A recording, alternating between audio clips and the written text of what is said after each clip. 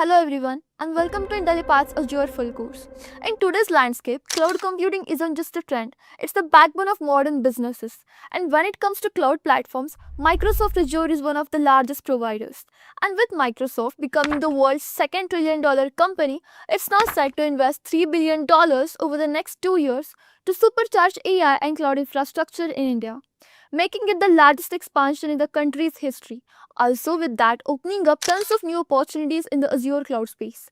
From startups to global enterprises, everyone is moving their applications, data, and infrastructure to Azure, as it's also built to integrate seamlessly with the Microsoft workflows. And it doesn't just stop there. Over 95% of Fortune 500 companies already use Azure services. In India alone, cloud related jobs are growing at nearly 25% per year. Thus, businesses and companies are willing to pay skilled Azure professionals really well for it.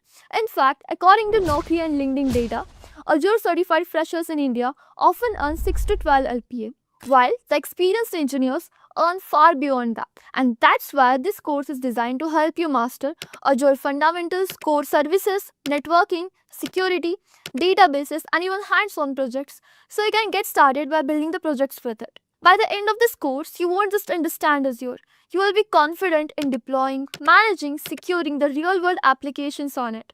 So, without any further ado, let's get started. Let's go and let's check what are the steps that you have to follow for your Azure account creation. Okay, so as I'm already having my Azure account with me, I will be just going with the incognito mode. Okay, I will be just using the private window. You can use any of your browser like Edge, Google, anything you can use. You can also go ahead with the incognito tab. So what is the very first step that you have to follow for your Azure account creation? The very first step that you have to follow for your creating the Azure account will be your, so let me just go ahead and firstly search for create Azure free account. What is the very first step that you have to do? You have to just search for create Azure free account. Okay, this will be the very first link that you will be getting. Create your Azure free account today. You have to just open it, and here is the link given for your creating the account. Fine. Now let's go ahead and let's discuss how you will be able to create the Azure account. So basically, for creating the Azure account, there are two methods. Okay. The first method is known as the start free method, and the another method is the pay as you go method. So what is start free? So basically, start free will be your free trial account. Okay. Start free will be your free trial account. Just please ignore my writing because I'm just using a mouse, not a pencil. So start free, there are two methods to create the account. The first method is the start free method and the another method is the pay as you go method. Okay. So the very first method is known as the free trial method. Moreover, there are another method that is the pay as you go method where you have to pay for the account. Clear?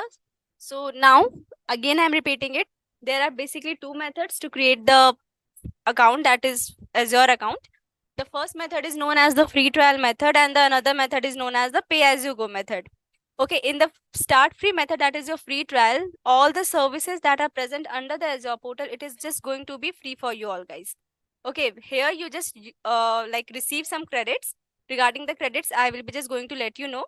Moreover, in the pay as you go method, you have to pay for the account, which means you have to pay for the Azure portal. You can say over here when you are just going to scroll down, this popular service is free for 12 months. It is not not valid for now because Microsoft had stopped this free service for 12 months. So you will be only getting a free service for 1 month. Okay, what you have to do after the 1 month, I will just going to let you know, but just allow some time. Moving ahead, when you will be just going to create your free trial account, okay, you will be getting the 55 plus services that will be just going to totally free, which means you will be getting 55 plus services that is totally free for you. You don't have to pay for those services. Okay. Moreover, the particular account that you had created, you will be receiving 200 USD Azure credits. You will be just going to receive 200 USD Azure credits that will be just going to active for 30 days. 200 Azure credits means you can say 15,800 from Indian currency. You will be receiving 15,800 Azure credits from Indian currency that will be just going to active for 30 days. Okay, the account that you are just going to create, it is just going to be active for 30 days. What you have to do and follow after 30 days, I will be just going to let you, but after the end of the session, at the end of the session, I'm just going to let you know that what you have to follow for after 30 days, what you can just go ahead and do it. Still here it's clear that how many credits until what date, till how many days the account will be active? Fine, let me just go ahead and let's check what are the services that Azure is providing to you. So basically Azure is providing you 55 plus services that will be just free for your Azure portal. Moreover, you can see it over here. They are also providing you Azure Virtual Machine in Windows, Azure VM that Virtual Machine in Linux, Azure SQL Database, Azure Blob Storage, Azure App Services, Azure Functions, Azure Event Grid, and Azure Cosmo Database. DB is your Cosmo Database. Okay, how many storage and how many it is providing to you, how many storage they are providing to you. When you are just going to create the Azure account, when you will be able to create the Azure account under the Azure portal, you will be able to see all of the services. Okay, so let's go ahead and let's create a free trial account. There are two methods, as I earlier explained you that there are two methods. That is, the first method will be the start free method and the another one is the pay as you go method, right? So first, the start free method. Let's go ahead and create the account with the start free method. That will be a free trial account. Click on start free over here. Here, you can see this is the very first page that you will be able to log in. That is your Microsoft sign in page. Okay, so if you are having any of your Microsoft account, it should be a personal one, not your organization ID.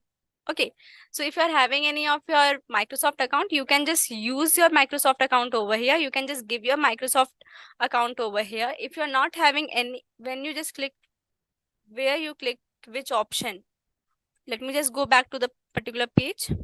Build in the cloud with an Azure free trial account. Okay, I just click with the start free.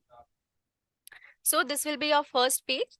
Here you can just either give your Microsoft account. If you're having any of your Microsoft account, you can just go ahead and give your particular mail ID over here.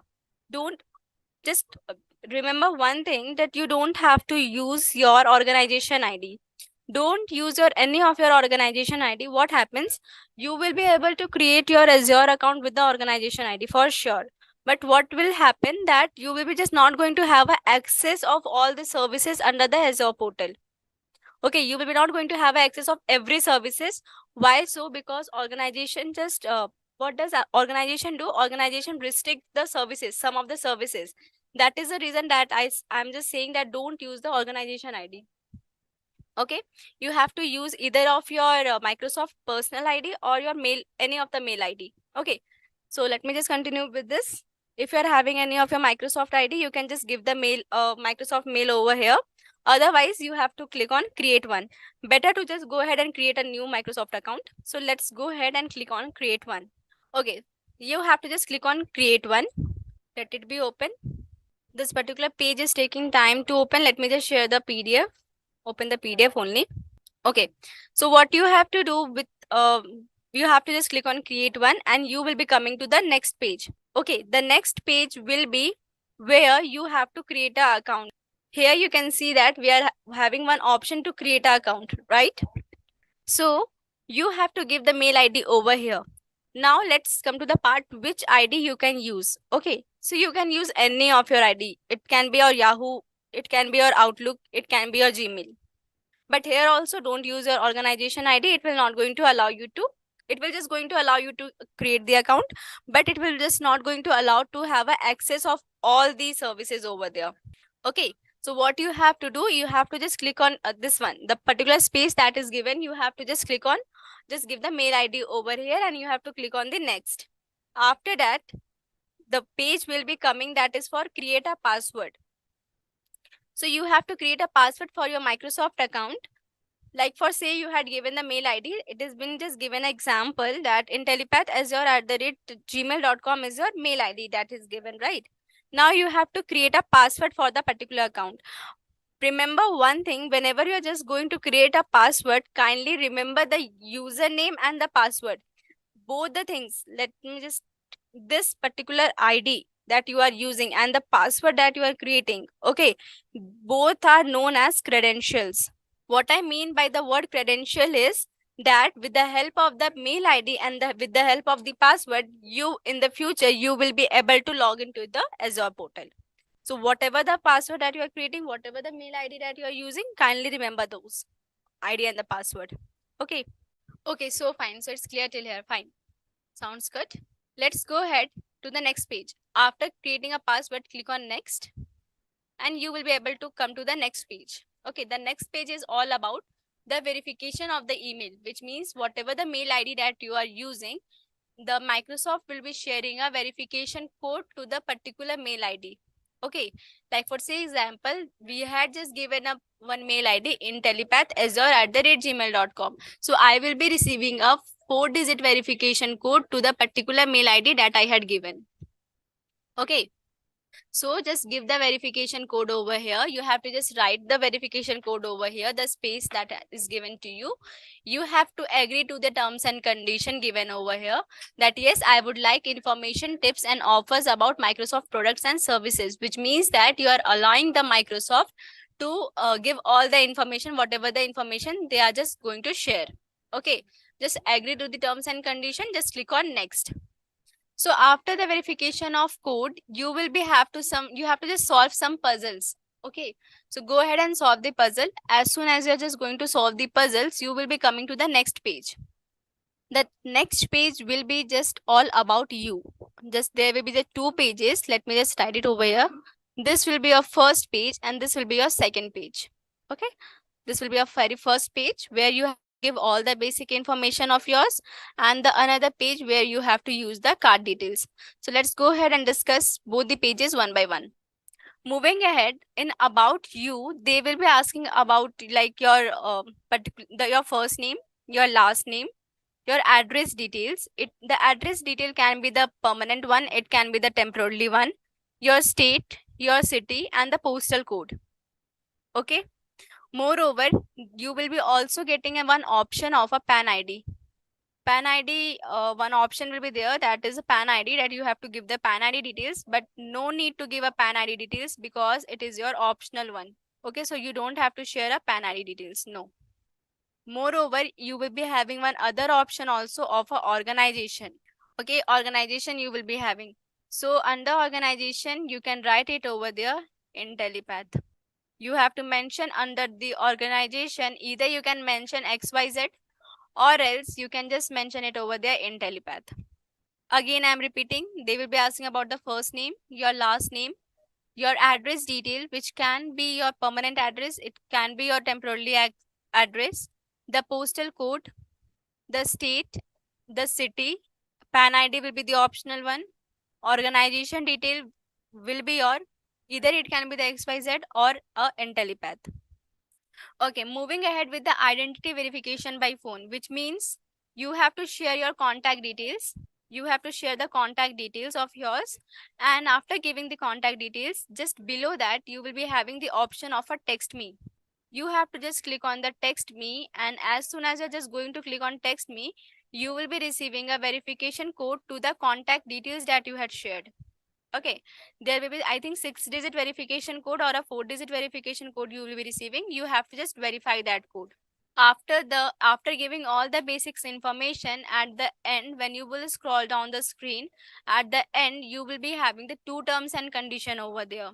Okay, so you have to just accept both the terms and condition given by the Microsoft, and just you have to click on next. Is the this is all about the first page details. Okay, this first page details. Okay, so fine. So when you are just going to click on next, you will be able to come to the second page. Okay, so let me just go ahead and erase these things. Then after, yeah, discuss about the second page. So let me just go ahead and discuss about the second page. The page where they will be asking, like Microsoft will be asking about the details of yours, which means the card details of yours, like your card name, card holder name, card number, the CVV of the card, the CVV, which means the last 3 digit of the card, and the expiry month and the year of the card. Okay. Moreover, you will be having the question that, okay, ma'am, which card we can use for creating the Azure portal, right? You can use the credit card, you can use the debit card, You can also use the Visa card. You can also use the MasterCard. All the 4 cards you can use: credit card, debit card, Visa card, and MasterCard. You can use these cards, but make sure you are not using the debit card of RuPay. Microsoft never gives you the permission to use the debit card of RuPay. Okay, it does not allow to create the account. You will be just going to fetch the error.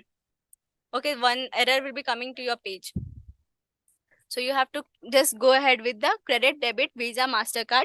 But don't keep in mind one thing only, that don't use the debit card of RuPay. It is not going to accept the card details. After giving all the card details, you have to click on the next. So after giving all the details of your card, you have to click on next page, and the next page will be your sign-in page. Okay, where you have to just, they will be sharing a verification code to the contact detail that you had given, and you have to just verify that code. Also, 2 rupees will be deducted from the particular card that you are using. 2 rupees will be deducted from the account, and it is a refundable money. By the Microsoft, the account will be deducted and it is a refundable money. Within the 24 hours, you will be just getting your money back. Otherwise, hardly it takes 3 to 4 working days. Not more than that. So the 2 rupees that is just going to deduct from your account, it is a refundable money. So don't worry about the deduction of the money. Might be sometimes it happens that it deduct 83 or 87 rupees in some cases, but whatever the amount that will be deducted, it is a refundable. Okay, so after giving all the details and everything, you have to just click on sign up. After clicking on sign up, you will be coming to the next page, the left hand side. Okay, the left hand side, this will be not the same page. Okay, there will be another page where you, in the left hand side, you can see it over there, go to Azure portal. Okay, so you have to just click on go to Azure portal and you will be able to log in with your Azure portal page. Okay, so you will be able to log in with the Azure portal page. And let me show you how Azure portal looks like. This will be your Azure portal, how it is just going to look like. Let's go ahead and discuss. This is your particular Azure portal, right? And if you just want, if you're just going to just look on the right hand side, you can check over here whatever the mail ID that you had used for creating the Azure portal. Okay, whatever the mail ID that you had used for creating the Azure portal, it is just going to reflect over here, over the right hand side. Okay, also, what if that I want to know more about my particular Azure portal?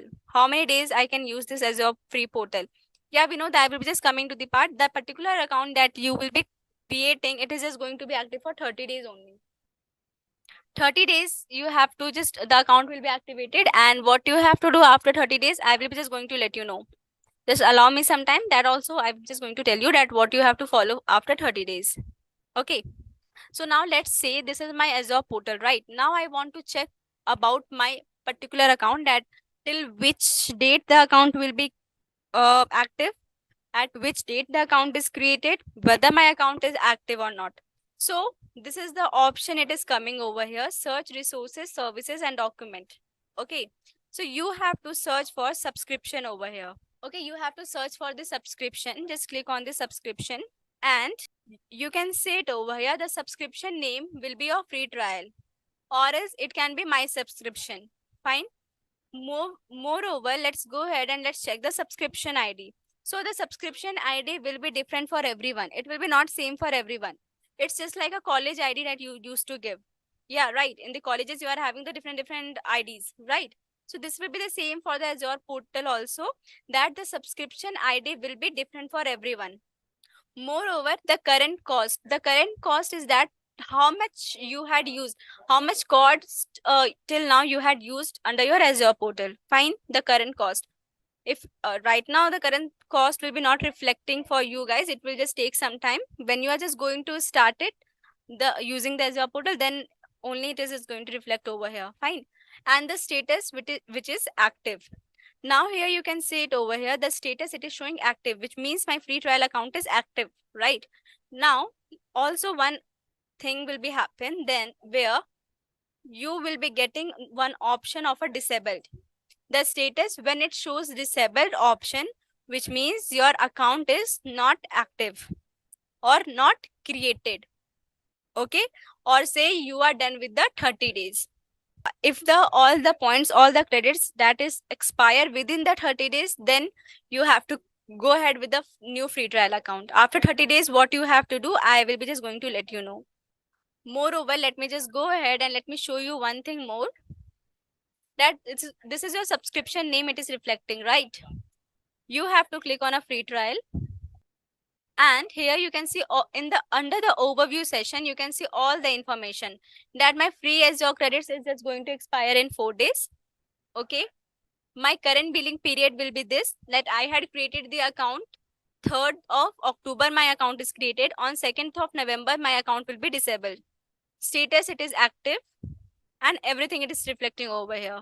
Okay, under the overview session also. Now, let's go ahead and let's discuss that what you have to do after 30 days. Now, let's go ahead and let's check what you have to do after 30 days. Let me just write it over in the notepad. After 30 days, either you can just go ahead and that cost part I didn't understand.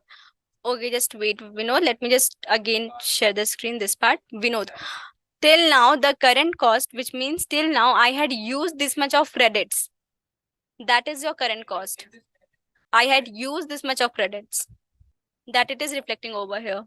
You are able to see the overview session, then in that case, you can see all the informations of the account.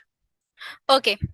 So after 30 days, what you have to do, either you can just go ahead and switch to the pay as you go account, where you have to pay for the services, which means you can use the particular same account.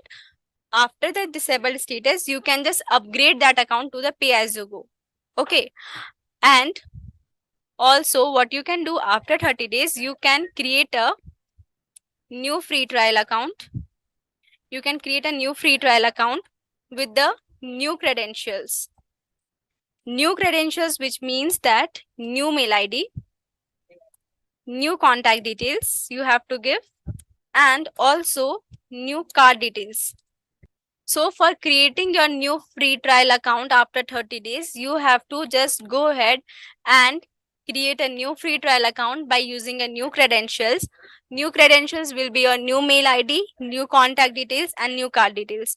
Now, one person can't have the different ID, mail ID, and the contact details. So Microsoft is not like having any type of restrictions that you have to use your credentials only. No, you can go ahead and use any of your friends, colleagues, or any other card details or contact details or the mail ID. It should be only the different one, new credentials, which means different from the earlier one, earlier details, you can say. Hi, does Intellipaat cannot help us to get an account for 3 to 6 months as they have tie up with the Microsoft. Regarding that, Parag, Microsoft is facing some difficulties. That's why they had restricted the service free for 12 months. In the very beginning of the session, I just told you one thing, that Microsoft is facing some difficulties. That is the reason that they had restricted that particular service that will be just free for your some months. That is the reason that after 30 days, you have to go ahead and create a new free trial account. So this is all you have to follow for your account creation. In Azure, you can create a subscription and give user access to quota of fund. Yeah, there you can, but there are 15,000 800 credits. Now, after that, the account will be automatically disabled. So there are no like giving the access to the quota to fund, whatever. Regarding moreover, the problem is every month we have to create a new free trial account. Yeah, Parag, you have to create a new free trial account every month after 30 days. Otherwise, you can switch to the pay as you go. Like you can create a how much we need to pay. It is similar as AWS, but in AWS you are having the account active for 12 months, right? But here the account will be active for 30 days only.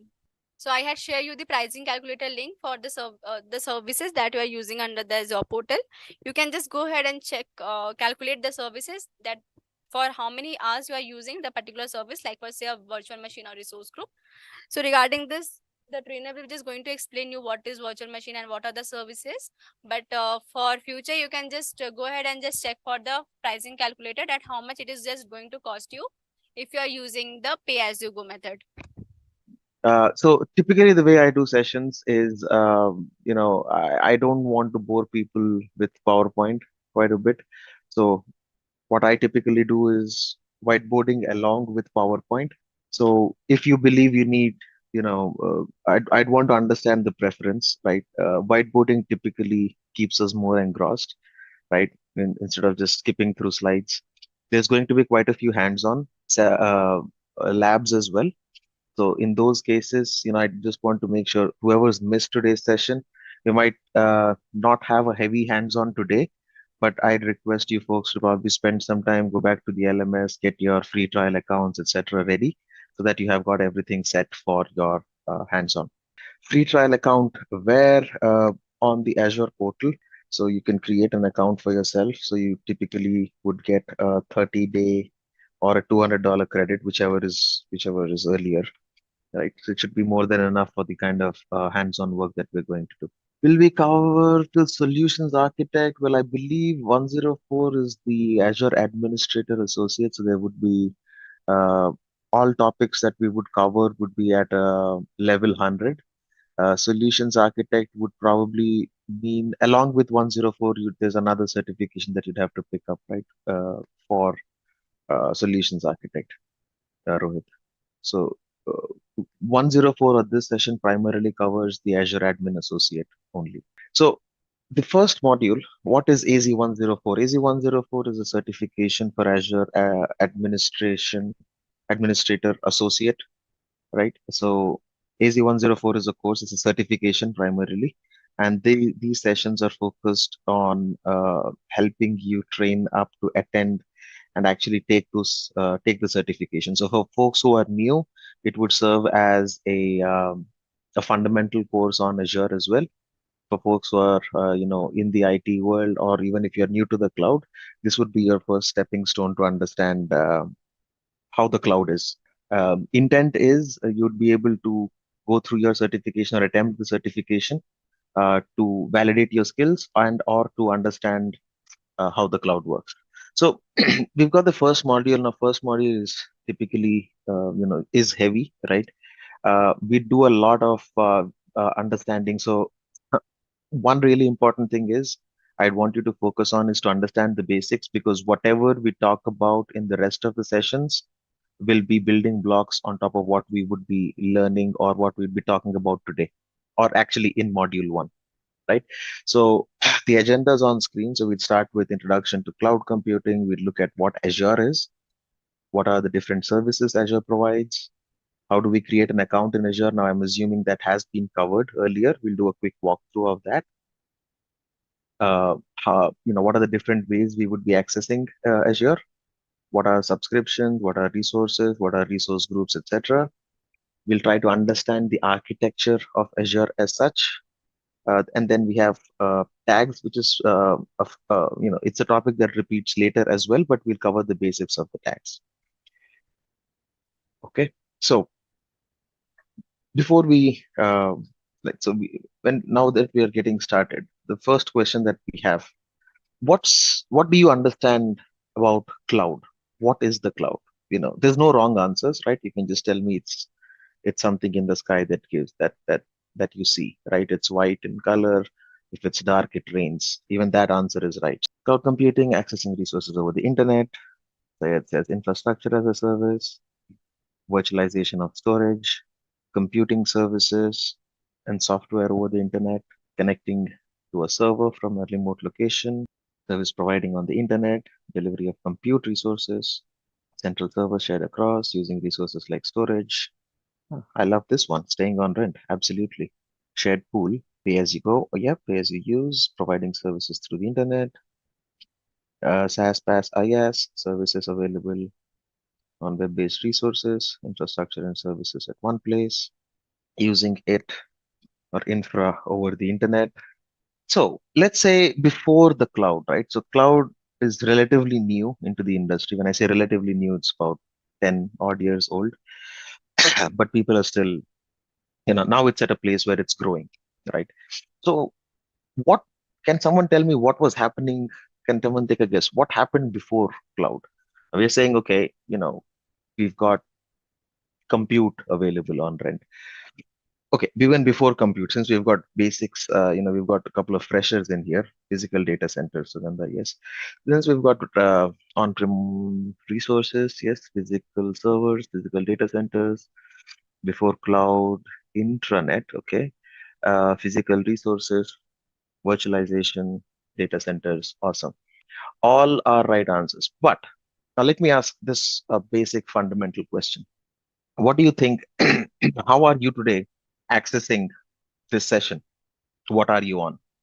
A desktop or a laptop, preferably, or maybe a phone or a tab, right? Well, it can be anything. Awesome. Yeah. Now, Apurva says internet. We'll get there in a bit, right? Now, can you tell me what are the things that these devices, I'll call them a device, right? So, what do these devices need for you to be able to listen to me and watch this session? Internet, application, display and speaker, electricity, time, of course. What are your laptops or your devices made of? The one thing that you have is CPU and memory, right? Whether it's a phone, tab, laptop, you probably buy something like an i5 16 GB RAM, right? That's how you buy your laptops. Your phones, you'd probably buy 8-core Snapdragon with, I don't know, today's world, 8 GB, 16 GB, whatnot. If you're a an Apple guy, you'd probably say an M14 or a whatever with A14 Bionic with, I don't know, 6 gigs of RAM, whatnot, right? The premise basically is you need CPU and memory, which in today's world is your compute. Okay. Is this piece clear? So whatever device you're using, no matter what, phone, tab, laptop, desktop, server, anything, that'll always have a CPU and memory configuration. And that's what you typically use to buy your devices, right? You want to upgrade your phone, you definitely want the latest processor, you'd want a higher RAM. You're buying a laptop, the first thing you'd ask is this i5 16 GB or i7 32 gigs, whatnot? Okay. So is the compute piece clear? So everybody today is utilizing compute, which is your motherboard in simpler terms, right? Your motherboard has everything, but primary specs that we look at is the CPU and memory. Okay. The second thing is, what's the second thing that you look for in your phones or laptops? Storage. Someone says, I've got 256 GB of an SSD or blah, blah, blah, whatnot, right? Compute. And what is there? Why do you need storage? Well, you need an operating system, can be Android, iOS, Windows, Linux, you name it, right? And the last thing that you need, of course, is a network, without which, well, networks come in different shapes and forms. You've got Wi-Fi, which is most commonly used now. A few people might probably be connected with a LAN cable. You name it, right? A hotspot or whatever it is. Essentially, you need network. So, what are the three important things that are the foundation for everything? Compute, storage, and networking. Okay. Now we will expand these to scale, right? We'll expand these to scale, and that is how a data center is built. Right. Software will all sit on storage, right? So we are talking about infrastructure, Parag, right? Software sits on top of your infra, right? So three important things we need to understand are compute, network, storage. No matter which cloud, no matter what application, no matter if it's big data, if it's SAP, it's anything, they need these three important things: compute, networking, and storage, right? And the way we've got our modules structured also aligns to these three fundamental building blocks: compute, network, and storage. Okay. So now when we talk about compute, so for folks who are new to the cloud or new to the industry itself, now do you understand a few definitions that came in earlier? Said which said, hey, it's compute resources available on the cloud, or we are sharing storage, or we are sharing compute, etc. So now these terms shouldn't sound alien to you. What is compute? Well, it's simple, right? It's a combination of CPU and memory. What does it do? It does processing. What does it process? Depends. On your laptop, you're probably, currently running an application like Zoom, accessing the internet, attending the session. Similarly, you folks might have used n number of apps on your phone. What are they using? They're using the compute of your phone, they use the storage of your phone, and they use the network of your phone, and that's how you get a service enabled. All right. So before the cloud, right? So cloud is pretty new. So even before we dive into the cloud, now that we've got the basics of compute, network, and storage sorted, let's understand what happened, or how was the world. I mean, even before the cloud, there were websites running, right? Someone said on-prem. Someone said uh, physical data centers and whatnot. So, if we want to understand what was the scenario before the cloud came in, so companies invested money to be able to buy some servers. Now, what is a server? I'll again switch this back. This is again probably a new term. So we've talked about a laptop or any device that we are using to access today, right? Which has compute, networking, and storage. What is a server? Server is compute. Yes, the one that can serve file or service. But these are typically heavy duty machines. When I say heavy duty, they run 24/7. They keep providing a service, right? Physical place where services are hosted. Well, yes, definitely. Server is, for now, let's call it physical. There are virtual. We'll get into those in a bit. Excuse me. So, physical, yeah, CPU, RAM, storage. Yes. So now, let's say you built an application. Server is again simple: compute, network, storage. Your laptop can be a server. Okay. But can you run it 24/7? Will it be cool enough? Will it not hang? Will it not crash? All of those good things come into the picture. And that, servers are built for a purpose, which is to be able to run 24/7, to be able to serve things, as I believe was this, they serve a specific thing. Now, it can be a web server serving a web page. There can be a database server hosting a database. There can be a file server, on which there are files, etc. Right? You can also have multiple. I mean, we'll dive into all of those later, not part of this course. But servers are nothing, just compute, network, storage. They're built for a specific thing, right? So it's not an alien term. Like I mentioned, your laptop can be a server. You can start hosting your own website on your own laptop. Okay. Now, if you were to build, let's say, a Hello World website, or you built, let's say, a shopping site, or you've built your own website, and you want to host this, right? So servers cost money, so you'd probably buy one server. You know, uh, Host, not install. I'll call this host. Why we call it host? When you say host a website, right? Or let's say, for layman terms, I'll just say running a website. You're running a website on this server. So, for example, on your own laptop, you're running a web page that many people are trying to access. What will happen over a period of time? So you buy one laptop, you're running on one laptop, right? Uh, your user, more people are liking your website, and everybody, the number of hits are coming in.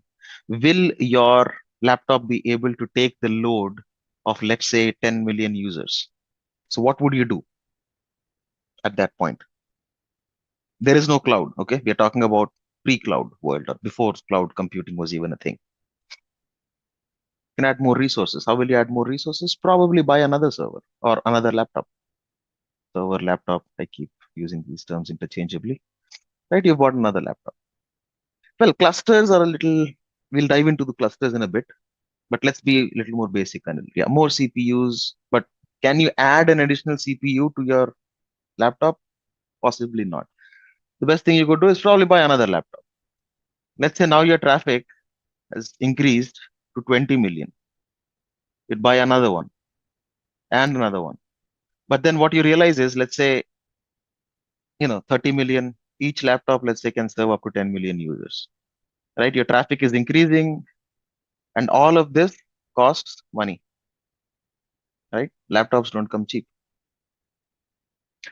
Scaling, vertical scaling, you're talking about a virtual world, Parag. We're still before cloud itself, and even before virtualization. I think I should have been more specific. Okay, right? So you keep buying more servers, you keep investing in money, right? Now your website is up, and everyone's happy. So as and when you keep buying more servers, what is the downside to this? Now you notice that, okay, your cost is going up. So what is one downside that you see in this model? Hardware cost, definitely it's going up. We said overall cost is going up.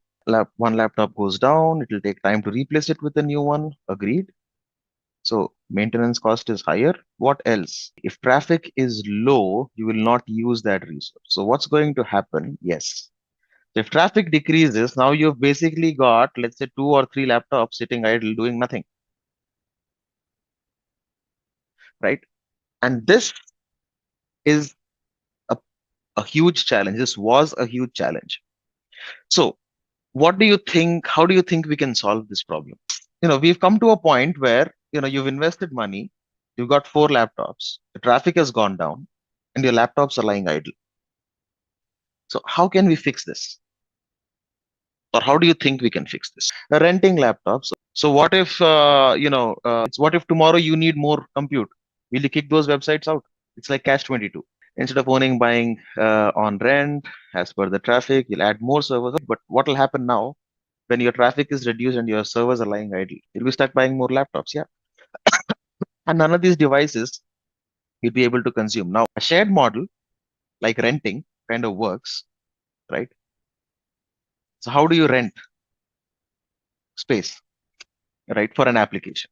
So let me clear this. We'll go back to a little bit more fundamental conversation, which is guess maximum capacity and run ES. Well, I'm not a huge fan of guessing, but so let's say you've got laptop one. Okay. Exchange laptop with a server. Okay. It doesn't matter. All we are worried about is compute, networking, and storage capacities. So let's say laptop one, the first laptop that you bought, had a 4-core processor, okay, and had about 16 gigabytes of RAM, and let's say about 512 GB hard disk. You bought laptop two, you kind of like this configuration, but probably you are afraid that, I might need more compute, so you bought a 6-core machine and with, let's say, 32 GB of memory, okay, and even more storage. The third laptop you bought, you again did a 4-core, 16 gigabytes. Since you already had 1 terabyte of storage here, you thought, well, I'll just do 256 gigs here. Now, how do you share these? Now, this is laptop one, this is laptop two, this is laptop three. Now, if you wanted to share resources, how would you do it? So let's say your application needs, minimum of 2 cores and 4 GB of memory to run. Okay, this is app one, some other or web app one, I'll call this website app, whatever. Then there's a website two that needs 4 cores and maybe 8 GB of memory. The list goes on, right? So how do you split these, right? If something needs 4 core and 8 GB, right? If I, let's say, put this website on this laptop, is there any other application I can put on this? No, because I'm consuming all those. So what's happening to my memory? The additional 8 GB is going waste. Now, let's say if I put the same 4-core 8 GB app, on laptop 2, what will happen? I'll be left with 2 cores and a lot of memory, 14 GB of memory. My math is a little bad. Yeah. How can I consume this? I'd have to wait for some app to come. Maybe I can put in web app 1 also on this, right? Which can be a 2 core and 4 GB. I'll still be wasting a lot of memory, right? Now, this is in the physical 24, not 14. Yeah, sorry. Yeah, like I said, my math is a little. Why is PowerPoint? Yeah, this is better. Okay, 24. Let's say, yeah, 24. But all I can do is probably put in a 2 core 4 GB here.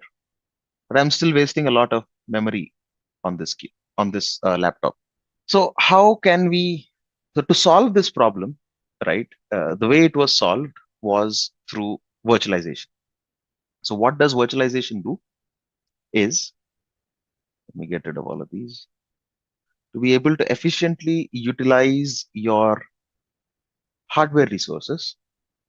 Virtualization, essentially, I'll call this, for now, I'll call it virtualization software. Okay. Now there's multiple terms for this. There is, you can typically either it's called a hypervisor or you'd call it a KVM, any virtualization service, right? Let's imagine it's a virtualization software. Now, what this does is it helps you create virtual machines. What is a virtual machine? So, virtual machine is just like a physical machine, except that you can decide, I want a 2 core 4 GB virtual machine with 30 GB of storage. You can utilize the compute, you can utilize the storage, and of course, the network bandwidth is shared across all virtual machines, right? So you can create n number of virtual machines and be effectively able to utilize the 4 plus 6 plus 4 cores. How many are these? 14 cores to the maximum possible extent, and 16, about 64 GB of memory that you have, right? You can utilize this to the best, to the maximum possible capacity. So virtualization, now we can dive deep into virtualization later, but what I want you to understand is the concept of virtualization actually helped utilize the hardware resources better and to be able to consume only specific units. You could create virtual machines, and virtual machines are the building blocks of cloud. We'll talk about that in a little bit, right? So just to show you how it looks like, let me quickly. So what I have on screen is, this is hypervisor. Okay, so this is the virtualization service that is from Microsoft. That's why it's, where is it? Where's my, all right, right. So this is hypervisor. Now what is happening here is, let me show you the specs of my machine so that you understand this better. I'll clear the drawing, or I'll rather not. Give me a minute. I hope it's visible. I know it's dark, but let's look at this. So I am currently running, okay, I'll put it here. Right. So I've got 12 logical processors. I've got 6 cores. I've got 12 logical processors. Right. I've got about what, 32 gigs of memory, I guess. Yeah. 32 gigs of memory, a couple of hard disks, and I've got an Ethernet. Right. So what you see here is compute, which is CPU and memory, storage in 2 disks or 3 disks, one is removable, and the network. Right. Now, if I want to be able to, I want only to run a website which is needing maybe 2 cores and 4 GB of RAM. The way I do that is I create a virtual machine. I'll just show you the specs of a virtual machine. It's not rocket science, right? I mean, virtualization was at one point, but now it isn't. So if you look at this, all I can do, I can assign the memory that I want to give it, and I can say, go ahead, use 8 GB. I can give it the number of processors. I can go, I can start with 1 core, 2 cores, 3 cores, 4 cores, whatnot, right? And then create a virtual machine. What happens when you create a virtual machine? It replicates exactly, or it behaves exactly like a physical machine would. But what it runs on is essentially something called a hypervisor in the Windows terminology, right? Or It's the virtualization software, whatever you're installing on it, right? So this was a game changer. Virtualization was a game changer. And what happened eventually is when people were able to effectively utilize the hardware, they started building data centers. Now, you could create a number of virtual machines, right? So with this, now considering virtualization and what are all of these? Server 1, 2, and 3, these are physical devices, right? These are your laptops. This is physical. This is also a physical device. This is also a physical device. But what happened here? This is a virtual machine. Why do we call it a virtual machine? Because this is not a physical device. It still has compute, networking, and storage, but it would probably run on one of these, or one of these physical devices can run more than one virtual machine. So, for example, on my machine, I've got four virtual machines. I've got an Ubuntu virtual machine. I've got a RHEL virtual machine, and I've got a Fedora Linux virtual machine. Right. So, a physical server or a physical device can run more than one virtual machines. The reason we call them virtual is they are not physically present. They are actually being hosted. They are guests on the host. The host in this scenario is the physical server, and the virtual machines are the guests. It's like inviting people into your house, right? So now, considering you've understood all of this, so what would be a data center? So servers are actually stored in racks. Okay. Remember, everything is a physical server. Without a physical server, there's nothing. They are slotted together in racks. And this is how it looks like, right? I just popped the first one that came in. You see all of these. I know it's too black, but each of this, let me switch the color. Okay, so all of these are racks. Okay, each device you see in here is a physical server, right? Now the server specs can be different, right? But typically in a data center, depending on the type of application they want to run, they'd have uh, different sizes of servers, right? Server 1, server 2, server 3, whatnot. Okay, Sunil says, so for hosting that more than one virtual machine on a physical machine, we need hypervisor. Can you please? So all of these um, servers, right? They're all stacked in. Each of this is called a rack, right? Rack 1, rack 2, rack 3, rack 4. And what happens is they build, we'll get into clusters a little later, but all of the data centers utilize virtualization, right?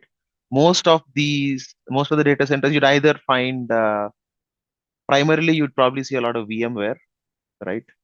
Or you would see Hyper-V, right? It totally depends, or Zen. Now, uh, Amazon data centers run on Zen. Okay, so the Microsoft data centers run primarily on Hyper-V. Private data centers, like the enterprises, they typically utilize VMware or Hyper-V. It depends on each organization or whoever sold it first, right? That's the way the world is today. All right. So a private data center essentially is, let's say this is for company A. This company has bought maybe 100 servers, right? Set up on 4 racks, 25 servers each. They've got virtualization, they've got enough capacity, right? Maybe they are at 50% capacity today, right? They have room for 50% more to grow. And in case they want to grow, same old challenge, right? If you need more servers, you buy one more rack and you keep expanding your data center. What's one challenge? Now, till now, we were talking about individual laptops, right? What's one challenge if you are going, if you are procuring hundreds of servers? What's one thing that you really be worried about? Space and cost, yes. All of that is part and parcel, right? But what's the one most important thing? Security, space, power, cooling, management. When you buy a phone or a laptop, what's one offer that you keep getting? Warranty. You're worried about warranty. If someone's buying hundreds of servers, they are more worried. They don't want maintenance cost or hardware cost to come up. You buy a car, you buy an extended warranty. Why? Peace of mind. You buy a phone, you look for extended warranty options, right? Or the manufacturer sells them to you. right? Now, for any enterprise, that the warranty on servers lasts somewhere between 3 years to 5 years, depending on the contract that you have. And every 5 years, once the warranty is over, all of this hardware, all of this hardware will need a refresh. What does it? What does a refresh mean? You just have to kill all of these, move them out, buy new ones, right? That is a big cost, a lot of cost. Apart from for cooling, you're paying money. For networking, you're paying money. Physical security, you're paying money. Real estate, you're paying money, right? Your admin staff, you're paying money. All of this will always be a constant, but a hardware refresh cost is something that the enterprises always were scared about, even are today. Whoever's running physical data centers, tech refresh, yes. I mean, most of you who are working, your laptops get replaced every 3 years, right? As soon as the warranty on them is over, your company would possibly replace them, right? So this became a huge problem, or was also a big problem. Now, what did or how did this was the primary, the hardware refresh, and of course scalability, as Parag mentioned earlier, right? Now, if all of a sudden they wanted 50 server more capacity, the only thing they could do is buy, right? So scalability was a challenge. Hardware refresh costs, maintenance costs were a challenge. And this is where the likes of AWS or Amazon started that first.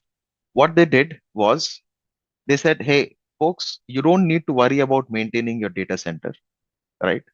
So all of these, the cooling, the network cost, the real estate cost, the admin cost, your physical security, blah, blah, blah. You don't need to worry about all of this. We have any cloud provider for that matter. Okay, I'll call it cloud service provider or CSP. You'll keep hearing that term more often. Amazon started that.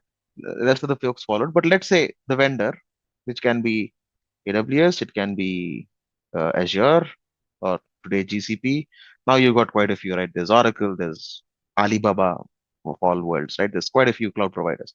Now, what they did was they built a huge data center, okay, which has a few 100,000 cores. Okay, that's how much capacity. We don't really know what specs they use. Different story, right? Hundreds of thousands of memory, tons of storage, right? Quite a few terabytes or even petabytes of storage, right? And what they said is, any company that wants to come in, hey guys, come in, use as many as you want, right? As many cores as you want, as much memory as you want, as much storage as you want, and pay me only for what you use. So you want to scale? Okay, I have large number of cores. No one discloses it, but to set things in context, everybody now uses the term cloud scale. Okay. Now it does not mean that it is unlimited. There are still limits, right? But the way these service providers extend their data center is at a very, very, very rapid uh, pace, right? So one data center, everybody gets their own, uses whatever they want to from it, right? This exactly resembles the renting strategy that we talked about a little while earlier, right? And all data centers, everything, the basis of everything is virtualization. So you've got virtual machines, people come in, you've got virtual networks, everything is virtual. Storage is still virtual. I mean, it's still physical at any given point in time, but you can get whatever amount of storage that you need, right? So became, this came to be called the cloud. It's nothing. It's end of the day, it is physical servers running in a data center in a large scale, and people renting out or paying as, utilizing as much as they want and paying for only what they use. So does that make sense? The definition of, or the way the cloud came to be. So what we'll do now is catch up on the slides as well. I know we've done quite a bit of talking. Let's go through these, see where we are. Okay. So this is the scenario which we talked about. Your application gains popularity, the user database increases, company invests more money to buy the servers, people start using the application. We also talked about increase in the load might cause your servers to crash. That's additional cost or additional maintenance that we'd have to worry about. All of this is before the cloud world, right? Animations are crazy, but that's fine. Company hires a maintenance team to fix the broken server. It's an expensive option. Uh, Again, your laptop dies. What do? Uh, you have to spend money to get it fixed, right? You have to again have a maintenance team all the time, right? Now, imagine all of this happening in a at a larger scale, right? We're talking about a few hundreds, few tens, or if not a few hundreds of servers, right? So this was the scenario before the cloud. Again, we talked about the second con, which is if the traffic decreases with time, it poses a risk. Well, actually, a problem to the extra servers. They are just lying there, idle, doing nothing, and they keep adding to your cost, right? Your maintenance cost and whatnot. And obviously, if you were this guy, you'd be worried as well, right? So the challenges before the cloud, we'll just summarize them into four things. Scalability. So this term you'll keep on hearing quite a bit, right? So what is scalability? In case, before the cloud world, scaling out was a challenge. I wouldn't call it scaling out. I don't want to confuse you. But increasing or scaling was a challenge because you had to buy new hardware. Procurement has its own timelines, right? Availability of stock, whatnot. A high upfront cost in your capital expenditure, which is the money that you spend in buying the servers, right? There's also an increase in operational expenditure, which is the cost or the money that you spend in paying for the maintenance, right? So two important terms. One is capex. We'll hear this heavily. One is opex, right? Capital expense, operational expense. So capital expense is the money that you spend to buy the servers, and OPEX is operational expense. Anything which includes power, physical security, real estate, you name it. We've talked about a bunch of things, right? Including server maintenance and whatnot, right? Slow data recovery is a little tricky. It depends on what kind of hardware you had put in, but essentially, if you were in one data center and there was a crash, right? Or if your laptop's hard disk crashed, and if there was really important data to be recovered, what would you do? You'd have to spend you'd have to spend time and you'd have to spend money to see if you're able to retrieve it again with no guarantee of it being 100% accurate, right? All these, in summary, are the challenges or were the challenges before cloud. Let's skip the animations, right? And after cloud, what happened? We addressed all of these four problems. How is the cloud service providers or the vendors, they've built large scale data centers. Again, I wouldn't even say large, but the term that is more appropriate is cloud scale. So you can, we address scalability. There's no upfront cost, right? You pay as you go. Your operational expenses in terms, specifically in terms of real estate or cooling or electricity or physical security, etc., are gone. You'd still have administrative costs, right? So scalability, cost, server maintenance, slow data recovery. Scalability, we've addressed large scale, cloud scale data centers. No one tells how the capacity is managed. But as far as I know, there's scaling up the data center for them kind of takes about a week, not more, and everything is custom built. You've got a container that comes in, plugs in, and you get like few thousand cores of RAM and few thousand cores of CPU and a few thousand gigabytes of RAM available, right? That's how rapidly they can scale. It's kind of a plug and play model like Lego bricks, right?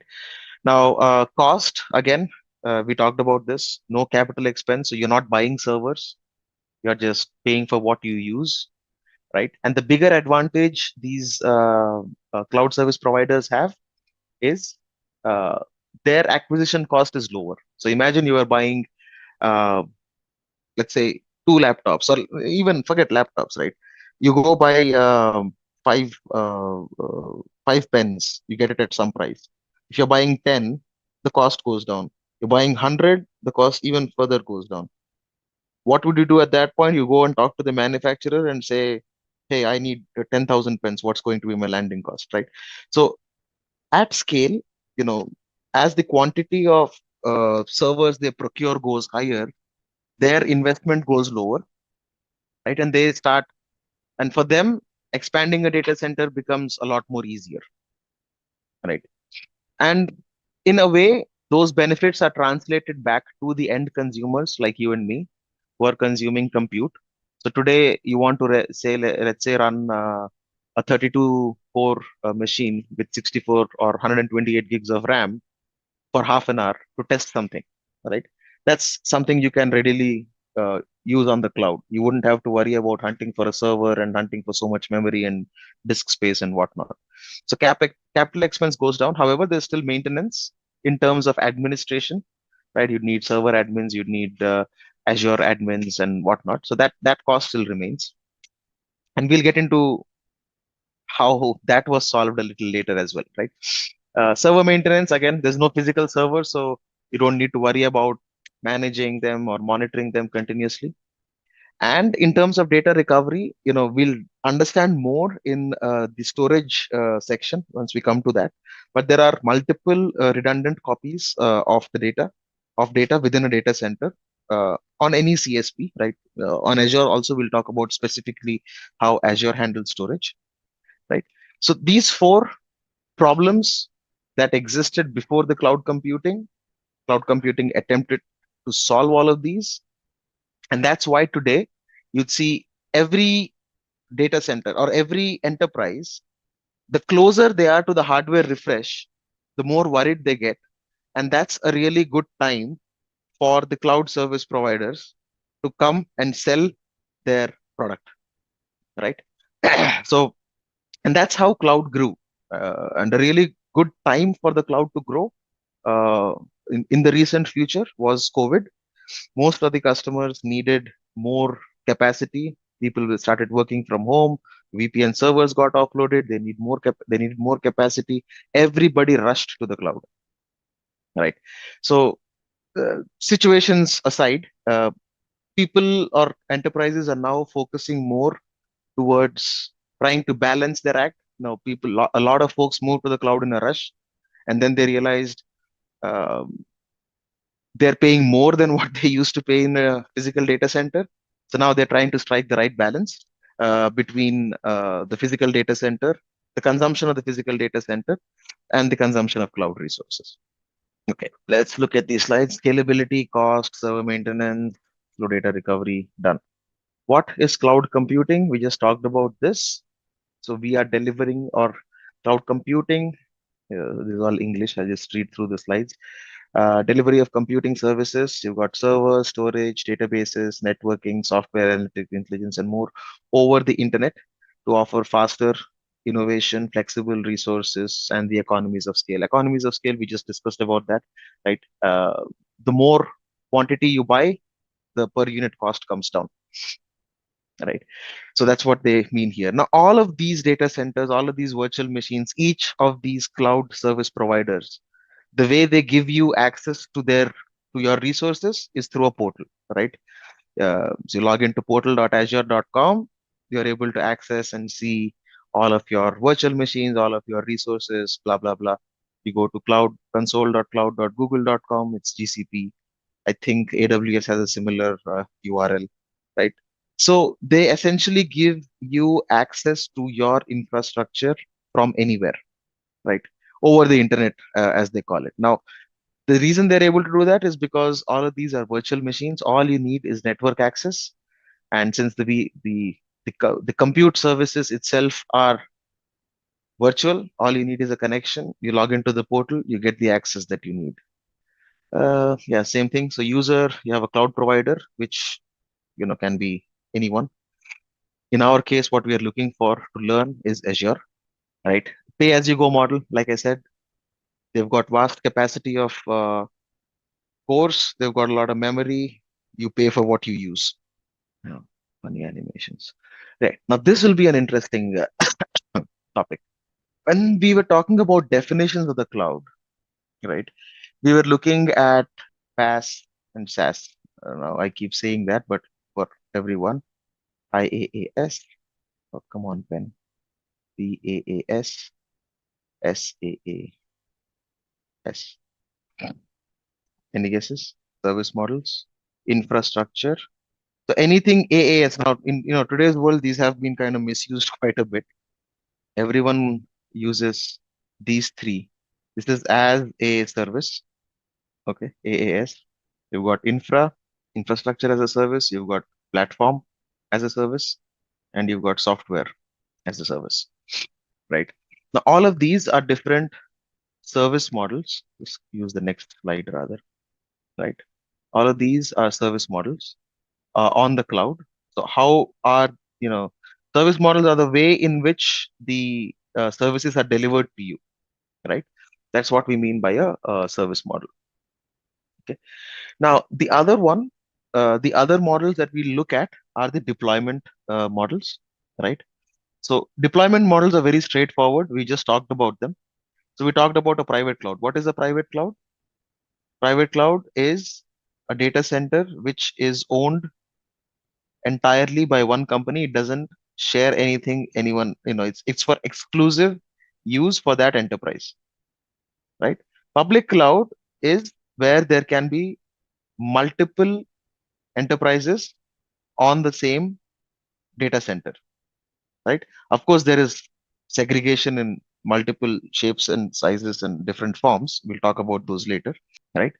So public cloud and private cloud, these are, pretty straightforward from a definition perspective. A hybrid cloud is where the private cloud, a customer is using a private cloud and public cloud simultaneously, and they are connected to each other. That would be a hybrid deployment model. You understand a private cloud. We just talked about that at length. A public cloud also, we've taken examples of what a public cloud is, how it looks like, cloud scale, large scale data centers. And we've got hybrid cloud, which is a mix of a public cloud and a private cloud. Now, in terms of service models, let's say you wanted to travel somewhere, right? There's typically the most common example people use on IaaS, PaaS, SaaS is a pizza restaurant, right? Let me see if I can find that. No, man, I'll just share this. All right. So this is a good example, one that I like quite a bit. Why cannot I expand on this? So, this is a very layman example, right? So this is your, on the left, made in-house. This is your traditional on-premise deployment. So what does this mean? The kitchen, understand the color coding. Blue is something that you manage. Green is something that the vendor manages. Okay. So in a private cloud scenario or in your on-prem scenario, on-prem is basically physical data centers, right? For those who are not used to that term, we'll keep using that term quite a bit. So I just want to make sure you understand what on-prem or on-premises is. Okay. So you own the kitchen, you own the gas, you own the oven, you own the pizza dough, you own the toppings, and you cook the pizza, right? This is your traditional made in-house or an on-premise deployment, right? Right from the hardware all the way till the application, maintenance and whatnot. Everything is what you own. Now, when it comes to IaaS, right, infrastructure as a service, the vendor manages the kitchen, gas, oven. Now, how does this translate to the cloud?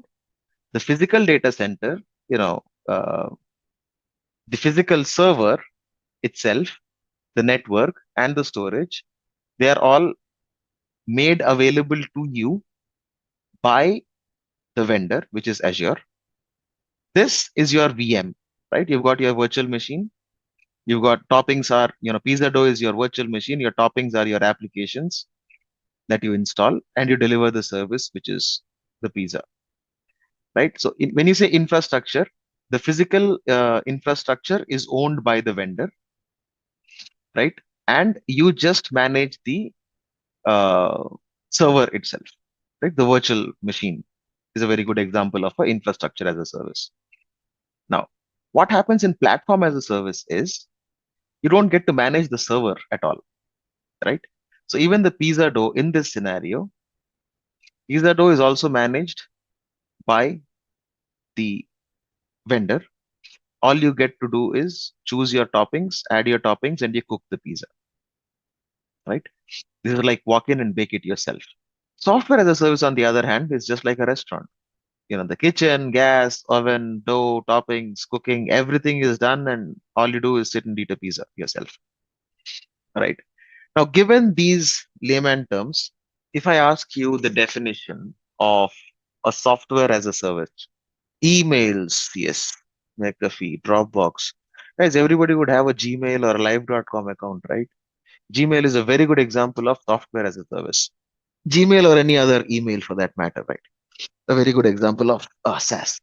So, what would be a good example of a PaaS service? It is where Swiggy is SaaS, for example, right? Your food delivery apps are SaaS service. Most of them are SaaS. We don't typically get a platform on our mobile. So, yeah, I'd give you that, Jay. Most of the apps. Well, you're diving into Azure ones, app services, service bus, yes. So, platform as a service, there's no specific example that I can think of unless you've hosted a website or try to build a website. You'd want to run it somewhere. So, you'd choose a space which gives you a runtime and whatnot. So, PaaS would typically be used by developers. That's right. WordPress server, well, it's a little tricky. WordPress, unless you're hosting WordPress yourself, right? WordPress, Shopify, all of these are now primarily SaaS services, right? They get you the entire URL and you get to consume. GitHub again will be SaaS service. Anyway, I think SQL Cloud, yes, we'll talk about those as we venture in. Uh, so infrastructure as a service in the cloud world or in the IT world, what it gives you is full access to the server. So essentially, when you see something like where if you are able to log into your server, so if your virtual machine, something like this, if you're able to log in to this, using a virtual machine becomes infrastructure as a service, right? You can install anything custom, any custom software on it. You could manage it and use it as if it was your own infrastructure. That is infrastructure as a service. A very good example of infrastructure as a service in the cloud world is virtual machines. Next, platform as a service, right? So in platform as a service, the server itself is not visible to you. You don't get access to the entire server, but you get a pre-configured server in which you can run what your application. So for example, you want to host or you've created a .NET website or you've created a PHP website, right? You don't have to worry about installing the IIS web server or any other additional software, whatnot. Everything is pre-configured and made available to you. You just deploy your code and run, right? But you cannot control or you cannot log into that server. You cannot change the or upgrade the versions of that server, right? And one advantage is maintaining the server is not your headache. It becomes the vendor's headache. Alternatively, in infrastructure as a service, since you own the server, you have full access to the server, upgrading it, patching it, access controlling it is all operational expense that is part of your responsibility. But in platform as a service, a lot of operational expense goes down, but at the cost of customization. So if your application needs something custom, which is not available in the pre-configured servers, then that's something that you cannot do. Right. Software as a service, on the other hand, is tricky. It's just like Gmail, right? You are delivering the entire software to you as a service. You can directly go, just create an account, start using it, right? You don't care about what platform it is running on. You don't care about its scalability. You don't care about the uh, uh, Physical servers on which it is running, nothing. You just consume the service, you just take a subscription, start consuming it. Just like someone mentioned, subscription of Intellipaat when we talked about what is it that we need for us to move forward, right? So whatever we are doing is whatever we are consuming is SaaS. Cloud service providers like AWS, Azure, they provide IaaS, PaaS, as well as SaaS services, right? All three of them together. So there are different service models within the cloud. CSPs are a mix of IaaS, PaaS, SaaS. Yes, we can use different services and different models. Yes, perfect. Right. So that's software as a service, right? Platform as a service. Okay. So platform as a service. Let me talk about this in a much better way. Let me show you. Right. So let us say I wanted to, I wrote a website running on, .NET. Okay. Now, when I use that, if I have to run that, basically what I'd need is IIS. Do I have IIS here? Should be able to see it. IIS is the web component, right? Yeah. So you see this Internet Information Services. Now, this any .NET website or any ASP website would need this to, for you to be able to host. Now, I am in a IaaS scenario where this is my physical desktop or let's say even if this is my virtual machine, I have to go enable this Internet Information Services, hostable web core.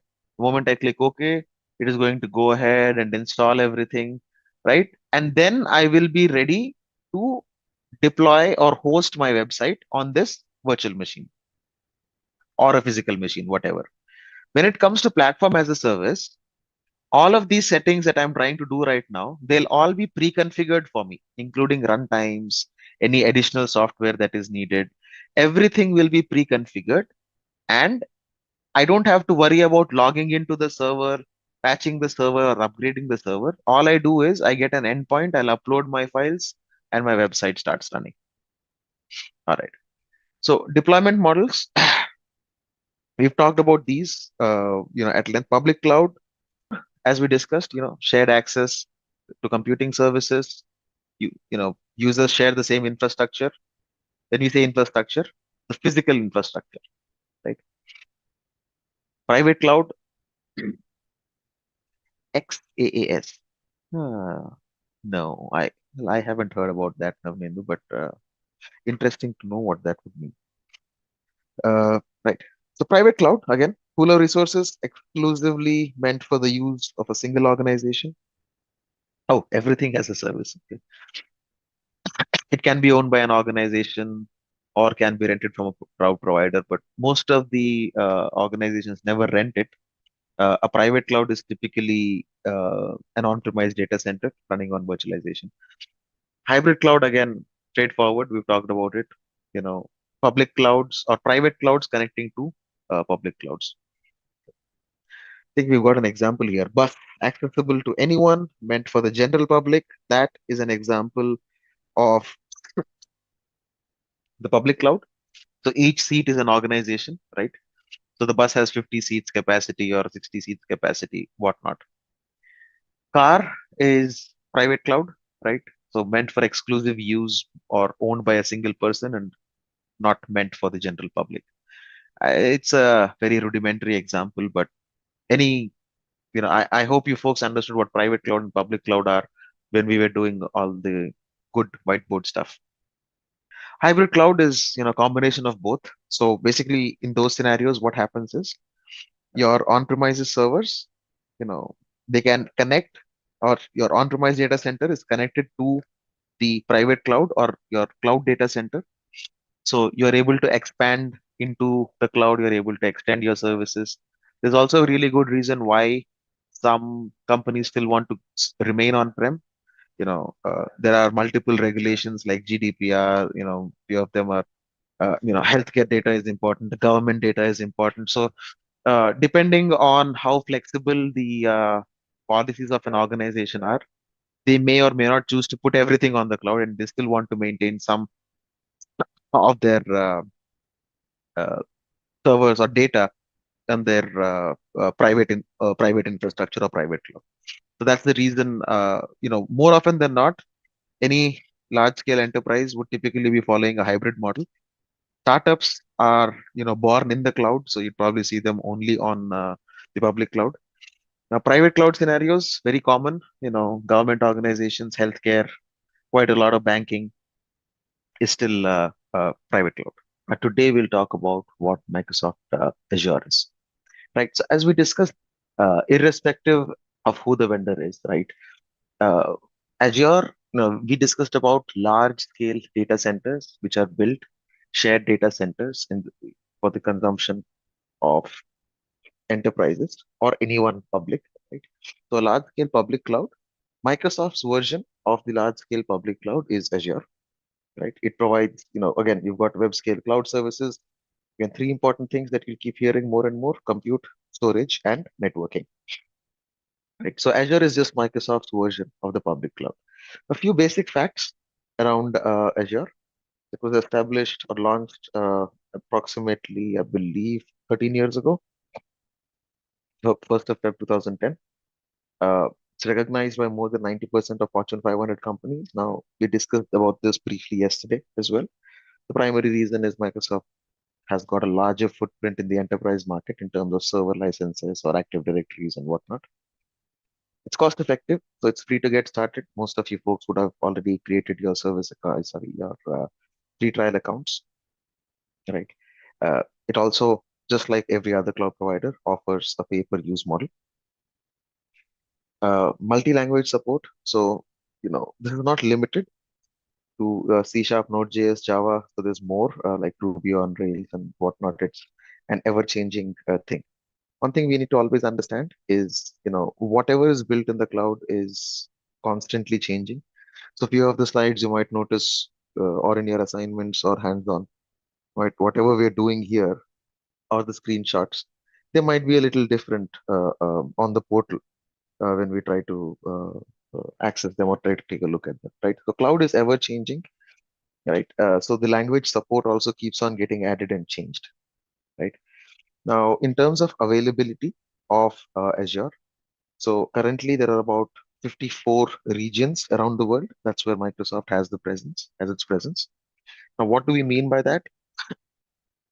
As we discussed, large scale data centers are primarily set up for consumers to use, right? So when we say cloud scale data centers, we discussed today about a few or hundreds of thousands of cores and memory, right? And large scale data centers. So in each country, let's say this is country one, right? And country two. Why do we have, or why would Azure need to be in multiple countries? Primarily is because of latency, right? So you do not want to be creating a server in the US while you might be working primarily from India. Not that it would make huge difference if it is just an individual server, but in terms of hosting applications. And apart from that, the primary reason why all public clouds expand into multiple countries is also because of compliance reasons. So, for example, GDPR, part of Europe, they always want to ensure that the data does not cross geographical boundaries, right? So that's the primary reason why you see cloud or public cloud expanding into multiple regions.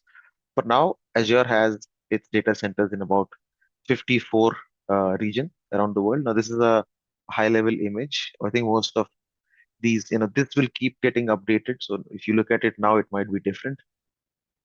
So we've got about 140 countries and about 54 regions worldwide.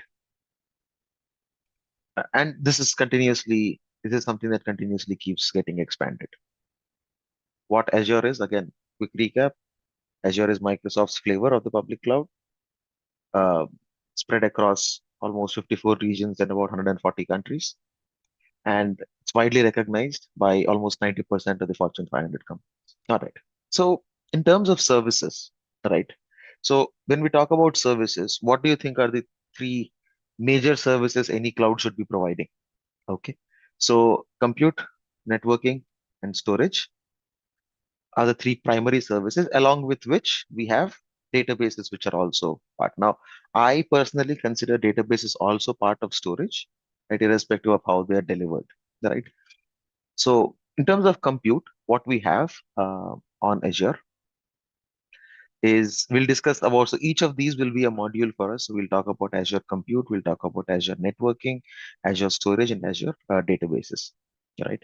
Now, primarily, these four sections will constitute whatever is being built on Azure. Now, let's dive into what is available in terms of compute on Azure services. So the first thing is virtual machine. Again, we discussed about this briefly yesterday, right? Virtual machines are the core for compute, right? Remember, we'll as we move on, we'll talk about how things or services were built on top of virtual machines. Okay? But primarily, virtual machines are the major source of compute. Now, the followed by function app. Function app is primarily serverless, right? It's serverless from a consumer perspective, right? So you can basically set up your code, and once you set up your code, you would only be billed for the number or the execution times of how much CPU cycles you use, right? App services are again pretty common, right? So this is app services are platform as a service offerings in compute. Virtual machines are IaaS, infrastructure as a service. Serverless is also a platform as a service offering. Now, app service, as we discussed, we'll dive deep into each of these. App service, as we discussed, provides an entire environment for us to run our applications. So if you want to run a .NET application, you can choose a .NET XYZ version. You want to run a PHP application, you can choose a PHP and a specific version. You want to run anything else, let's say Node.js applications, you can choose these. We'll take a look at these in the portal, and probably hands-on will make a lot of sense, right? And essentially, once you create these runtimes, all you need to do is upload your code onto the app service, and it starts to deliver or host your application. Now, Kubernetes is another interesting topic. It's an ocean, right? Kubernetes is primarily a container orchestration platform, right? Azure's version of Kubernetes is called AKS, Azure Kubernetes Service, and this as well is a platform as a service offering. Now we will dive in, or we'll probably briefly touch upon what Kubernetes is at a high level further down the sessions, but we'll not be focusing heavily on trying to understand Kubernetes per se, right? So four major things. Now, a compute, like I said, is ever evolving. We'll keep getting newer services. So if you look at on the portal, things might be a little different, but what primary drives Azure Compute is virtual machines, app service plans or app services, Kubernetes, and then function app in that specific order, right? So again, virtual machines, quick recap, infrastructure as a service offerings. Now we have options to launch Windows and Linux virtual machines. You can pick and choose the size, you can pick and choose the operating system versions and whatnot. App services, again, as offering from Azure, it gets you predefined environments for developers to host and manage their applications. We'll take a look at all of these. We'll do a hello world kind of a hands-on as well, right? So that will help us understand these better. And then we have function app. This is very specifically to only run code or functions. So you don't even need to worry about an app service plan or a virtual machine or whatnot. Azure takes care of all of that. We just put in our code in there, and we are charged based on the number of CPU cycles it consumes. And then finally, Kubernetes. This is a container orchestration service, as we discussed, primarily used for microservices-based application. So let's say you want to run a 2 plus 2, right? Or A plus B operation, right? So this will consume some amount of CPU, let's say zero point 0.3 nanoseconds or something, right? So the time that your code takes to run is based on what you will get charged on in the function app. Now the unit they have come with that is called an ACU, or an Azure Compute Unit. The definitions are available. App service and function are similar? No. App service plan and functions are different because on app service or web app, as this is called, right? Here you create an entire environment. Now in function app also, you do choose an environment, but here you are basically delivering a website or a web service. So this will run continuously. It will wait for a request, right? It's always listening. Function app, on the other hand, only is a trigger based thing. So if someone wants to, let's say, run an addition job, right? That is when you'll call the add function. It's not something that is running to continuously. So both are different in terms of their execution. Both are PaaS services, but app service is specifically for web applications or APIs or anything HTTP. Real-time example for function app, you might have seen chatbots or you might have seen translates, right? For example, there's a translate service on your website, right? And you have got or you've hooked it to an API into, let's say, Google Translate's API.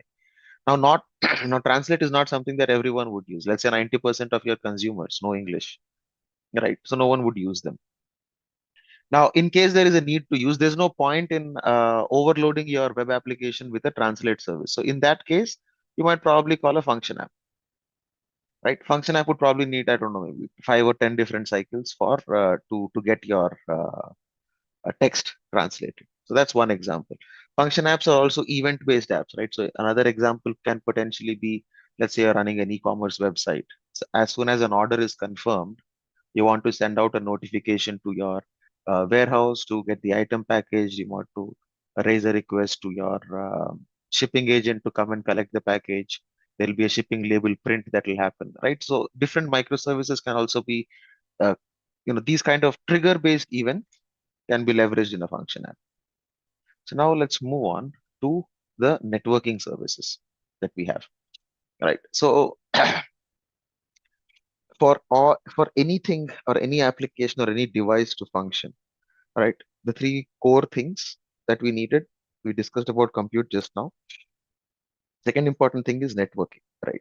Now, in a shared data center, so public cloud is a shared area, right? So how do we ensure that the networks are isolated, right? This is where software defined networking comes into play, right? And of those, virtual networks are the services. So software defined networking service is what Azure has. It's called virtual networks, most commonly referred to as a VNet on Azure, right? All of these are software defined network. Just like you have your virtual machines, virtual networks are also built on top of physical networks. Okay.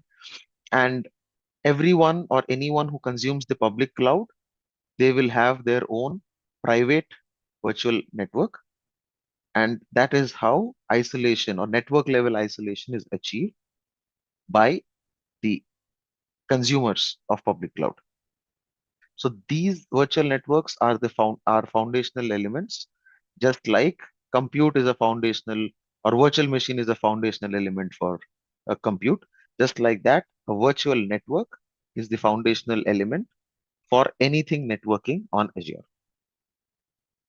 The second important component is load balancers, right? Load balancers, as the name suggests, they are typically used to split or balance the load across your multiple compute instances. Hotspot on your mobile, it wouldn't actually be virtual, kind of a physical network only. Just because you're not seeing the wire doesn't mean it's virtual, right? So your home routers are also physical networks primarily because there is a physical device. So if you were to build, virtual networks are something that you would see when you're doing now this is my hypervisor that I showed yesterday, right? Now in here, there's a virtual switch that you'd see, virtual switch manager. So whatever I create here, these are virtual networks. So I can have a different set of IP addresses and whatnot, multiple switches. These are all virtual network switches, right? Now, the physical network on which they are sitting is my home network, right? Connected to my router, which is, which balances the DHCP and whatnot. Okay, load balancers, hotspot again is a physical network primarily because your phone is the physical device serving the network. Okay. Now load balancers, again, as the name suggests, pretty straightforward. They are there to balance the load. Now these are also virtual, right? There was a time when there were physical load balancers, right? They would look something like, a flat device with multiple ports, and they would split. There's algorithms in there. Can Primary algorithm for any load balancer is round robin. So round robin is pretty straightforward, right? Let's say you've got three devices or three people standing, and there's one ball. I'll call it a request, right? So the first time a ball comes in, it is thrown to one. Second time a new request or a new ball comes in, it's thrown to three. Third time it comes here. Fourth again goes to one. Fifth goes to two. Sixth goes to three. Like simple terms, that is round robin, right? Load balancers typically follow the round robin algorithm, right, to serve requests. Now, why would we need load balancing? As we discussed, let's say you had a web application, right, running on uh, your laptops, right, and you want to serve, you want to split the load equally between all three. So this is where there would be a load balancer that will come into picture. Load balancers, one thing we need to understand, are probably a good read for all of you folks. Multiple network layers, right? So there's there are 7 layers in the network model, right? And load balancers, typically, these work on layer 4, okay, which is at the network layer, right? So any request that comes in, irrespective of what the request is, it is transformed or it is sent to whatever is the backend of this, right? So in a round robin fashion. So 1, 2, 3, 4, 5, 6, and so on. So one thing to understand, we'll dive deep into these. Load balancers are layer 4. We'll leave it at that. When we talk about networking, we'll dive into those. Application gateways, third important networking service that's available from Azure. And what these do is they provide us with layer 7 load balancing. We'll talk about what these are, right? And what they also give is SSL offloading. So what this means primarily is, you want all traffic to be encrypted, right? Transport layer for is application layer, actually layer 4, sorry, transport. This is what you meant. Okay. It's a transport. Uh, Layer 4 is transport. It is layer 4. So it's at a transport layer, not L3 network. L3, I believe, network is the physical layer. L4 is the transport layer. Okay. So we were at application gateway. Yeah. So SSL offload typically happen on the application gateway. What this means is, your application gateway can decrypt the traffic that comes in.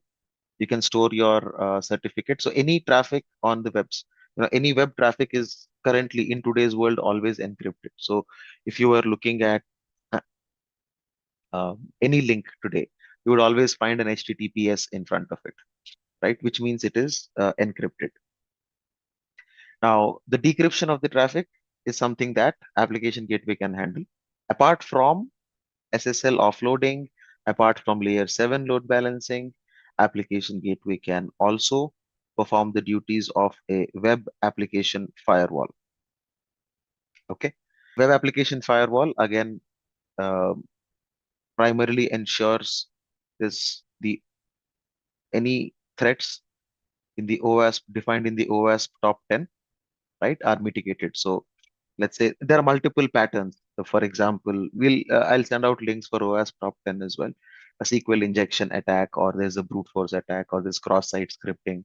So there can be multiple scenarios where hackers are trying to get into your websites, right? So application gateway provides a firewall, a web application firewall, which can mitigate any of the high-risk OS top 10 items. Now, DNS zones uh, is also a service that's available on Azure. There are two different types of it. We'll talk about them later, a public DNS zone and a private DNS zone. These DNS zones help in name resolution. So we'll talk about these in detail once we dive in into the networking hands-on. We'll create a couple of DNS zones uh, and look at DNS resolution as well. Right. CDN profiles are the last ones. CDN profiles are basically CDN essentially stands for Content Delivery Network, right? Before we dive into what CDN profiles are, right, I'll walk you through the basics when we get there. But in a layman terms, imagine this being a cache for frequently used content, right? So content delivery network. So if there are images that you use or content that you use frequently, CDN is a service that helps you cache all of that content to make sure that you are not going to the database every time and trying to load, right? So this acts like a middleman. It caches the content that is used frequently, and typically these CDNs are used to improve page response times and result in faster page load times, right? We'll dive into those details, right? Any web application firewall is expected to cater to the OS top 10 vulnerabilities. Slides again, logically isolated network in the cloud. Again, these are dedicated to our own subscriptions. What we mean by that is this is, virtual networks are how we ensure networks are isolated or in the environment in the larger scale public cloud. Load balancers, again, they're typically used to distribute incoming traffic among multiple healthy virtual machines. It can be virtual machines, it can be app services, it can be anything, right? Essentially, whatever is serving in the backend. Application gateways, again, web traffic load balancing, which is at layer 7, also does web application firewall and SSL offloads. DNS, again, we'll dive into DNS, but DNS stands for domain name resolution, or domain name resolution services. What we have in Azure are two types of DNS zones, public and private. We can create our own zones for name resolution within Azure. Once we are in the networking section, we'll do hands-on on all of these, and that's going to help us understand it better.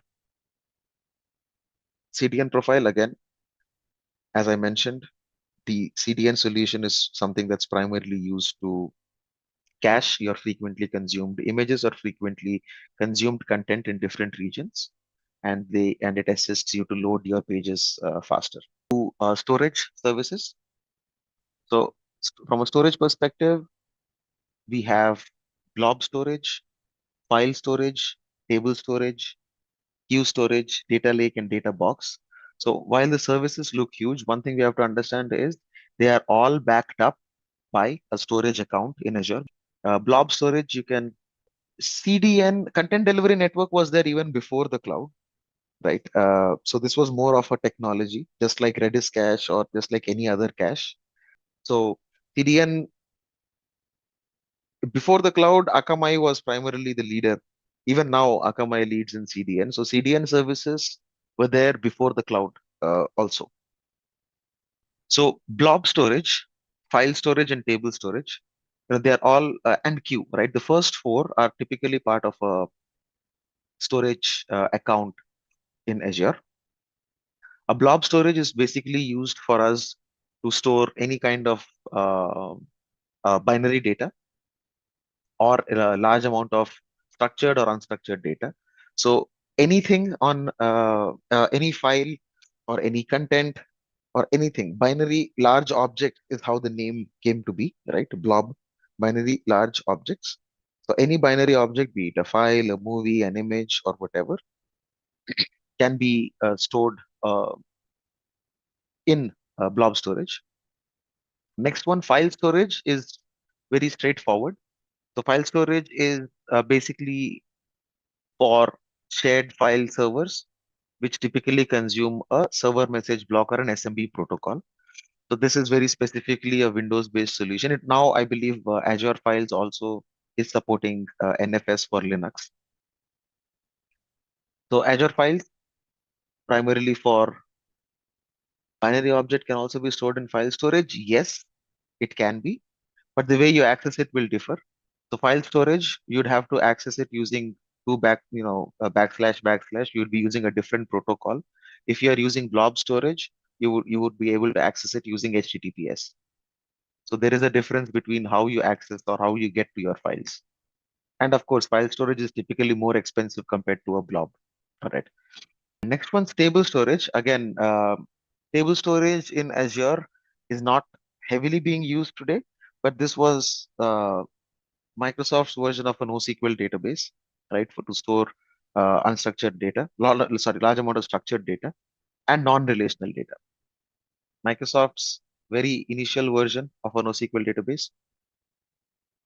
Blob and table, yeah, heavily. So table is primarily is used to store structured data and non-relational data. So it's more of a NoSQL database itself. In tables, you cannot store binary objects. You cannot put in an image in there, or you cannot put in a video in there, or you cannot put in any. It's just like your uh, text content or data content that can be put in to the table. You can have a JSON file, or you can have something of that sort, right? Any NoSQL content. You can choose the data types. So the question you're asking is more like, for example, my server file share versus can I put something else in my SQL data types module. Okay. For now, this is just going through or getting an understanding of what are the services that are available. Okay.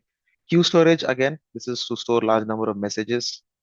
Uh, these, use cases of these are a little tricky. We'll talk through those, right? And these messages or queue storage can typically be accessed anywhere as long as it's authenticated using an HTTP or HTTPS call, right? We'll walk through queue storage. I believe there is a hands-on on this as well, which we can, when we do that, we'll understand. But from a use case perspective, we can walk through those examples when we get to that point. Data lake storage, again, this is something which is, large scale or hyperscale, primarily used for big data analytics workloads. It can capture data of any size, any type, and has high speed ingestion in a single place. So you can consider data lake storage as more of a warehousing. Uh, it can take in any type of data. So it can be relational, non-relational, SQL, NoSQL, anything. So data lake storage, and then a data box. And this is this solution is kind of very unique to Azure in terms of saying, how do you want to move your data? So if you're migrating large amounts of data to Azure, there are physical devices you can use to do that. Or if you want to get back your data from Azure, you can still send it using physical devices. So to move data to and from Azure, Data Box service, or these are offline devices which are available. And where typically you believe transferring, let's say, petabytes of data over the network is not a cleaner option. Three areas that we have discussed so far: compute, networking, and storage, and what are the services that are available there. The last section is around database. So again, database is still part of storage as far as I look at it, but in terms of how databases are delivered, in the backend, they of course use storage as well as compute, right? Now, what we have is from a database perspective, we have Azure SQL or an SQL database, the first image, right? This is nothing but a SQL server, but it's on the cloud. So Azure SQL is more of a PaaS version of the SQL database provided to us by Azure. So you don't manage a database server here. All you get is access to a database server, and you can go ahead and create as many DBs as you want in here, right? So this can scale. You can extend it. You can access it from anywhere. So basically, Azure SQL is a SQL database, but a PaaS offering that is provided. You can migrate that using, you've got multiple tools to do that. I think SQL database itself, you can use to, I think there is a migrate tool also available. What is the point of public cloud when you already are using virtual machines in the private cloud, right? So one advantage of using a PaaS database is that, the fundamental difference between IaaS and PaaS, what is it? Here, you are managing the infrastructure. Here, you don't. There's no infrastructure management. So if I want to scale, I don't need to worry about adding an additional database. I don't need to worry about high availability, whatnot. If I use PaaS, all I'll worry about is my database. and nothing else. The rest of the OS management and everything is left to is Microsoft's headache, not mine. Next, Cosmos DB. Cosmos DB is again large scale multi-region read-write database. So this is Microsoft's crown jewel for your NoSQL DB. Right? Typically, NoSQL leaders, again, this is also built on MongoDB. MongoDB is kind of the leader in that space.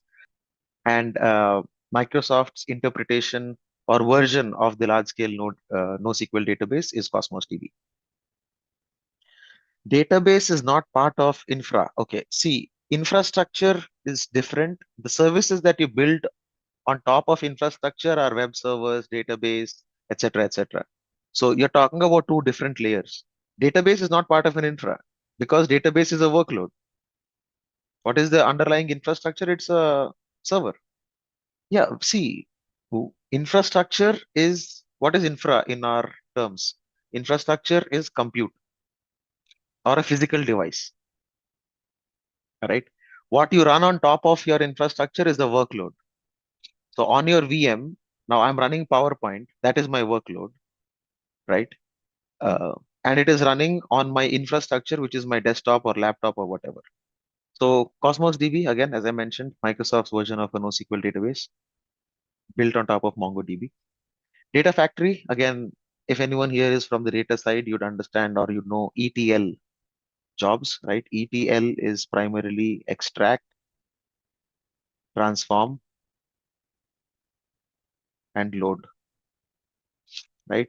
So Data Factory is a service available in Azure, which can help us move data from one place to the other, basically perform an ETL job. So it can extract the data, it can transform the data and load it into a different place. And there are pipelines that you can build here, right? So what these do is, let's say you are moving log files from your virtual machines onto a specific storage.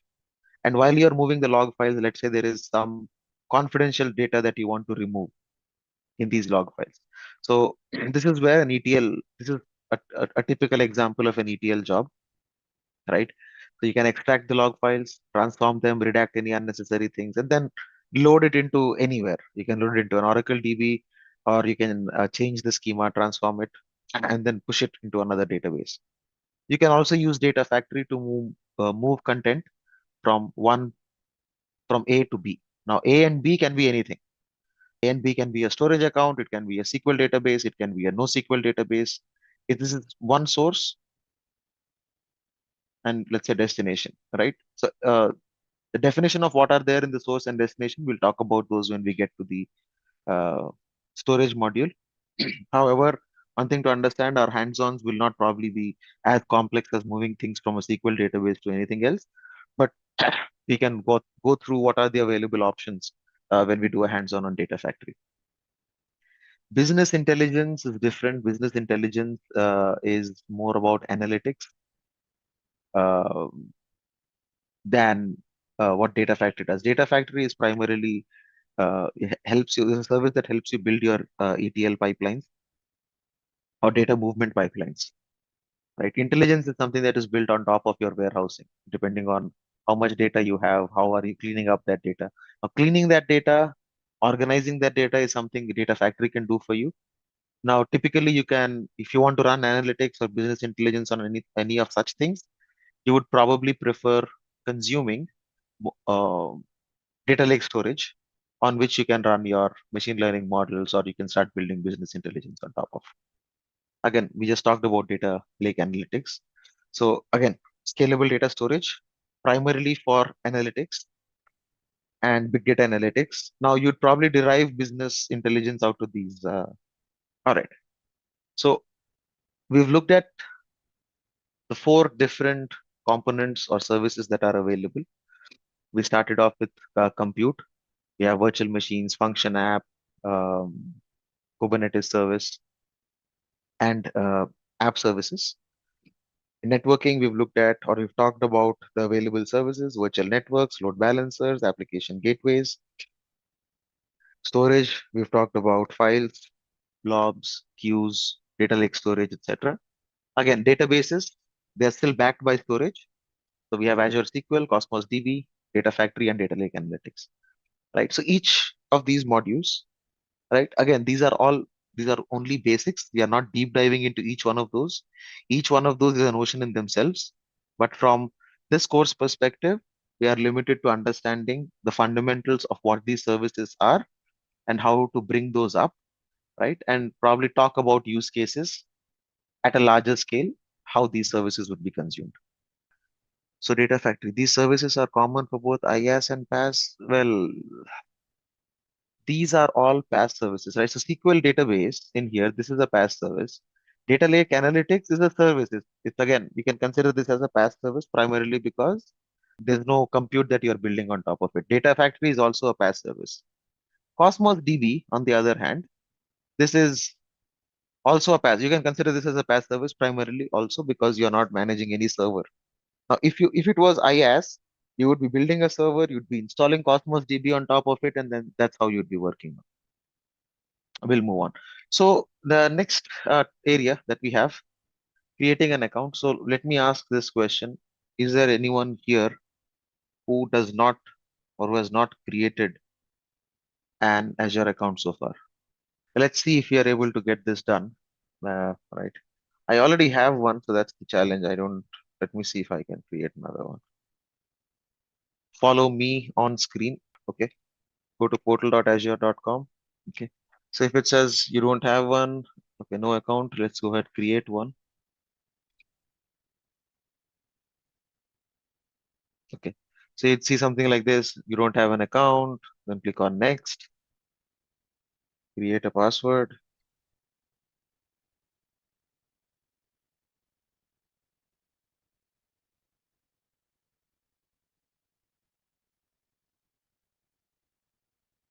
choose your date of birth.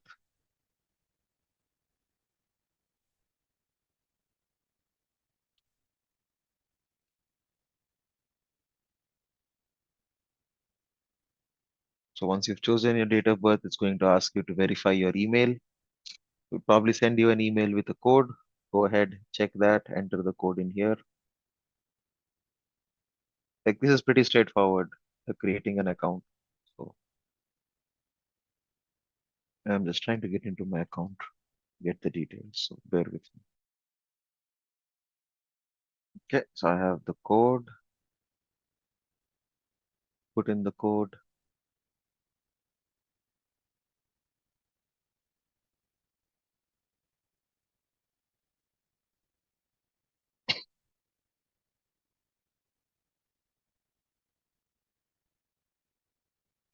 If it asks you to solve a puzzle, solve it. I say use arrows to rotate the animal to face the direction of the hand. Wow, never seen this. Okay.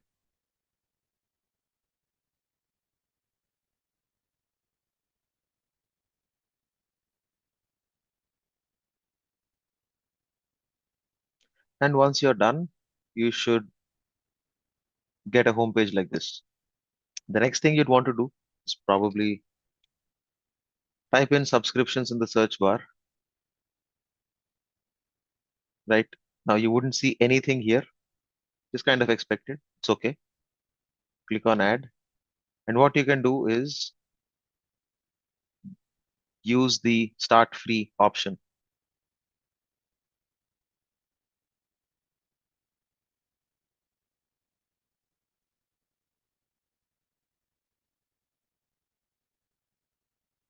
Okay. So once you click on the start free option, it is going to ask you for some details, right? The first name, last name, email address, phone number. PAN is optional. You're not using this anyway for it's only a free trial account. So just fill in everything and it will ask you for a payment method, at which point do not worry. You can put in a payment method, use your debit, credit card, whatever, right? It's not going to charge you, at $200 or 30 days, your subscription will pause before it gets before you get charged, right? So just make sure that anyway, we'll be financially prudent on the type of resources we are spinning up, right? So once you do this step, you will see a subscription in here. right? And it will be called free trial. That is what we would need for us to get started. All right. So let's move on. We'll talk about the different ways in which we can access Azure, right? So the first one we've already seen is the Azure portal. So that's one uh, portal is or the web using the browser. That's one way to access Azure. The second one is Azure CLI. CLI stands for Command Line Interface. Azure CLI is platform independent and is cross-platform. So if you're on Linux, Mac, or even Windows, it wouldn't matter. You can get Azure CLI, and using the command line, you can access Azure resources. The last option, or I would say last option, but the last method to access Azure is again Windows PowerShell. This is very specifically for Windows-based machines. One thing that I've noticed over the years is more often than not, the PowerShell commandlet get more functionality sooner, followed by Azure CLI. I think now Azure CLI is also catching up in terms of that. But three possible ways to access, right? Portal, we've already seen, portal.azure.com. So web-based, unified console, you can create or access, you can create any resources, delete, you can manage your entire uh, pri public data center or cloud data center on Azure using portal.azure.com. All you need to do is sign in with your account and you should be good. Now, PowerShell or Azure CLI are two different options. And for ease of use, there is a cloud shell that is available on the portal. I'll show you that quickly also, which we can use to authenticate to Azure and then do whatever operations we want to do using the command line. Okay. So first hands-on, we are at the first hands-on. What we'll do in this hands-on is set up PowerShell, try to access subscription. The CLI is cross-platform, so if you're on Linux machine or a Mac or whatever, you can still use Azure CLI. Any scripts that you write using Azure CLI can be run across on any platform. As against PowerShell, I know they're working on PowerShell core for Linux and Mac, but it's not stable, right? So CLI is typically preferred. Again, if you are using, let's say, you've written a custom script to do something on Azure, and you are probably running a Jenkins pipeline or some other pipeline. More often than not, all pipeline runners are Linux. So using Azure CLI kind of helps there. There are quite a few advantages to Azure CLI compared to PowerShell. So now let's get onto our portal. So please fire up your portals, get to portal.azure.com. Right, once you log in, you might not see the dashboard like I am, so don't worry if you're not. As long as you're on portal.azure.com and you are in your subscription, you should be fine. What I want you to do is right beside the search bar, you would find a shell icon. This is Cloud Shell. Please click on that. Once you've clicked on that, it should show you your subscription. If you got more than one, you'll see them. If you only got one, click on Create Storage. So the Cloud Shell needs a storage account in the backend. So there's nothing that you'd have to worry about. Just go ahead, click on Create Storage. Anything is fine. If you want PowerShell, click on PowerShell. If you choose Bash, we'll use AZCLI command. So either way, it's fine. We'll start with PowerShell first. So choose PowerShell first.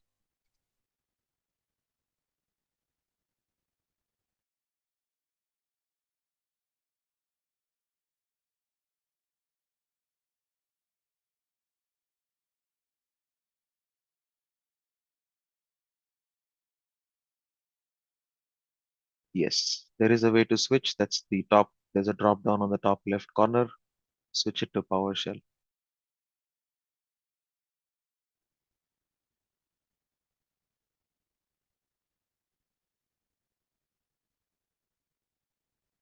We just talked about the difference between PowerShell and Bash. Bash is primarily where you'd use AZCLI.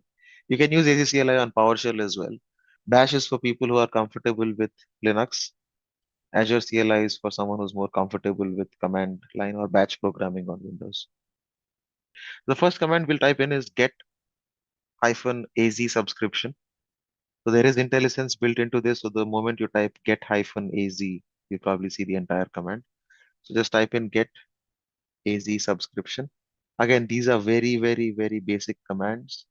This is not rocket science. Okay, just type in this command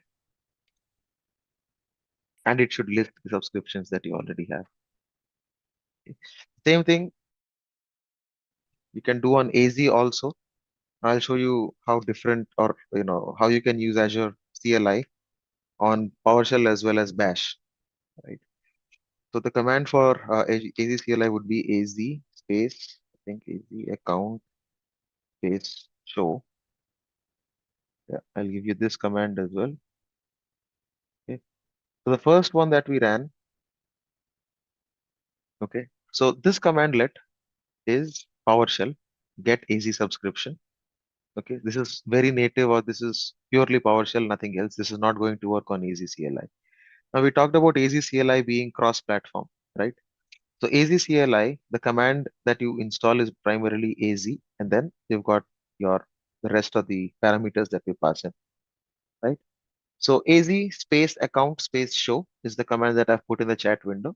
And that's going to get you this information, right? What account you're in, what is your tenant ID, what's your subscription ID, etc., etc. The same thing comes in here as well, right? Most of the information comes in get AZ subscription as well. Multiple ways to retrieve the same data. Now, someone who's asked what's the advantage of AZ CLI, right? So if I now this command, same command, instead of running in PowerShell, I'm going to switch to Bash. Okay. So on the top left corner, click on the drop down, switch to Bash.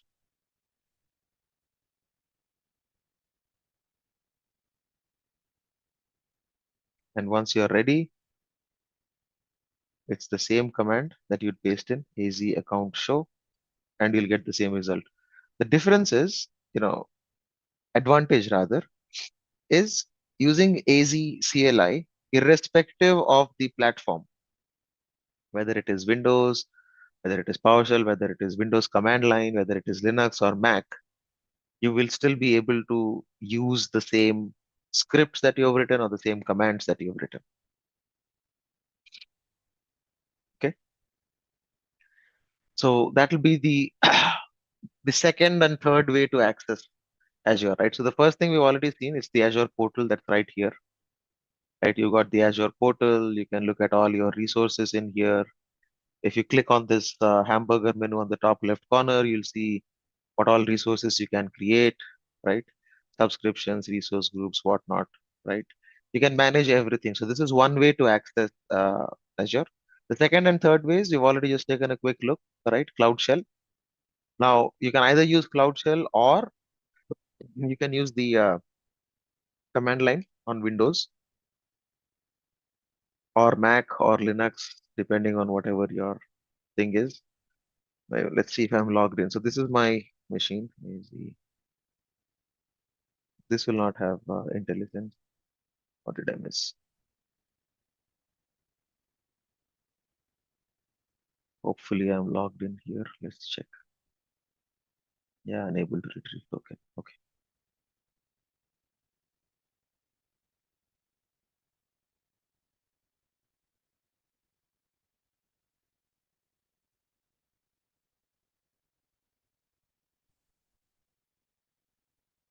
Yes, local PC, PowerShell. Just want to show you folks the difference.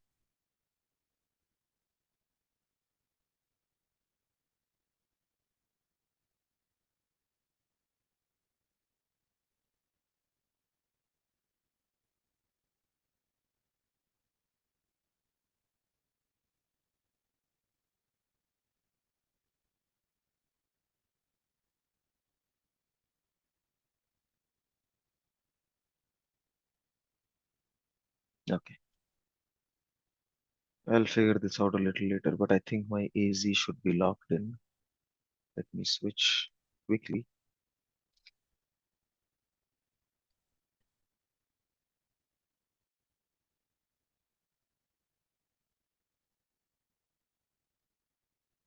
So on your local machines also, the only one additional command that you'd have to run If you are doing PowerShell, is login hyphen AZ account. And if it is Azure CLI, you can just type in AZ login. Anyway, I'll figure this out later. Don't want to waste time on this. All right, moving on. So next important topic to understand are subscription and resource groups. So one thing we've done so far is everybody has created a resource or a subscription, right? Azure free trial or what have you, right? One thing we need to understand is to use Azure, the first thing, unauthorized. I am hoping you're not using your work account, Apurva. If you're using a personal email, it should show up, cost should show up. Since you're on free trial and we haven't created anything, so I wouldn't worry much about costs right now. When we created this, what was the first thing that we did? We created a Microsoft account, right? Using any email address, right? Your Gmail ID, whatever. The next thing that we did was we created a subscription. So what happens when you create an account is you are onboarded or your account is created on Azure Active Directory. We'll talk about this later, right? And then you create a subscription. You can create n number of subscriptions using your same account. Okay. Your billing is tied to your Microsoft account that you have created using some Gmail, email, whatever, what have you, right? So your billing is always tied to your Microsoft account, under which you can create a number of subscriptions. Under each subscription, you can create a number of resource groups. Okay. Resource groups are basically a logical container to group your resources, as the name suggests, right? Under a resource group, you can create resources. And what are resources? You want to create a virtual network, a virtual machine, you want to create a storage account, anything.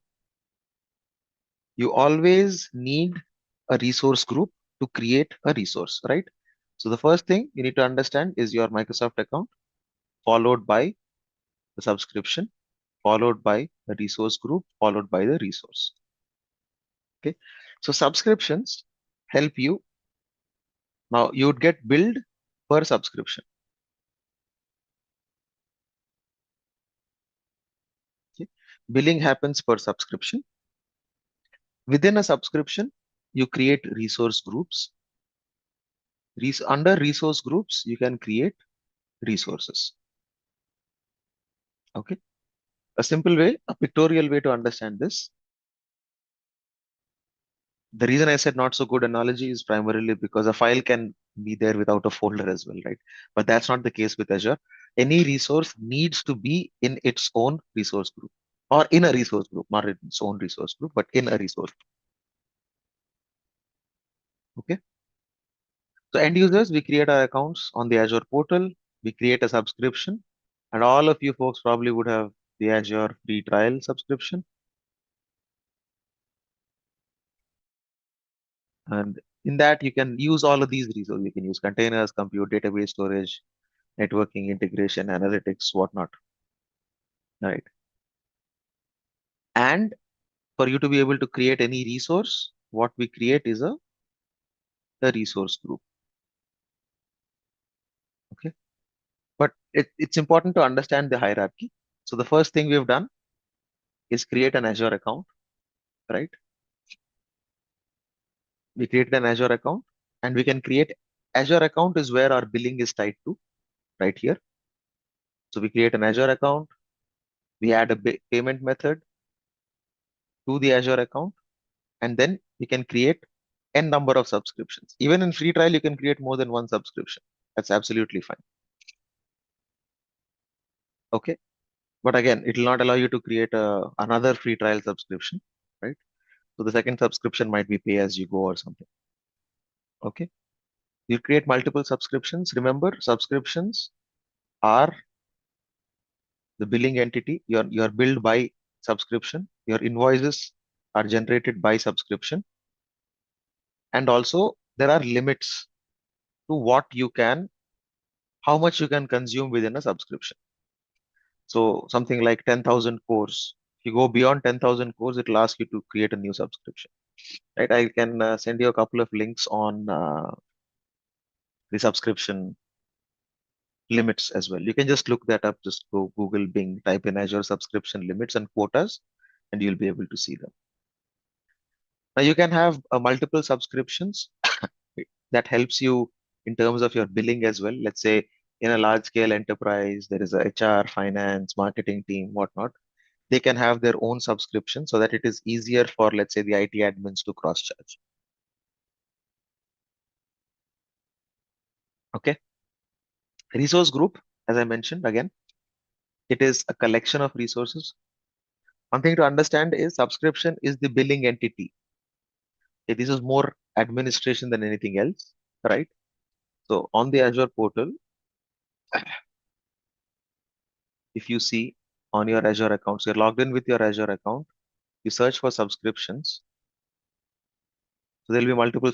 I have multiple subscriptions, right? Depending on what you can see, right? Now, under subscription is where you can have resource groups. So for me, these are my invoices per subscription. If you have multiple, so subscriptions is an entity, right? Is a billing entity. So in this scenario, you see I have two of them, right? So this, and unless there is a subscription, you can't go ahead and create any resource because your billing would happen at a subscription level. So for example, probably a better example of all of this is how many of you use Netflix or Prime Video or Hotstar or whatever?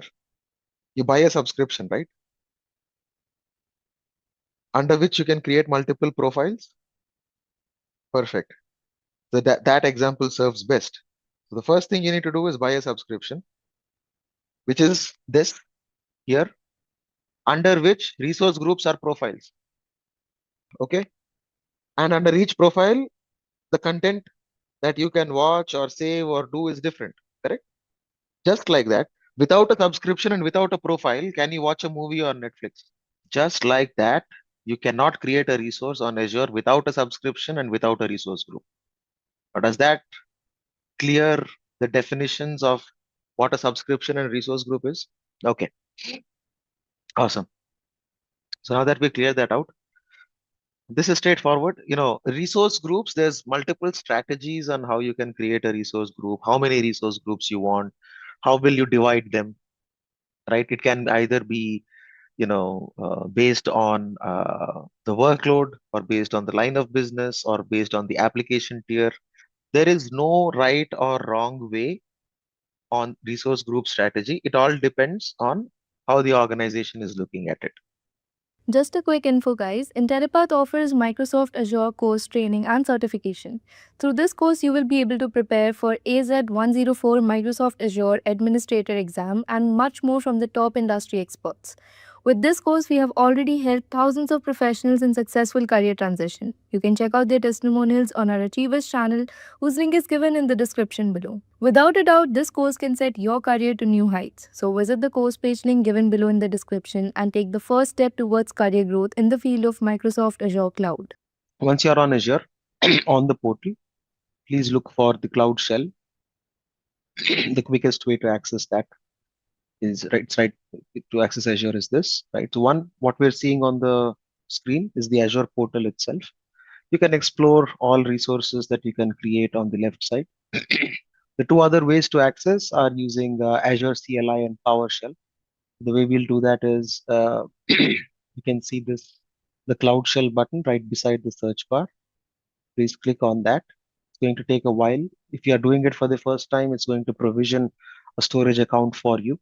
So once you click on that, it's going to take a while and you'd get your terminal.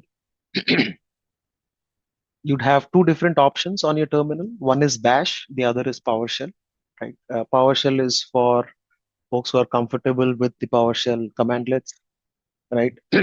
You can, of course, use AZCLI. That's a platform independent uh, platform independent command available across Linux, Mac, Windows, or even Bash, right? So quick way to access. So in Bash, what we do is run few basic commands. So if you are on the Bash screen, it's absolutely fine. What you can do is just type in AZ. I'll give you this command in the chat window as well. AZ account show, right? This is a very basic command for you to access Azure. How to go to Bash? Well, you can right beside the search bar, you have the Cloud Shell icon right here. So once you have your subscription ready, once you log into the portal, you can just click on Cloud Shell. If you are doing it for the first time, it'll ask you to create a storage account. You can just click on create. So basically, whatever you do on Shell needs some kind of storage in the backend, and that's why it provisions a storage account for you. So the command, I'll just give it to everyone, right? So AZ account show, you probably see the details of your own subscription, right? If you want to use PowerShell, you can just on the top left side corner switch from Bash to PowerShell. It would ask you to confirm switch. Once you do that, what you would see is a PowerShell terminal. So Cloud Shell, we looked at Bash, right? Now we are looking at PowerShell. Once you switch, you probably see a blue colored screen, typical of what PowerShell is, right? The command that we would probably run here is AZ. Let's see, we'll do a get hyphen AZ subscription. So it will already show you the possible commands. That's IntelliSense. Yeah. They can use get AZ subscription, and that's going to show you the subscriptions that you already have. So if you're not eligible for a free account, Wasi, you might have to use a pay-as-you-go account, right? If you've already consumed it. So you might have to create a pay-as-you-go account, but remember, you'll be charged for whatever resources you're building. All right. So that's that's the way you'd use Cloud Shell in here. So again, different ways. The ones that we're talking about, Azure Portal, which is the web interface, portal.azure.com, right? Again, PowerShell, we've talked about Azure Portal. Portal is straightforward. You just go to portal.azure.com. You see your dashboard. You can do a lot of interesting things. You can create resources, destroy resources, play around. Azure PowerShell, again, uh, is task-based command line. This is built on the .NET framework, but you can do a lot of things from PowerShell command line as well, right? Setting up Azure PowerShell, again, I think we've just done this quickly, right? So folks who have not done it, you can go ahead and do this again. You've got the use Cloud Shell on the top right, run the couple of commands that we have. It's very straightforward.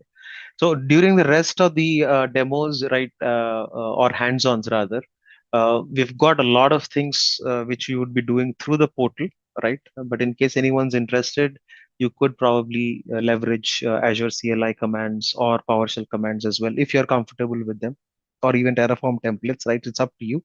But considering we've got a diverse audience, we'd primarily be focusing, who are new to Azure, we'd probably want to focus primarily on the portal, because once you know what you're doing on the portal, it becomes easier for you to put your AZCLI or PowerShell commands together.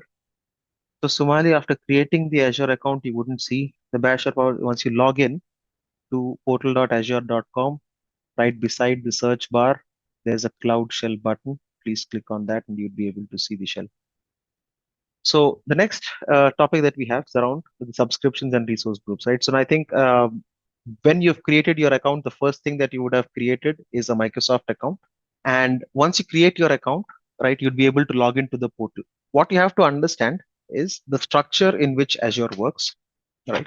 So apart from your Azure account that you create, which is the one that where you have your billing information tied, you would The three ways we've discussed. You can access using the Azure portal, you can access using the Azure CLI, and you can access using PowerShell. What you access, whatever commands we ran, the first information that it's going to show you is your subscription, right? If you see here, it'll show you a subscription ID. Right? This ID is essentially your subscription ID, right? And a subscription name. So for most of you folks, if you are running a free trial, you would probably see free trial in the name of the subscription. If people are using pay as you go, you probably see pay as you go in your subscription name. Now, subscription name is something that is editable, so you can go ahead and change that as well, right? But one thing to understand in terms of the hierarchy of how things are set up on Azure. So you have your Azure account. Your Azure account will be with your email address, whatever you've configured. Your Azure account will have a billing information. In your Azure account, the first thing that you will create to access any Azure resource is a subscription.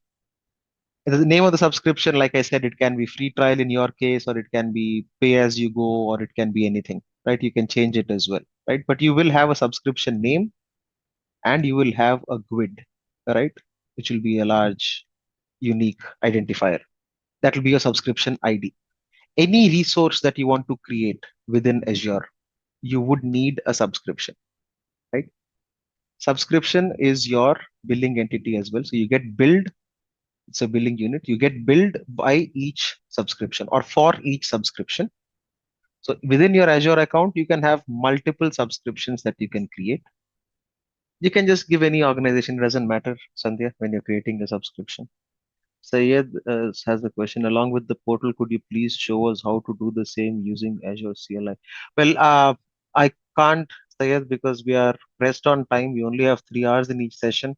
So I can't switch between the portal. I'd have to stick to one specific way of doing things, right? Because if you run into AZCLI issues, then we can't be troubleshooting. So from a hierarchy perspective, one thing I'll just repeat: you get an Azure account. Again, what you're creating is an Azure account, but for enterprises, it's called an enterprise agreement, or there will be an EA agreement, right? So under the EA agreement, you will have subscriptions, right? Since you are an individual user, you're playing around, so that's why you're seeing an Azure account to which your billing is tied. But for enterprises, they'll have an EA or an enterprise agreement under which there's going to be billing, right? And under enterprise agreements, you'll have subscriptions, right? You can have multiple subscriptions as long as they are tied to a billing ID. Without a subscription, you cannot do anything on Azure. So once you get your subscription, at least one subscription that you need to have, under which, once you have your subscriptions, you can consume any of these resources, analytics, containers, compute. Again, the list is endless, but three primary services that you can consume: compute, network, storage. We'll keep talking about these till kingdom come. Even our modules, we only talk about these, right? So you can create all of these resources. Now, one thing to understand, apart from subscriptions, right? We also have something called resource groups in Azure, right?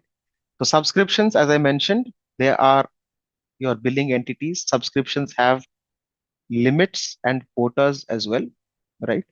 So if people have questions as to why would I need more than one subscription, the first primary reason is in case you want billing segregation across your multiple business units within your organization, you can have multiple subscriptions, or you can also have multiple subscriptions for environments, right? So you can have one for QA, you can one subscription for pre-prod, one subscription for prod, right? Even by environment, by business unit.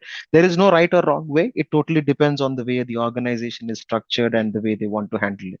Now, within a subscription, you want to consume any resource on Azure. Apart from a subscription, what we need is also resource groups, right? So we'll get there in a bit. Again, as I mentioned, as an end user, you'll have an Azure account, which in an enterprise scenario is an enterprise agreement or EA, right? So you can't go to a company and say, do you have an Azure account? They typically have an enterprise agreement, right? Under which you can have multiple subscriptions that you can create. And that's how you start again, how many subscriptions you create totally depends on how many, how you want your hierarchy to look like, right? Now, within each subscription, one thing to understand is if you want to consume or create any resource on Azure, the first thing that we need is apart from a subscription, is a resource group, right? Resource groups are logical containers to put your applications together. Now, again, just like subscriptions, there is no fixed way in putting in your resource groups together, right? So someone can, so once you create your subscription, you create, let's say, you have to create a resource group, and within the resource group, you can create your virtual machine, for example, right? So this hierarchy is not something we can change. How do you plan your resource groups? Again, it's, a different ball game altogether. Totally depends on a structure that an organization wants to follow. One important thing to understand is from a deployment perspective, resource groups help quite a bit, right? So the usual structure typically, one example is based on the number of tiers of the application. So let us say we have a two-tier application which has a web layer and a database layer. You can create a resource group for web servers, right? A web resource group, and you can create a DB resource group, right? And in a web resource group, you can have your web servers built or your web components. In your DB resource group, you can have your DB components. One advantage with resource groups is that you can have access provided at a resource group level. If someone wants to access Azure, or you have, let's say, web server admins, you can give web server admins access only to this resource group. What this means is they can create or delete resources within this resource group only. DB admins can probably be given access to the DB resource group. So they can probably restart a database server and do whatnot. So resource groups, us, apart from giving us the ability to organize our resources, you can also give role based out. You can also use them for access control. Now we have topics around role based access control and identity and access management. So we'll dive deep around those topics there. But resource groups also help us give access at a granular level to a specific component and help us organize. So tomorrow, let's say you want to rebuild the entire web component, you can just delete this resource group and rebuild, right? So one thing in Azure we need to understand is Azure is totally reliant on resource group deployment model, right? So any deployment in Azure is tied to a resource group. So the structure in which a resource group can be, there's no right or wrong answer. Totally depends on how we want to put things together. Moving on. Now we'll talk about the architecture of Azure itself, right? So first thing we need to understand is anything on Azure. How are we accessing Azure? How are, what was the first thing, the first way to access Azure? Portal. So what do we see is happening on the portal? What are all of these? You know, you come in, you see a lot of things here. You click on resources, so you'll find resource groups. That's fine. There's virtual machines, icons, links, correct? Links. What are all these links doing? When you click on a link, what is happening in the backend, right? Any link for that matter. I click on a link. What happens? It opens another link. Or if you're opening Gmail, you type in gmail.com, it asks you for a username, password. You type in an email, click send. What are all of these? How are all of these happening? Yeah, they're moving from one page to another, but runs a script, gives an output, yes, but are all scripts? Not necessarily. It's a request to server, yes. What is powering all of these in the backend? DNS, probably at a URL level, yes. Can we go dig a little deeper? API, yep, API. What is an API? Application Programming Interface. What does this do? Returns the predefined values exposed by the applications to and fro data, expose functionality, communication from one app to the other. Absolutely. Right. So most of our modern day applications, modern day web applications are built on API calls, right? And Azure also has REST APIs. Everything on Azure is an API call. Everything. Whether you want to create a VM, you want to deploy, you want to delete a VM, you want to modify something, anything, everything is an API call today, right? Whether it is Azure, whether it is AWS, whether it is Gmail, whether it is whatnot, you want to send an email, it's an API, right? One thing to understand is again, every just like that, Azure has something called Azure Resource Manager. Now, this Azure Resource Manager is the name of the API. Okay, this is also a REST API.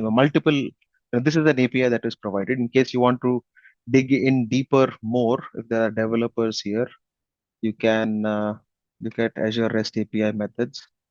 Here's the reference documentation. I'll give you this. Basically, anything, everything on Azure is a REST API call, right? So if I show you here, let's say login to Azure, right? Authorization. So for those who are devs here, you would probably see, you have Swagger specs for everything. You can go explore them. Everything is straightforward.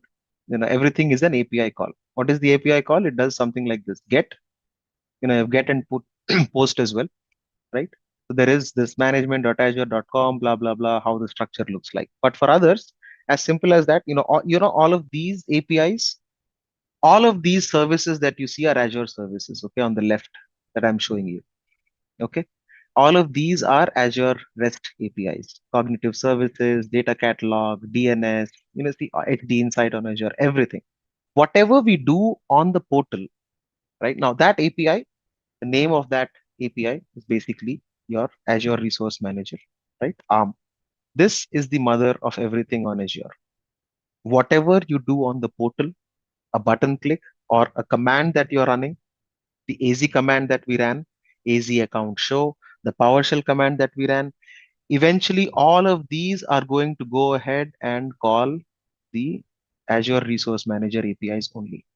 No matter what you do, whether you run Terraform, whether you run Bicep, which is probably very relatively new infrastructure, you run an ARM template or you deploy an ARM template, right? All of these are automations or languages for automation or infrastructure as code things, right? These three are primarily infrastructure as code. You run AZCLI, you run PowerShell, whatever you run, eventually it is going to be an API call. And that API is the Azure Resource Manager. Okay. Again, this is not just Azure. This is how typically all other cloud, uh, anything that's built on HTTPS typically is an API call, or HTTP or HTTPS is an API call, right? The way the Azure Resource Manager is the basic or is the foundation for everything on Azure. Now, SDKs are built on top of these, right? Let me go to that image rather than me trying to draw something ugly, right?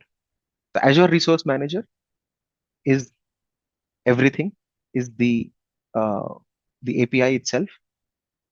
You have authentication. Authentication is a separate module. Let's forget. I'll park this aside for now. Now, on top of this, there are multiple development kits that have been built. So PowerShell is one, Azure CLI is one. You can directly use REST clients to interact with Azure Resource Manager. So if there are devs here, use Postman, you've got Swagger definitions, you want to mess around with the API, you know, go ahead and play around, right? And then eventually the Azure portal consumes the APIs directly, right? And using Azure Resource Manager, you can create anything that you want, right? You create data store, web app, virtual machine, you can do service management, identity management, everything. So Resource Manager is the heart of Azure, right? Everything that you see is just a wrapper built on top of Azure Resource Manager. If you and that's why I said, what happens when you click on a link, right? Any link that you click on Azure, right? This is going to be an API call. The moment you say review and create a virtual machine, we have hands-ons on this, so don't worry, right? I'm just trying to show you whatever inputs that you give to create anything, all of those inputs will get passed to the Azure Resource Manager. How do you pass it or how do you enter those? are just these options, right? You either do it using an input on the Azure portal, or you create an ARM template, or you use Terraform, or you use Bicep, right? All of this is just to provide input to whatever is needed for the resource manager. If you are using Azure PowerShell, you pass the input using the PowerShell commandlet. If you are using Azure CLI, you pass the input using Azure CLI. If you are doing a REST client, you can probably pass in the raw input as a JSON, right? If you are a dev, want to play around. No one's using ARM templates heavily right now. Nowadays, I'd suggest if you want to focus on automation, please spend time on Terraform, right? Or Bicep.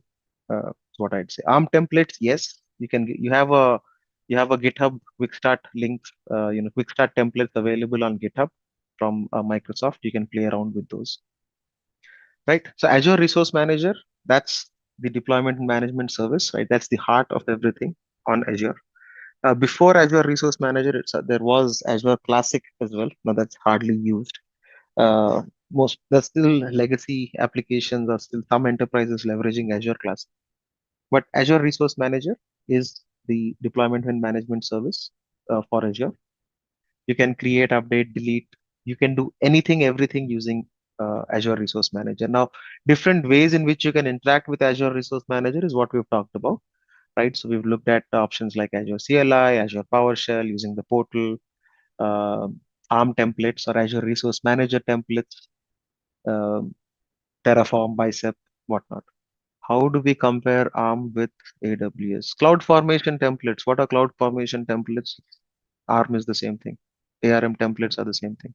But if you're asking what exactly is Azure, what's the equivalent of Azure Resource Manager on AWS? I don't know the exact name, but your ARM templates and your cloud formation templates are exactly the same.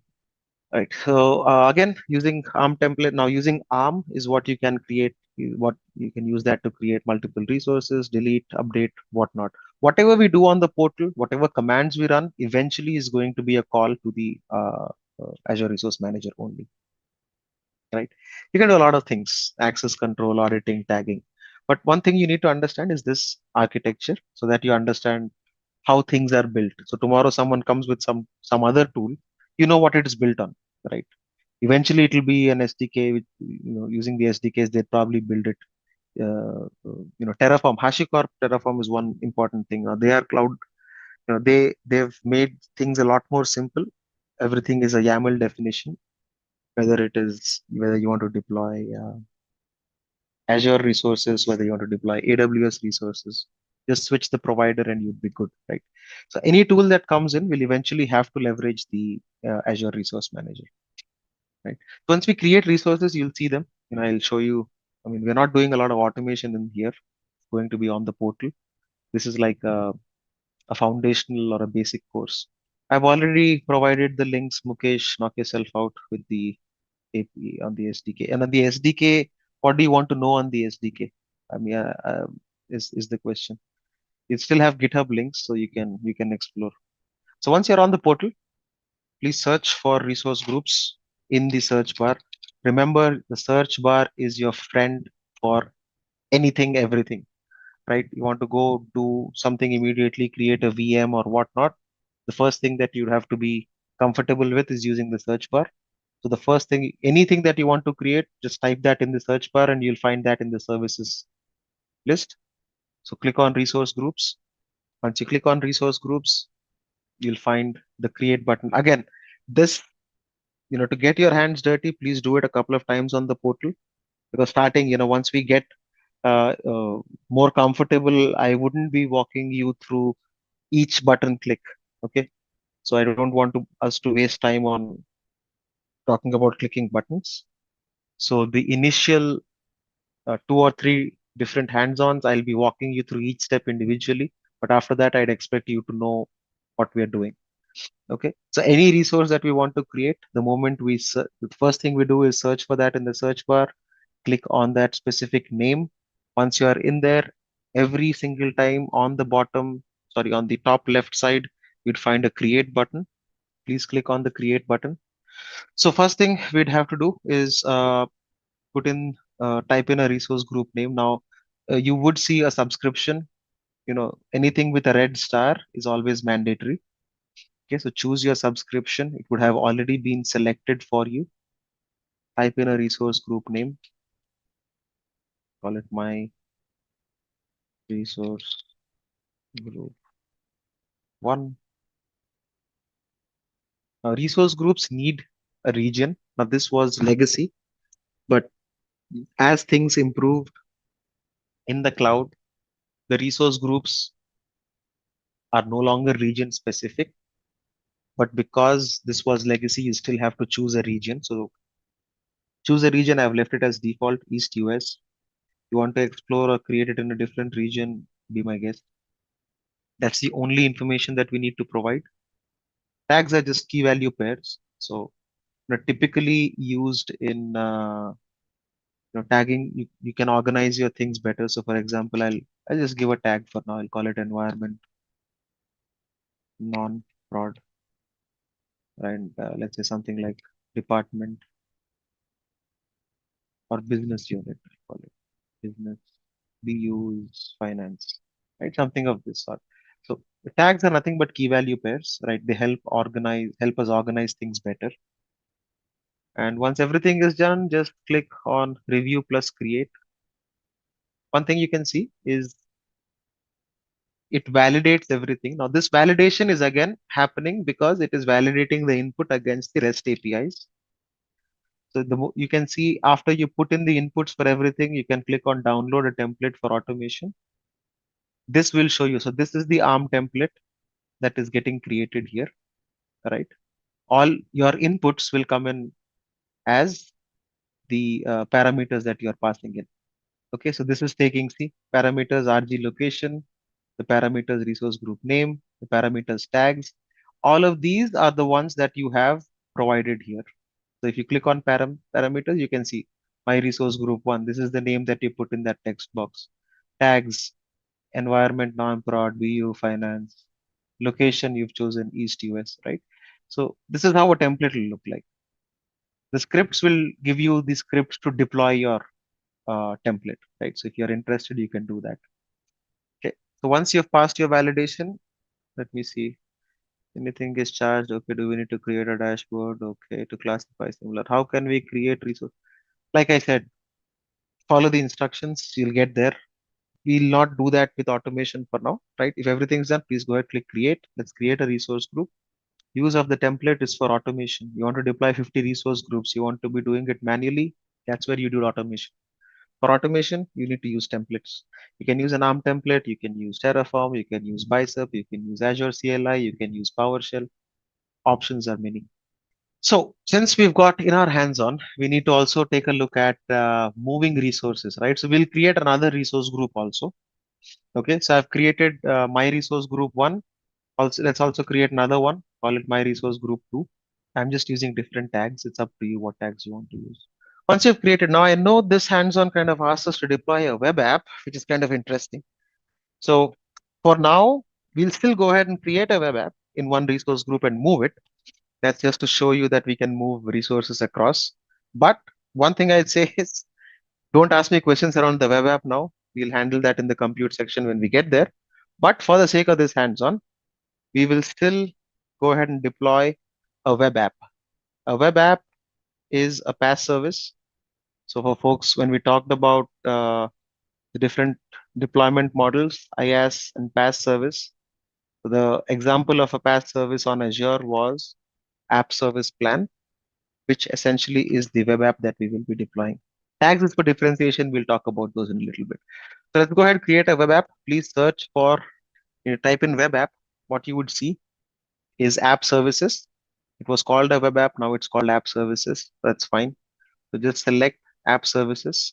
Once you select that, here you see there are multiple options in the create drop down. For now, let's just choose a static web app. Okay, so choose option two, static web app. Now, one thing to understand here, again, for any resource that you create, now web app is a resource that we're creating. What is the first thing? You see the hierarchy here. So after subscription, it will ask you for the resource group. So choose the resource group that you already have created. So choose the first resource group. And then let's give our static web app a name. Give it any name that you want. Plan type, choose free for now. So people who are using pay as you go, choose the free one, free tier. Now for functions, I'll leave everything as default. Now what I'd say is, I have connected my account to GitHub, but if it asks you to, you can choose, and you can choose Azure DevOps, or this is going to ask you for something. That's the other challenge. Choose other if you don't have a GitHub account. Like just choose other for now in deployment details. We'll not create anything else. Okay. So choose other. So just choose other in the deployment, right? I'm just choosing, I have a static web page. So I'm just pointing it to that, but ignore everything else. Just click on review and create. The purpose is not to show a web app, but basically just to move a web app around. Okay. So once everything is valid, just click on create. It will take a while. So you see in the backend, whatever is happening are all API calls. You want to see what has happened in each of these, you can see there are multiple. It will also show you what is the API that it has called, what is the resource it has created. Okay, resource creation complete, static web app created, lemon C. Anyway, so once it's created, we are not uh, creating anything here. So I don't want us to play around with the web app. Let's go back, search for resource groups. In your resource group one, once you click on it, you should be able to see your static web app. Why are we creating a web app? We want to deploy an app. Actually, we want to show what the intent here is to see or validate the ability to be moving resources within resource groups, right? We are at the very basics. We are not diving into any compute module or anything, right? So the only thing we want to understand in this is how we create a resource group. How does the hierarchy look like? Because initially there were questions or concerns around, hey, what is a resource? What are resource groups? So if you create a resource in one resource group, can you move it to the other? The answer is yes, and that is what we are attempting to do in this hands-on. Our intent is to not deploy a web app and show a web page, but just play around with resource groups and resources. So now what you can do, what we want to do is we want to move. So let's say we are in resource group one, right? So this is where our static web app is. What we want to do is move this to resource group 2. Okay. So the way we'll do that is you can select the resource.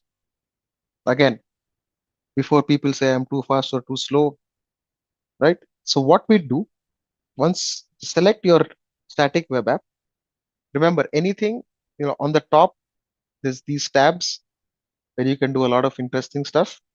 The one tab we are interested right now is the move tab.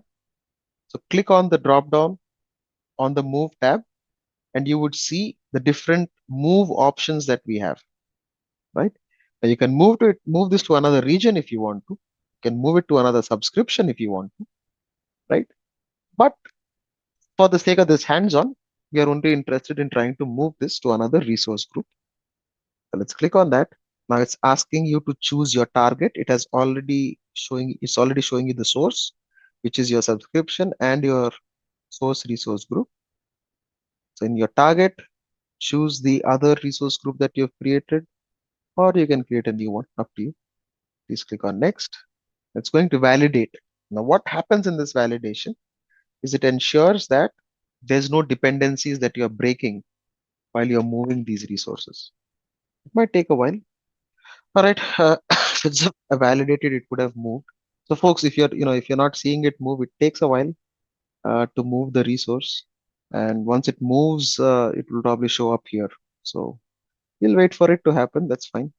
Meanwhile, we can do other things as well. Right, so let it run in the background. One thing I think, if you have chosen the free um, tier, you wouldn't have to worry about the cost. We'll still delete it towards the end. So one thing we'll keep doing is towards the end of each session, we will be deleting the resources that we've created so that it doesn't, we don't get overcharged or whatever. Why do we move from one resource group to another? I've seen, usually, let's say midway, I've seen this happen in a couple of enterprises, right? So what happens is, let's say you start with hey, I want to go with a resource group model where it's business unit based, right? So, for example, I've created a resource group for HR. Any applications or any servers HR wants to create, they'll be in one resource group. So that's how one organization, one SME started. So small and medium enterprise, right? And eventually they realized, hey, this is not the right way for me to do things. I would rather have my web servers and database servers separate because let's say I want to rebuild my web servers. I want to delete the resource group and recreate it. I might have issues. I do not want to be recreating other resources, just the web resources.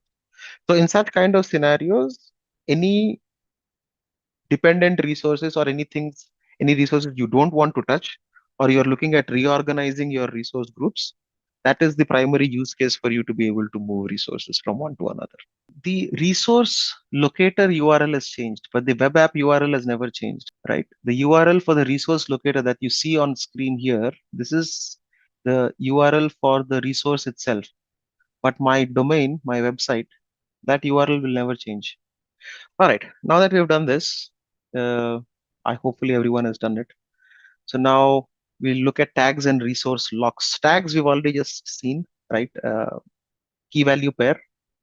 So department, finance, BU, like the ones we've applied. We've got a quick hands-on on those. Now, typically, why you would use these, as I mentioned, is for you to be able to understand. Now, let's say you're a Azure admin, right? Someone says, "Hey, my server is not working." If you have to figure out what that server is, someone gives you a server name. So if you have to understand which department is it affecting, what is the cost center, what not. So that's typically how you would use your tags, right? It's just a key value pair. So for example, the way we've tagged our resource groups right now, if you go to resource groups, you click on any resource, one of your resource groups. Again, navigating Azure portal, this is important to understand, right? The moment you click on anything, you'd see all the options for that specific resource on the left side menu here. Now, these four will be common for everything. An overview, activity log, access control, etc. So if you click on tags, you see we have these tags that we have put together, right? Now, if you click on any of these tags, so if I click on BU Finance, now these are the tags that we have put together. Now, one thing to understand is these tags get inherited by the resource that is in. So in resource group 2, so you have these two tags that you have created, right? If you had. Now, in this resource group, if I look at the web app that we created, and if I click on tags, uh, I, I think I tagged it after. That's why it's not showing. Okay, never mind. So tags can help us figure out or filter resources immediately, right? So for example, once I'm on this resource group 2, now this has tags BU Finance. If I click on BU Finance, I'll see both the resource groups that have the same tag, right? So tags basically are primarily, they are very important while they sound like a very trivial feature, but tags in a large scale environment help you figure out or filter down resources, be it for billing, be it for any other purpose. Tags are really important. So tagging strategy plays a really important role, but that's more of a solutioning and architecture point. But from an administrative point, what you need to focus on is to understand what are tags and how they can help you filter resources. All right. So again, if you so go to search for your resource groups, click on your resource group, and then you'll find tags right here. Click on tags, go ahead, add them. I've added BU, finance, environment, non-prod. Mm, You can add whatever you want. Let's say I'll probably add cost center one as a tag. Once you add these, click on apply at the bottom. And for the sake of understanding how filtering works, add the exact same tag on the other resource group as well. And click on apply. So once you do that, yep, tag for automation reporting. This is a lot that tags help with. So it ideally should, right? I think I created the tag later. This is interesting. Let me see. Did this tag come through? I don't know why it's not showing up for some reason. But they do get inherited from the resource group to the resource. Yeah, it's grayed out. The assign tag on top. I don't see an assign tag. You can click on tags here on the left side. So whenever you click on the resource, yeah, so don't go to the resource, just go to the resource group itself, and then you'd have tags, and you can put them in here. It should. Anyway, I'll figure. I don't think if things have changed, but just creating another resource to see if it inherits the tags. Pretty sure it should inherit the tag. Let me check. You can create individual tags on the resources themselves, but if the resource is within a resource group, it should inherit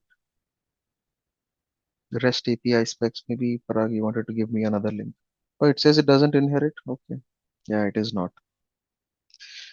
I think it is a policy. Yeah, okay. The reason I thought yeah, you can inherit. So this is an Azure policy that can be implemented. Uh, yeah, I think in most of the organizations I work with, there's a resource group tagging inheritance. Okay, by default it does not, but you can put in a policy to do that. It should inherit now. I'm surprised. Maybe things have changed. Anyway, I'll figure out an answer for that. Or as I remember, always it was inherited. But anyway, so once we have those who have created the tags, you want to check out the filtering. So just click on any resource group. In the overview section, you'll see your tags. Just click on any tag and you should be able to see the resources that are part of that tag. Azure Windows apply to a resource. It is added to the subscription wide taxonomy. This is fine. They don't apparently. Now this looks like they don't. You can use policies to get that, but they don't. Okay, you're always learning.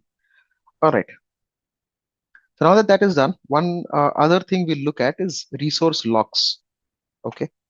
So on any resource, once you click on it, right? Like I said, you have the actions that you can perform on that resource are available in this pane on the left side. So you would see that in the settings, you have something called locks, right? If you click on locks, now locks can be inherited, I believe, yes. So if you click on locks, you'll see it says that the resource has no locks. Now the kind of locks we can add are a read-only lock and a delete lock, right? So a read-only lock means that no one, once there is a read-only lock on any resource or a resource group, you cannot modify them, right? So if you want to change anything on that resource group or on that resource, you will not be able to. A delete lock, on the other hand, will ensure that you are not accidentally deleting anything. So what I'm doing right now is I'm creating a delete lock on this resource group. Okay. So the delete lock is added. Let me just check if we get the lock. Yeah. Locks are inherited. Tags are not. My bad. Yeah. So now you see on the resource, which is my static web app, you will see that the parent resource locks cannot be edited here. So this is inheriting the delete lock that we just applied from the resource group itself. Tag policies, yeah, policies you can apply for. Azure policy is a different ballgame altogether. Now we can dive into those, but yeah, these are Azure policies for compliance. All right. So resource locks, the two types of resource locks that we talked about. One is a read-only resource lock. One is a delete resource lock.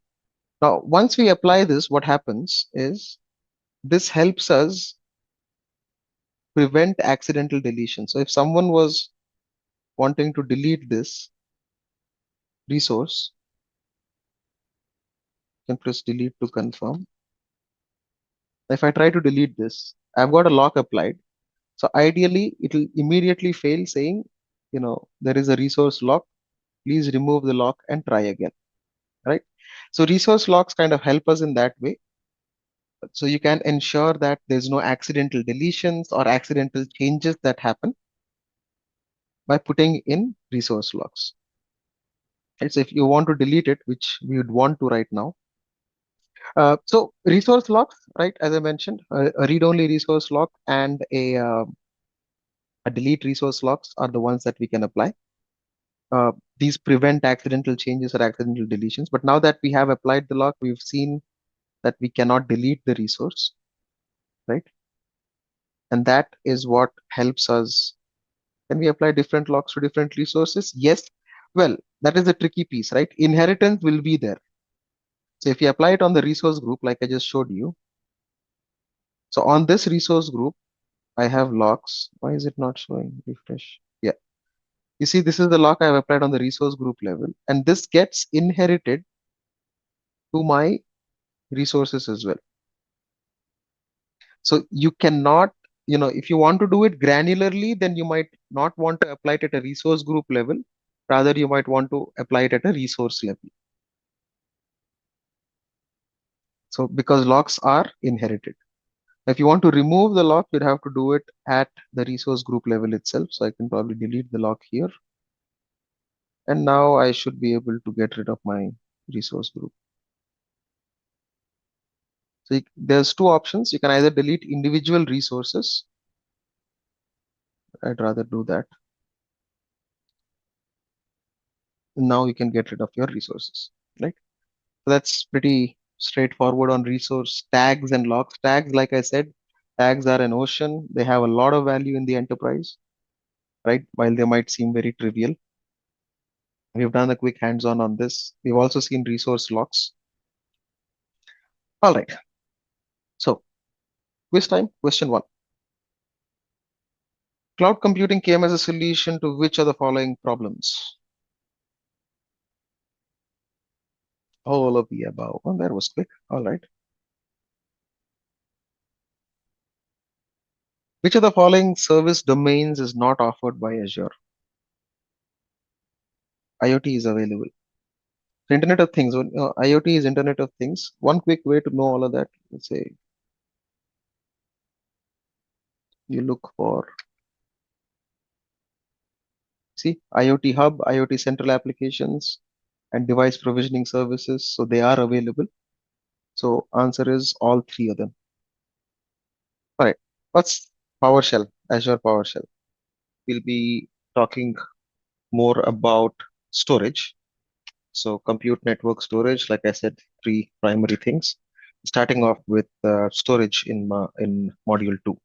So what we have in storage, what Azure storage is, what does Azure provide from a storage perspective, what type of storage accounts we have, and in the storage, in Azure storage, we have multiple options that we'll discuss about. So we'll talk about blob storage, we'll talk about file storage, we'll talk about table storage, storage queues.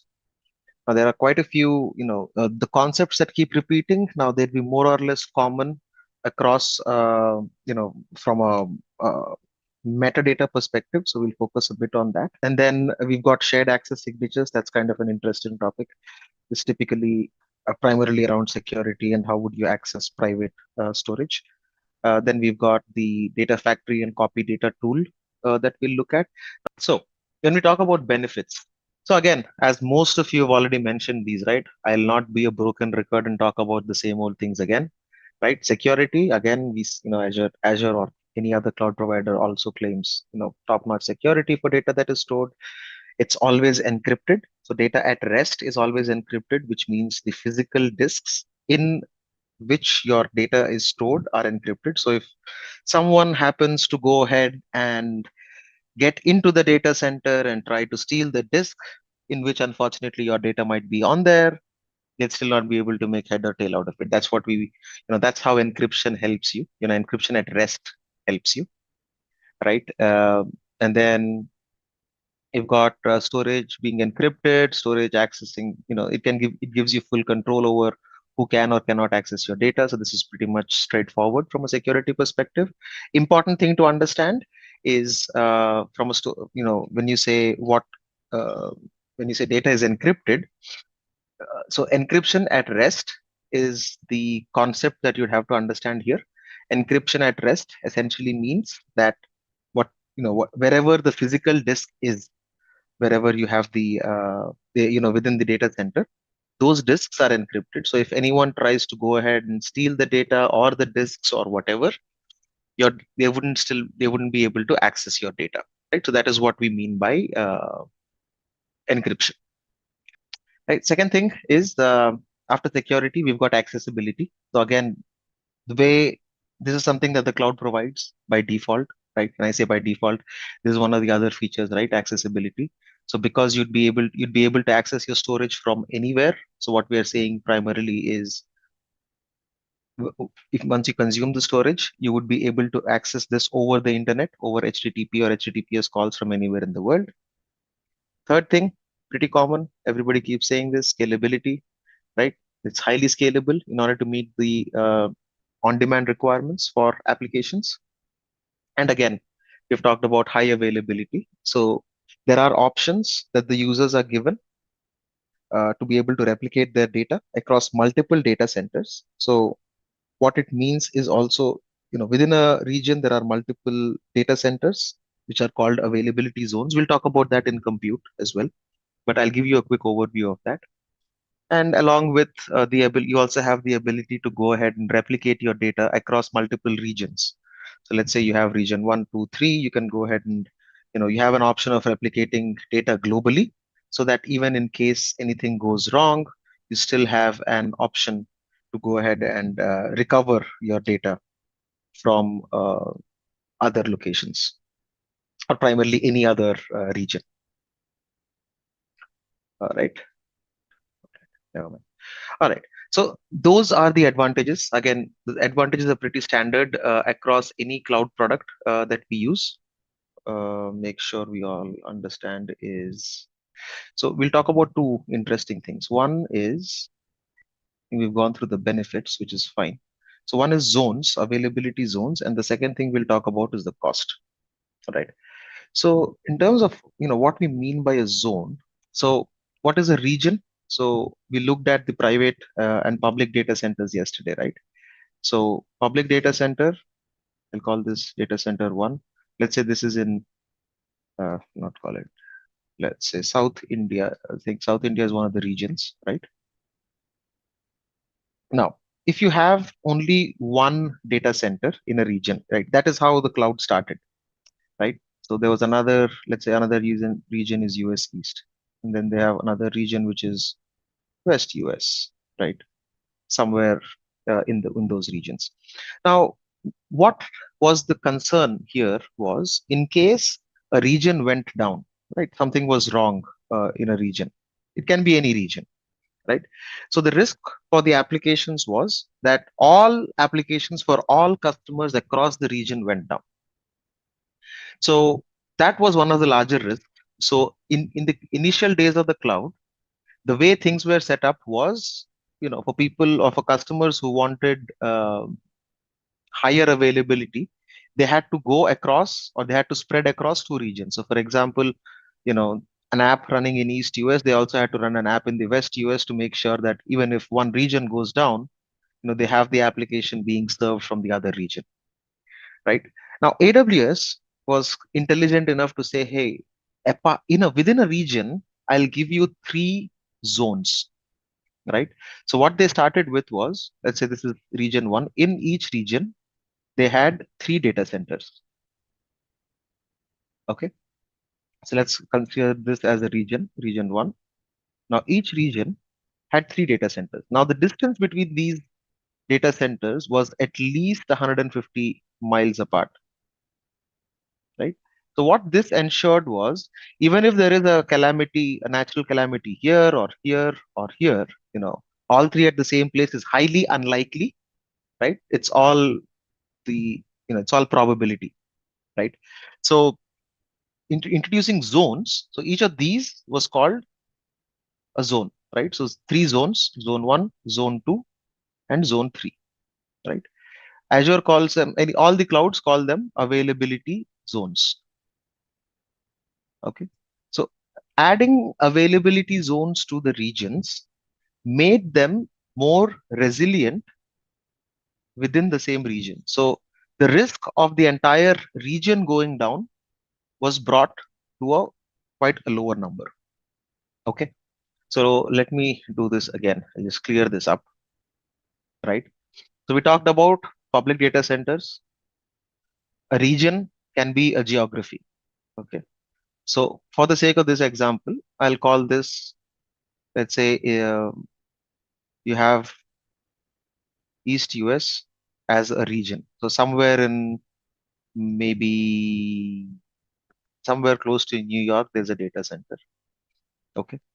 A data center is one single data center, right? So you have a physical location and you've got this is a physical site, right? And you've got a public data center, or Azure is actually running the data center in this region. So this can serve people who are close to East US, right?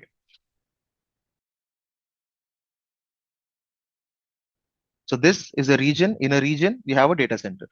Okay. So these were the initial days, right? So each region was just one data center.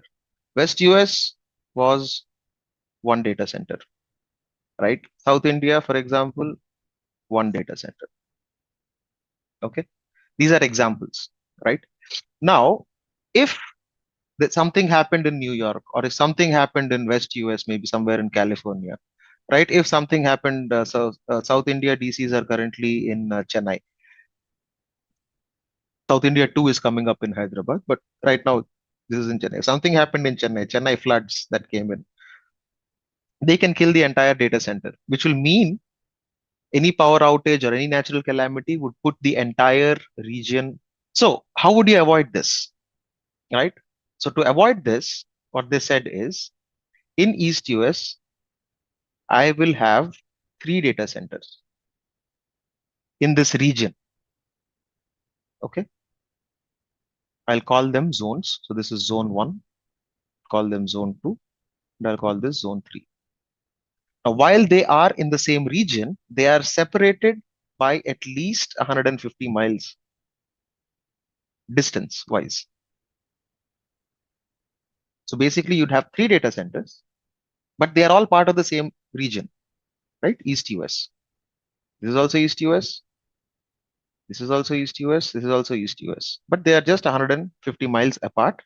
So what this makes is, in case there is a calamity here or here or here, having a natural calamity happen in a across 300 miles is highly unlikely, right? Again, it's all probability, right? But the all the 3 zones or the 3 data centers going down at the same time is highly unlikely. All cloud providers, starting with AWS followed by Azure, created zones within each region. Okay, so each region have multiple zones. They can be 2 zones or 3 zones, depending on whatever is the ask in the region. But Azure doesn't go beyond 3. I don't mean data set everything is replicated across. No, customer has to take that responsibility of creating. So let's say you have a web application, right? You have web servers. You have 3, or let's say 5 web servers that you're running, right? You need to deploy one web server in zone 1, second web server in zone 2, third web server in zone 3, fourth probably can be in zone 1, fifth can be in zone 2. In this case, you are responsible, or the customer is responsible, to ensure that they are deploying to a specific zone. From a storage perspective, again, we'll dive into those, the options, the replication options, right? But by default, things are not replicated across. You or the customer is the owner to make sure, or ownership, customer has to take the ownership of where their data is deployed. Having more data centers reduces the loss? No, it reduces the risk. You can never skip the loss of data. Loss of data can happen, but the risk of that happening is what is reduced because of zones. How do you make it resilient across in the region? The resiliency is on the customer. Now, there are options available on the cloud, but it's not default, right? Again, everything comes at a cost. The more money you pay, the more things you get, right? Which brings me to the next topic about cost question. Resiliency is ensuring that your your application is up, or you have redundancy built in for your application within a region. Anything within a region is called resiliency. Often people confuse having availability zones as a disaster recovery option, but it is not. Okay, disaster recovery is a different concept altogether. Resiliency is availability of or redundancy across different redundancy of your application within the region to make sure that it has a higher uptime. A region can span across multiple zones. Each zone is a data center. So a zone cannot span across multiple data centers. A region can span across multiple data centers. Or there are chances of data getting corrupted. It can be during transit. You're bringing in the files over. You have copied, like, let's say you're copying 300 gigabytes of data, and probably at the last gigabyte, something has happened and your checksum has failed, right? You have to start copy all over again. So let's not get into those, but there are different ways where you can ensure ensure that you're doing a better copy job, and that's the reason why you'd build pipelines, right? That goes into a data factory discussion altogether. All right. So now let's talk about cost. Okay. So as I said, lower cost. Okay. Now cost, one thing to understand is all of the enterprises so far. Now we talked about three things, right? We talked about compute, we talked about network, three basic fundamentals, and storage. What is the cost split between these three? Let's say these three amount to 100, right? This is the 100% of your cost, right? For your infrastructure. 25, 25, 50, 40, 20, 40, 50, 30, 20. Okay. 20, 20, 60. Right? You'd be surprised to know storage eats up 70% of the cost of any enterprise, even on the cloud. Compute amounts to 20% of cost only, and networking is 10% of the cost. Okay? So this is the split. So one thing you have to understand, storage is expensive. Storage always is expensive, whether it is on-prem or whether it is on the cloud. Storage is always expensive.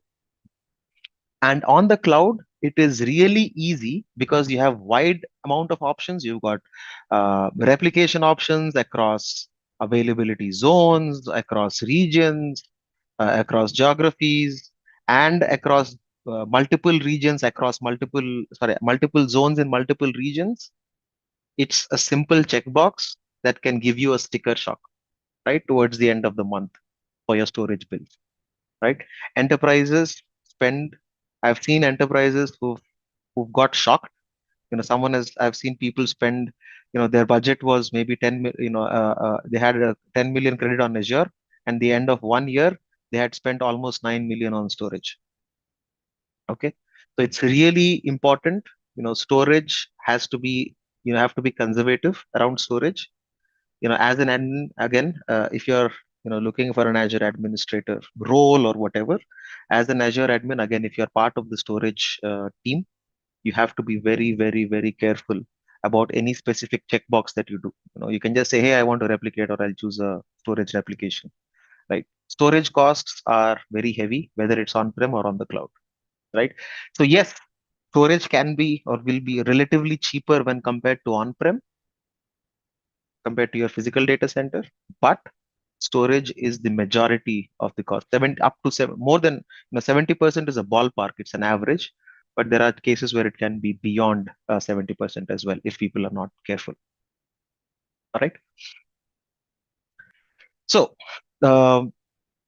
introducing storage now. Basically, what we need to understand is storage uh, in Azure. The most, storage is a wide term, right? Now storage can have lot of scenarios. One primary, just like, one primary resource that we deploy is a storage account. Now this is the base for everything on Azure.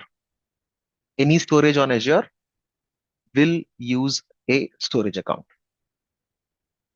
Okay, so that becomes our baseline or our base for everything on Azure. Now, the type, once we create a storage account, what Azure, the options that are available for us within the storage account to consume are the four types that we discussed and we saw yesterday in terms of services. The first one is blob. The second one is files. Third is tables. And fourth is queues, right? So anyone who wants to consume any storage, there has to be a storage account. Just like and these storage accounts are backed by physical disks in the data center, right? The, Again, eventually there's again a virtualization layer on top of this, which gives you whatever storage that you want. So everything in Azure, when we say Azure storage, it's an umbrella term. What it means is you get cloud scale storage, you get highly available and resilient storage depending on what type of storage account you create. We'll get into those details. Okay. So storage account is the base or the root for everything. Once you create a storage account, you can consume one or more than one of all of these types of storage that is available. So you can consume blob. So if you're storing files, you're storing videos, whatnot, you can consume blob. File storage is again very specific to file shares. So if you've heard of file shares earlier or you've used network file shares at your work, they all work on a specific protocol called server message block SMB. So Azure file storage is primarily consumed as a file share.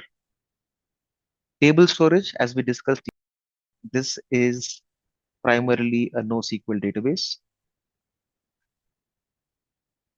And queue storage is for storing messages. We'll get into these. So any storage account that we create on Azure will have four possible services that you can use. So you can use blobs, files, tables, and queues. Okay. So you have a better understanding of that once we create a quick storage account. All right. So as I mentioned, the first thing that we need, any type of storage that you want to consume, you have to create a storage account. With this again, storage account is a resource. Okay. Just because it says it's an account, it's not a account with a username and password. When there is a username and password, but storage account or SA in short, right? Storage account is an Azure resource.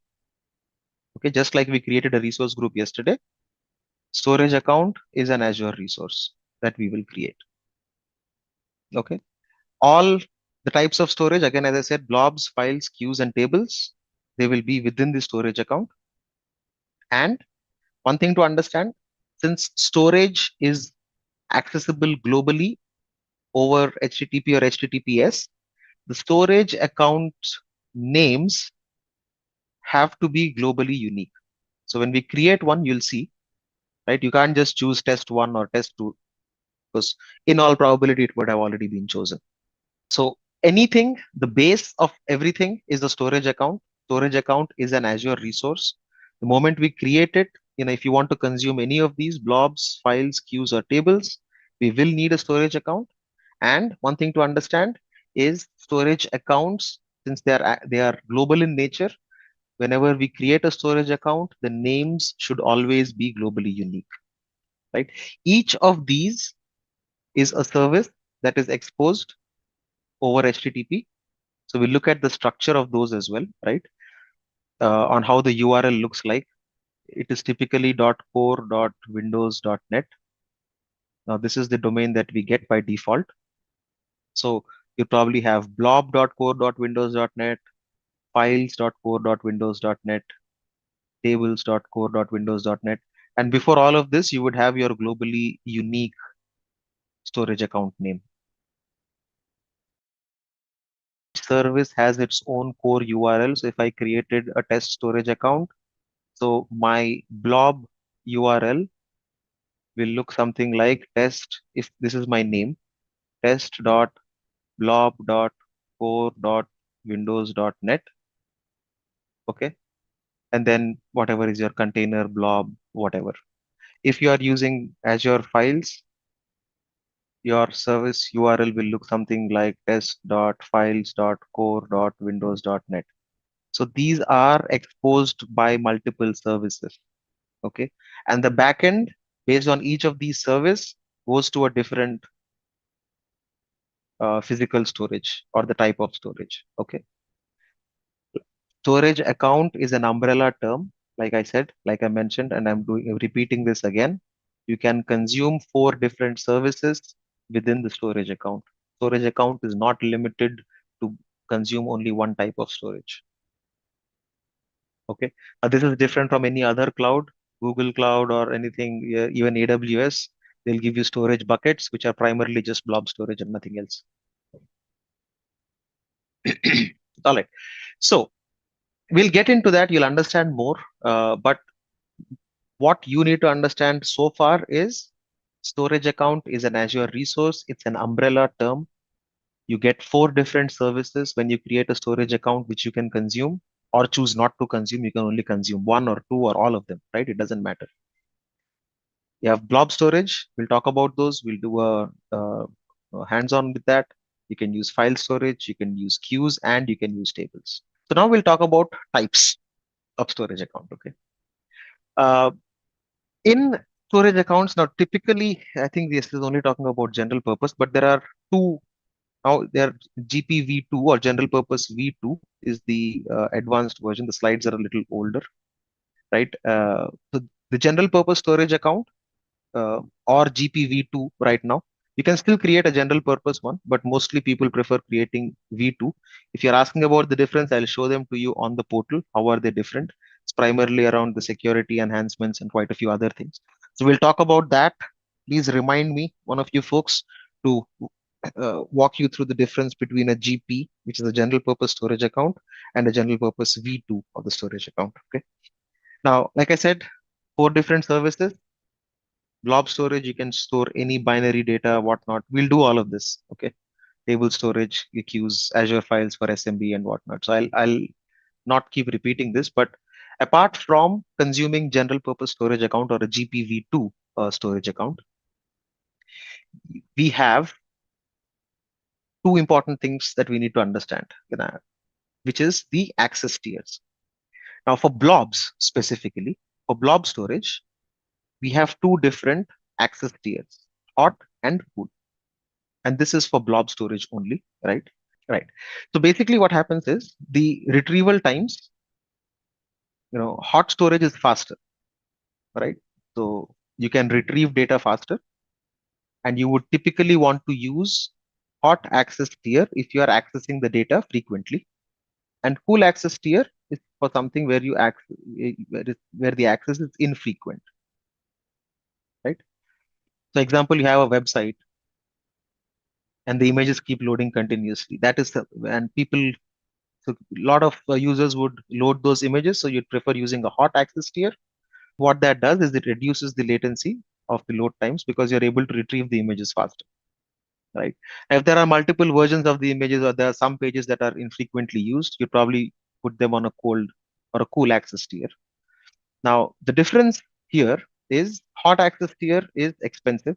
So hot and cool access tiers are primary. Now, as since Nainendu has also mentioned, archive access tier, there's a third one, right? The archive access tier is for long-term data retention, right? So what are the scenarios where you would use archive? Is, let us say, for compliance, you need to save 7 years worth of backups, right? Now, these for banking, again, I think it's depending on the industry, depending on the regulation, there might be the retention times might be different. But these are the scenarios where you'd probably consume the archive access tier. This is a lot more cheaper than the cool access tier, but retrieval is going to take time, right? Typically, in the on-prem scenarios, the archive access tier is similar to using tape storage for archiving data, right? So it takes a while to retrieve your data. You'd have to seek the files, and then it's a lot more slower. Cool access tier is relatively better. It's only for infrequent data, but you would not use cool access tier in case you are running a website or you want to load images frequently. Yeah, in the real world, apart from compliance, you wouldn't use archive tier primarily. How long would it take to retrieve? Depends on the amount of data that you're storing, but archive access tier might take a couple of days. Cool access tier, not as much, right? It can be a few seconds, but that's not something that will work in a website kind of scenario. Hot access tier gives you a lot more faster storage, so you can retrieve the data a lot more faster. So in the backend, it is the type of storage on which it is stored. Storage is neither hot nor cool. It is just the access tiers around the storage. So hot access tier for a storage account, for and this is very specifically to blob storage. Okay, read the letters in bold. This is very specific to blob storage. Hot access tier is somewhere is an access tier where you'd want to put your frequently accessed data. So the retrieval times and the latencies, the retrieval times are lower and the latency is lower. A cool access tier is where you would put in infrequent data, the data that you would access infrequently, and the archive tier is something where you would probably keep the data in there and you're not worried much about retrieval times. So a cool access tier is something like, let's say you've got version 1 of an image and a version 2 of the image and a version 3 of the image, right? Version 1 is something that is accessible on the website, for example, right? Version 2 and version 3 can be in cool access tier because you don't worry, no one's accessing them frequently, but you've got these uh, uh, in case something goes wrong with this image or this file or whatever, you can do a retrieval, right? So these are the scenarios where you'd probably use hot access tier for an image that is current, and the previous versions can be put down in cool access tier. All right. Again, hot access tier, straightforward. So it will give you low latency. It's more expensive.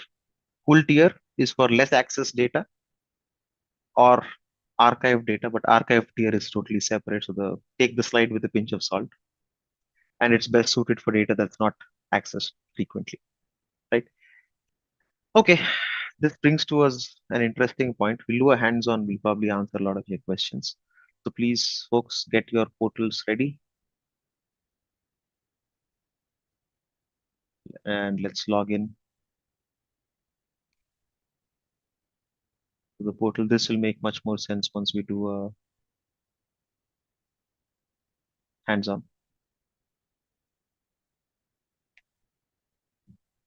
The subscription was cancelled, but okay, we try another one. You can reactivate, just try a new payment method and you should be able to. Awesome.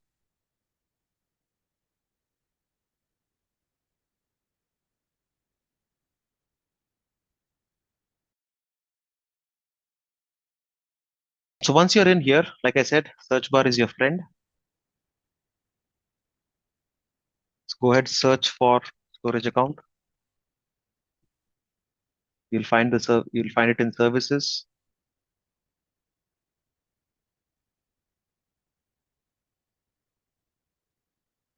I'll give you a minute for any service that you are in. You can click on create on the top left and you'll get to the page for creation.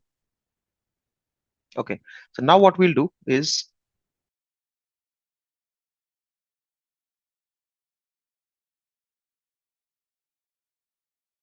a storage account name. Like I mentioned, this has to be globally unique. So don't type what I am typing. Each one of you would have to choose a name that is unique. So it's more like musical chairs. You might probably get a name which is available in the first shot, or else it might take a couple of attempts. So for example, if I type in test, it will say that test is already taken, right? So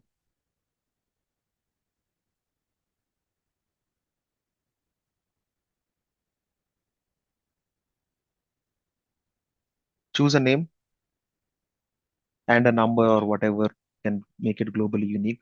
So I'm good for now. Please don't choose mine,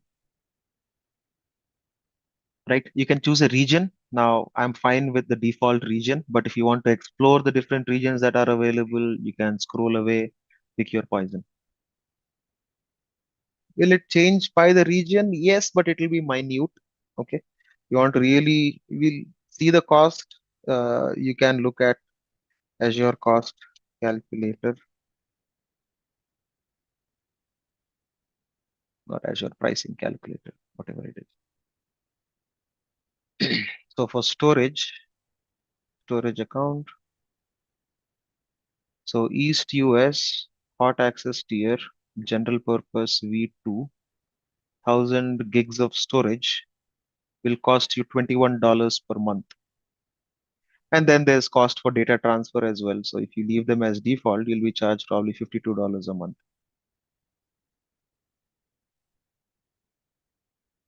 Okay. Edge zone. Like I said, everything is a tangent. If you want to deploy to an edge zone, you can.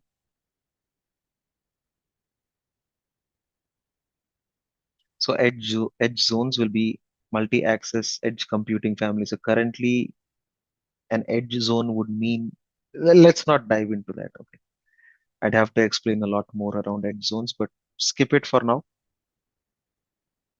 Remember, we are in basics. We are not doing advanced, but once you start getting into architecting, that's where edge zones will make much more sense.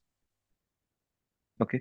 So performance tiers that you see, standard is general purpose V2 only, right? So you cannot choose a GPV1 account or a general purpose V1 account.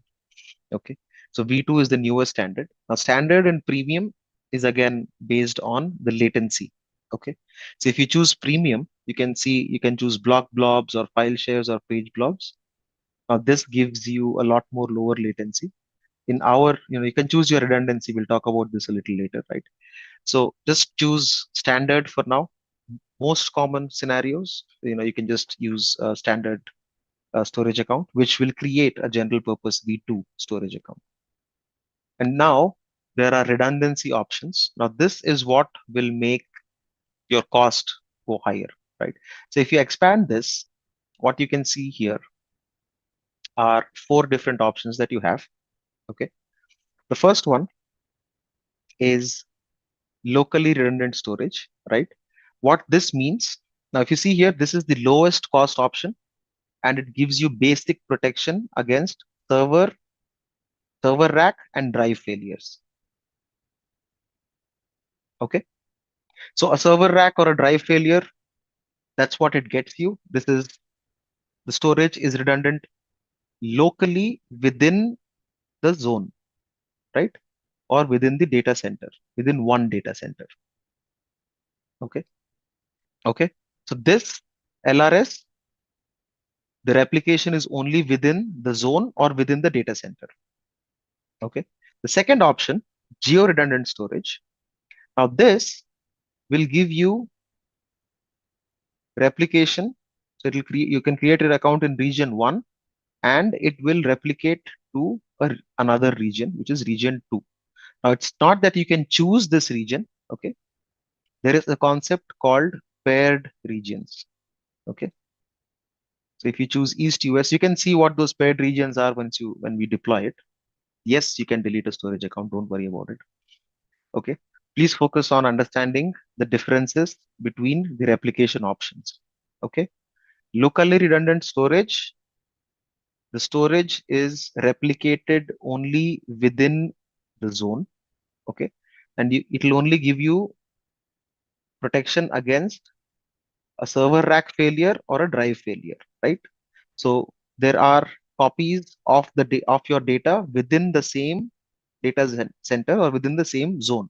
That is why it's called locally redundant storage. Geo redundant storage will replicate your data across another region. Okay. So if you choose one region and if you choose geo redundant storage, the data will be replicated to a secondary region of Azure's choice, not your choice. Okay. Please understand that. And what these regions are, they are called paired regions. Okay. We'll take a look at those. The third option is zone redundant storage. So what this does is it gives you protection against data center failure. So basically in this scenario, if you deploy a zone redundant storage, your data is replicated in zone 1, zone 2, and in zone 3.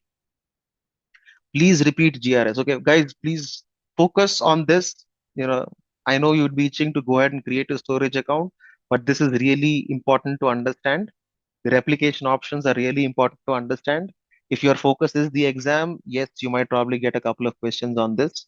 So I'd request your attention on this for 2 minutes. If these are clear, you can knock yourselves out by creating as many storage accounts as you want. Okay.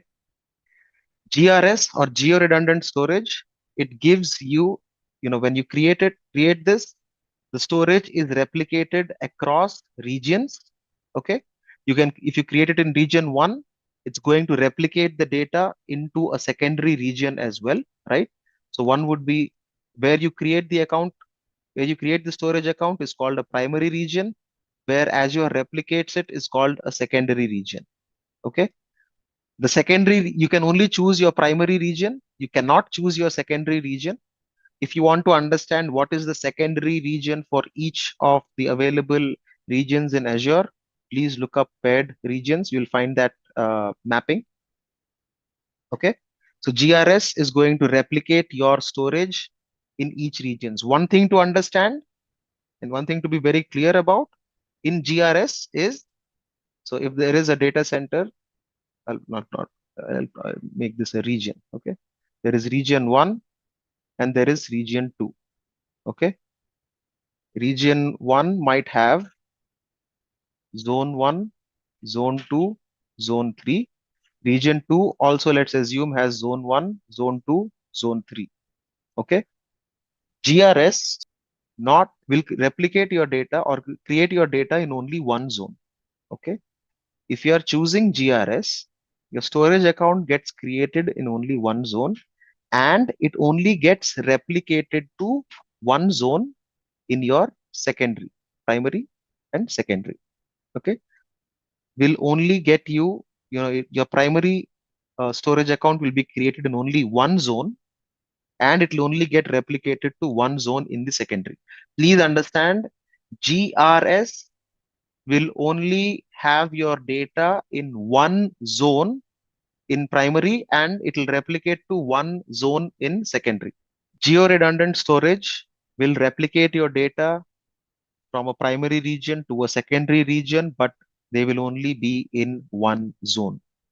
Zone redundant storage is replication within the region itself. So your data will be in zone 1, zone 2, and zone 3. It will get replicated across all three zones. Locally redundant storage, your data will only be in one zone, but it will only be, it will have 3 copies of data. Okay. Within the same zone. It is just 3 copies of your data. Within a zone, if you have 3 replicas, your data, that is locally redundant storage. Geo-redundant storage is in 2 regions, 2 geographical regions, but only in one zone of each region. Okay. Zone redundant storage is within the same region and across availability zones. Okay. GZRS, which is geo zone redundant storage, will make sure that your data is in region 1, it is in 3 zones, and in region 2, it is in 3 zones. Zone redundant storage is your data is within the same region and it is replicated across the availability zones. Simple. So it is zone redundant means it is within the region, but the data is replicated across zones. Data won't be stored in zone 1. The moment you create a geo zone redundant storage, your storage will get replicated within the multiple zones of the primary region where you have created the storage and in the secondary region also. All right. So this checkbox, this makes sure now when you're replicating data, one thing you have to understand is all of these replication options are to make sure that your data is not, your data loss is minimized, or rather your risk to, I'll not say data loss is minimized, but the risk to your data is low. of losing it. The risk of losing the data is low. Okay. Now, in these scenarios, in geo replication, right, you will not have access to the secondary region at any given point of time. Azure handles the replication in case the primary region goes down and your data is gone, right? The moment the primary region is up again, you would be able to restore your Azure will restore your data back from the secondary region back to the primary region. But in scenarios where if the primary region is down, you still want to be able to read data from the secondary region. That is when you would use this checkbox. Okay. Now, when you use this checkbox, so earlier there were, instead of this checkbox, there was option which was called RAGRS and RAGZRS. This is read access to the secondary data. If you don't enable this checkbox, your application will not be able to read from the secondary database, or sorry, secondary copy. It will not be able to read the data from the secondary region. Okay. Only if the primary region comes up and data is restored, your application will be able to talk. If you have this checkbox on, that means the replicated data can also be read by you or by the application that is trying to access this. Like I said, it's an ocean, and these are not that simple. While they look simple, if you miss this checkbox, your application is going to die if you don't have read access. So when you're in the same region, you still have, even if a zone goes down and you're on zone redundant storage, you can still read and write to the other two copies. Now, if you need to understand this from a on-premise terminology, you can explore how RAID works. Okay, so there are different types of RAID in physical disks, right? I don't want to go there, but within the same region, you will still be able to read and write onto the other copies in the same zone. But when it comes to different regions, you cannot write to the secondary copy or read from the secondary copy directly unless you enable that checkbox. Write is definitely not possible, right? To the secondary region itself. Within the zone, within LRS and within ZRS or ZRS, whatever you want to call it, you would still have read and write access to your data within the region. Only in case of geo replication, you would have to check that box to get read access to the secondary database. Again, this is not a DR kind of a scenario. This is the replication options Azure provides you for the data. So you're not controlling it yourself, but Azure is doing it for you. Now, in case you want to have much more granular access, then you would have to write a data pipeline to continuously copy data from one storage account to the other storage account. So we looked at the services that are available to us, right? Data factory. So you can write a data factory pipeline to do that thing for you. Okay, let me make it simpler for you. Okay, so let's go back to basics. Okay, region, and then we have zones. Zone 1, zone 2, zone 3. When you create a storage account, what are we choosing here? We're choosing a region, correct? Right. So you're deploying, you're saying, I'm creating my storage account in a region. All right. Now, if I create LRS, what is happening? My storage, let's say I saved file.jpg. Okay. It will sit in one zone. Awesome. Now, when it is sitting in one zone, when you create LRS, what happens is, so there are hard disks in your data center. Zone is a data center, right?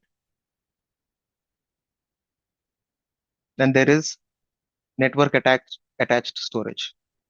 Okay. So your file is stored in, let's assume, 3 different hard disks. Okay. Clear so far? This is locally redundant storage. You have 3 copies of your file. Let us say the hard disk on which your one file is, this fails. You are still able to access your file from here and from here. If you add anything else, let's say I've added file2.jpg, what will happen is it will get created here and it will also get created here, file2. Whenever this hard disk is up, file1 will be replicated here and file2 will also come here. Understood so far? So in LRS, I have 3 copies of my files, but the storage is always available to me. So I am protected primarily against hard disk failures or a server rack failure within the data center. You also get write access. That's what you need to understand. You also have write access when you do LRS.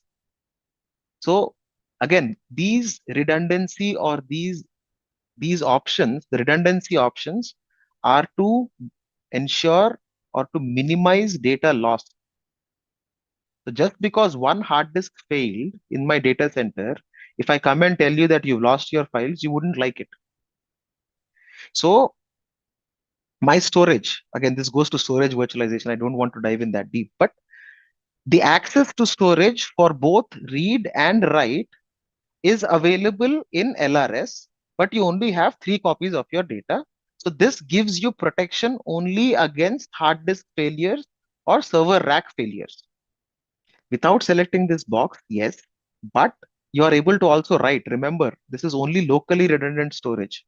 It's like you have 3 hard disks on your laptop. Even if one hard disk fails, you'll still be able to write or read or still have access to storage. That is how LRS works. The moment you go to GRS, what happens is there is one hard disk on your laptop and there's one hard disk in my laptop, and the data is continuously replicated from your laptop to my laptop, right? Let's say your laptop is in Hyderabad, my laptop is in Chennai, or let's say some other country for that matter, right? A different region. So data continuously gets replicated from yours to mine. And in case your laptop dies, which is your entire region dies, and if you still want to read the data, you need to check that box. If you check that box, you'll be able to read the data from my disk. If you don't check that box, once your laptop is online and your storage is okay, I will copy the data from my hard disk to yours. Choose LRS for now, unless you have enough credits and you want to play around with that. So I'll probably choose LRS. That's enough. We'll not dive into the rest of the options. Well, if you choose LRS, you don't have to worry about that checkbox firstly. Okay, there are other options. If you look at those, we'll explore those quickly. So from a security perspective, you can ensure a specific TLS version. Uh, you have multiple access protocols. You can also replicate across tenants, right? This is where you see a hot tier or a cool tier. I'd probably just choose hot for now, right? For Azure files, you can enable this. So this, if you check this box, basically it'll allow you to create file shares which are greater than 100 GB in size. Okay. Now, data protection, again, let's not dive into all of this. This is an ocean, like I said. Storage in itself is an ocean. But for now, let's just create a storage account, right? Click on review. We've done nothing. We're just creating an LRS storage account. It is only for blob storage. So once you create a storage account, you can choose it there, or you can choose. So hot and cool tiers, you can switch even within the storage account once it's created. All right. So once you click on go to resource, once your deployment is complete, you should see a page that looks like this. Now we talked about 4 different services. So the 4 services that we talked about, they're right here. You see the blob service. You can see all of these options right here. Okay. So default access tier that we have chosen is hot. There's anonymous access to blobs, which is currently disabled. You can see all of these. There's soft delete options. Now, what the soft delete options mean is, in case you delete anything in your blob, right, you can still retrieve it. It's like your recycle bin. Okay, let me put it in simpler words. So blobs and containers, So this is like the recycle bin, so you can still restore it back, right? It's not a permanent delete. You can change these options, you can configure these options, right? So this is all part of the blob service. Now here, if you see, there's a file service. So this is Azure Files, right? The second type of storage that we talked about. A large file share is currently disabled. Like I said, large file share is in case you want to use a file share which is greater than 100 terabytes.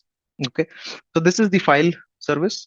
So you can consume this, and then there's the queue service, and then there is the table service, right? So four different services available the moment you create a storage account. Now, if you want to explore all of those, on the left side, you see these are the four services which are part of the data storage menu on the left side. You can click on containers. Containers is essentially blob storage. So what you can do if you want to play around and see how the storage works. So go ahead, click on container, create a container. This is not globally unique, so call it whatever you want. Create a container, and once it's created, click on it, then go ahead, upload a file onto it. Yeah, just any image if you have. I'll upload. You can click on upload and then drag and drop an image. I'll show you how storage works. This is like a simple activity. Just create a container, copy an image onto it.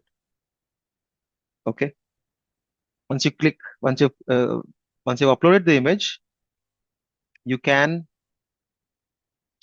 click on that image itself, and you'll get a URL. Okay. You can copy that URL, get an image from anywhere. So if you have done what I have done, the image will not load because and you'll see an error which says public access is not permitted on the storage account, blah, blah, blah. So if you're getting the same image, now one thing we'll have to understand is the access tier. And there's a reason why I didn't mess with that earlier. Okay. So two types of access levels that are available on blob storage. Okay. One is public access level or anonymous access level, and one is public, the other is private. If you see, if you click on containers, you'll see that the container that you've created has a private access. The anonymous access level is private. So unless you authenticate, you would not be able to see the image. So for now, what we'll do is we'll just switch the access level. So you can just select your container, and there is change access level.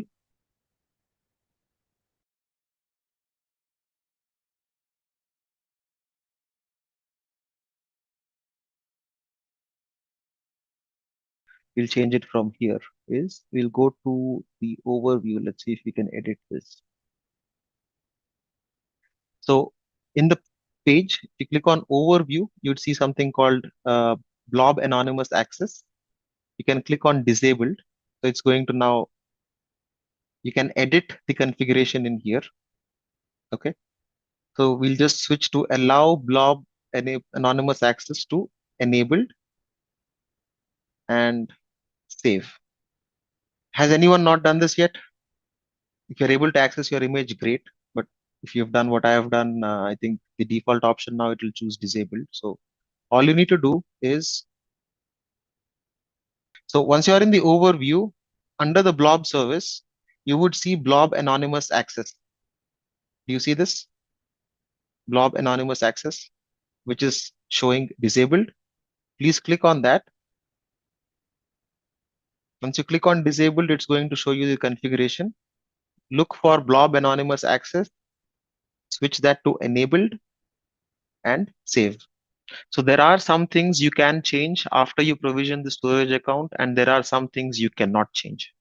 One of the things you can change is access tiers, but what you cannot change is the redundancy. Okay. So once you've done that, you can do the same thing again. Go to containers. Let's change the access level now. So now you would see you can choose anonymous access to the container itself and click on OK. So now you should be able to access the image. I'll just refresh this image. There you go. Use cases for blob storage and where you would use, right? So in case you are running any website. For example, this website from Azure, it has all these images. Where are these coming from? All of these images need to load, right? This banner, these images. If you can see the image without any modifications, then you've got that configured without anonymous access. So it's fine. For those who ran into that issue, you just had to change the access level, right? Now, if you want to share this image, if I give you this storage link to everyone, anyone who clicks on that link, you'll be able to see the same image in your browser, right? So blob storage. Now, what this shows us the ability that we get with blob storage, that wherever you create the storage account, it is accessible globally, and you can put in any data in it. You can share a PDF file, you can do whatever. File I gave private, yes. Okay. So what you would have done is, if you look at, let's go back to this, to the containers. So if you give the anonymous access level as container, so it gives read access to containers and blobs. Okay, so whether your blob is private or not inside this wouldn't matter. So if you change access level here, let's try this. Now, if you switch this, let's see if you are able to load the image. So now you wouldn't be. Now, basically what would happen is, if you give access at a container level here, right, which is what we've done, where I switched what was there inside, right? So at a container level, so you have to be careful about your access levels, okay? So if you do this, if you give access to blob, anonymous read access for blobs only, then you can read this. It says blobs within the container can be read by anonymous request, but the container data is not available. Okay. So basically, it works in scenarios where you've got only one file or you want to control access at a blob level. Okay. If you give it at a container level, then any API requests can enumerate all the blobs that are available within the container. Managing access totally depends on the use case and also on how the permissions behave. Okay, so we've done this hands-on storage accounts that we've deployed. So why blob storage? I think again, we'll go through the slides. You store by large binary files, you can store audio, video, text file, whatnot. Again, access tiers are right there. Okay, we have seen access level. You can also see the access tier here. Okay, so the access tier says hot. You can switch the access tier or change the access tier of any blob to cool. I think they've now introduced cold as well. Things keep changing. Uh, and you can switch the access tier to, let's say, cool, and then save it. This is going to switch this, right? It'll take a while. And from cool, you can go to archive also. So if you switch to cool, it's already loaded, so it might not. Let me just try to load the image again. See if it makes any significant it's already cached, so don't worry about it, right? And you can also use blob storage to as a container. You can use a container for logs. So you'd already see the moment you create blob storage, you'd see that there's a container for logs. So you can store in application logs in here. So blob storage can be used for a lot of things. If you are sharing crash dumps and whatnot, you'd need a scratch space, right? So you can use blob storage for that as well, right? So these are basic use cases of blob storage: audio, video, text, log files, crash dump files, whatnot, right? So we've talked about what blob storage is. Again, I will go through the slides quickly. So you can store unstructured data. You can store it in any format, right? Any binary format. And as we discussed earlier, blob is an abbreviation of binary large objects. And you can store data of any format for distributed access. Okay. So file storage, again, file storage scenarios are a little different. As I mentioned earlier, the file storage is specifically when you want to share a common storage point across multiple computers. I'm clear. You cannot change the anonymous level access level for an individual blob. Anonymous access level is only set at a computer. Okay. So file storage is primarily for network file shares, right? If you want a common drive across multiple PCs or even Linux machines. I think now blob storage or Azure files also, you can mount Azure file storage to Linux machines as well. All right. So file storage is when you would need these kind of scenarios, right? Usually at work, you would have seen shared folders or public folders and whatnot. Those are typical examples of file shares. Now with Azure Files, you can set up a file share, a cloud scale file share using the Azure file storage. So the scenarios where you would use these are, if you want shared application settings where you want to store the configurations in a centralized location, which can be accessed either by a file REST API or it can be through an SMB protocol. SMB protocol typically is, the way you would see it is you'd access any file or a folder by using these two backslashes, right? And then you put in a server name or a file share name and then the file name, right? So that is the SMB protocol. It works on port 139 and 445. Second scenario is where you'd use a file share is as a diagnostic share. So you can have your crash dumps put in there. You can have the logs or metrics put in there in case your applications support only uh, the SMB protocol. If they support REST, then you could probably use blob storage also for this. Again, for your dev test scenarios or debug scenarios, if you've got separate tools that you would want to use, right? Exe files, or there are some binaries that you would want to use for your debugging scenarios or in your dev test environment, you could use an Azure file share to store them. All right. So what is file storage? Again, we keep repeating ourselves.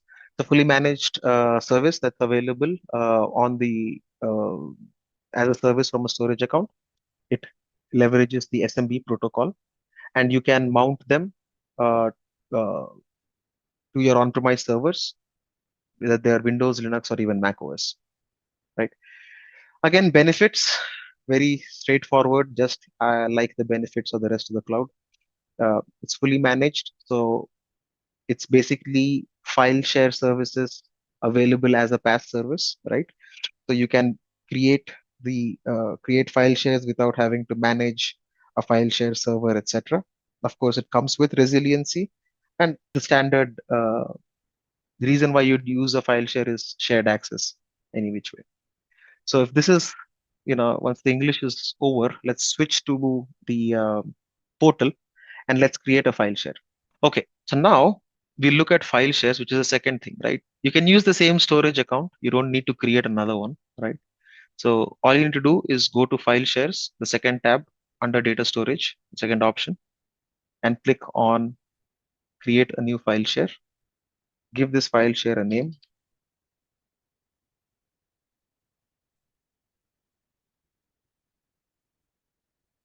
It will only take lower cases.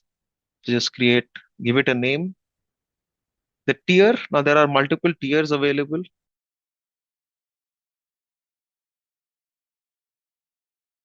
Now here you would see IOPS. Someone asked this question, IOPS, right? So what you get with a file share is about 1000 IOPS, which is input output operations per second. And we have disabled large file share. So basically we can go only up to 100 terabytes on this, right? So pretty straightforward. To create a new file share, just give it a name, choose a tier and click create. Now there are options that it is showing all of this. I don't want us to do that because deleting becomes a pain. So if you are seeing these options enabled, I'd ask you to go to the backup and just uncheck enable backup. Okay. Do not create a backup. It's a pain to delete the vaults. So we'll do the backups hands-on once we get to the backup topic. But for now, in the backup option, just uncheck enable backup and create your file share. This takes a minute and you would see it's already created a file share. So once the file share is ready, how do you connect? So now we'll do that. So if you have this ready, again, it might work for some, it might not work for some. Totally depends on your ISP. Okay. So you need to understand this. Few of the ISPs do disable 445 at the network level. So few of the depending on who your internet service provider is, you may or may not be able to mount the file share directly. Now I know for sure that my ISP has blocked it. I use Airtel. I've tried it with a different option with Geo as well, but it's still the same. But let's ACT. If anyone's on ACT broadband, it might work for you. So how would you connect? Simple. Just click on the connect option right here. It's going to give you a script which you'd have to run. Okay. The moment you click on connect, you'll see a pop-up that shows that asks you to choose your operating system. So you can choose Mac OS, Linux, or Windows. Since primarily most of us here on this call are using a Windows machine, leave everything for default, everything as default. The drive letter is what it will get mapped to. The drive is going to, or this file share is going to get mapped to on your machine. So you can leave it as Z for now. Click on show script and you will see a script that is generated for you, which you need to run. Once you've copied that, once you're on the screen, you would want to launch PowerShell ISE. So just type in, click start, type in PowerShell, and you will see something which says PowerShell ISE. You can click on that and it will show you something like this.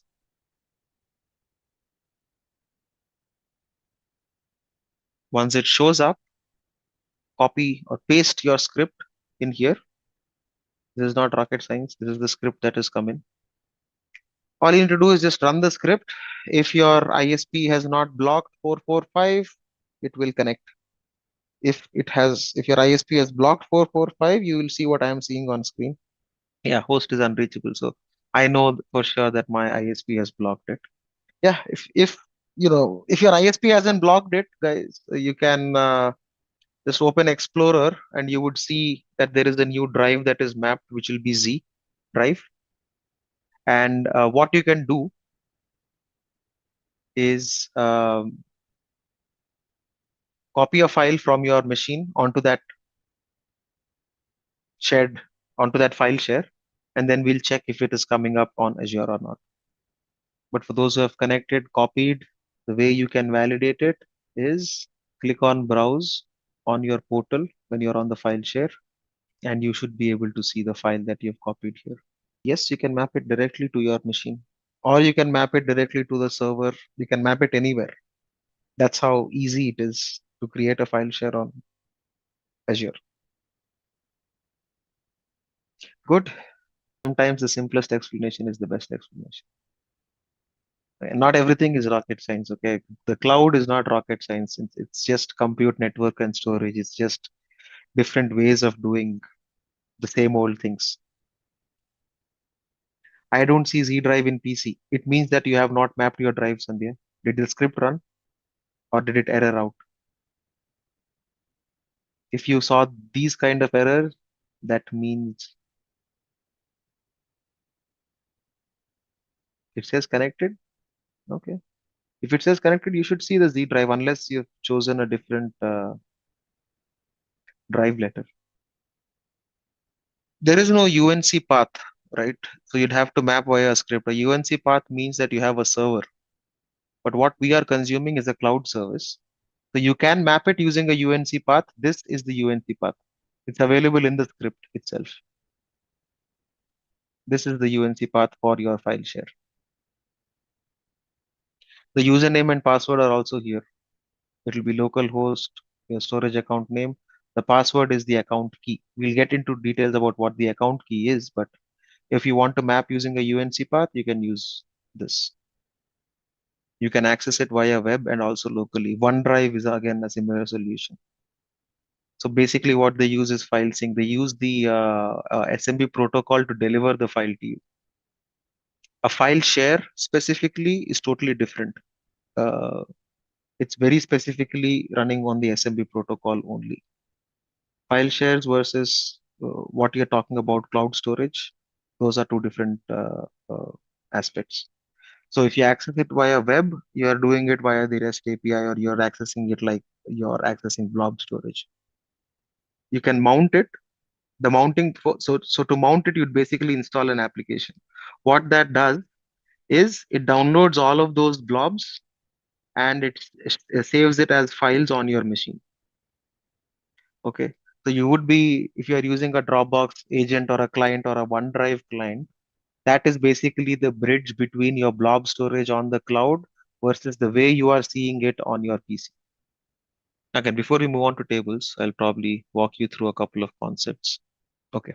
So one thing you would want to see is if you go to blob service, I talked about the way you access things, right? So if you look at the image that we have, you see this URL that is structured. I'll copy this and put it in Notepad,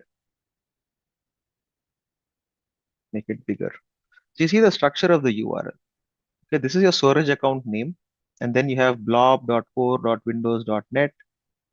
This is your container name, and this is your file name. Okay. Now, similarly, if you look at the service URLs for your file shares,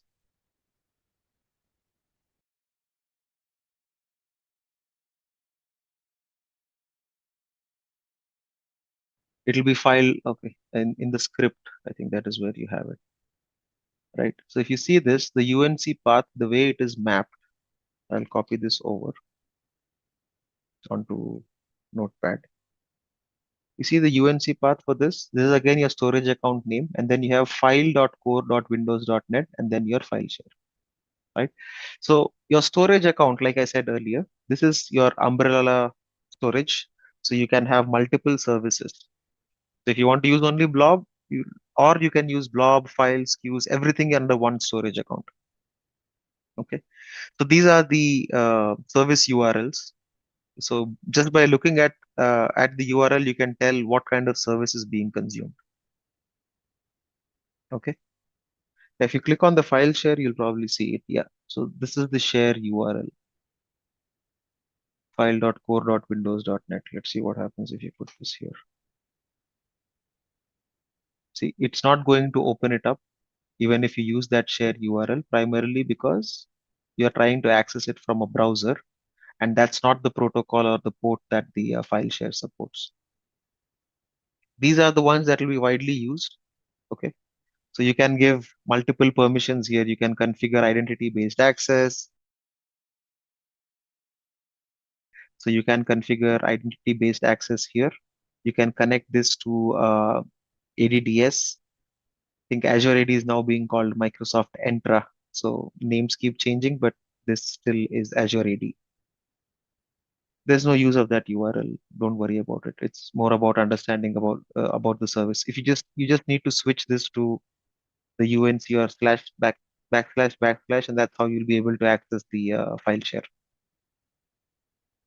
You can configure NSGs for file shares, but that's too advanced, right? Now you can enable identity-based access for someone who asked how you'd control permissions. You can set the default share permissions also on the file shares. Again, soft delete is there, security. There's a lot of settings that you can change in these as well. Right. The next concept that we have is around tables. So we'll go there. Okay. So table storage, as I mentioned, thinking about blobs. You wouldn't configure NSGs for this. You can consider or you can configure NSGs or public access at a blob level primarily because that will be public access, right? For file shares, you still need to mount it as a drive, and for that you need credentials.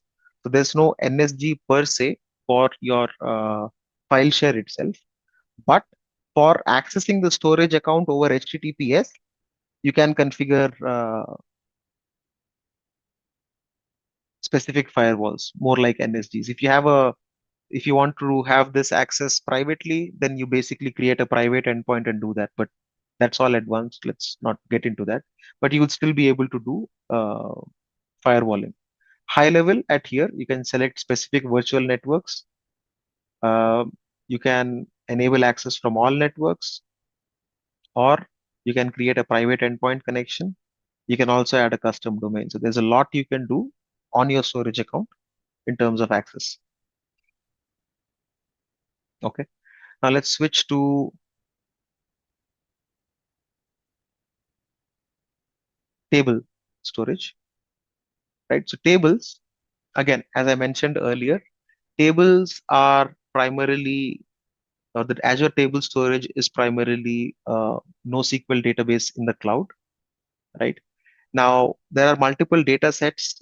Typically you'd use NoSQL database, or the way you are putting in or getting in the data, you can query them a lot more faster, right? That is the reason primarily why you'd use a NoSQL DB.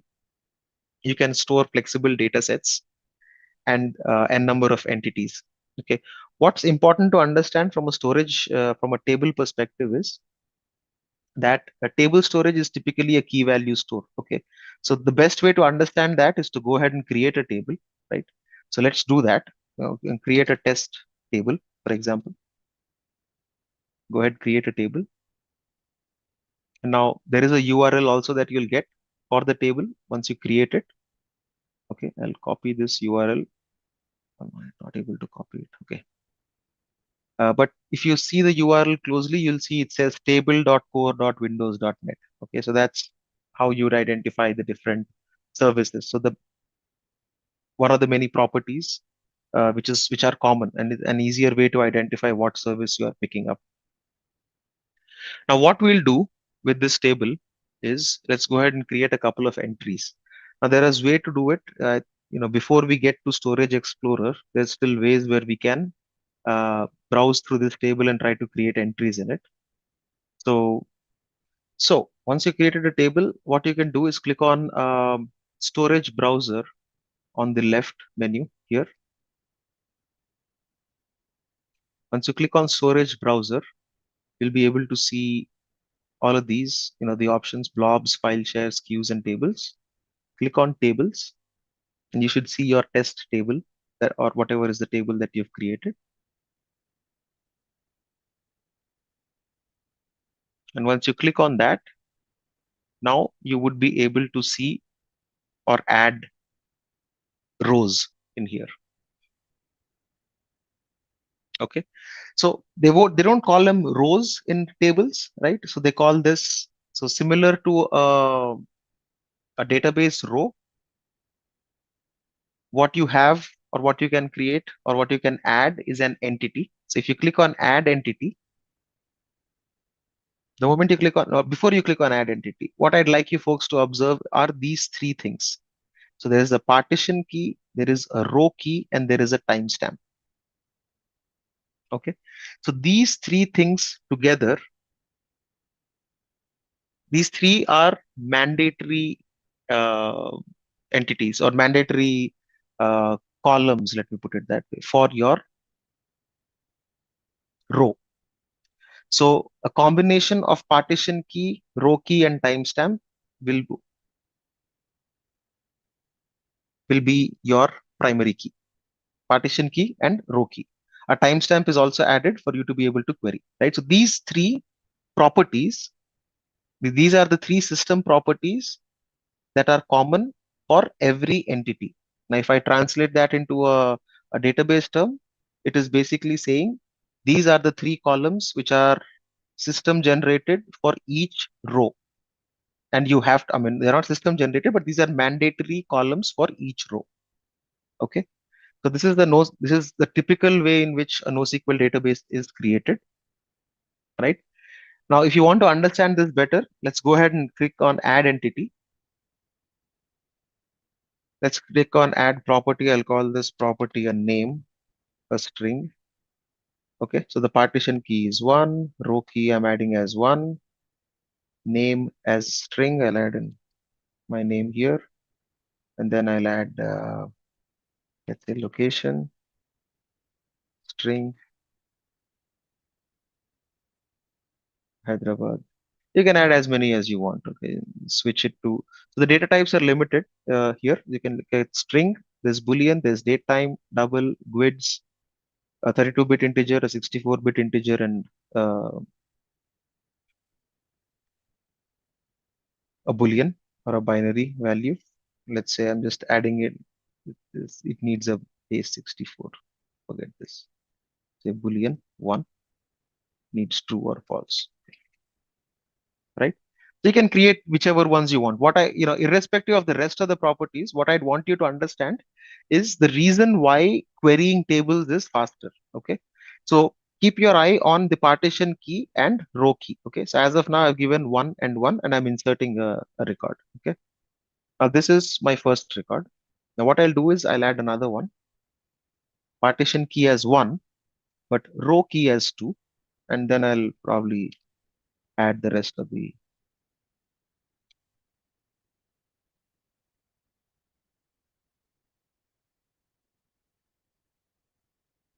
Okay, one thing you can observe here is the partition key and the row key cannot be same. You can have multiple row keys within the same partition key. Does this make sense? If you try to add the same thing again, for example, 1 and 1, it will not be able to add it. Okay, so the combination of the partition key and row key in tables constitutes your primary key, or is analogous to your primary key in a relational database. I mean, I don't want to compare it with relational, but an analogy, right? Even if I try to do 1, 2, it's a composite key. Yes, you can look at it that way, right? So now if I say 1, 3, okay, and I insert a record, okay, I've inserted a blank one, but that's fine, right? Now I'll switch the partition key and I'll add another record. So these can be the same. Location can change, whatever. Just add some junk. The partition key. Now, the queries are typically faster because within the same partition key, you'd be able to query things, or you'd be able to query the data a lot more faster. Okay. So a table in our scenario, or in this scenario, in Azure tables, a table primarily is a collection of entities. What are entities? Entities are the records that we've added. Okay. That's the basic, the first concept. Second thing to understand is the primary key in Azure tables is a composite key which consists of the partition key and row key. Well, it's not exactly a relational table primarily because you don't have to worry about joins or complex joins or other things. That kind of concept does not exist here in NoSQL. So if you want to query something, join a couple of tables together and do that, that does not exist here. And the second thing is, if you are querying large amounts of data, let's say for analytics or whatnot, it's easier to query the data within the same. So you can run parallel queries on the same table in multiple partitions. That's the advantage. Okay, you can probably explore the differences between a SQL and a NoSQL DB, right? SQL databases or relational databases, on the other hand, they are, they work on joins. There's a concept of a foreign key, and it's all relational data. Whereas here, it's not that. Now, using a partition key, basically, you would be able to load balance also here. What we mean by load balancing is running parallel queries, right? Now you can run parallel queries on multiple partitions at the same time if you are using a NoSQL DB. You can still, people don't use Azure tables much unless, your ask is, you're doing, you're cost conscious or you want to stick to tables. There's quite a few use cases where Azure tables were there. When Azure tables launched, it was consumed primarily because it was one option for people to start consuming a NoSQL database. Okay, yeah. What is Azure Table Storage? Again, quick recap. It's a NoSQL key value store. You can put in large amounts of structured data in there. You can store structured, non-relational data. When would you use this? Again, scenarios. If you want to use, store in large amounts, when I say large, it's like terabytes of data to serve web scale applications.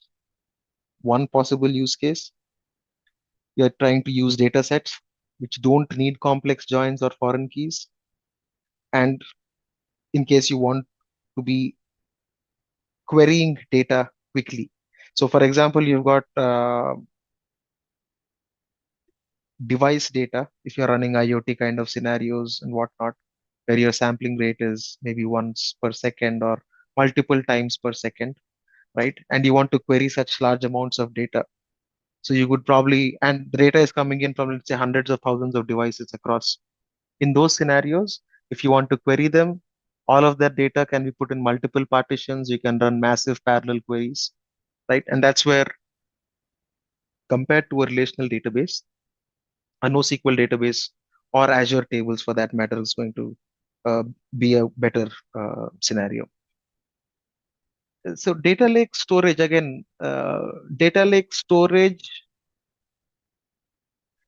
you can use a Cosmos DB. Again, data lake storage can take in data in any shape, size, or form, right?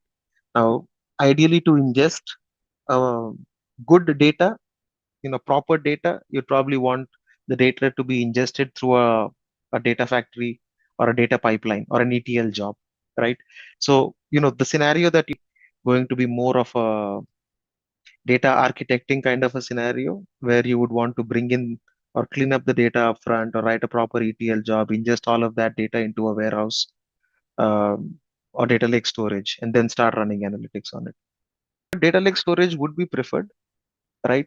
Now, when you use data lake storage, you can have, you can choose what type of content is coming in to that. I'll show you the data lake storage and the option that you have. I'm not much of a data guy, so I can't dive deep into or speak much about data lake storage itself, but we can explore that on the portal to see what type of storage would typically come in. Now, you definitely use storage accounts in the backend, or you would use, let's say, Cosmos DB, which eventually would use storage in the backend, right? So for those, your files and everything would probably stay in a managed storage, which eventually will still be consuming a blob storage in the backend, right? So just like we talked about uh, PaaS services being built on top of IaaS services, there are a lot of services that are built on top of storage accounts.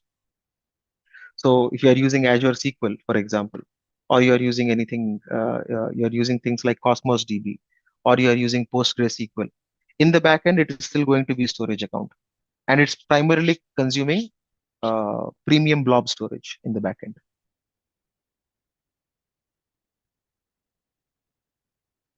right?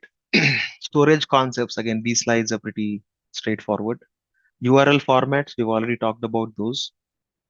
Accounts, again, accessing storage, you do it via storage account.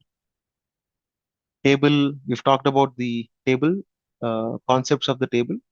It's a collection of entities. An entity is like a database row. And the properties, we've talked about the three system properties: partition key, row key, and a timestamp. And entities with the same partition key can be queried more quickly. That is how you are able to run massive parallel queries. From the keys perspective, we've talked about this. Every entity has a primary key, which is a composite key, including the partition key and the row key. We just saw that here, right? So the partition key and the row key together form a composite primary key, and you can run queries against each partition key. So multiple parallel queries can be run. To partition a table to support load balancing, that's the concept that we talked about around being the ability to be running parallel queries as well. It is used to identify the partition that an entity belongs to. Straightforward. Row key is to be able to uniquely identify a record within a partition. And again, this is what we already discussed. Partition and the row key together form the primary key or a composite key uh, for the entity or the record itself. I think all we have is hands-on. We've already taken a look at the table. And I assume you folks have created it. I don't focus much on tables and queues. People hardly use them, but they're still available in case you do get questions in the exam. But from an enterprise scenario perspective, these are hardly consumed. Right? Storage queues. So for queue storage, as I mentioned earlier, right, the hands-on is a little tricky. So storage queues, again, why would we use them? These are primarily used, again, as the name suggests, you would put in messages so that other processes can read and process those messages. So for example, I think I don't have a better example than the one that's on the slide. Uh, A message might contain the email address of a newly signed up user. Another process can come, read that message, and probably send a welcome email, for example, right? So again, these are typically for large number of messages, large scale processing. One advantage again that comes without saying is you can access the queue from anywhere because it's all HTTPS based. The concepts are pretty straightforward. Again, the URL format, you can see it will be queue.core.windows.net and then the name of the queue itself. Uh, Queue can contain a set of messages. The queue name should be in lowercase. These are the smaller things that will probably help you in the exam, or there might be a question here and there around that. The messages, the important block to understand though, is that a message can be in any format, but it cannot go beyond 64 kilobytes. Now you can, and each message has a time to live as well, right? So you can configure that. So a message, if it is not consumed by a process within, let's say, X amount of time, the message can expire, or you can set the message to be expired.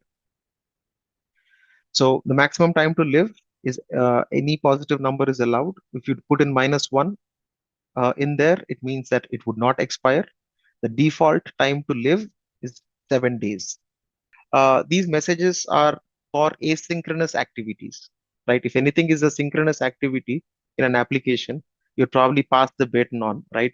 But for any async operation to happen, you can post a message in the queue and another operation can come and read the message and then consume it. So, for example, let's say when an order comes in, you want to print a shipping label, right?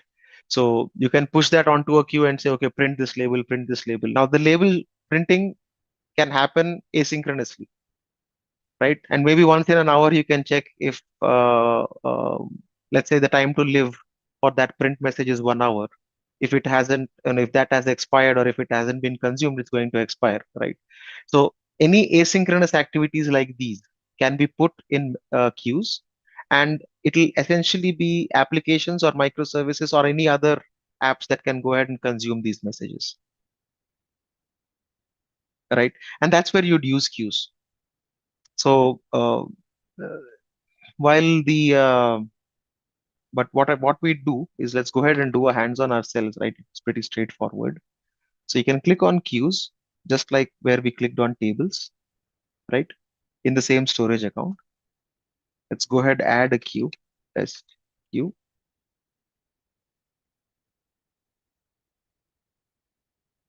And once you click on the test queue, you can see there's adding a message, dequeue a message, and clear the queue. So what we'll do is, so this message text, it can be in a JSON format, it can be in any format. Only thing we need to understand is it needs to be lesser than 64 kilobytes in size, right? And then you can set the expiry uh, time.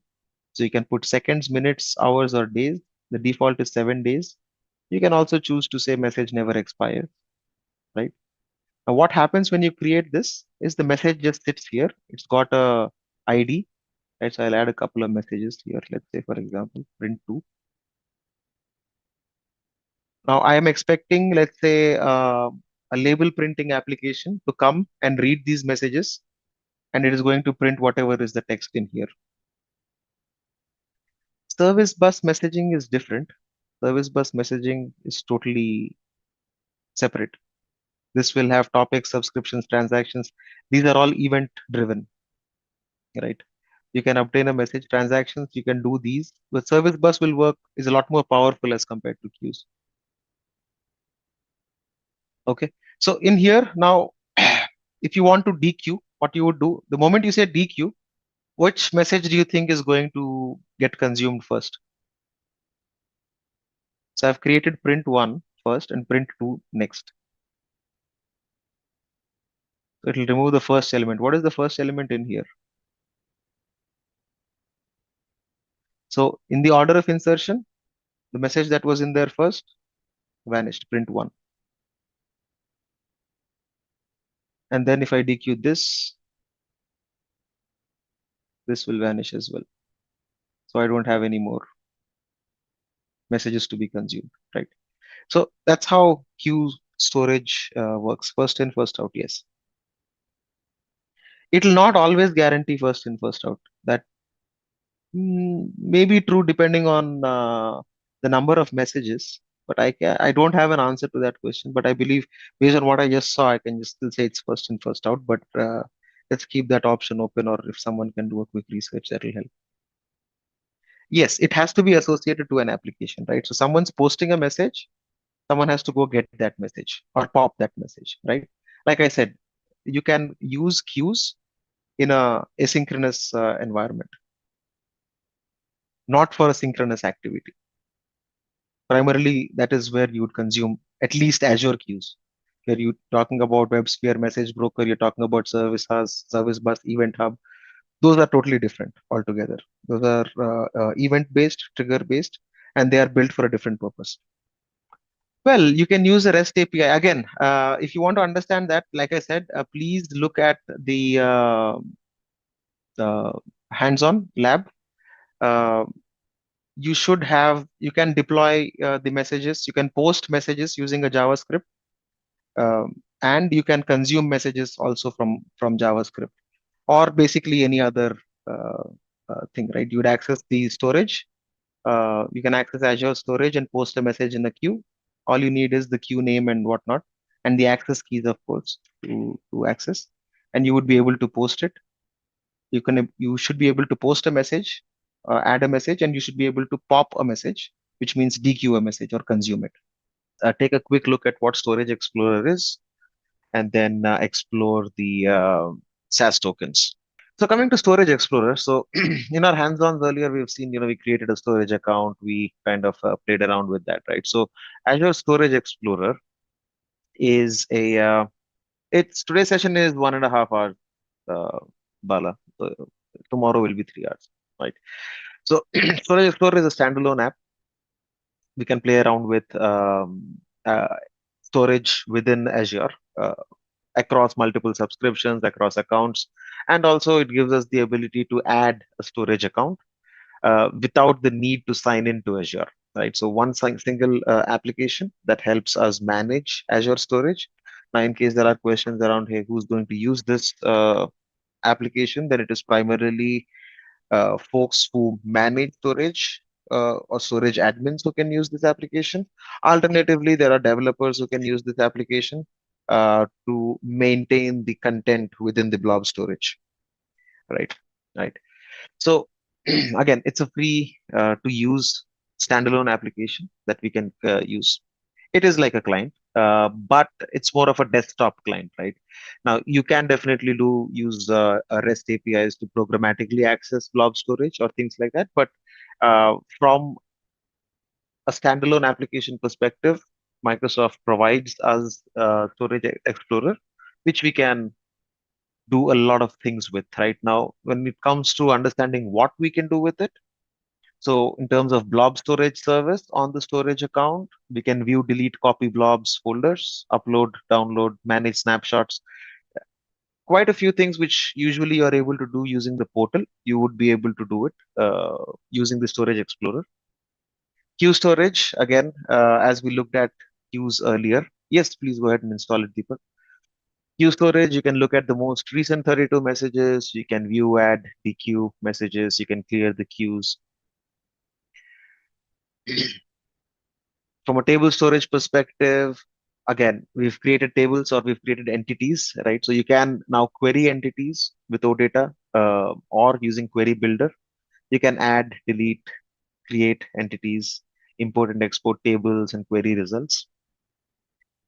And from a file storage perspective, again, pretty straightforward. You can navigate uh, through the directories. You can upload, download, delete files. Essentially, whatever you would expect to do as a storage admin, you would be able to do it using Storage Explorer. So what we'll do is go ahead and install Storage Explorer. Post that, what we'll do. Okay. So once you've downloaded and installed it, it's pretty straightforward. Next kind of installation. So what you can do right after is log into your portal.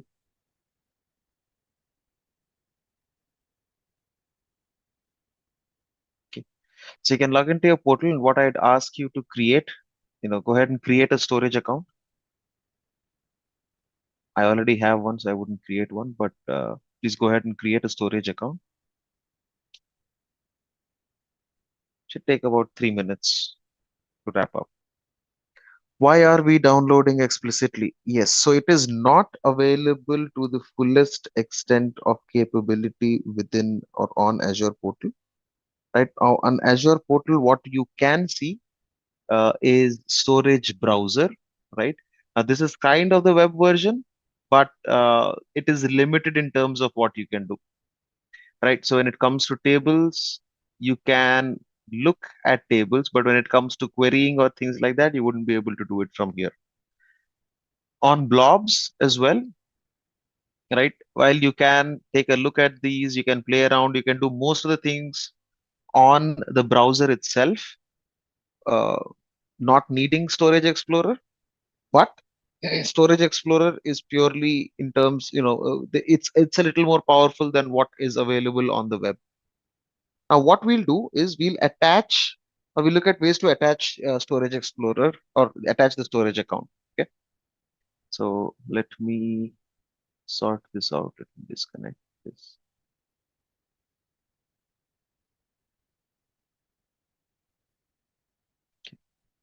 So the first thing we'll do is you can see once you launch Explorer, I'm assuming you folks have the storage accounts also ready. So on the left side, you'd see a connect menu, which is this. So go ahead and click that. Once you click, you'll see the options. It'll say connect to Azure Storage. So the way we'll do it is we'll choose storage account or service. Once you click on that, you'll see the connection method. Let's choose account name and key. And once you click on next, it'll ask you for providing information, which is the display name, and account key. So display name is straightforward, whatever name you want to provide this. I'll just call it testing storage with key. Any name is fine. It's not unique. The account name is the storage account name itself.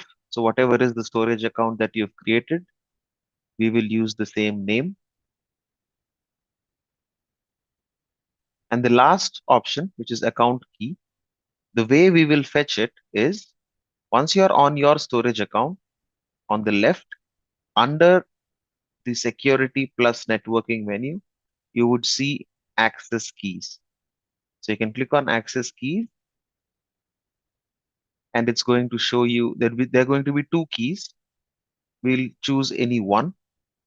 So click on show for any key, the button here, which says connect, or it looks like a plug, right, on the left.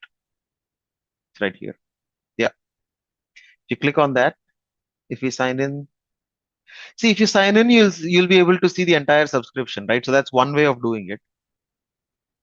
So you'll see all the subscriptions and you'll see the storage. So that's one way, but that's kind of understood. So the way we'll want to do it is using the account name and key, so that we are able to show that even without needing your account, right, you'd still be able to provide or access the storage accounts.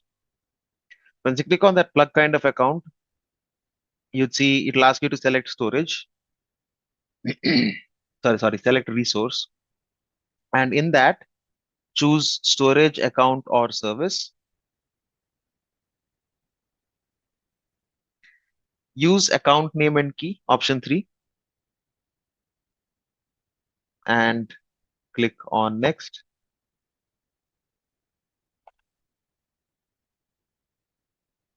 Now it'll ask you for 3 things. Provide a display name. Any name is fine. The account name is your storage account name that you have created. So you can use the same name as the account name. Now the account key, this is how we are connecting. So the account key, the way to fetch it is once you go to the storage account, let me navigate to my storage account. Once in your storage account, You'd have to create one of these. That was our ask, right? Let's go ahead and create a storage account. In the security plus networking tab, you will find access keys. Now remember, access keys are the master keys to your storage account, so you'd have to keep them safe, right? And that's why they don't show them here. So with these keys, you basically get root kind of access, right? Admin kind of access. Now on key one, click on show and copy the key. Once your key is copied, paste it in the account key section and click on next. So I'm on the summary page. Okay. All we need to do is connect and you're going to see all the services, blobs, files, queues, tables. So you can upload. What I want you folks to do is upload anything, upload an image on here and attempt to get the URL. Please go ahead, drop in an image in here. So just click on upload and just upload an image in here, right? Basically, this is to show that, how you're able to play around with storage, right? So now that you're connected, one thing you would have to realize is, you connected without the need of signing into the portal, right? So now we have connected using the keys. Just drop in an image, right? Upload an image. Any image is fine. Upload an image, create a container, upload an image. I know you've done this already earlier, right? So it should be straightforward. Just put in an image. So once you upload a file, right, it's going to be as good as doing it through the portal, right? You can right click on the image. Once you've uploaded it, you can see you can do a copy URL, and let's attempt to open that on the browser and see what we get, where we get. Okay. Okay. So if you're not able to see the image, no issues, park it there. We'll get to the resolution of that using shared access signatures in a bit. But the intent here is that you can play around with the blob storage. You can play around with queues. Again, you can go ahead and create a queue, right? Just right click, create queue, and it's going to create one for you, right? Whatever we did on the portal previously, you'd be able to do from here. Same goes with tables. You can create a table, insert data. The other interesting thing is you can query the data. There's a no data, there's a query builder here. So yeah, so tables again we've seen. So blobs, just like you were able to upload, you'll be able to delete, you'll be able to create a new container, you'll be able to copy, clone. Once you right click, you'll see a lot of interesting things here, right? Same goes with file shares, right? You can create a file share just like that, create a new folder uh, within the file share, right? Now mounting, unmounting, we've already taken a look at that, so I'll not worry about it much, right? So basically, across all four services, you would be able to play around with them by attaching the storage account using a key. One thing to understand is that the key provides admin level privileges, so you can add, delete, and do a lot. It's a lot more powerful. It's like your admin account, right? Now, what if you do not want to provide admin accounts? Is what we'll look into uh, with shared access signatures. The second option, which you can explore, is to sign in using a subscription or sign in using your Azure account. I'd say we'll park it. It's nothing different. The way you do it is using the same approach. Click on the connect dialog box, right? The plug. And instead of the storage account or service, you choose a subscription, right? Now, once you do that, it's going to list out the subscription that you have, access to all subscriptions, and it's going to look the same. Okay, so I don't want to spend time on that. That's pretty straightforward. So take that as an assignment or a hands-on, and you can do it later, or you can do it now. It's up to you. Okay. The next thing, like I said, we'll discuss about is the shared access signature, right? Now, what is shared access signature and why we'd use it? Not found. Yeah, that's fine, Karuna. That's fine. Right. That is what we want to fix in the next topic that we're talking about. So if you're not seeing the image, absolutely okay. Right.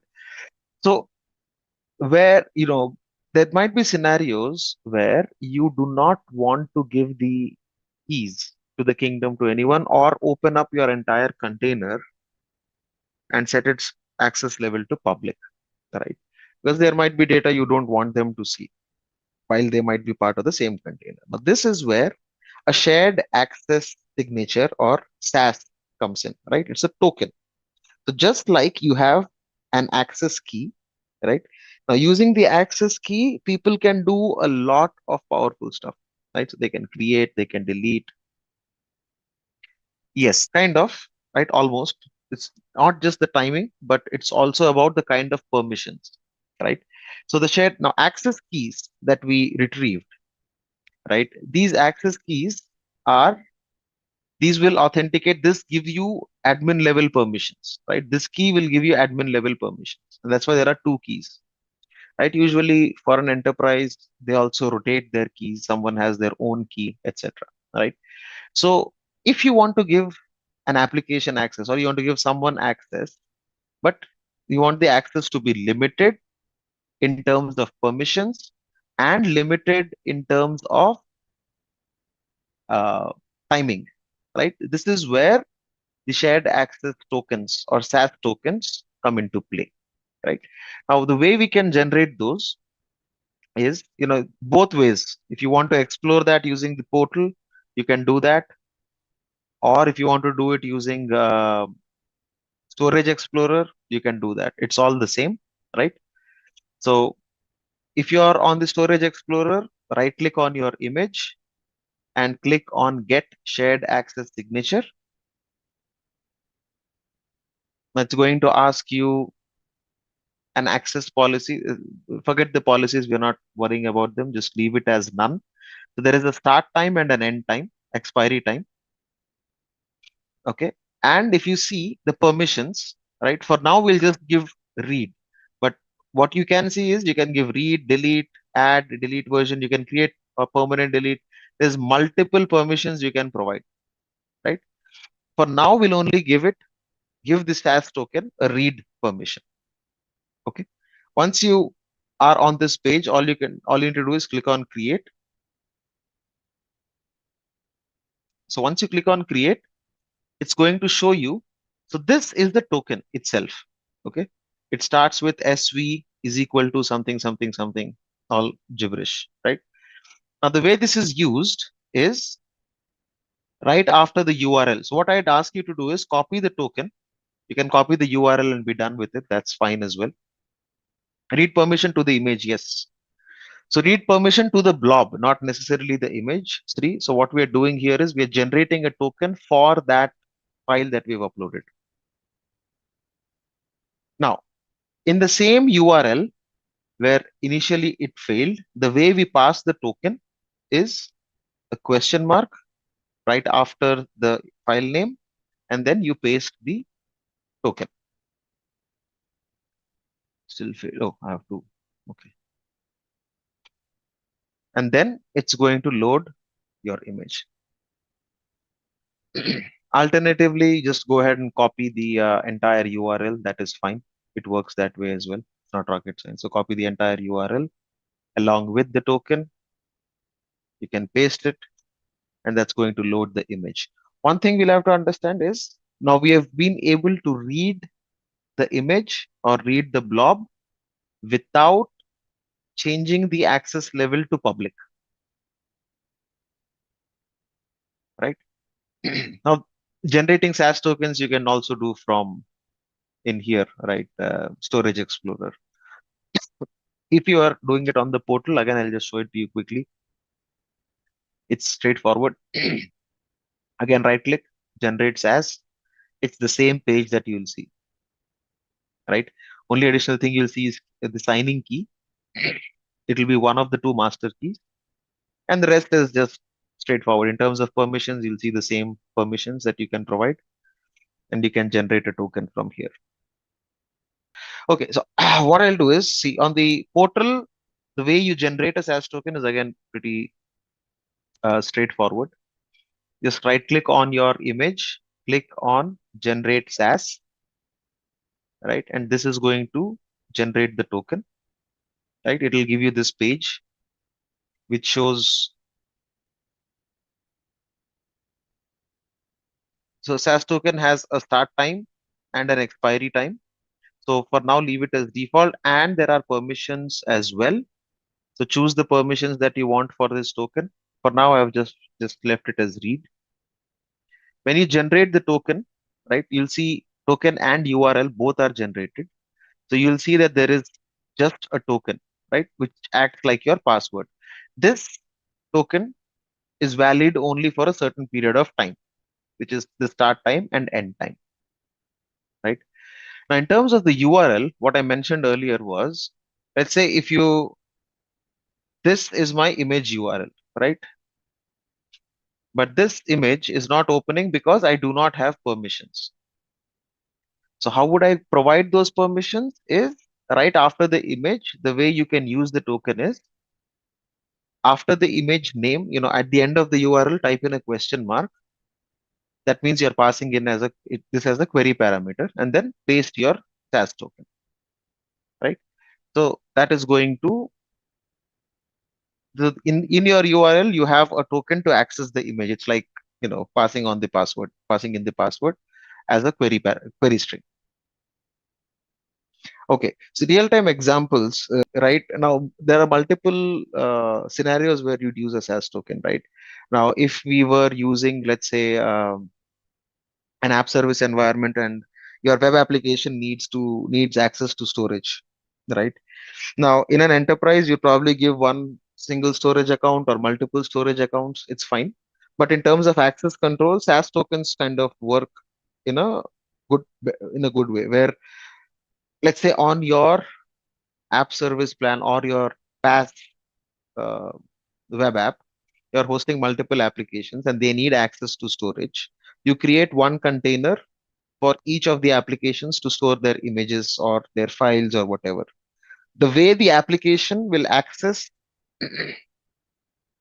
the blob storage is using a SaaS token. Now, the SaaS token can be set to expire in 30 days, 60 days, or also up to 1 year, right? Also, in scenarios where you're using blob storage as persistent storage for Kubernetes containers, for example, right? There, the way they would access storage is using a SaaS token. Alternatively, simpler example, your website has got, let's say you want to allow people to download a file starting from 5 p.m. to 6 p.m. That's like the most crude, simplest example that I can provide. Right? You can just generate a SaaS token, give the URL, and they'll be able to use it only for that particular time. Can we generate SaaS tokens through PowerShell? I think you can. I haven't. I will AZCLI I have. PowerShell I haven't, but I'm sure you would be able to do that using PowerShell as well. Okay. So that's the bit on SaaS tokens. We'll do a quick recap. Shared access signature, again, it's a token that grants restricted access rights to storage resources. Now you can generate, using the SaaS token, you can have specific permissions on files, on blobs, on queues, on tables, right? Now these tokens can be used to provide access to the clients who are consuming the resources in the storage account without the need of sharing the account keys, right? Remember, account keys are the keys to the kingdom. So except storage admins, no one's expected to use those, right? What is SaaS and blob storage? Again, just as we saw, it's a secure token that allows us to specify the time span permissions that are needed on the blob or a container. The sample of the SaaS token, like you've seen, right? It's a question mark, SV or SP is equal to, and then it's the entire token, which includes the permissions, it includes the time span, and it includes whatever that you have provided to the token, right? Hands-on, I think we've already seen this, right? Generating a SAS key and then using an image. Okay. So let's move on to data factory.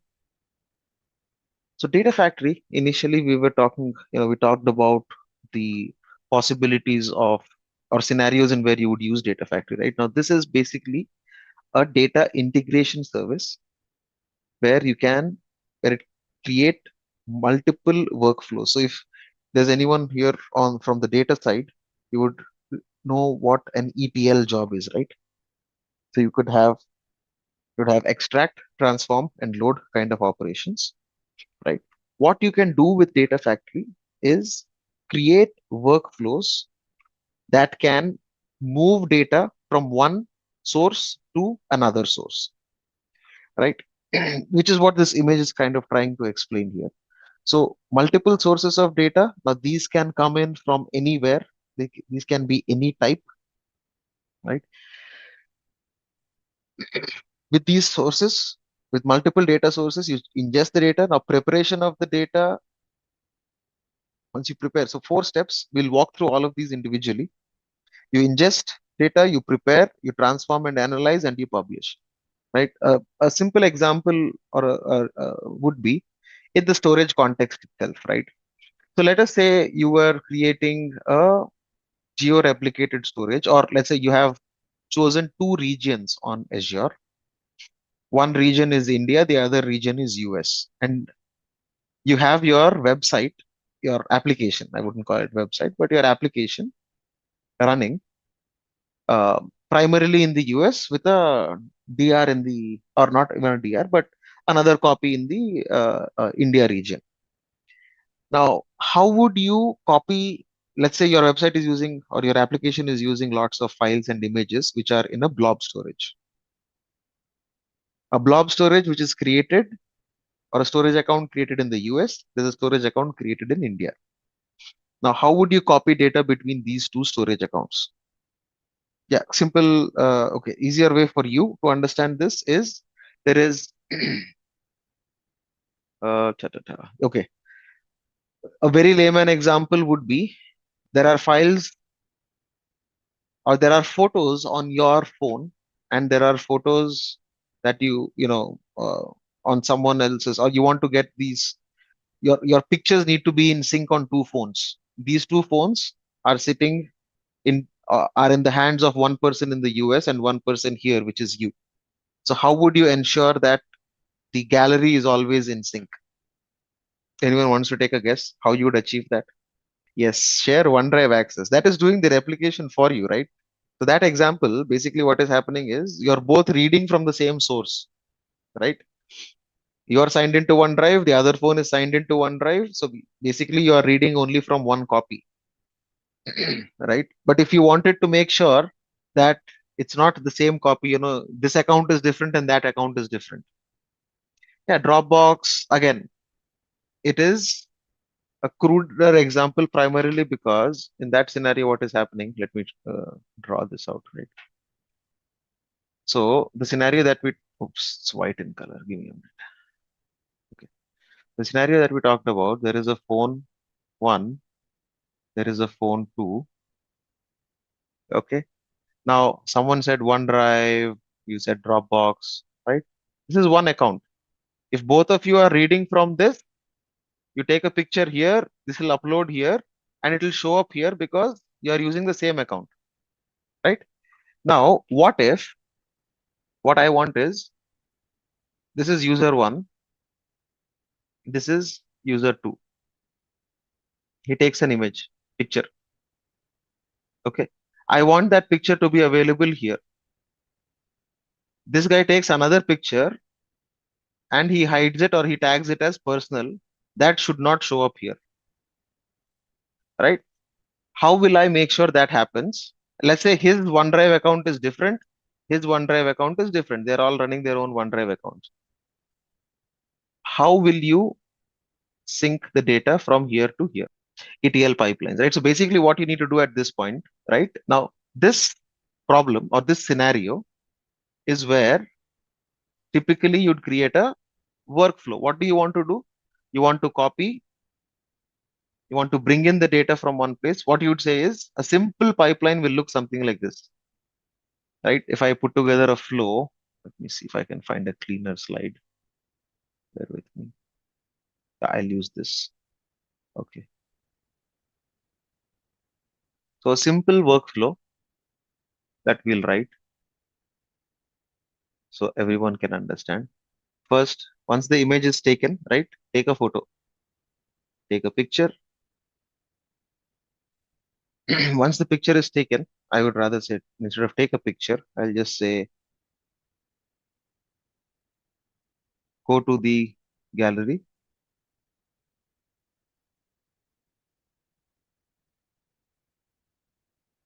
I hope at least even for freshers, the loop should be easy, right?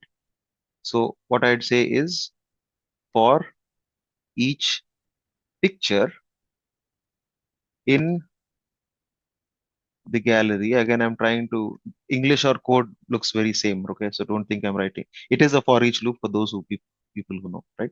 For each picture in the gallery, I'm saying, is it marked personal?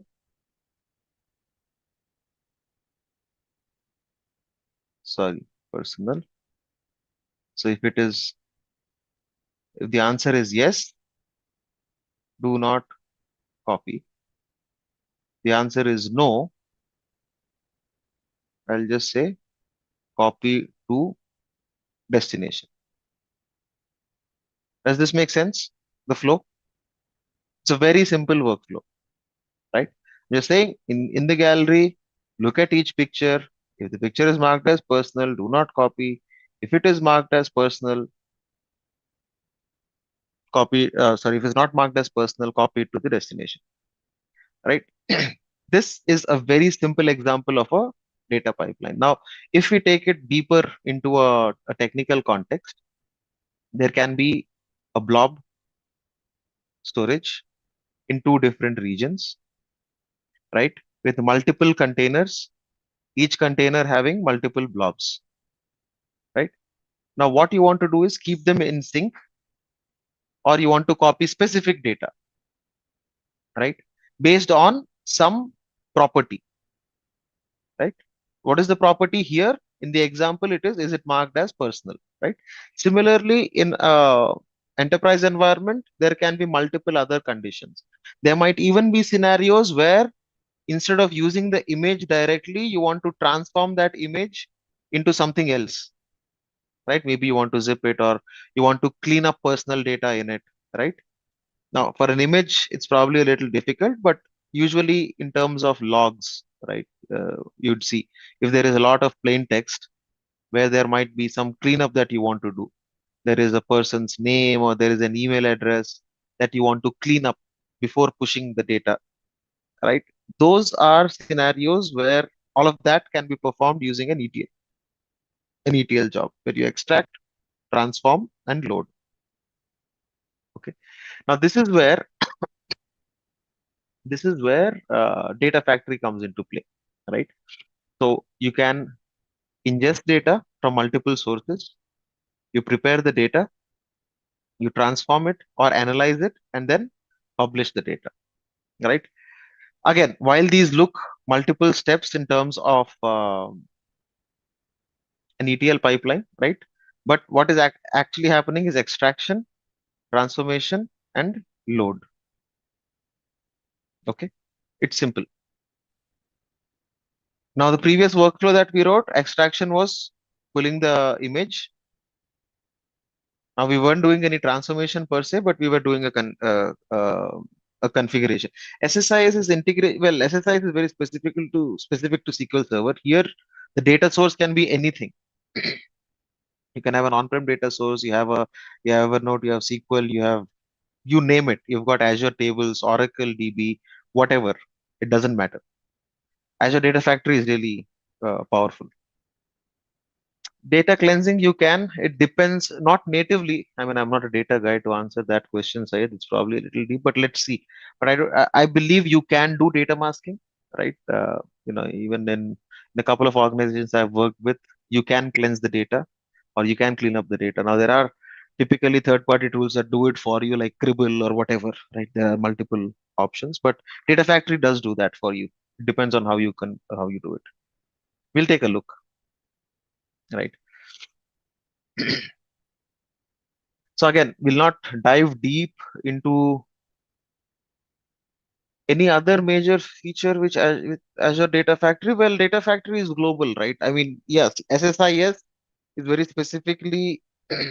I haven't used SSIS per se or Data Factory, right? But what I would say is what comes with Data Factory is the ability to be able to use it in the cloud and scale it, right? If you're using SSIS across multiple sources, you'd need as much infra that you'd have to set up.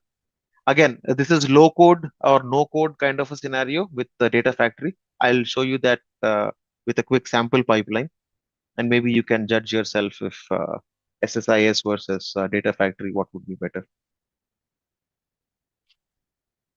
Okay. So one tool that we have is the copy data tool. Now, this is a very, the storage example that I quoted. Uh, you can use copy data tool for it. Again, copy data tool can be used for multiple sources and multiple destinations. What it does is actually build a pipeline in the back end, right? So what I'll do is we'll go through a hands-on of this to understand. Data Factory will be covered in, well, data again, Venkat, what we are covering here in this is only up to a level 100 across all the tools from an Azure admin perspective, right? Um, I think from a data perspective, there are different courses that can dive in, right? But for now, we just stick to level 100 across all the storage, networking, and compute, or specifically Data Factory. Now, we don't want to start engineering data pipelines here, right? That's not the intent. We just want to understand that there's a tool that's available and what are its capabilities, right? You can, of course, explore Data Factory whenever you have the time. So what we'll do is let's go ahead and create a. So we have one storage account, right? Which is there. Let's create another storage account, which will so one is our source and one is our destination. Since I already have one, what I'll do is I'll create another one quickly. So you folks can also go ahead and create one for yourself.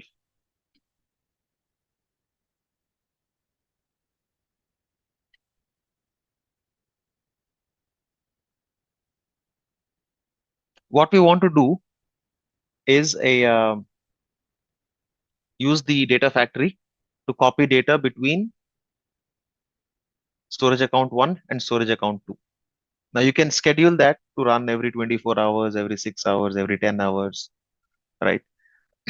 That is uh, beyond this, beyond the part. But what we'll look at is how do we create a pipeline? Actually, the copy data is a template, right? So we'll take a look at that. What we'll do is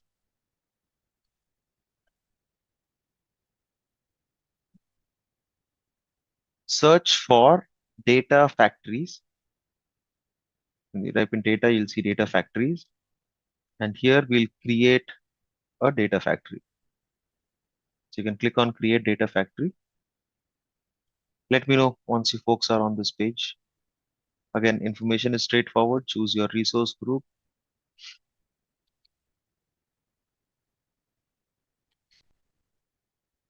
and provide a name. We wouldn't be doing anything else, right? Just the name. Choose the resource. It's already taken. So this has to be globally unique. To choose your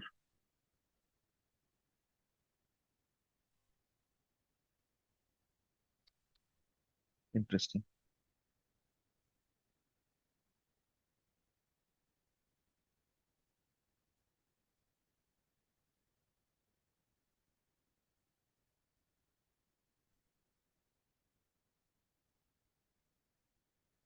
Okay. Click on Launch Studio, and that's going to take you to Azure Data Factory.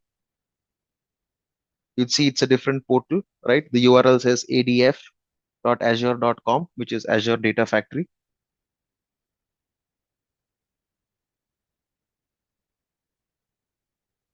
Okay. So here you would see what all you'd be able to do. So you can ingest, orchestrate, transform data. Well, you can also run your SSIS packages in the cloud. Okay, so data factory to creation is done. Okay, so once you have created it, just click on go to resource, or on in your resource group you can just click on the name of your data factory. So in my case, in this resource group, I have the data factory here. You click on it, it will show you this page. And on this page, you would want to click on Launch Studio, and that is going to bring you to another. Yeah, Basavaraj, you need to give it a unique name, a globally unique name, just like your storage accounts. Because data factory is accessible from everywhere, you need to give this a globally unique name. So choose a unique name and you should be fine. Choose special, choose a name that's not common. I mean, for storage accounts, whatever name, just like the way you've chosen the name of a storage account, just like that, you'd have to choose the name of your data factory. Storage account and data factory are not related at all. Storage accounts are totally independent of data factory. So if you delete storage, data factory will not get deleted. Remember, data factory is an ETL. It's a data pipeline that you're writing here, right? So this has got nothing to. Your storage account is just one of the sources of data for the data factory. After creating data factories on there, click go to resource and then launch. Click on Launch Studio, and then you'd be on the page that I am on. How about deleting the resource group? Is data factory deleted? Yes, it is. All resources in the resource group get deleted if you delete the resource group. Okay. So once you're on this page, what I want you to do is click on ingest. Once you click on ingest, you would see on the top left, it says copy data tool. Now this is basically a built-in copy task that we are using. Now the built-in copy data, so built-in copy task is what we'll create, right? Now you can play around with this for those who are data freaks, knock yourselves out. You can do a metadata driven copy task, and a lot of interesting things. What we'll do now is a simple built-in copy task. And see, if you look at this, the task cadence or the schedule. So you can create this to run on a schedule, which is every 24 hours or, every minute, every hour, every day, every week, every month, whatever, right? And you can choose to specify an end date so that that schedule gets over. There's a tumbling window that you can also specify, right? But we'll not do all of this. So this one will only do a run once copy task, right? So we've got a source. Our source and destination are both blob storages. Okay. So choose built-in copy task, choose run once now. Tumbling window is straightforward. I mean, you would create a schedule and then you can add in a delay, and you can set up the maximum simultaneous runs, right? And retry policies as well. So you can do a little bit of research on the tumbling window, but this kind of increases the number of uh, parallel copy tasks for you. Okay, so choose run once now and then click on next. Now in the sources, you can see there's a lot of data sources available, right? While you can even copy data from AWS to Azure, right? In your sources, you'll see RDS for Oracle, RDS for SQL Server, whatnot, all of this. You can bring in metadata from Google Ads, from Google BigQuery, Greenplum, HBase. I mean, it is a huge list, the data sources. Now for us, all we need is blob storage as our source, right? Now, whatever we are creating, remember, from a data factory perspective for the pipeline itself, everything is external, right? So when you choose Azure Blob Storage, you need to tell Azure Data Factory how it should connect to blob storage, right? And that is where you create a connection. Now, there are two ways for this. If you see authentication type, someone asked about a real-time use case for SaaS tokens. You can specify a SaaS URL in these scenarios also. However, for now, we will be using account keys only, right? So I'm creating a connection. Why am I creating a connection? Because I need to tell Azure Data Factory how to connect to blob storage. Okay. So I'm just giving it a name so that I understand source blob connection. Now I'm connecting via the auto resolve integration runtime. Now this is primarily because I'm connected to Azure. I would want to use the same runtime, uh, uh, same integration runtime to connect to the Azure infra. If you have different files, you would use the SaaS token on the container itself, not on the individual blob. But if you want to give it for individual files, you can, right? Okay. So now what I'm doing is I'm choosing the account where I have the blob storage and my storage account, right? So because this is also an Azure product, there is integration between adf.azure.com, right? Remember, we are not on the Azure portal. This is a totally separate service, right? And just choose your subscription and your storage, choose the account key. You're using the account key now. If you want, you could use a SaaS token also, but we'll keep it as this for now. Click on create. It's created. Now, what it is asking for is what is it that you want to copy? Okay. So we'll choose the specific file only for now. So once you click on browse, it's going to show you the root folders. So you can select the folder and select the file. Okay, and I am clicking on OK. One thing though is with blobs, it's a little tricky. Okay, I'll walk you through that in a bit. Next important thing is to remember to choose the checkbox for binary copy. Remember, our files are all binary, whether it's an image, a file, uh, an Excel file, or a Word file, or an exe file, or whatever it is, right? It is a binary. So choose binary copy, right? Now, the remaining things will leave as empty. I don't want to this. It's just one single file, so we don't want to have concurrent connections, etc. Right? And then we click on next. Now, it is going to ask you for a destination data store. Now, one interesting thing around blob storage is that while the blobs can or will get copied, I will go through the properties again, Ajay, in a bit. While the blobs can get copied, the containers cannot, right? So what we have to do is create a container with the same name on the destination storage account. Okay. Create the same, create a container with the same name. Now, if you are doing this programmatically, you can go ahead and create that and not worry about all of this. But since we are doing a hands-on using the portal with little to no code, and it's all UI driven. So I would ask you all folks to create the container with the same name on your destination storage account. And now we have to specify the connection for the destination storage account. So in that, what we choose is again the subscription and the destination storage account. Let me create this.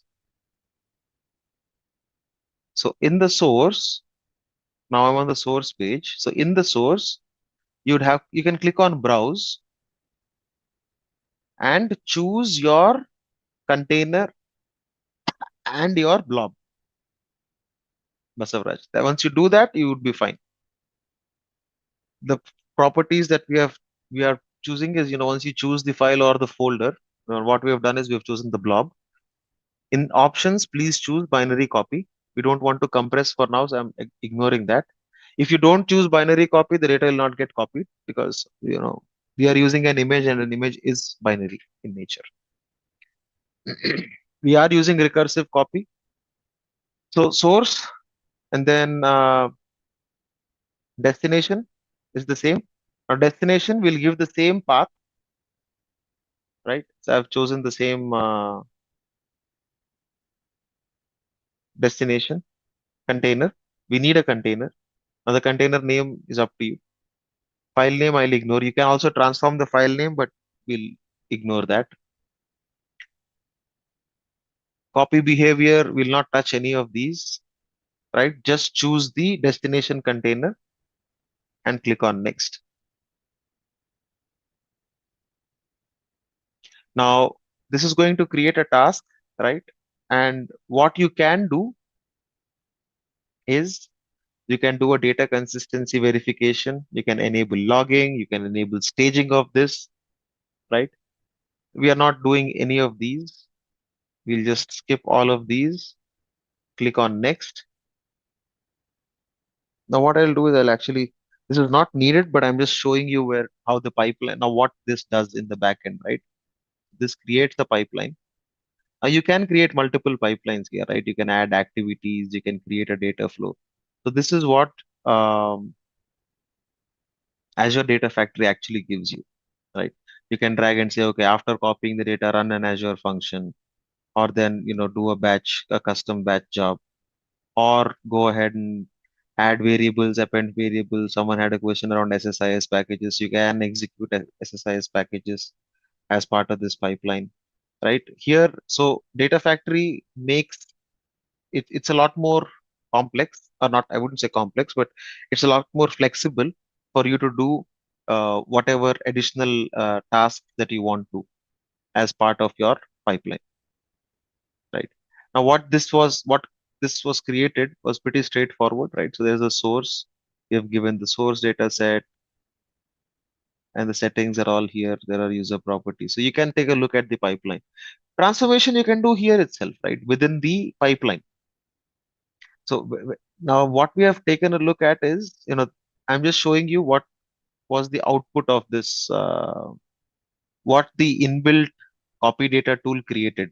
In the end, it's still, this is the YAML file for this. I think JSON. This is a JSON. Yeah, this is a JSON. So this still is the code. Now you can maintain the pipeline code. Now, when you build a pipeline, you can add multiple triggers for this. You can just say add a trigger now. You can edit a trigger. Then you can say this is what we have done, source destination. These are the properties. Now on completion, you can say, oops, run a batch script. Now transformation can happen here. I'm not a data guy, Ajay. Sorry, I can't give you a transformation example, but you can find them on GitHub if you want to. Okay, all good. So this is just the basics, right? We have just hardly even touched the tip of the iceberg of what Data Factory is capable of. But you can definitely go ahead and explore. If you are a data guy, you can look at multiple integration runtimes. There's Purview integrated. You can pull in data pipelines from sample ones that are available on GitHub, Ajay, so that you can, if you're interested, you can play around with those. All right. So next topic for us is Azure Data Box. Now I know we briefly talked about this in the introduction sessions, right? Now this is very unique service that's available from Azure. Now what this does is assist customers in shipping the data physically, right? So in case there is large amounts of data that you want to upload to the cloud, more often than not, it becomes a network nightmare because you might choke the network or it might take a lot of time, and more often than not, it's expensive, right? So Azure Data Box is a service where you can transport large amounts of data to Azure in a cheaper and reliable way, right? The way it works is you place an order on the Azure portal itself, right? It's very straightforward. I'll show you this again.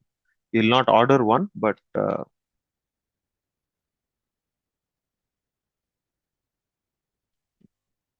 you've got Azure Data Box. When you create an Azure Data Box, so it'll ask you what do you want to do, right? Import data or export data. If you say import, you choose your subscription, you choose your resource group,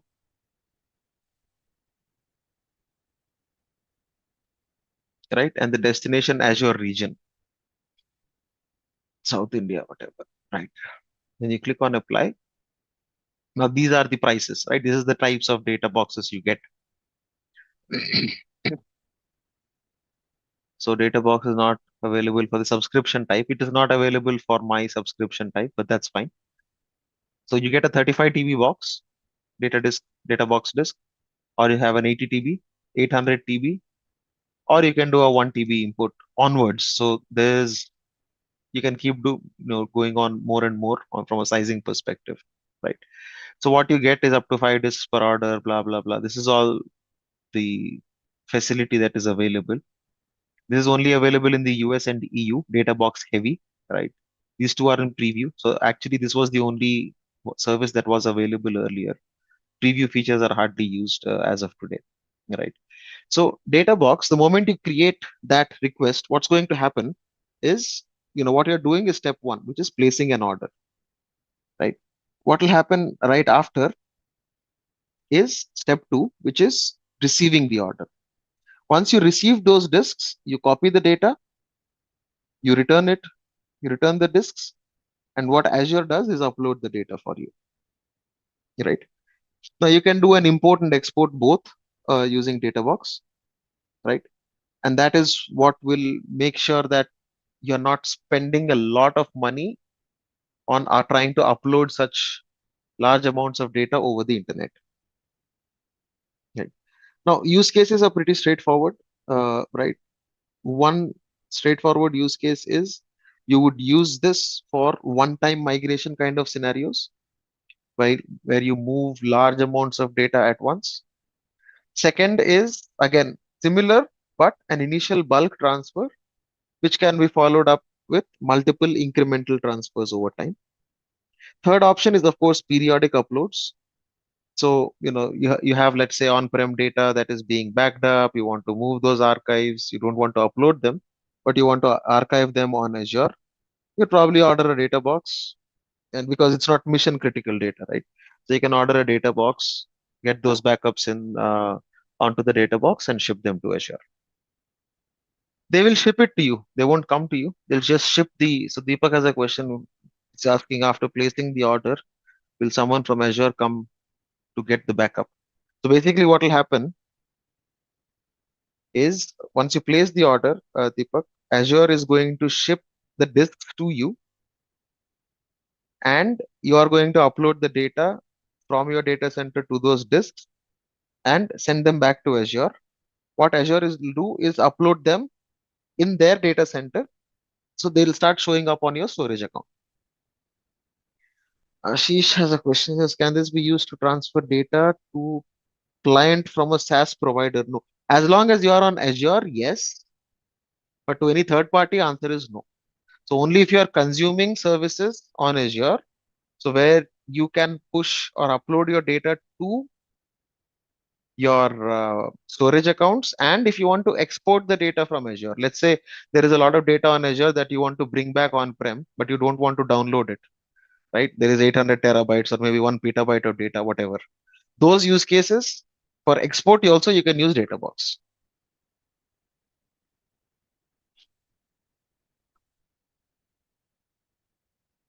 Yes, it is a physical device. That's what we're talking about. I mean, those disks get shipped to you, so it is using a physical device.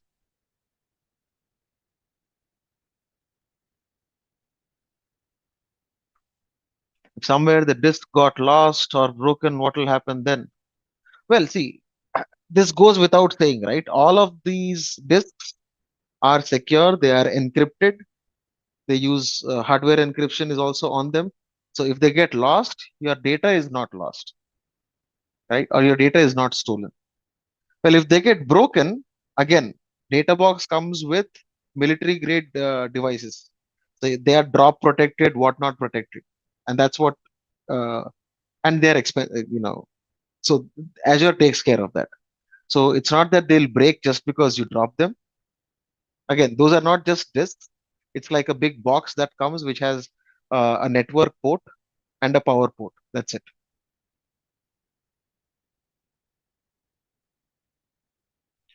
Copying will take time, but not as much time as uploading 800 terabytes over the internet, right?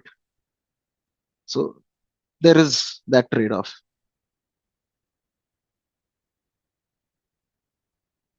You are selecting the resource group, yes. So they will upload the data to a storage account in that resource group only. So they ask for the resource group to make sure that they'll create the order there. So they'll show you the data box there, right? And when you upload the data, it will also ask you what is the destination storage account you want it in. So it's all automated, right? It's not someone is going there, dragging and dropping the files. It's all automated. So once you select all of these details, the data box will come. And once it goes back to Azure, it will ensure that no one else can upload the data unless, it cannot be uploaded to any other storage account apart from yours. We talked about LRS. We talked about GRS. We talked about GZRS, RAGRS. We've explored all of those, right? 4 types, yes. Why storage replication again? It's crazy. The slides are here, but we discussed that, so that's fine. So we discussed storage replication. Quick recap. Again, I don't want to go through these English, but high level, you need storage replication to ensure your data is not lost, right? It's as simple as that. The types of replication that we've discussed, you can go through the slides if you will, but I'm not a slides fan. Data replication options, yes. LRS. Just a quick info, guys. Intellipaat offers Microsoft Azure course training and certification. Through this course, you will be able to prepare for AZ-104 Microsoft Azure Administrator exam and much more from the top industry experts.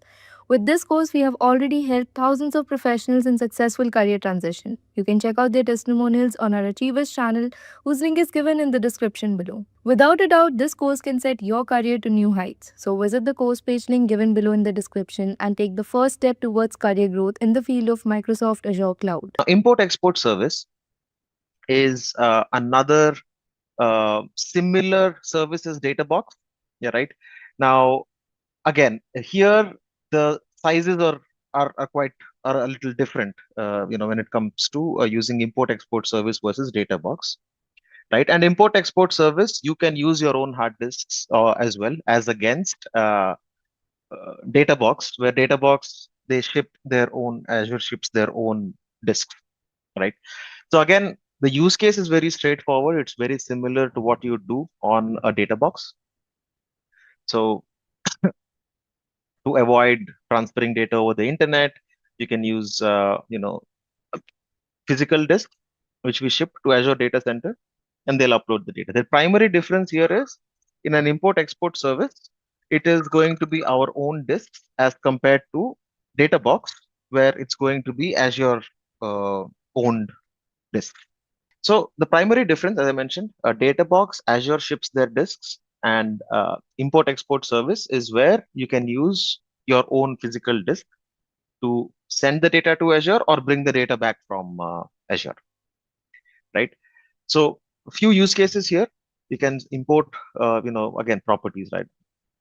Than use cases, right? You can import large amounts of data, very similar, but this is very specific to blob storage and Azure file. Now you can use this to transfer the data from blob storage to disk. You can export the data as well.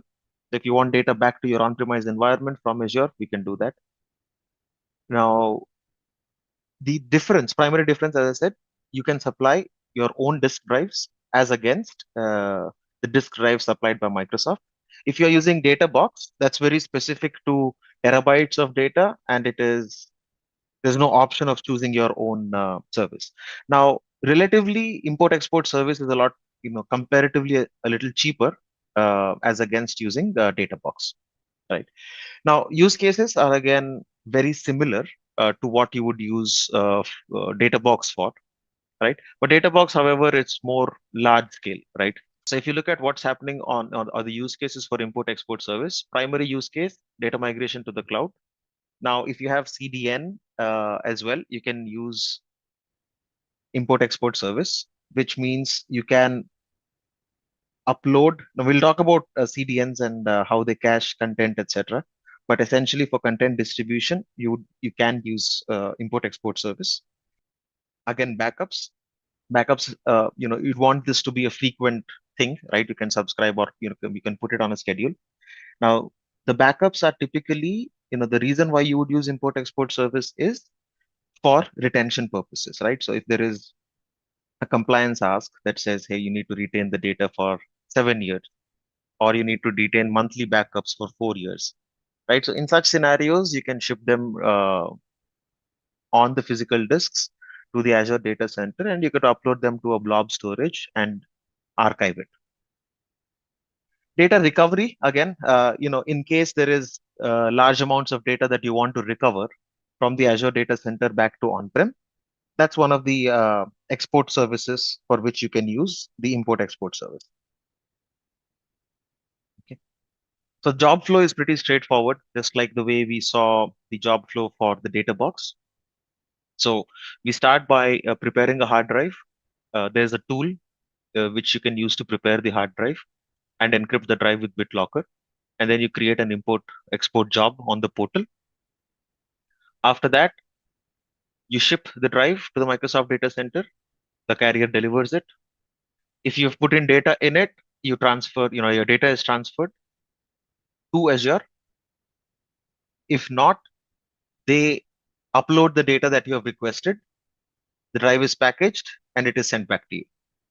There will be shipping charges and other things, right? So apart from that, they'll charge you for the hardware, but not for egress. But if you were using, let's say, instead of the import export service, or let's say you were using internet to upload, that is where definitely there's going to be egress charges as well as ingress charges. Okay. The data flow is pretty straightforward, right?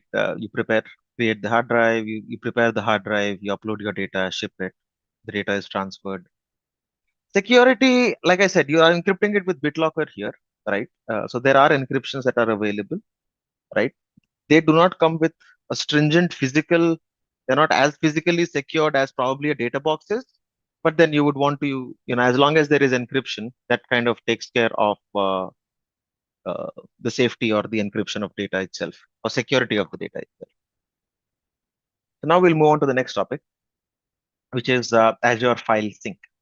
Now you can hybrid kind of makes much more sense here, right? So on-prem data center, and then you have Azure, on which you are using, let's say, a storage account, and you're using Azure files, right?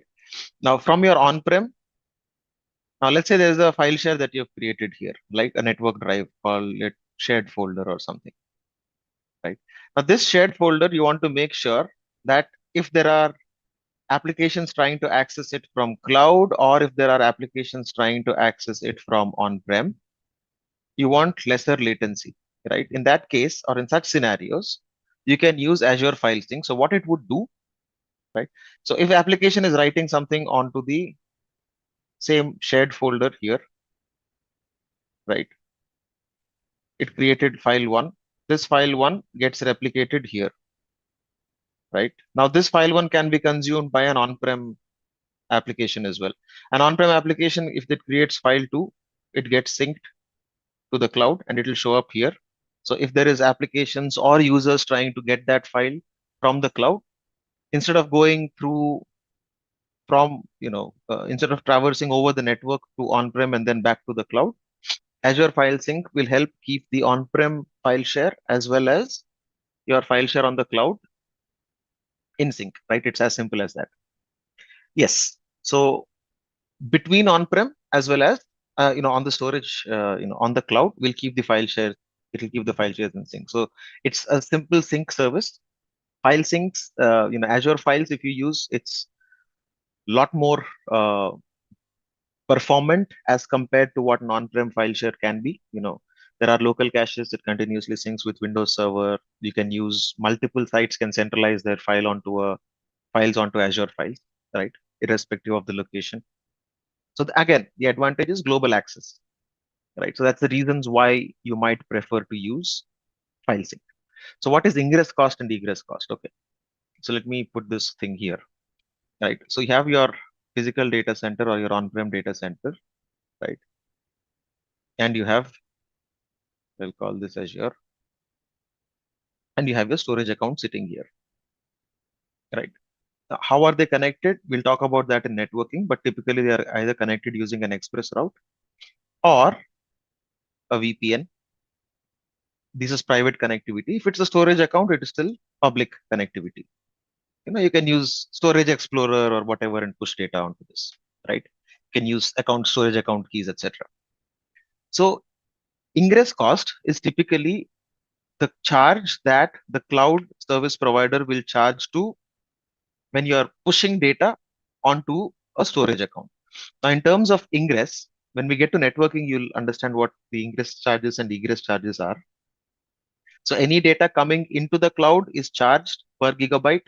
Any data going out of the cloud is charged per gigabyte. Okay. So these are, anything that is coming into the cloud is ingress for the cloud. Anything going out of the cloud is egress for the cloud, right? Uh, so this is what we mean by ingress or egress charges, right? If you look at the pricing of storage accounts, you will see that the storage accounts will have ingress is free, so you can push as much data as you want, but egress is chargeable, right? It's not a huge amount, but when you look at it in larger numbers, it's going to have a significant dent, right? So usually what happens is you are charged based on the number of read or write operations, right, on your storage account, as well as how much data is egressing you. So you'll be charged per gigabyte. I think the charge is somewhere around 2 cents or something, or less than that, 0.002 cents or something per gigabyte. But so to say, it's not free, right? Ingestion is free. You can push data, but you can't. You'll be charged when you take it out. Okay, that's how intelligent the cloud service providers are, and this is the norm across the board. Okay, so the backup service. Now this is backup works with a resource which we call recovery services vault, right? So this is a native service that is available on Azure. It can back up a lot of things apart from just storage. What we're talking now is very specific to the storage, or to very specific to the blob storage, right? So when you use this, you can back up the data and you can recover the data at a granular level. So anything on storage you can back up. So you can back up Azure files, you can back up blob storage, right? You can choose the frequency of the backup, and at any given point in time, you would have the ability to restore the backups as well, right? Now, typically enterprises will always want backups, be it for compliance, be it for recovery, be it for any other potential reason, right? Now, backup options, instead of going ahead and purchasing a third-party solution, what is available on the cloud, what is available, snapshots are different. Snapshots are not backups, right? Snapshots are a point in time static state, right? So snapshots work typically based, for your images or your hard disk, right? Backup on the other side is different. You can consider it as a point in time data recovery option, right? Now, when you're taking snapshots, you have to be careful. Snapshots typically are leveraged only for operating system state change, not specifically for snapshot is like system restore, yeah. But snapshots are only for operating system changes, right? So if you're updating your OS or upgrading, or you're running a Windows update or whatever, that is the scenario where you possibly take a snapshot. Backups, on the other hand, have got nothing to do with the operating system. They have got more to do with the data in, right? To ensure data consistency, you would want to take backups and not snapshots. Again, remember, rule of thumb, never snapshot a database server, right? And don't expect it to, when you restore the snapshot, don't expect the data to be there. It's going to be inconsistent, right? So the recovery services vault is the service that is typically used to configure backups, right? We'll do a hands-on and you'll probably feel much more comfortable around that. But what we were talking is about the difference between a snapshot and a backup, right? Snapshots are only at an operating system level or at an operating system stage, right? You would not want to take a snapshot of a data disk or your database or a snapshot of the files, right? That and expect if you restore, don't expect the data to be consistent, right? So snapshots and backups are two different things. You have to treat them separately. Okay. The options that you have on backups. So two things, or actually three things. The first one is using AZ copy. Now we have native backup solutions with the recovery services vault. We'll take a look at those. All right. Now AZ copy is a command line tool. Now you can use that to copy blobs from one account to another account, right? We can run a simple command to do that. We'll do right. Now, blob storage can create snapshots, right? These are snapshot of individual blobs, but not the account. Okay. But remember, these snapshots are not stored in a recovery services vault. Now, you would want to do this individually for a specific blob, but that's not something that typically is used in an enterprise scenario, right? While that ability is available. So let's say you have an image today, you are changing to V2 of the image. You can take a snapshot. I mean, you rather than a snapshot, it is easier, straightforward. Like I said, if you are upgrading let's say you're patching an operating system, you're patching a server, you would take a snapshot of it, right? On the last known good state, you'll take a snapshot of that server and you will proceed. Where will you take a backup? You don't, you would take a backup.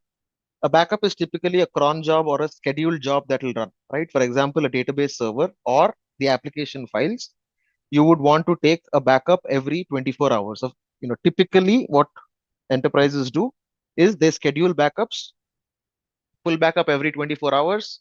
And there can be log shipping. If you're talking about databases, log shipping can be every 15 minutes or every 20 minutes, right?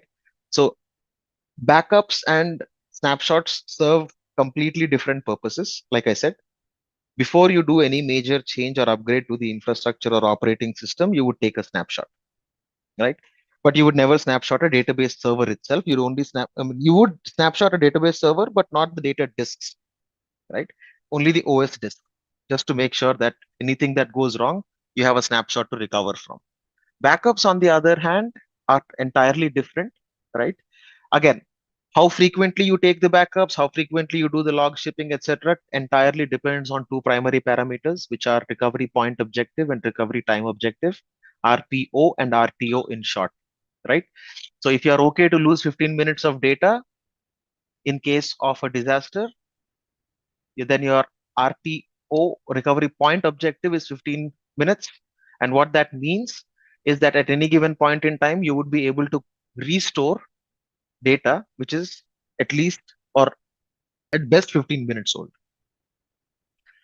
right? Recovery time objective is how long it takes to get you that up and running. So if you take, while if you have a 500 gigabyte database or a 1 TB database, then the recovery time from, fetching the backup and restoring your database can be 3 to 4 hours. So are you okay with that? So that is the time taken to bring the service up and running. That is called a recovery time objective. Right now, there can be multiple designs depending on the RPO and RPO that gets defined for a specific service. Yeah. So backups, right? Again, like I said, when you're looking at an enterprise, now what we are talking about right now is level 100. These are fundamentals. Okay. There's a lot of services that get built on top of whatever infrastructure you build on the cloud. So you can start with a virtual machine. You know, first thing you do is network, right? You sort out the network, you sort out your workloads, you sort out compute, right? What you need from compute. It can be web application, virtual machines, whatnot. And then there is security that comes across the board. Then there is logging, and then there is monitoring, then there is security, and then there is alerting, right? So all of these put together is what will help an enterprise work in the cloud, right? What we are learning now are just basics. So though that is the thing around snapshots. The third option again is archive storage. Now this is used quite rarely, as the name suggests, right? It's the lowest priced storage tier. Now you can just mark it as archive, and it's going to go into a tape storage in the backend, which is like the cheapest option. But this is only in case where you don't expect the data to be available as soon as you need it. Okay. So what we'll do is we will implement the backup service. Back to implementing the backup service. So now we've got three options that we will play around with, right? One is just switching the access tier to archive, right? So that's like a very simple thing to do. We'll still do it. I mean, I'm not three or four quick clicks won't hurt me. So three things that we'll do, right? We'll create, we'll change the access tier to archive. Now that's like a 5-minute thing. I would worry less about it. The second thing is interesting. So we'll do a snapshot, right? If your fingers are itching, please go ahead and play around. But before creating a snapshot, I would want you folks to hold on. There are two ways to do it. One way is directly through the blob storage. The other way is using a recovery services vault. So I'd want to show you both those before you pick your poison. Okay. The third one is, we'll use the AZ copy command, right? So from a source blob to a destination blob. So based on what you're seeing right now, we need to create two storage accounts. Okay. One is a source storage account. One is a difference, one is a destination storage account.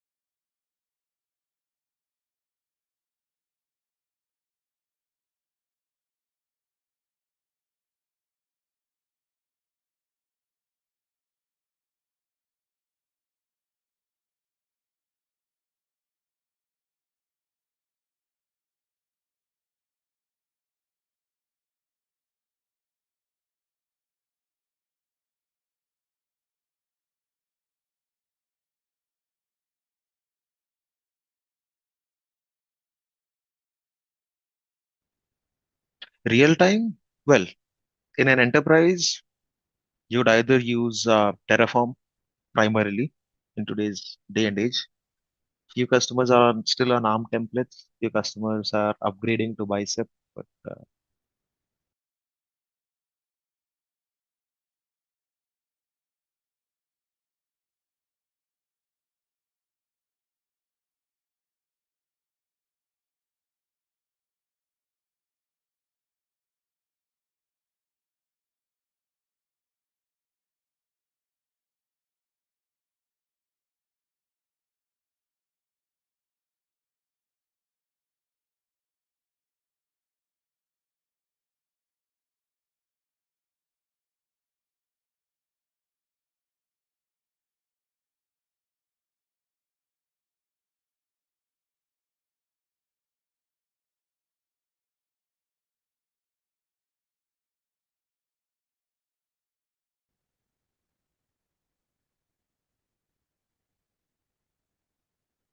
anyone who's not done this yet?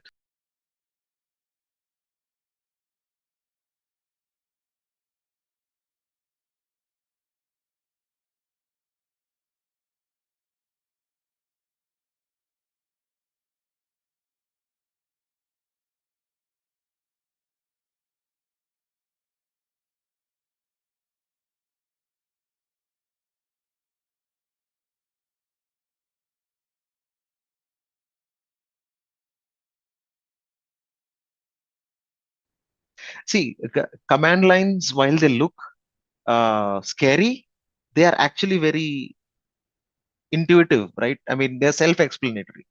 So if you just read the command that I've written here, I said AZ storage account create the name. I gave it the name. Resource group. I said which resource group it has to create. I told which location I need it in. What is the SKU I want? LRS, GRS, whatever. Kind is always storage v2, right? And I said allow blob public access as false.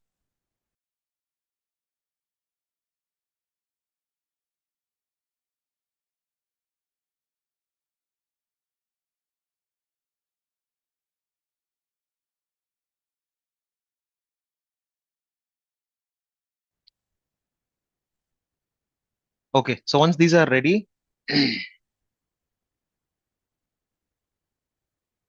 uh, right, created storage accounts, upload a blob on one of them. So I'll just drag and drop a browse for files. Let me.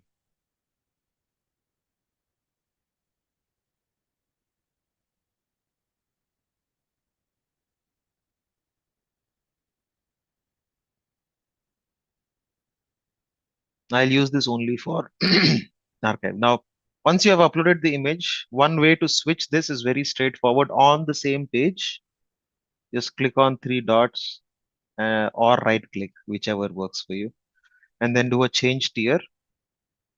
Now it's going to show you hot, cool, cold, and archive. Right? You can switch to the archive tier.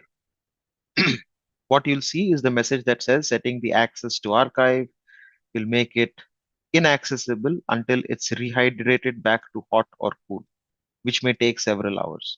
Right. Now, one thing to understand is archive tier will work as a backup option as well. Okay. So all you have to do is switch this to archive, click on save, and it'll be done. Now, I'm not doing it specifically because I want to use the other two methods, right? So if you want, you can switch this to archive, upload another blob. That's fine. Okay. So that was the first uh, hands-on that we had. Second one is we'll create a snapshot of the blob storage itself, right? Now, this is where I'm not a fan of clicking a couple of buttons for the sake of it, right? So I'm not going through with the archive tier switch, right? But now what we'll do is we'll take a snapshot of the blob storage, right? So for that, what we'll do is we search with backups.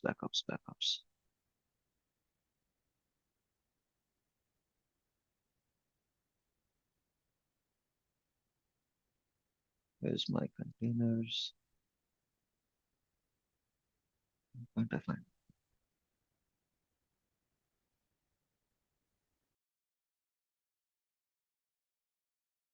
This is at a file level, yes. So at the blob level, you'd have the tier. So you can change the tier at the blob level.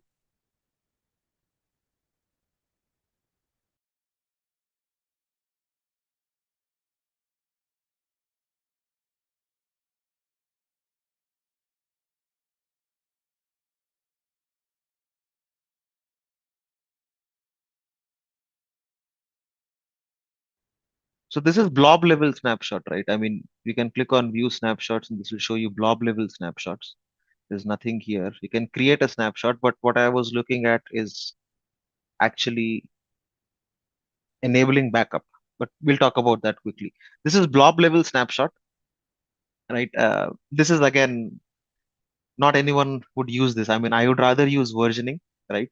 So, and practically as well, right? You wouldn't take snapshots of blob itself because the moment you upgrade this, I would rather have multiple versions of this, right? And I would want to use or promote a specific version, right?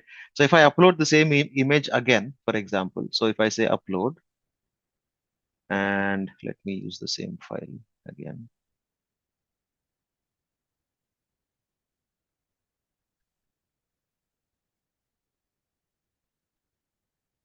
It hasn't changed. Okay, so it not. But if I change anything and if I upload a file with the same name, I'll create a different version of this, right? So snapshots, blob snapshots are not something that is heavily used. Now, what you can do is when you look at snapshots, you can, those snapshots can go and sit on you can change the archive tier for this, for this snapshot, you can switch this to archive. So what this means is basically you've taken a backup or, you've taken a snapshot and you've put it in the archive tier. But typically in an enterprise, in the real time scenarios, right, what happens is you'd have multiple versions and you'll keep the last 3 or 4 versions available for whenever you need it, right? So these are the two options. The other, I think, which is the interesting one that I wanted to do, is the AZ copy. I'll show you how to use for Azure files what you can do, which is using the recovery services vault. But for now, we'll just be very specific on blob. But when we do create the vault, I'll show you how to take care of the Azure files backup, right? Now, AZ copy. Now, what I'd want you to do is use the Cloud Shell. That's kind of pretty straightforward. Uh, so use the Cloud Shell. I don't know if I have AZ copy installed. Let me check. I think AZ copy is again one single. No, it's not there. Try.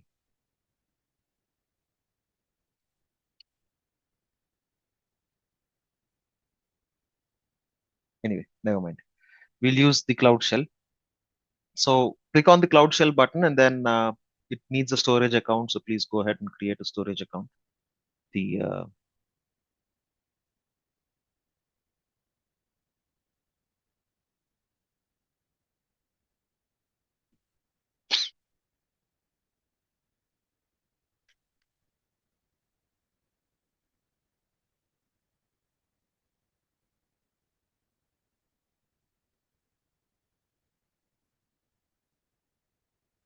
Whenever you're ready with the terminal, we'll just do a quick command.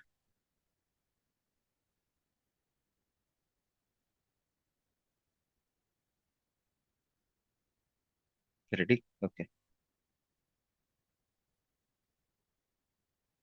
How to create versions? Try to upload the same file, and you'd have to enable versioning on the blob storage, and you would be able to use versions.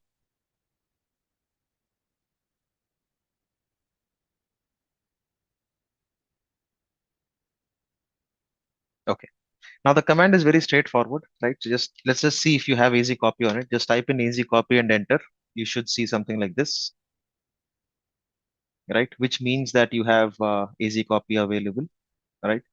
Now, what we want to do is copy. So you can see that the second option is copy itself. So now what we'll do, again, this is the way you would want to learn any other command line, right? So now I do AZ copy and then enter. There's a huge list that comes in. Now these are all the possible parameters, right? Now you can also use CP instead of copy, right? So if you scroll all the way up, sorry, it's long, I'm scrolling too much, right? There you go. So what you see is it's telling me AZ copy. The way you use this command is AZ copy space copy, give the source, the destination, and any flags, right? Now here itself, you would see how to, there are multiple examples here. You want to upload, use a SAS token. If you want to, you can use multiple other options, right? Let's see, is there an example for us?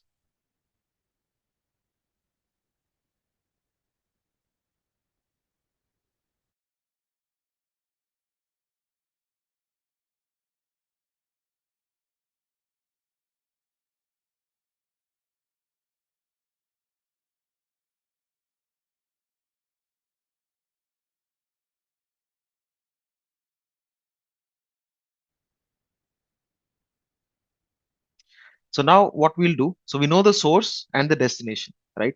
The source and destination for our scenario are the source storage account and the destination storage account. Okay. So what we'll do is, let's copy the names of the storage accounts. So the first thing I'll do is go to my source storage account. And since it's very specifically blob storage, all of these, I'll actually copy the name from here, the entire URL, right?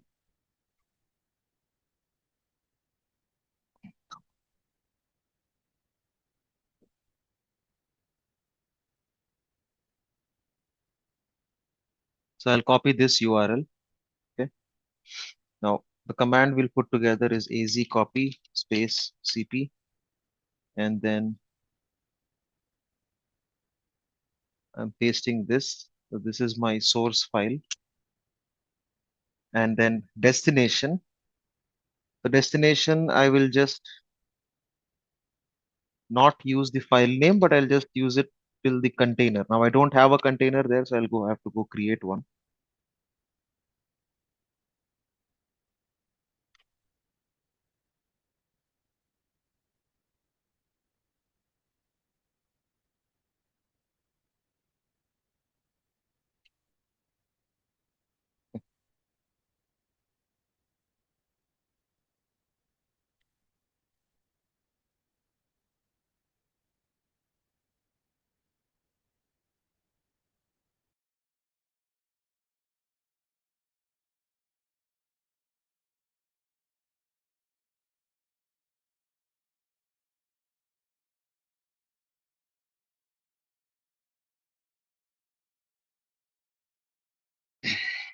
So on the destination, we do not have the container.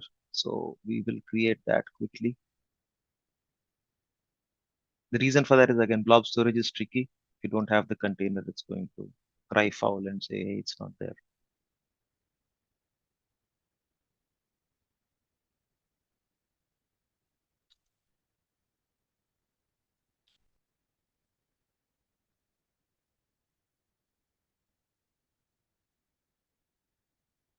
Okay, so I've given the source and I've given the destination, then enter.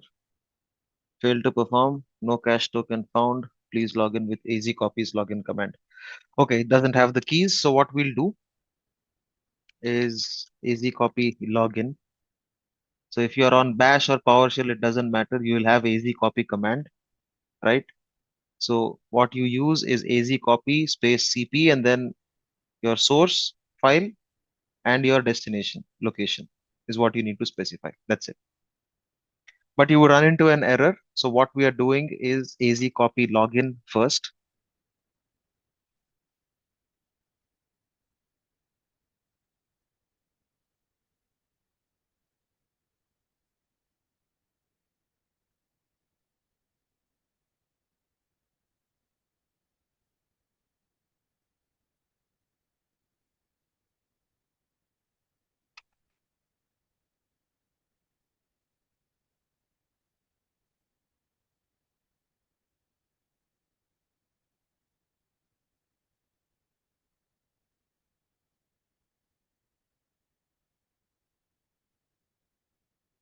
So the instructions are right here, right? To sign in, open this page and enter this code, right? So that is what we are doing to sign into AZ Copy.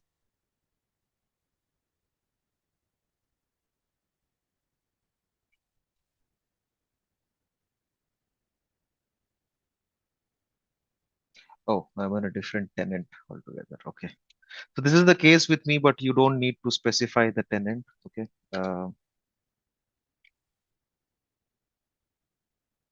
You just have one tenant, just use that. That's fine. My case is different. I have access to multiple tenants, and that's why I'm using this.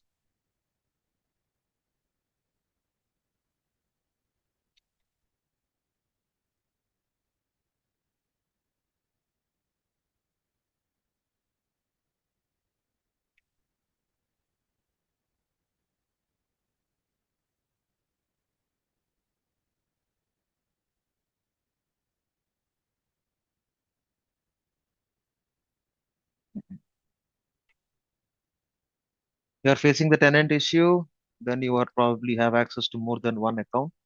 So you can do an AZ account show,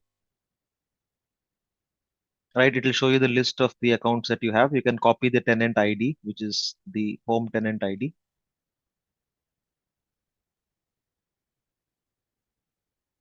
The only thing that we are talking about now is to use the AZ copy command, right? And what we're trying to do is get you to fix if you are running into a tenant ID issue. So bear with me. Commands, again, there's no new commands. We'll only use one command, which is AZ copy and space copy command.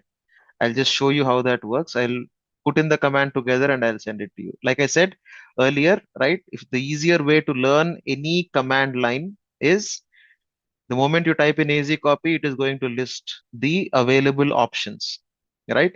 What do we want to do? We want to copy. You see this option, copies source data to destination location. So next, what did we do? I just typed in AZ copy space copy, right? Then it said, hey, this is not how you use the command. The usage is like this. So AZ copy space the source and the destination and any flags, right? Now you can use aliases. So instead of copy, you can use CP or you can just use C or you can use the entire copy word. Okay. So what we are trying to put together is the command, which is, again, I'll type it here, AZ copy space C. Now the source, right? Where do we get the source? We have the blob URL, right? That is our source file. That is what I'm pasting here. This is my source. What is the destination? Destination is your second storage account.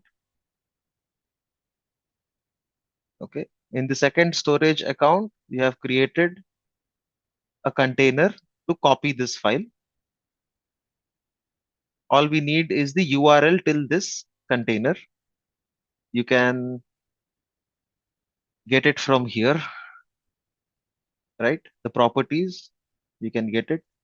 This will be the destination, right? So source and destination will be based on whatever you are doing. Oh, it needs a trailing wildcard. So the first thing you'll do, that is how you build the command.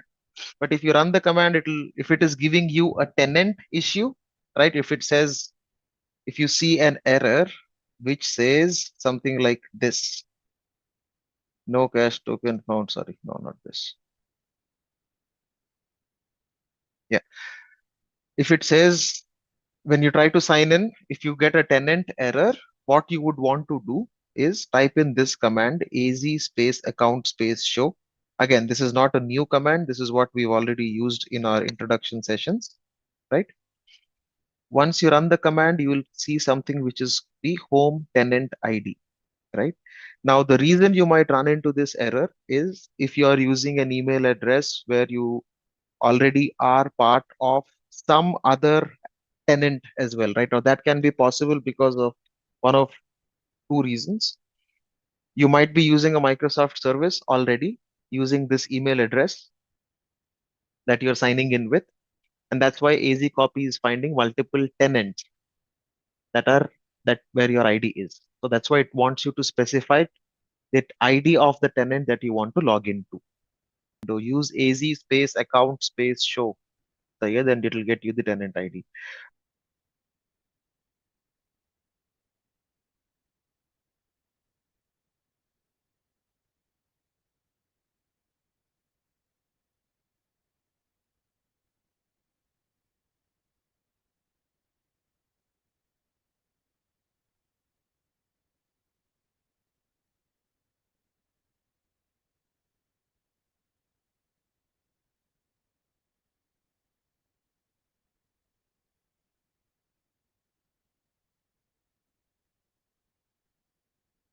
You have multiple tenants. That's why you're not able to log in. You would need to specify the tenant ID. To get the tenant ID, use AZ account show and use the home tenant ID. So the way you would do that is this AZ copy space login dash dash tenant dash ID, and in the quotes paste your tenant ID. So Quasi, your command is wrong. I'll repeat again. The command you have to build is AZ copy space your source URL space your destination URL. Okay, I've just pinged it to you. If you're just saying AZ copy space source, it will not work.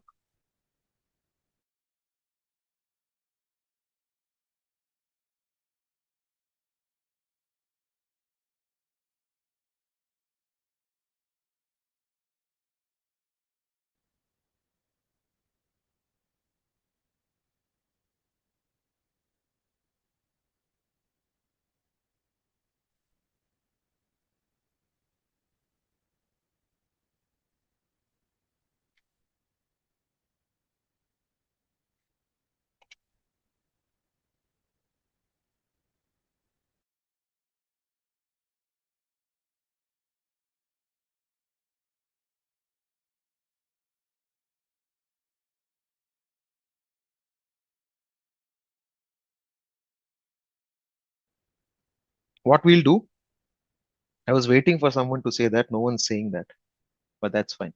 So what we'll do is we'll generate hash tokens for each of those containers, right? One is for the source and destination. And this time you'll have to be careful while generating the SAS tokens. So can someone tell me what permissions we'll give on the source SAS token? I'll generate the SAS token at the container level itself, right? So on the source, I'm just giving read permissions, okay? And I'll generate the SAS token and URL, right? I'll copy the entire blob URL this time. Okay, so what I'll do is AZ copy space copy, and I paste the entire SAS token. You are able to log in, great. Now the same thing, but this time on the destination, what we will do is when you generate a SAS token, remember what happens, what do you do in the destination? You write, okay? So what I'll give is, you give read, write, access, read and write access, okay, on the SAS token before generating it. And then I click on generate token, and the entire blob SAS URL I'll copy from here. I'll paste this. So my source is done, my destination is done. And I'm just adding a recursive flag. So what does recursive do? It will loop through all files if they are there, right? So, and then enter. Now what does it do? Fatal. What did I do? What did I miss?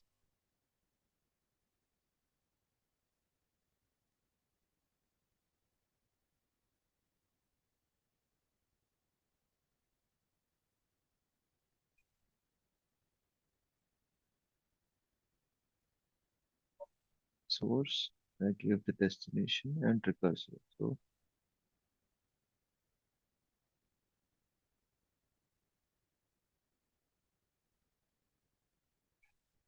let's keep recursive.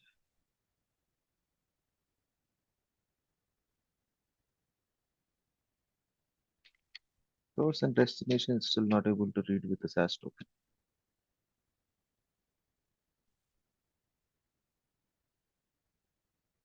No, you need to specify what the token is for, right? Let me quickly look at the syntax.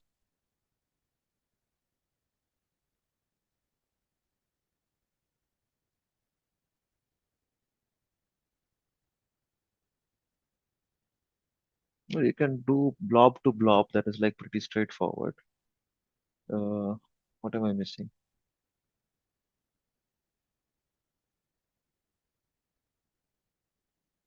Straightforward uploads.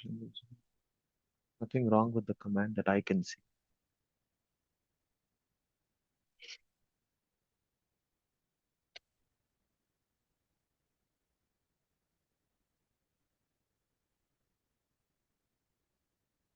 Or maybe it's not able to list my read access one might be wrong. Let me generate one more at the blob level. You might be right, Anil. Let's do that real quick. Let's generate a SAS here at the blob level and copy this URL.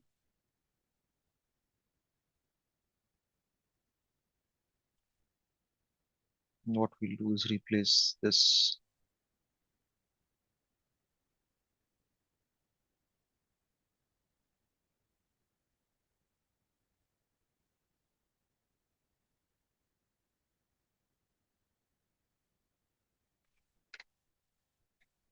No, it still doesn't like it.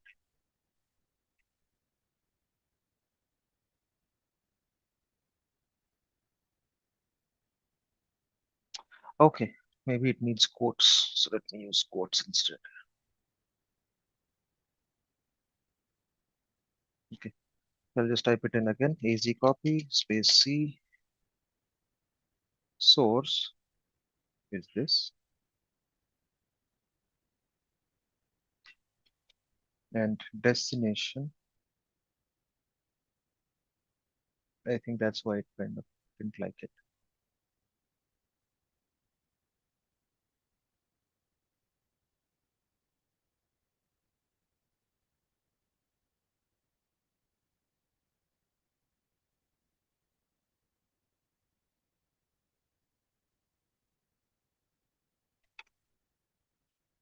Yeah, sometimes the small things get you. Okay, so the the source and destination need to be in double quotes. Okay, so I stand corrected. AZ copy space C in double quotes, enter the source URL with this as token, and in double quotes, enter the destination URL, and you should be fine. Okay, so once you do that, this is a final job. Number of files transferred 1, total number of transfers 1, transfers completed 1. So it's all successful, right? So the way you'd build the command, it's been a while, is the same, right? AZ copy, space copy, and then the source and destination URLs need to be in double quotes. And that's going to save you from these errors. Uh, if you have completed, then it shows you that it is done. It says 100%, one done, blah, blah, blah. So we'll move on. We'll talk about CDN. Right. So when we were discussing things earlier in the intro, we talked about what CDN is, right? It's short for Content Delivery Network, right? Now, we also talked about scenarios where you would need a CDN, right?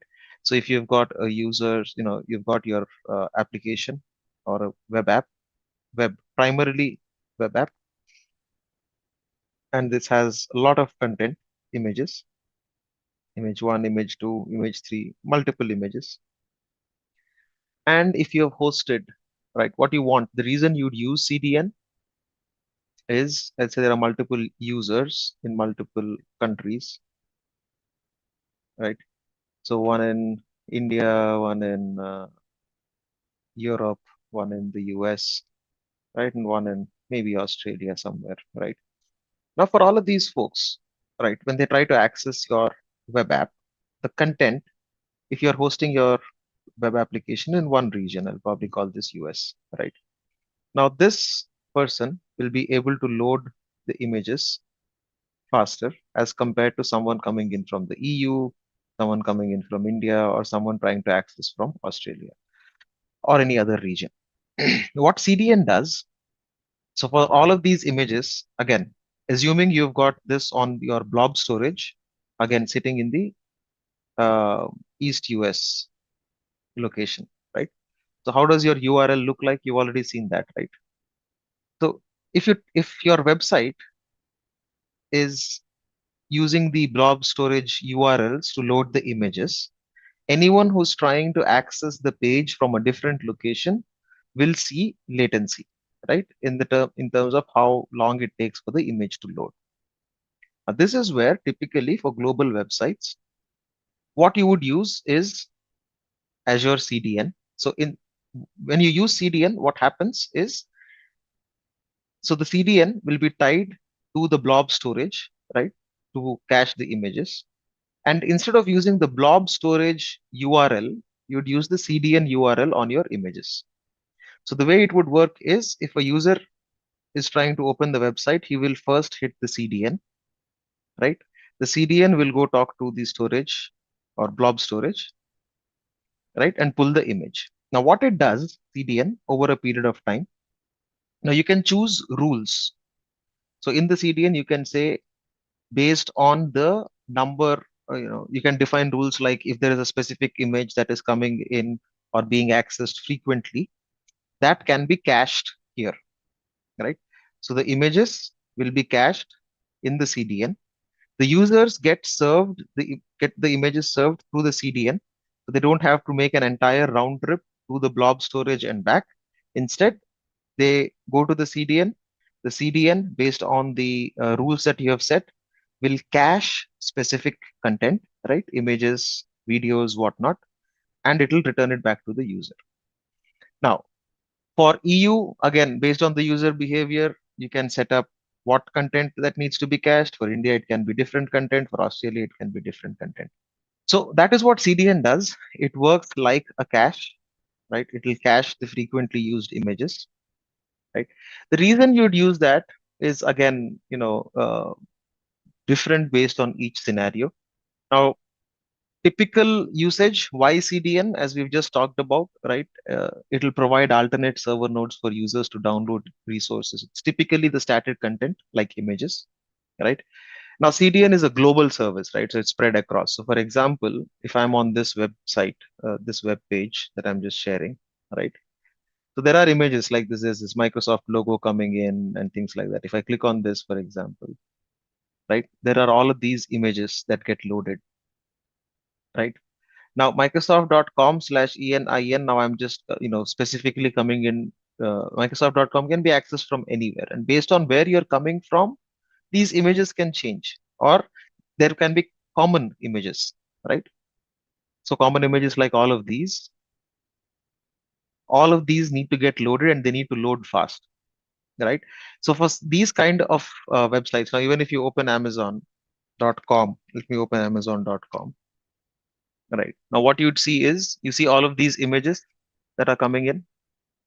All of these images will go and sit in a blob storage somewhere, right? In Amazon, it's going to be an S3 bucket or whatnot, right? If I open Amazon.in, different sets of images, right? Now, all of these images, even in India, right, it need not be global. Let's say I'm accessing this from Hyderabad. I need a location that's closer to me, which will serve these images to me, right? And that's how the websites load super fast. Or you basically decrease your latency, right?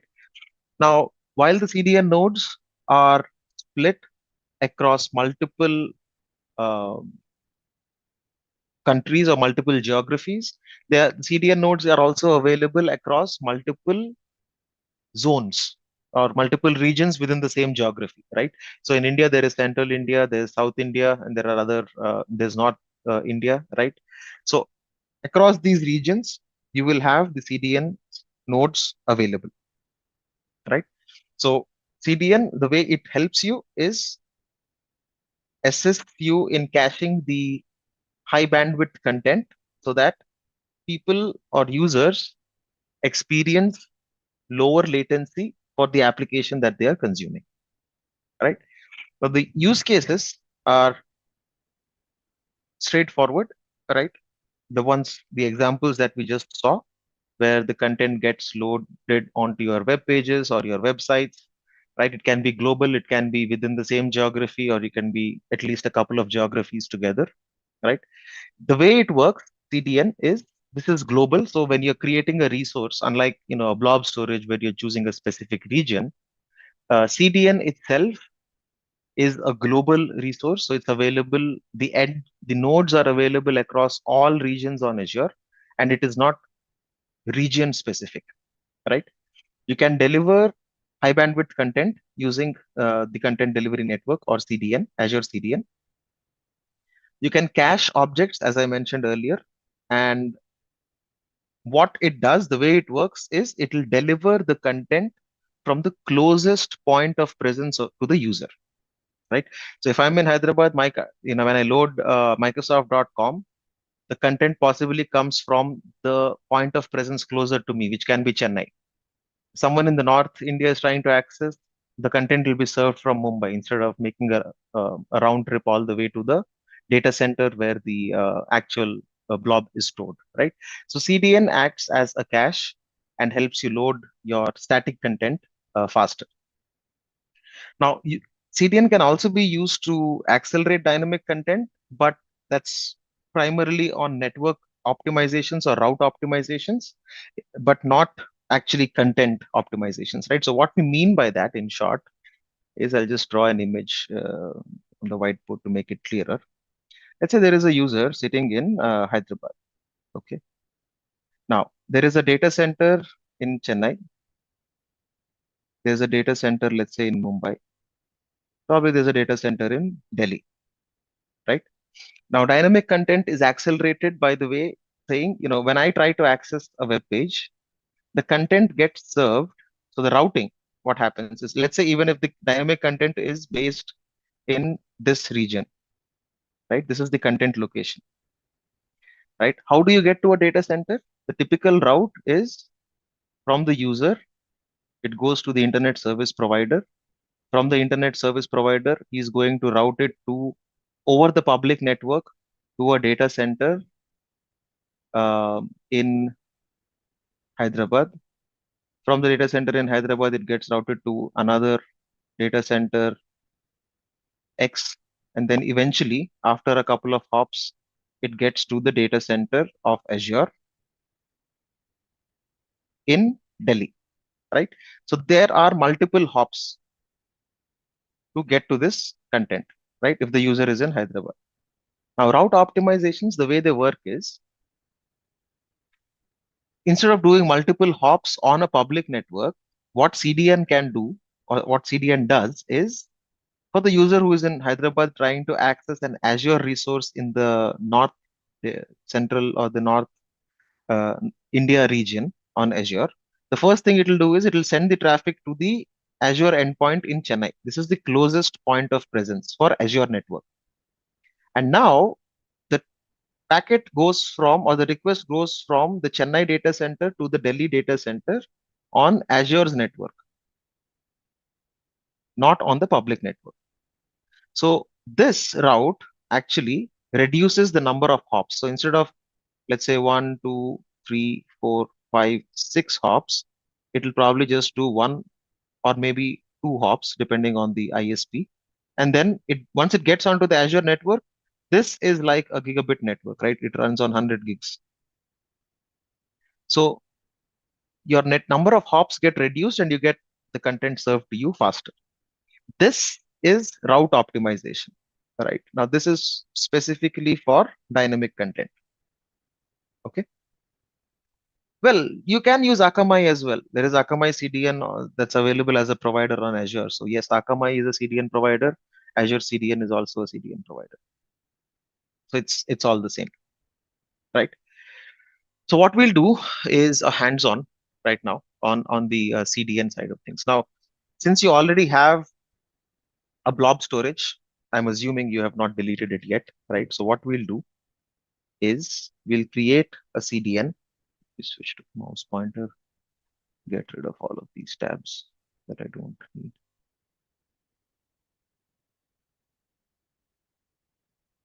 Okay, let's. So I'm assuming you would have the containers. Now, one thing I'd want you to do is any one of your storage accounts, just change the access level because we are using CDN. We can still use the same. That's absolutely fine. Let's just quickly look if we are able to access this image.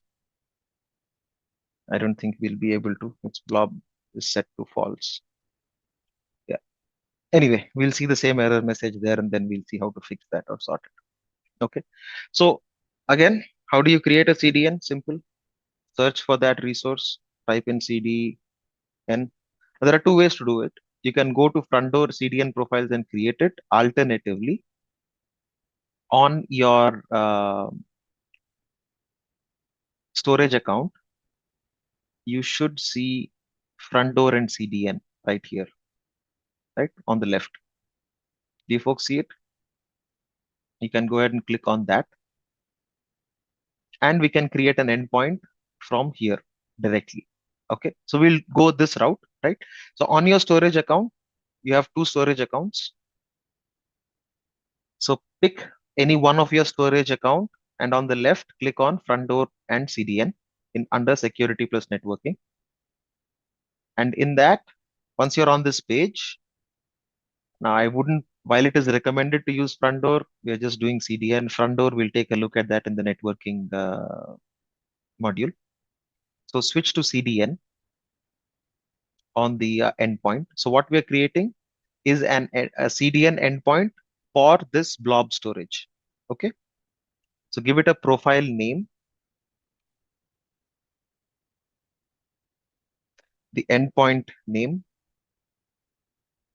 I think this will be globally unique. So choose this carefully.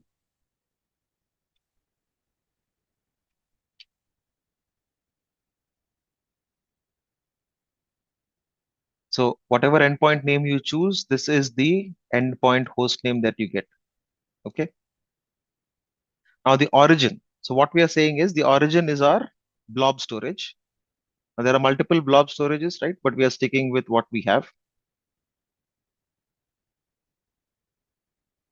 There's a pricing tier. Leave it as standard.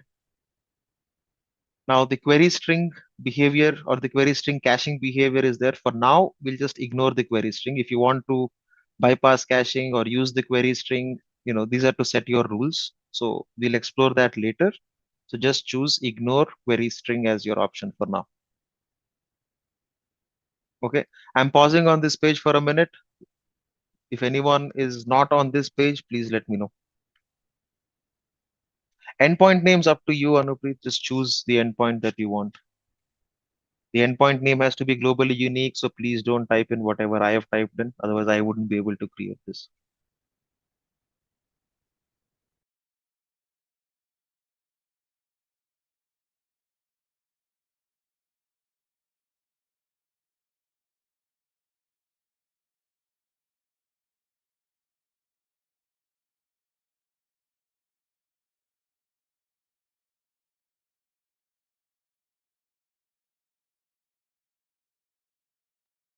Very specifically to the blob storage.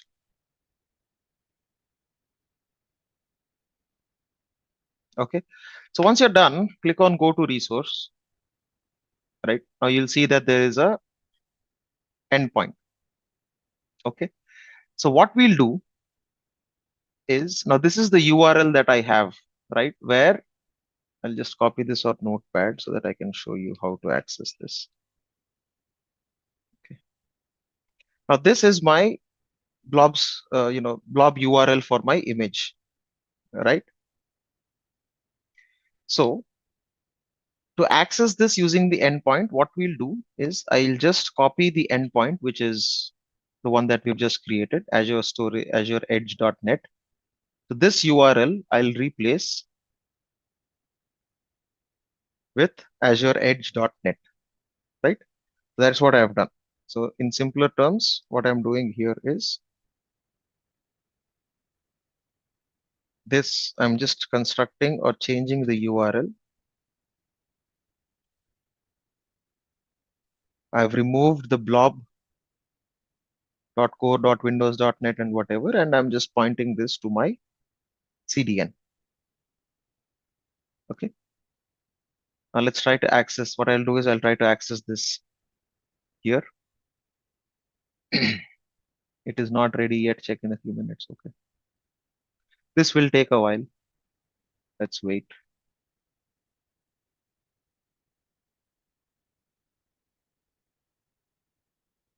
Okay. So once you click on the profile itself, you'll see status is running, the location is global, optimization type is general web delivery, right?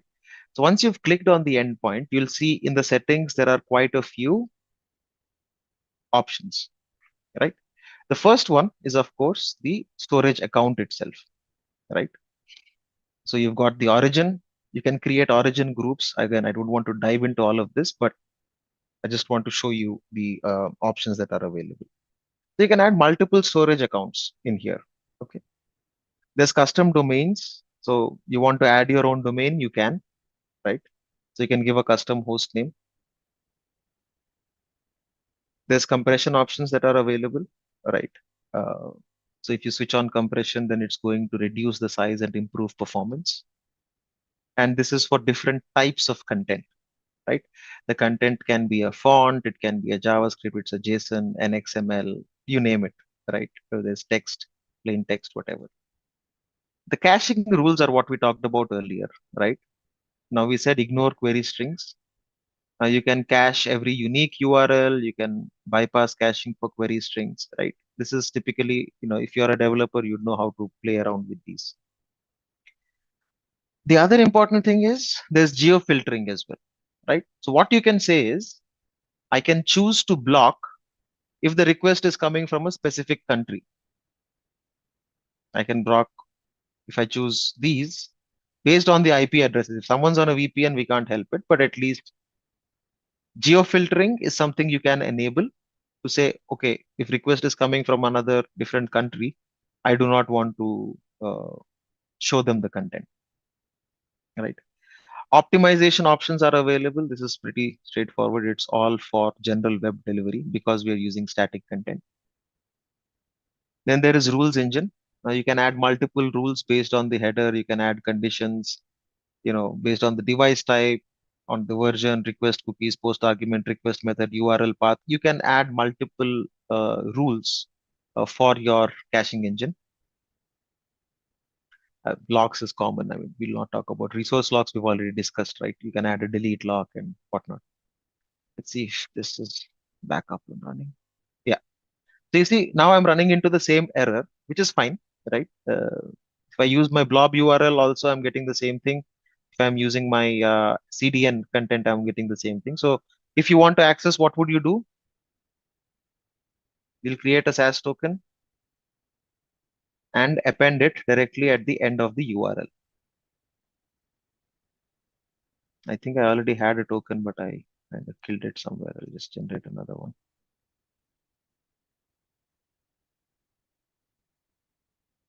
You won't find the image inside the CDN. The image will be fetched from the origin. Remember, CDN is just content delivery. It does not manage content itself. The content, the source of the content is always your storage account, right? So once I've passed in the SAS token, again, how have I accessed this? I'm hitting the CDN URL. I'm not hitting the blob storage URL, right? Now this content will be cached in CDN, right? Depending on the kind of rules that we have set, whatever, right? If you try to load it 5, 6 times, or even it is now loading faster, right? Even if you try a newer incognito window or a different browser, you'll see that compared to a storage account, again, there are multiple parameters to it. My storage account is created in East US. Still, in private browser or an incognito window, you can see the pace at which it is opening. Now, the same thing I can show you if I hit a different URL. There you go. Take the link. Okay, cells out. Right now, if I use the I need the SAS token. Copy the SAS token.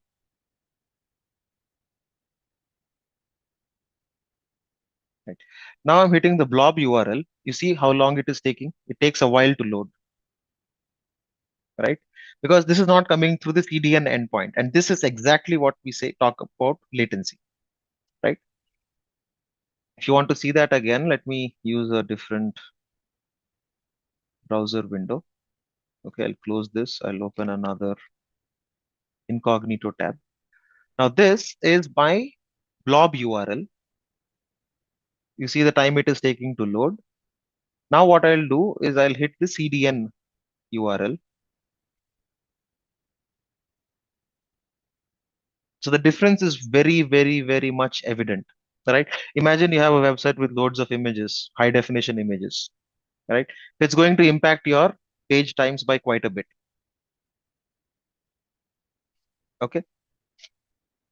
The CDN, like I said, all you need to do is go to your CDN profile. In the CDN profile, you will see the endpoint. This is your CDN URL. This is your endpoint. What you do is this is the blob URL, right? How you access the image. All you need to do is replace this blob.core.windows.net with your CDN endpoint.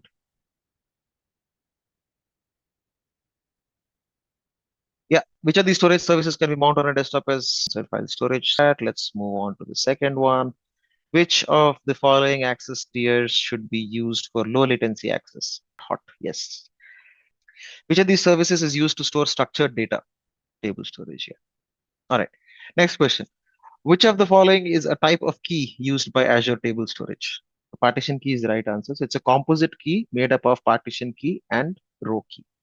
So in this module, right, so we've looked at storage, we looked at all possible options. Now we'll dive into compute. So in compute, we'll start with what a virtual machine is. What a virtual machine is, we'll look at what an Azure virtual machine is, different types of configurations, the data disks that are available on Azure. There was a time when you had to create a storage account specifically to keep your virtual hard disk for your virtual machines, right? VHD files, VHDX files, whatever those might be. Then they came up with different types of storage, managed disk, unmanaged disk. We'll talk about all of those, right? Uh, Azure virtual machines, network interfaces. Again, that's probably touching a level 100 of networking, right? On the NICs or network interface cards. We'll look at scale sets. We'll look at why we should be using scale sets. Automating deployment is a touchy subject, right? This topic or this session or this workshop actually does not deal with automation. So we'll only look at that at a high level on ARM templates. Again, we look at templates that are available on the portal. We are not going to create or write any templates, right? But if you're interested, I can point you in the right direction and you can go figure it out, get your hands dirty, right? Then we look at VHD templates. VHD is short for virtual hard disks. We look at custom images. Of course, we're going to build custom images, stand-up VMs, whatnot. We'll also look at backing up of Azure VMs. Again, backups will go back to the recovery services vault topic as well. So we'll be touching those briefly. After backup, of course, you want to test restoring a VM, Azure Site Recovery. Again, that is a tool available, which is also used for migrations, right? While it's a site recovery option, but it's also used in migration scenarios. We'll look at app services, and then we'll look at Azure Container Registry, which is ACR, and also Kubernetes service. Again, remember, we're not diving deep into Kubernetes. We are not setting up multiple clusters and playing around with them, but if you want, we can deploy a sample app. Again, through automation, it's available on GitHub. But like I said, there's going to be a lot of hands-on that you might want to do yourself. I can point you to the links and you can go from there. Okay. So that will be the compute module. Then there is storage, then we've got networking, followed by, I think there's logging, monitoring, and others as well, right? So let's get started. What is a virtual machine? What I'm sharing right now is a virtual machine, which is not on the cloud, of course. It's running on my physical machine, right? So this is a virtual machine. So what is a virtual machine? Emulation of a physical computer, right? So virtual machines can not only run on the cloud. So in short, a virtual machine is an emulation of a physical computer system. You get the three important things: CPU, memory, and NIC, and it gives you the same experience as if you were on a physical device. So if I look at this, I don't know what's wrong with my, maybe I need to restart this guy. It's been a while, right? It'll give you the same look and feel of a physical machine. Let me just restart this guy, turn it off, turn him on, right? And the way it looks is also similar, right? So if you look at the console access, it the boot also looks very similar. However, you won't see all of this on the cloud, right? You would see it only if you had console access. One thing to understand, right? While the cloud and everything, we've discussed this in the introduction, right? Virtual machines are what virtualization is what help us build the cloud and to bring it to where we are today. But you have to understand on-premise virtualization or virtualization on physical machines is different than the virtualization that's available on the cloud from a console perspective, right? So what you just saw, where the OS was booting and whatnot, right? You do not get console access of your virtual machines on the cloud, right? But if you were, now what I'm using right now is Hyper-V, right? And I've got multiple virtual machines running on my desktop.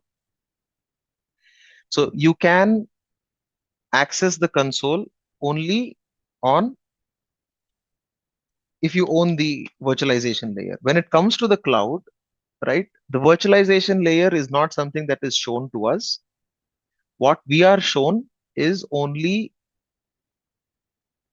a web-based interface where you can connect to your virtual machine using either the public, using a public IP or using the other options that we'll discuss, right?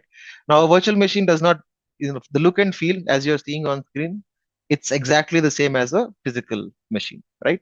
So with that knocked out, again, now we've talked about this. VMs can also be created in the cloud, right? Now, what we mean by that is they are available to us over the internet.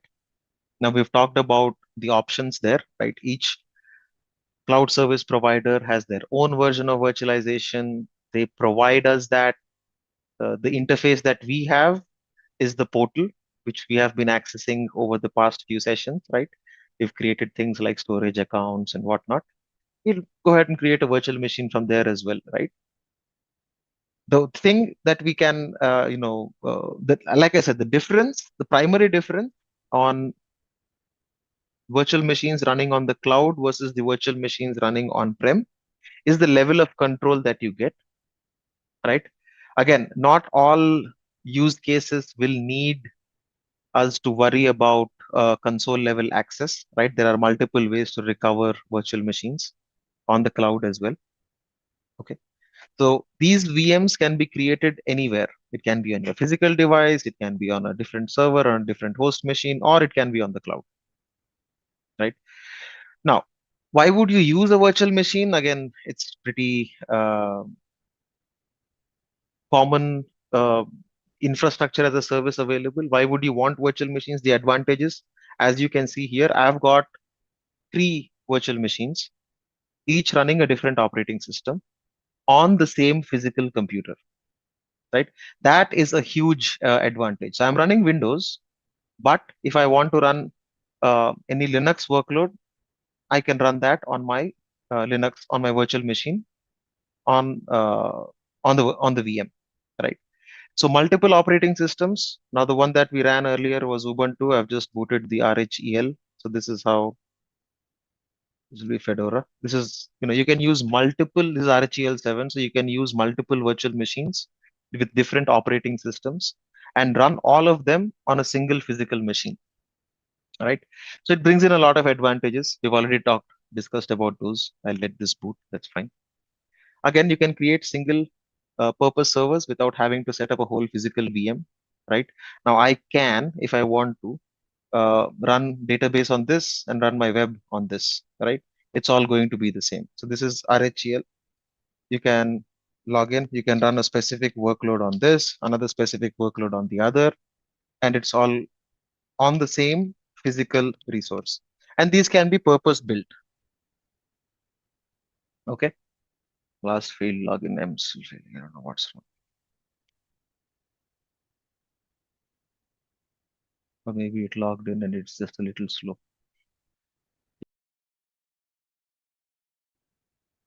There you go. So it's as simple as that. You can run. The reason I prefer Ubuntu over RHEL is the display scaling. There are not drivers enough on the RHEL, but there you go. And then you can also create high availability clusters, minimize downtime, whatnot. You can do a lot of things when it comes to virtual machines. Very specifically, you'd be able to efficiently utilize the capacity, the physical server capacity that you have, right? Now, what an Azure virtual machine is a little different. Now, this is where I think few of the definitions that came in earlier will help. Now, Azure virtual machines are the ones that are hosted in Azure. It's as simple as that. What is an on-prem virtual machine? This is an on-prem virtual machine. Now, you can run the same virtual machine on the cloud, right? Now, this VM that is running, and where's the other VM? Dead. And this VM that is running, these are running on my machine, right? But instead of, if these were running on the cloud or specifically on Azure, you'd call it a Azure virtual machine, right? This is an IaaS offering, infrastructure as a service offering from Azure. So these are the basics of compute, right? The first thing that we need, we consume from a compute perspective is a virtual machine. Again, you don't have to worry about buying, maintaining physical hardware, whatnot. And that's kind of common across any Azure service that you consume or any cloud service that you consume. Now, Azure offers different types of VMs based on certain criteria. Can be memory, it can be compute, right? What does that mean is, if you look at the way I am running things, right? I have, let me look at these properties. I remember showing them earlier as well, right? So in the settings, what you can see is I have 8 GB of RAM assigned, okay? And I have, where's my CPU? I've got two virtual processors that I've assigned, right? So the configuration of this is 2 core, 8 GB RAM. And I've got a hard disk, which is, I believe, 127 gigs in size, right?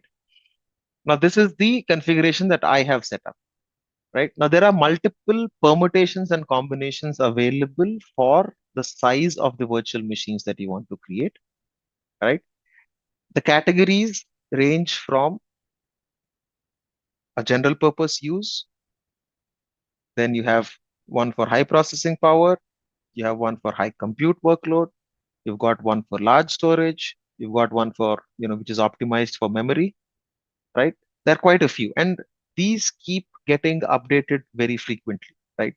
So you might see newer sizes pop up based on use cases. There are high performance compute machines. There are the ones for graphics as well, for graphics processing as well, right? There are quite a few sizes. All of these broadly are categorized into multiple series of VMs. Now, I'll not want to go through this slide. Rather, I would want you to see this on the Azure portal itself, because that is where you'd find the latest and greatest information, right? So I just look those up. Now, what these are called are SKUs or SKUs in short, right? A SKU is short for stock keeping unit, right? SKU.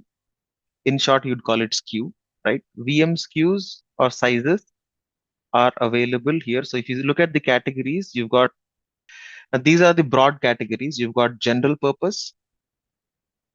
Okay. General purpose series are like this. So you have an A series, a B series. These are burstable. We'll talk about these in a bit. The there's multiple naming conventions, right? One thing I'd say in short is general purpose is A and D, A, B, D, right? Again, there is a naming convention to these as well, right? So they start with A, B, C, D all the way to F, okay? The way they are used. General purpose are A, B, and D series SKUs. Now, if I click on one of these, you'll see the different sizes that are available in these series, right? So you can see that, DCS V2 series, these have these are confidential SKUs, right? So these protect confidentiality and integrity of your data, blah blah blah. You can look at what these are actually running on. These are backed by 3.7 gigahertz Intel Xeon processors, Coffee Lake, right? And they give you max turbo boost up to 5 gigahertz. So they also talk about the physical servers behind each of these queues. These are the most common ones, right? DSV2 series. These are running on third generation Intel processors, right? So again, not all of these are specs. For some use cases, you definitely want to explore that, right? If you want to understand what is your VM actually running on, right? Now, if it was my scenario, if I had to tell what I am running on, my VMs would be running on the hardware, which is, where is this? CPU. Yeah. So I'm running on Intel Core i5-10400 at 2.9, and up to 12 cores of processors, whatnot. So this is how I would say what kind of processor, the host processor, the VMs are running on. Similarly, Azure as well. Not only Azure, right? Any CSP is going to tell you what is the hardware each series is running on, and what are the different sizes that you have in it. So you can start from one core, 3.5 GB of RAM, to 16 core, 56 GB of RAM, right? 16 core, 56. Now these are DS2 or DS3. Each series has multiple sizes, right? So you see this standard D64 is running 64 cores and 256 GB of memory, right? So the first one is general purpose. Now this is for most common workloads. You can run web servers on it. You can run file shares, file servers, anything, right? General purpose, as the name suggests. The second ones are compute optimized. Okay. Compute optimized are the workloads or are the virtual machines. The configurations are very specifically tuned to workloads that are compute heavy. So, for example, web servers, your firewalls, right? These are the ones that you would use typically on the compute optimized SKUs. Now, there is a virtual machine selector tool also that is available.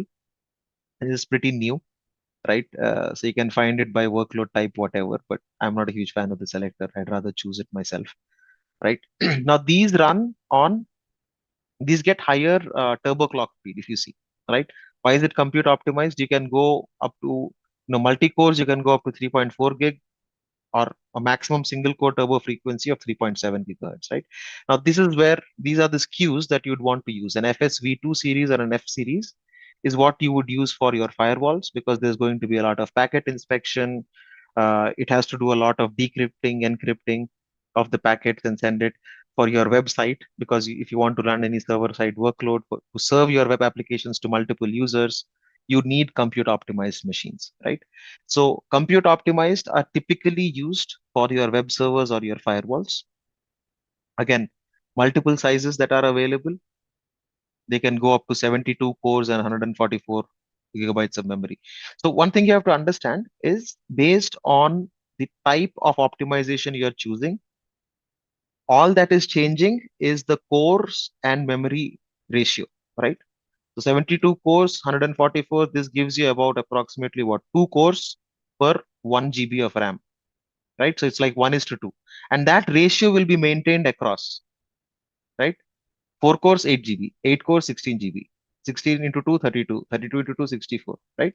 So what changes across all of these multiple SKUs is the CPU to memory ratio, right?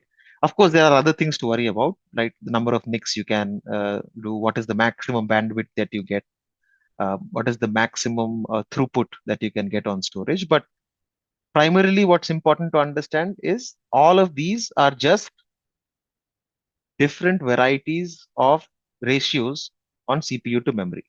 Okay? If you look at general purpose ones, right, each series will have a different CPU to memory. This is like 1:4, right? There's more memory. Okay. So 1:4, compute optimized is 1:2. Memory optimized, on the other hand, you get a lot more memory for lesser number of cores, right? Memory optimized SKUs are the ones that you would typically use for memory heavy or memory intensive workloads. One example is any database server, right? It's memory intensive. Here, if you see, the ratio is 1:7, right? 2, 14, 4, 28, 8, 56. It's 7 times, right? So memory optimized SKUs have more RAM for each core, right? General purpose is kind of balanced. Compute optimized is lesser RAM, more cores. You don't need as much memory. And then there's storage optimized. Now, these are very specifically for storage servers, right? Where you have the ability to attach NVMe disks. So you get a lot of NVMe storage, faster storage. You can attach a lot of disks. You look at the throughputs that is available. You get up to 400,000 IOPS with more than 200 MB, 2000 Mbps of speed. Again, the ratio is like 1:8 on CPU and memory. Okay. Now, there are other options as well. One thing you have to remember, general purpose compute and memory optimized are widely used. Storage optimized are very specifically for scenarios like creating Exadata servers, Oracle servers, whatnot. Sayed, there's a question I need to drop off. What time does the class finish? The class finishes at 11 p.m. Sayed, if you're in India, or in the next half an hour. Uh, Feel free to drop off. You can listen to the recording, right? That's fine. All right. The next types, these are rarely used, right? But we'll still go through them, right? Storage optimized is L, right? Memory optimized are uh, E series primarily and M series. Okay. Now, there is GPU or accelerated compute. These are all N series. N series are for graphics. Now, you'd see there's be larger, heavy SKUs on this, right? These are supported by NVIDIA CPUs and have graphics cards as well. There's graphics memory in there as well. Now, you'd use these for rendering or building. Uh, uh, Mostly the gaming companies kind of use these kind of heavy SKUs, right? So if you're rendering lots of frames, you're building out a 3D animation, 2D animation, whatnot, right? So you can use the graphics or GPU optimized SKUs. Now these are also available FPGA SKUs. Now these keep changing more often than not. This is again for graphics as well, but I haven't dived into these much. I don't know what FPGA is. HPCs. Now, these are interesting, right? These are high performance compute workloads. These can be specifically for running your AI tools or your big data clusters or your machine learning algorithms, right? For example, things like ChatGPT would need a HPC SKU to run. And trust me, these queues are huge, right? They run on large cores, and these are more often than not dedicated, right? If you look at HPV3 series, performance series, they go up to 120 cores, 448 gigs of memory, right? So these are for large scale or high performance compute kind of workloads, right? Now, each of these queues have benchmark scores for different types of operating systems, right? Each SKU, each family has its own benchmark score. So you can understand how these virtual machine SKUs compare in terms of a benchmark. right? So each queue has its own underlying hardware, right? So if the hardware changes, so does the benchmark. So you can't expect the same kind of performance always. Okay. So again, same thing here on the slides. Like I said, there'll be more series that keep getting added. So your single source of truth is always what is there on the Azure portal, right? So what we have here is again the different series which we looked at: A series, D series, general purpose, right? F series VM is more on compute optimized. G series is memory optimized. H series, we've looked at high performance computing VMs. L series are storage optimized. M series memory optimized, just like the G series VMs. N series virtual machines are GPU or graphics enabled VMs. This interesting graphic. Okay, we've just looked at these. We've talked about these. Compute optimized, you probably use in medium traffic web servers. Network appliances are actually firewalls. You can use them for batch processing and application servers. Memory optimized, preferably, typically used in relational database servers. So it can be SQL server, it can be your Oracle, it can be your MySQL, whatever. Storage optimized, again, they give higher disk throughput, right? Apart from the CPU to memory ratio that we saw. GPU optimized, as we discussed, high graphic performance for visualization workloads. HPC, primarily for AI kind of workload, modeling and running simulations. Let's go ahead and create a VM using the Azure portal. So let's get to our portal.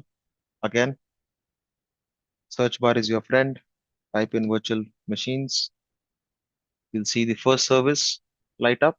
You can click on that and then in create, choose the first option, which is Azure Virtual Machine. Okay. So once you choose that, you'll see a page. You would already have your resource group. I don't have one. Okay, I'll have to switch to this. Oh, I deleted all of mine. Okay. So if you don't have one, just click on create new and you should be able to create one real quick.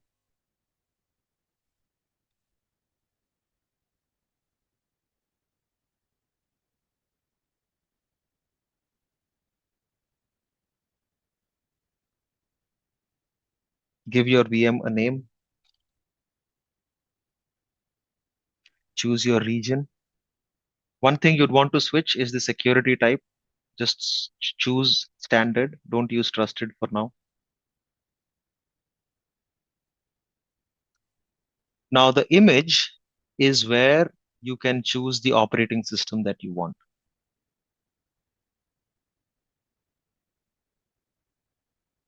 All data centers will have physical. I mean, without a physical server, you don't have a virtual machine, right? Now, what cloud providers do is based on newer hardware, they keep generating newer series of VMs, right? So the VM can sit in any physical host. So eventually, it's all physical servers somewhere where you can run multiple VMs on.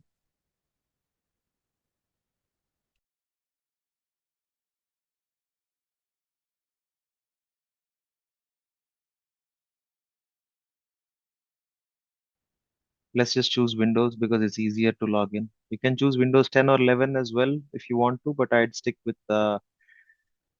Windows Server 2022 Data Center Edition. Is it not available? Yeah, it's available. Yeah.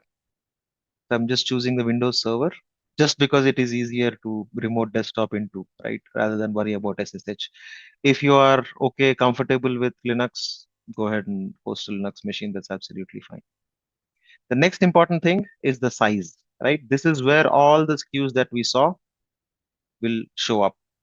You see, this is showing you what are the most used ones, but you can just choose whatever SKU that you want. I'm going to choose probably something which is at least 4 cores, primarily because Windows servers take a bit of time to load. And there's also a cost that will come up. So if you see it's saying 15,249 rupees per month, it's expensive. Um, Let me choose something lower. And this is fine. Oh, this is even larger. Okay, I'll just stick with it. Remember, turn off your VMs or you're going to burn your credit like there's no tomorrow. Okay. Once you choose your size, you need to provide a username and password. Remember, this is your admin username and password that you will use to sign in. One other thing to understand is keywords like admin or administrator will not work because they are reserved, right? Admin and administrator don't work. So choose something like a test admin or Azure admin or whatever. Choose your password.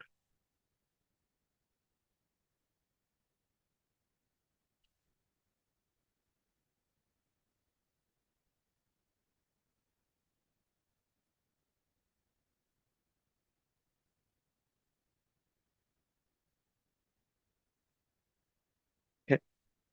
Now, one thing is it can be different, depends on the region. I have chosen Asia Pacific. If you are using some other regions, it will be cheaper. It can be cheaper, or it can be higher. We, for now, leave public inbound ports as the default that are showing up. Now, you need this because it creates a security group or a firewall. So leave it as default. We'll understand or deep dive into all of those when we talk about the networking topic. Okay. And that's it. Let's not worry about anything else. Networking disks, it's going to create a network for you and whatnot. So that's all the inputs that we will provide. I can show you what is happening on the disks section as well. Right. OS disk, you can choose the size of your OS disk. Right. We are leaving it as image default. OS disk type, you can choose other options. I'm just leaving this as default. There is delete with VM option checked. So if you check this box, if you delete the virtual machine, the OS disk also gets deleted. Okay. In the networking section, you'll see that it's basically creating a new virtual network for you, right? We'll talk about VNets a little later. It creates a network for you, it creates a subnet for you, and it creates a public IP for you as well. Okay. So we'll not mess with any of these. We'll leave it as is. There are options for managing your VMs, right? You can log in with Azure AD, you can enable auto shutdown, enabling backup, etc., etc. You're not doing any of these, right?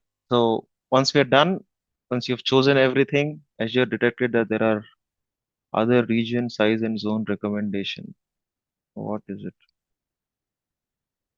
Region Central India. Oh, it's telling me that there is a cheaper option. Okay, thank you. I'll choose that. It doesn't matter because I'm going to delete it anyway. But yeah. All right. Click on Review plus Create. Now it is telling you that you've got your ports open to the internet. It's fine because it's only for testing. So we're not changing anything. Again, enterprises do not deploy using the portal. No enterprise is going to have a public IP. That's okay. We're just getting our hands dirty. So go ahead, click on Create. So in the basic section, if you have chosen the default values and are not messed with it, you should see it. Let me open up another tab.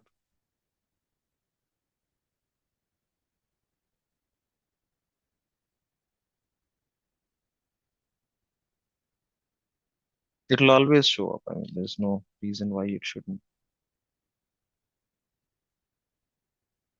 So if you scroll down, it'll show you public inbound ports. And if you have chosen Windows, of course, it'll show you RDP. If you have chosen Linux, it'll show you SSH, HTTP, HTTPS, whatnot. So pick your poison.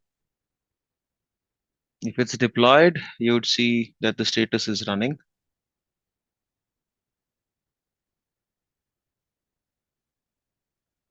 So the way you can check if it is deployed or not, and if it's running or not, machine agent status not ready. That's fine. Just refresh the portal. No, you should be fine. Now let's use remote desktop, and you'd use this IP, okay, to remote into the server.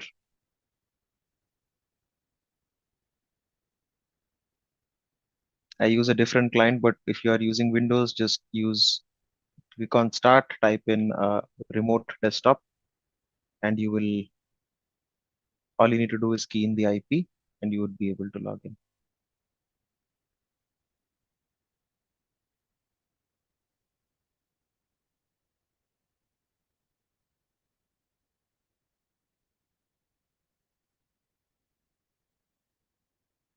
Choose any client that you want, a remote desktop client, you should be okay.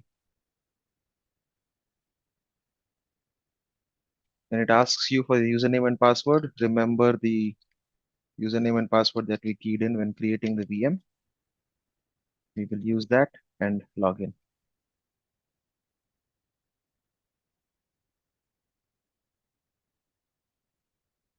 So for for you folks who are not using any other client, you would use the Windows Remote Desktop connection.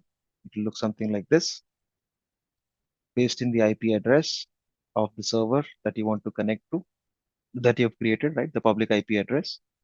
And once you click on connect, it will prompt you for the username and password just like this, and you can connect, right? So once you connect, you'll see Windows Server will be up and running, right? You can do whatever you want to on this, right? You can run basic commands if you're interested, set up IIS, whatnot, right? But once the server is ready, it's up for grabs, right? You can do whatever you want to do with it.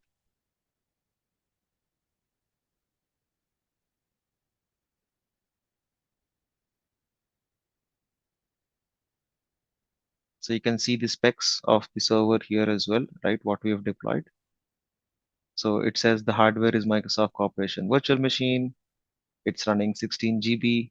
And this is where you'd see the type of processor as well, right? So this is running on hardware, which is running Intel Xeon Platinum, right? So the 4 cores, you've got 16 gigs of memory, about 158 gigs of space. If you look at Task Manager, more details in the performance section, you can see what we have. So you have got 4 virtual processors on a single socket, right? It's a virtual machine tagged as yes. The memory is 16 GB, and you have network as well on this. And there are DNS names and other things that Azure, there's an IP address tied to it, there's an IPv6 address tied to it, right? You can explore all of these options that are available. Again, if you know what you're doing, you've done this a couple of times, then, choose your client. I use a different client to connect. So this is called Royal TS, it's free. You can connect to, multiple VMs and play around with them if you want. So what we look at on the portal again is a few things, right? Specifically around the virtual machine configuration. Okay. So the few things that we were asked, it's still deploying. Go ahead, Praveen, let it deploy. You can listen in. Once it's ready, just try to log into the VM and just check if you're able to. Okay. So trying to understand the basics, how to increase memory on existing. You can't just increase memory, Sri. You'd have to change the SKU, right? And that is, I'll talk you through that, right? You just can't change only memory or only the CPU. You have to change the entire VM size. Let's coming back to the configurations, right? Now, the basic things that we need, the minimal information that we need is, of course, you need a subscription, right? So we all have an Azure subscription. That's the first thing that we need. The second thing that we need is what? Resource group, which we already have, right? We created a resource group. The next thing is the region where we wanted to choose, right? So we've chosen a region to deploy, right? Now, the second thing that you'd notice is the disks. Now we did not create anything specific, right? We went with the default. So under the settings tab in disks, you will see that there is a OS disk that is created, right? Now, if you want, you can attach multiple data disks. Now the best, I wouldn't call it best, but the recommended practice always is that your applications should always be on data disks and never be on the operating system disk. Okay.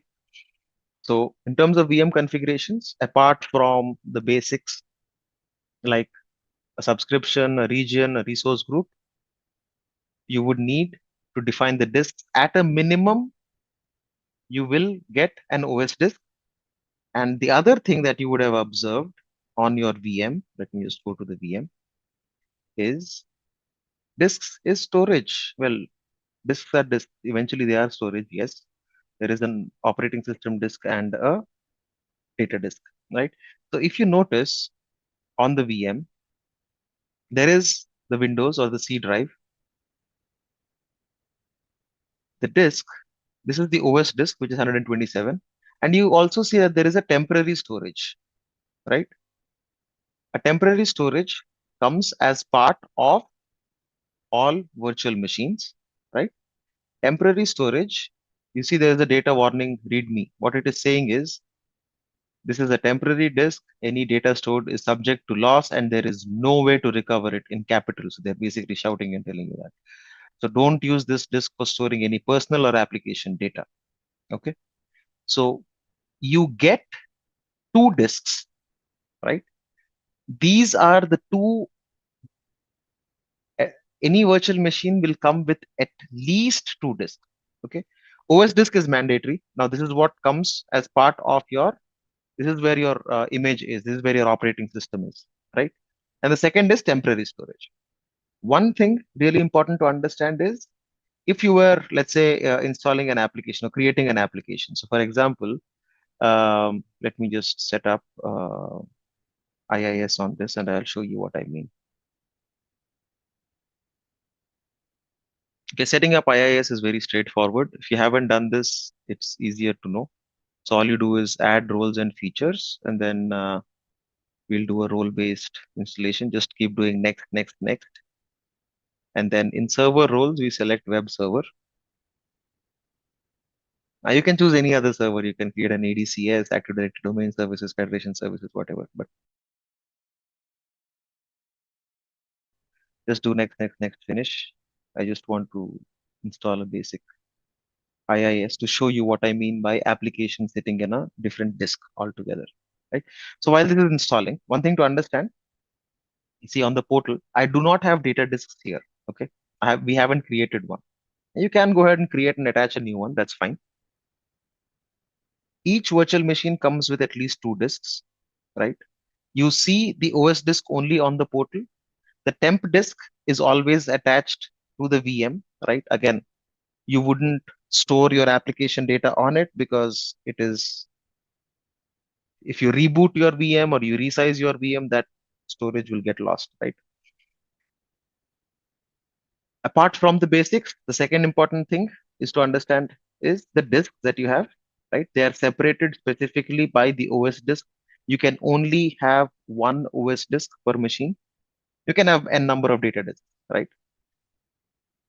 And the number of data disks is also depends on the size of the VM that you choose. Okay.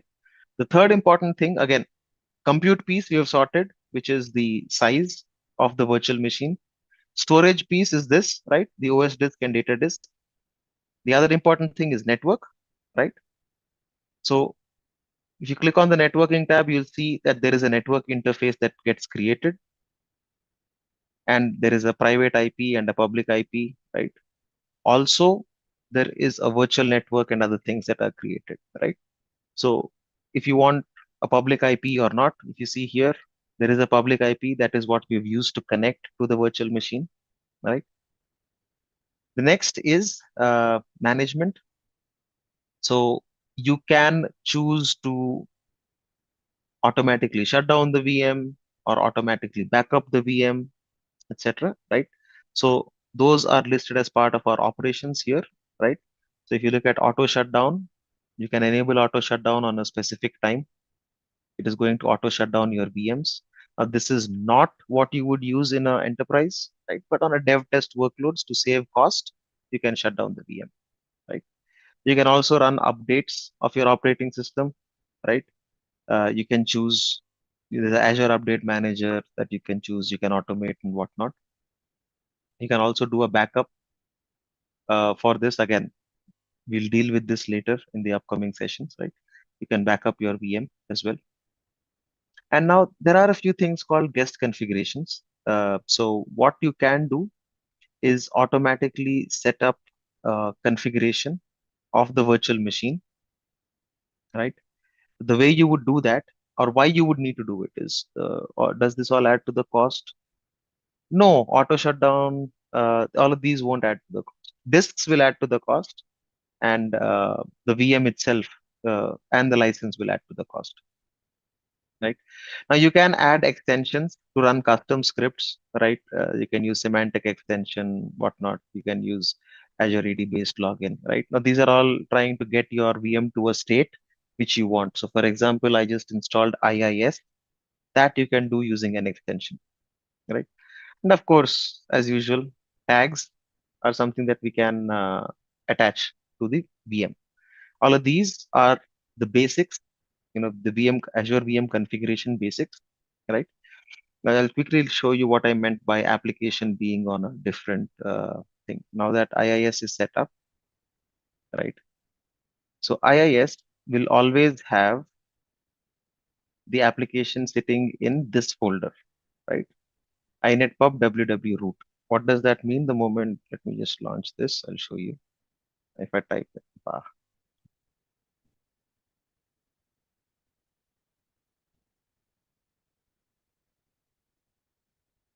so you see this, if I type in localhost, this is my web page, right?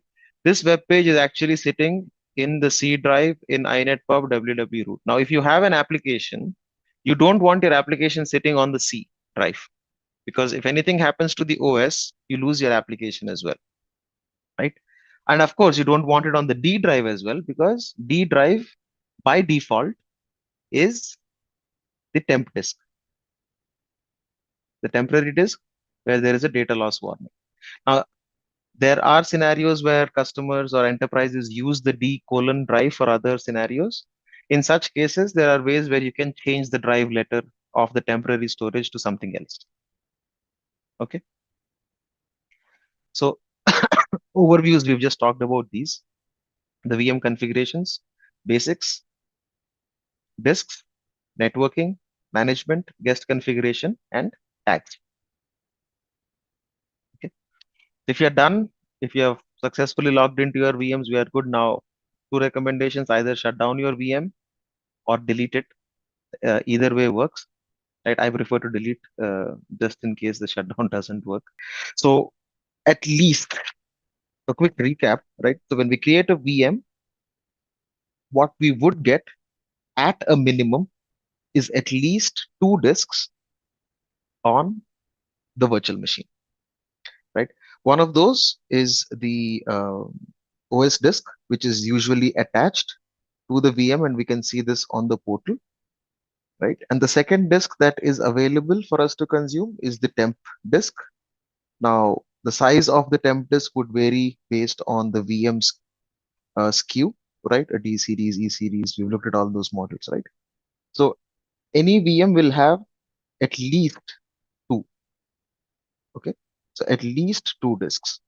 Now, the reason why, now, if in case, the recommended practice always is to ensure that your applications, right? So if you have your web app or your application code, whatever, this application should never be on the OS disk, right? The reason for this is to ensure that even in case there is an OS update or a OS patch or even a disk failure, your data is always secure.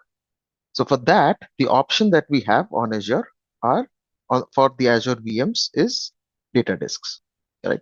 So we can create and attach multiple data disks onto the virtual machines to make sure that your applications or any of your database, right? So it's an application, you would want it on the data disk, or if you need your databases, any workload, right? So I'd call this any workload that you want, which is related to your application or your database or your middleware or whatever, all of those workloads should always be on data disks. You will never put them on the OS disk. The default drive letter for OS disk is C, right? The default drive letter for the temp disk is D, right? Now there is of course options where you can change this.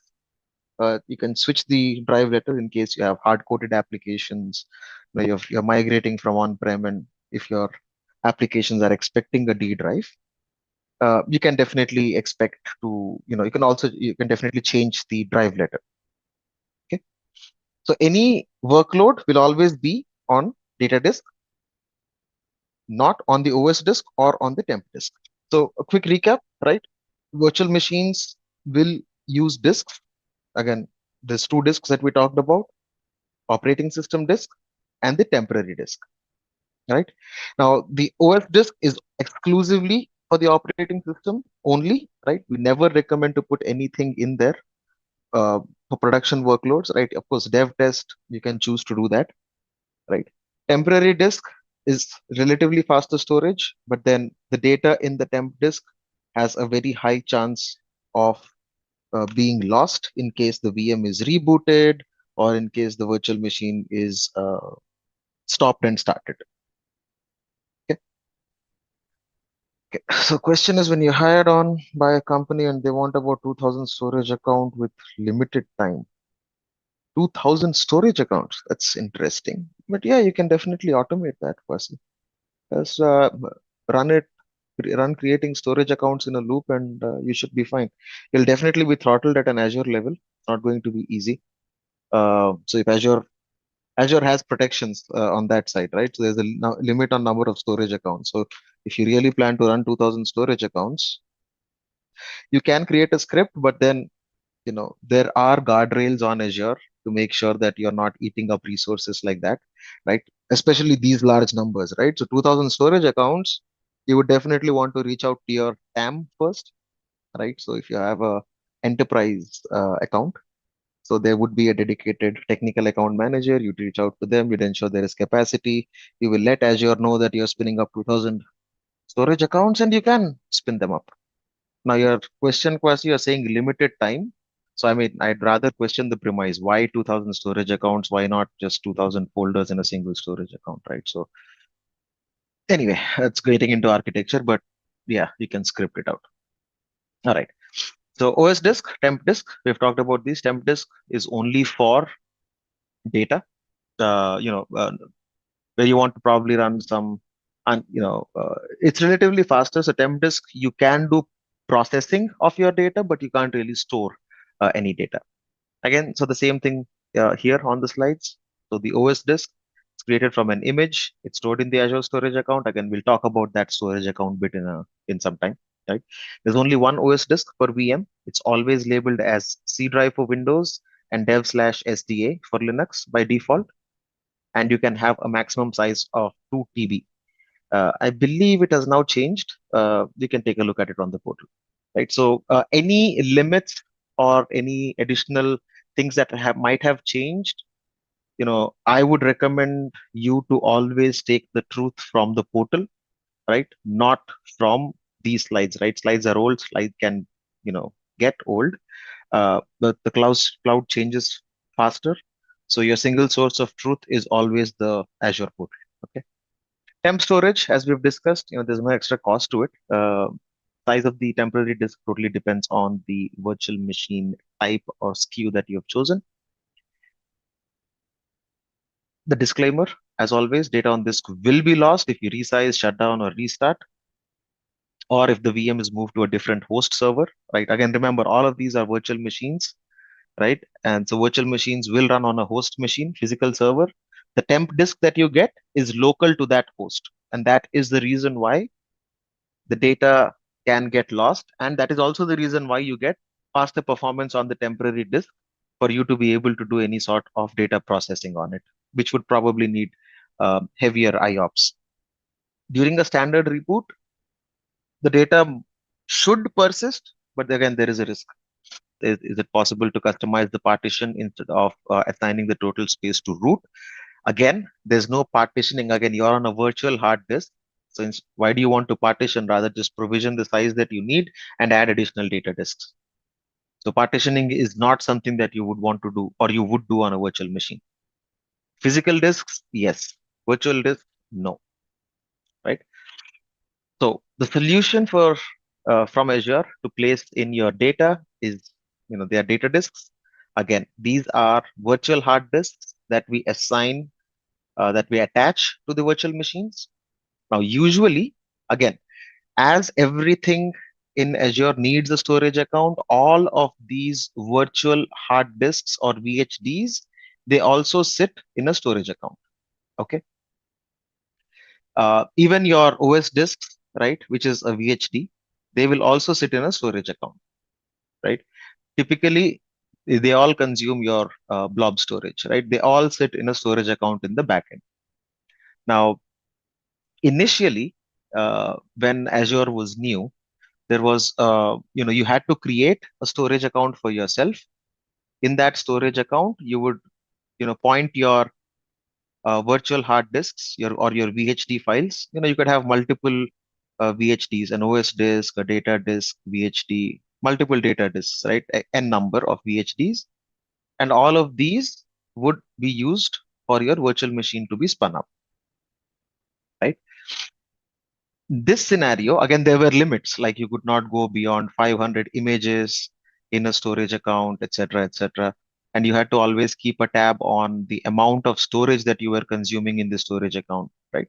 This kind of model where you manage the storage account and you point and you handle the VHDs in the storage account. This model, or if you created a disk where you manage the storage account, the disk was called an unmanaged disk, right? So an unmanaged disk was a scenario where you create your own storage account and you create your VHDs or save your VHDs in your own storage account, right? Eventually, as Azure grew, you had the concept of managed disks. What this meant was you wouldn't worry about where your VHD sits. You wouldn't worry about your storage account, right? All of this gets managed by Azure. And that's the reason why it's called a managed disk, right? So these were the two types. I'm not sure if we have the slides on them, but this is an important fact to understand: managed disk versus unmanaged disks, right? Managed disks are where the end user manages the storage for the virtual hard disks or VHD files for those disks. And managed disks are are a deployment where basically Azure manages the storage behind them and also the VHDs.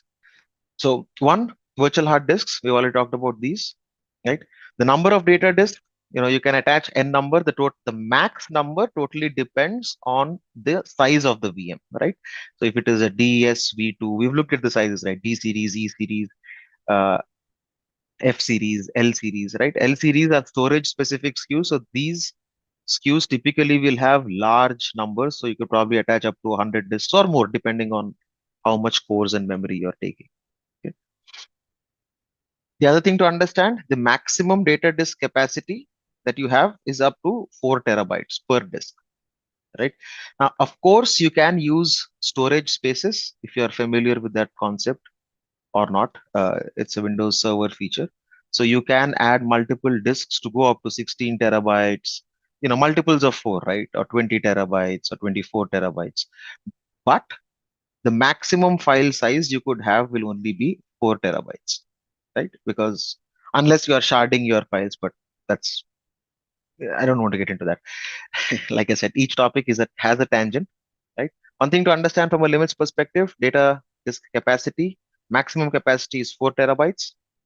The number of data disks that you can attach depends on the size of the virtual machine, right?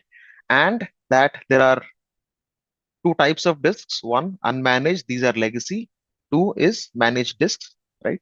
Unmanaged disks are where you manage the storage account for where the virtual hard disks are going to be stored. Two managed disks are a scenario where Azure manages the storage account for you and it manages the virtual hard disk file for you. Okay, a few things. So data disks, the facts we've discussed: again, data disks are designed for a 5 nines availability, right, which is 99.999. Temporary disk is the local storage. We've discussed about that. OS disk and data disk are implemented as blob storage in a storage account, right? So, like I said, anything storage will always go to a storage account, right? Data disks will get you persistent storage for your applications and data. This is important to understand, right? OS disk, you have an option to detach it. If the VM does not boot up, you can just spin up a new VM and attach your data disks and then get the workload running, right? So if you need persistent storage on your virtual machines, data disks are the way to go, right? Of course, managed and unmanaged disks. So like I said, unmanaged disks, you would be creating the storage accounts where these unmanaged disks will reside. The maximum number of storage accounts per region is limited to 200. And when using a standard storage with unmanaged disks, the advantage, this is actually an advantage with unmanaged disks, is when you're using standard storage, you only pay for the space that you use, right?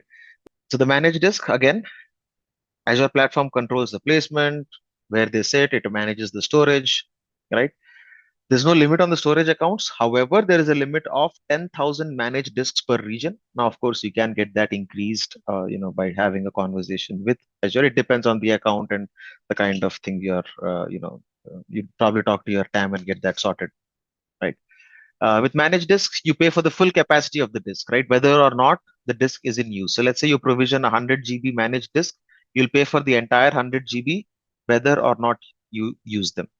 But in an unmanaged disk, let's say you created a 100 GB disk, but you're only using a 5 GB, 5 GB file store, you only pay for 5 gigs. OS disks, we are only talking about OS disks are managed or unmanaged depending on how you create them. Typically, as of today, OS disks are always managed. You can choose to have your own VHD as well. Okay. So next topic we have is network interfaces specifically, right? So for this, it's easier if I showed it to you on the portal rather than anywhere else. So let me create a virtual machine.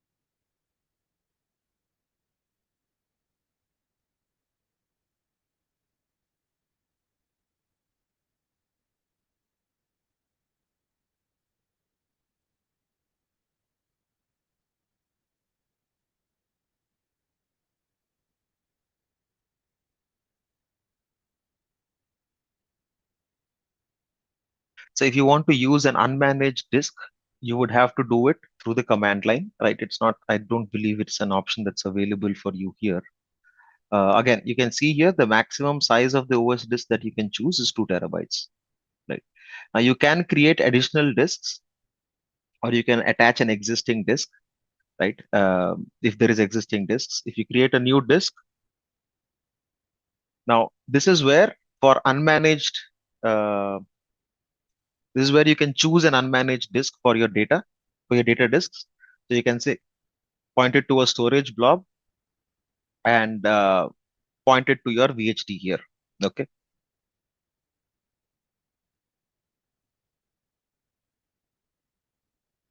Networking. I wanted to see the NICs. It cannot be reserved keywords like admin or administrator, but you could choose any other name as well. You can put in your name as an admin account. That's absolutely fine. But there are only reserved. There are a few things like like reserved keywords like admin and administrator. Those are you cannot use those. Except those, anything else is fine.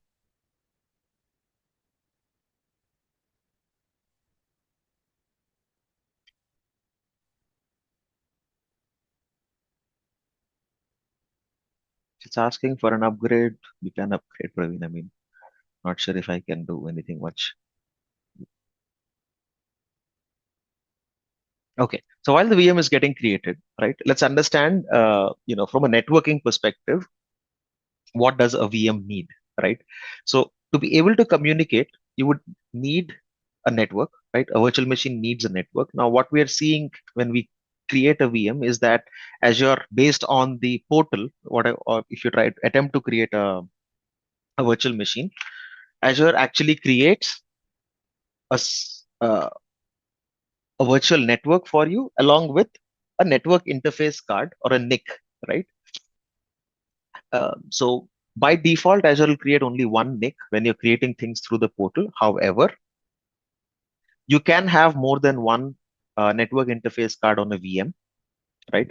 But at a minimum, you would need at least one, because without that, you wouldn't be even be able to connect to your virtual machine.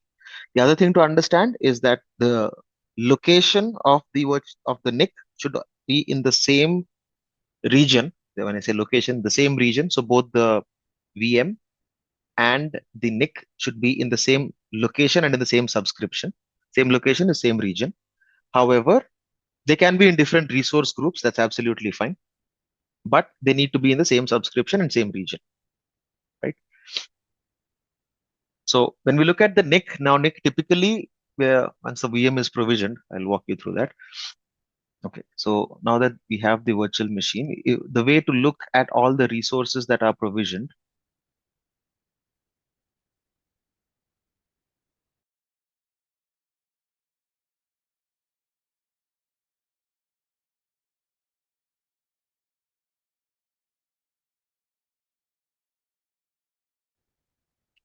So in the networking section, now let me actually get to the resource group. So in the resource group, you have to notice what all are created when you've created a VM, right?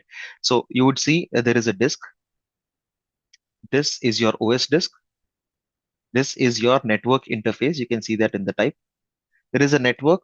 We'll talk about NSG and network a little later in the networking section, and a public IP address, right? So virtual machine, compute, you have your network, which is coming through your NIC, and you have storage, which is your disk. So if you click on the network interface, or NIC in short, you will see that it has certain things. It gets a private IP address and a public IP address. Now, this public IP address is what we use to connect to the VM earlier, right? In an enterprise scenario, you probably would not have public IPs, right? It'll all be through private IPs only, right? So you can assign multiple IP addresses. You can make them static, right? You can assign a static IP address. IP forwarding is one thing that is very specific for virtual appliances, right? So if you don't enable this, your Barracuda firewall or your Cisco firewall or your Checkpoint virtual firewall, whatever you're provisioning, right? They might not work. So IP forwarding, yes, public IP and private IP are assigned to the same NIC. Azure handles the NAT for you. NAT in short is network address translation for you. Private IP will be very specifically for your consumption only. Sorry, public IP, right? So if you hit that public IP, you can assign a DNS to it if you're running an IIS server or whatever. In the current scenario, you're using it only to remote in, to connect to your virtual machines. But you can, of course, play around with it and add in a DNS name for it and set up a web application and whatnot. So all of those will also work. So again, DNS servers, NSGs we'll talk about in the network, but without a NIC, a VM cannot exist. Now it can have more than one NIC, which is okay. You can add two NICs, one in one subnet, one in another subnet, right? And that is typically how firewalls are created, right? So if you are experienced with firewalls, they typically have three or four NIC appliances with each NIC sitting in a separate subnet. Okay.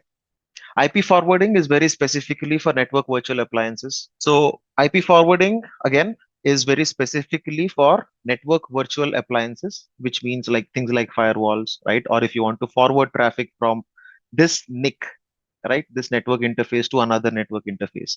So if you want to use things like load balancer on the server, right? If you want to use Nginx, for example, right? So all of those are available in the marketplace, right? So one thing that you can explore is uh, the marketplace, and that's where you'd understand what are the things that you can create with the virtual machine. So if I now search for Nginx, right? So there is Nginx. You can create Nginx load balancer directly, right? So this image comes from Nginx themselves. So you can start with a preset configuration. It's going to set up Nginx for you. Again, similarly, there are things like you want to set up a SQL server. You don't need to install SQL on it, right? So if you search for SQL Server, there you go. You have SQL Server on Windows Server 22, on Windows Server 2019, right? You name it, you've got it. So if you look at compute scenarios, yes, all of these are fully managed. In compute, you have SQL Express, SQL on Ubuntu, you have SQL Server. There's a lot of options. You can create a SharePoint server, you can create an Active Directory server. There's a PostgreSQL server. On databases, you've got loads of options. You just need to search for them, right? More or less, there's a lot of vendors available with their images. So if you look at analytics, so the marketplace has a lot of things that you can deploy, right? So if your question is what can you do with a VM, specifically on the cloud, you'd have to worry less because there's typically licensing also included as part of the Azure marketplace. So going and trying to hunt for someone or trying out a new software, right? All of that's not needed, right? Everything's available here. So if you see containers, you've got quite a few modernization assessments, blah, blah, blah, blockchain, mixed reality. On networking is probably where you'd find a few firewalls. This is Nginx on Ubuntu, things like Barracudas, the next gen firewalls. There are Cisco firewalls and a lot of good stuff, right? So with virtual machines, there's a lot that can happen or that can be done for an enterprise, right? So when we say virtual machine, it's just not create a blank virtual machine and then install everything on it. So that's the bit on the NICs, right? Depending on the image, depending on the vendor, they might have more than one network interface card or more than two network interface cards, right? But at least what a virtual machine needs at a minimum is one NIC to work. What is a scale set? Scaling, right? As the name suggests, scale sets are the ones. Scale sets are a resource. A VM scale set is a resource which we would use to create and manage a group of identical machines, right? The number of instances can automatically increase or decrease in response with the demand, right? So in the first session, we were discussing about how you kept on adding new servers as the load kept increasing. And while you added all of these at a point, let's say this is your baseline load, right? When all of the increased load subsided, you still were paying for these extra servers, right? So scale set, on the other hand, the advantage is you define a minimum. You say my minimum is 3, and based on the load, right? We look at the properties of what types of loads it can be. But I say, let's say if the CPU is going beyond 80%, I will say keep on adding one node, right? And you can go up to you can also define the max count, which I'd probably say, 10, right? And if the load decreases, let's say the CPU goes down, then you would delete all of these and run your minimum number of nodes. So it'll never go down the minimum. It can never go down or go above the maximum, right? So we can configure that. The resource that helps you do it on Azure is called a VM scale set. In short, it is a VMSS. Okay? So these are the terminology that you'd use day in, day out. So VMSS or a VM scale set is something that helps you increase or decrease the number of instances, and these will be identical instances, right? So you would choose the type, whether it is a D series or a DS2, V2, whatever, right? Whatever type you choose, all of the instances will be of the same type. Okay, and they can increase or decrease based on how you configure them, or you can also do it on a defined schedule. So you can say morning 9 to 5, scale out to 10 instances, and after 5 p.m. bring it down to 2 instances, right? So you can do it on a defined schedule, or you can do it in response with the demand. right? Now, what that demand is, we'll take a look at it when we do the hands-on. Azure uses scale sets for a lot of instances, right? For PaaS services, it uses scale set. For Azure Kubernetes services, it uses a scale set, right? So the scale set, while you might not see it directly, but in the backend, there is a lot of use for PaaS services where scale sets are implemented, right? Again, why would you want to use? One is you can create and manage multiple virtual machines, so you can scale out without, you can manage hundreds of virtual machines. You don't need to worry about additional tasks, additional configuration tasks, or additional network management tasks. You can use to, run the multiple instances of your application, which is exactly why we need one, right? You would load balance traffic across your scale set. So high availability is something that you get. Automated scaling, we just discussed about that. You can increase, decrease time, the number of VMs as per the application demand. Again, working at large scale, you can go up to 1,000 instances if you are using Azure-based images, right? The default ones. But if you are using your own custom image for your operating system with the application on it and whatnot, then you would be limited to 600, right? Again, the limits, I would always suggest, please look at the portal. But for now, we'll take a look at it. But I think 1,000 VMs, 1,000 instances per scale set if you are using Azure images. So you can go up to 1,000 VMs and up to 600 VMs if you are using your own custom virtual machine image. And all of these are purely metadata that you'd want to know. But before we get into a hands-on, where to find on the portal about the limits? We'll look at it. Look at it. I think it is then the portal. These kind of limits for scale sets might possibly be only on Azure documentation. But let's take a look at it when we go to the hands-on. Okay. So what we'll do in the hands-on is this, right? So we'll create a scale set. We'll set the default value for minimum maximum of number of VMs. We'll scale out at 75% of CPU usage. We'll add one VM. And if it is less than 25%, we'll delete one VM. Okay. So now what we'll do is search for VMSS and you'll find virtual machine scale sets. So click on that. Once you click on that, click on create virtual machine scale set. Choose your resource group. Choose your scale set name. Choose your location. And see, one advantage that you get while deploying scale set is you can choose which zones you want it, right? So you can choose all three zones. What this is going to do is when you create three VMs, it will make sure that the first one is in zone one, second in zone two, third in zone three, again, fourth in zone one, fifth in zone two, sixth in zone three. So in that way, you are able to leverage multiple availability zones for your workload. Orchestration mode, flexible or uniform, right? Now, if you have stateless workloads, you choose uniform, but you want high availability at scale. That is when you would use flexible. So for now, we'll keep the orchestration modes as flexible, right? So security type, switch this to standard. Do not use trusted launch VMs for now. Image, I'm choosing a Windows Server. Okay. Now, one thing that you'd notice is, there are CPU limits that I'm hitting. So what I do is probably switch this to something lower. This is fine, right? So this is the type of the virtual or size of the virtual machines that will get created within the scale set. Now, scaling mode.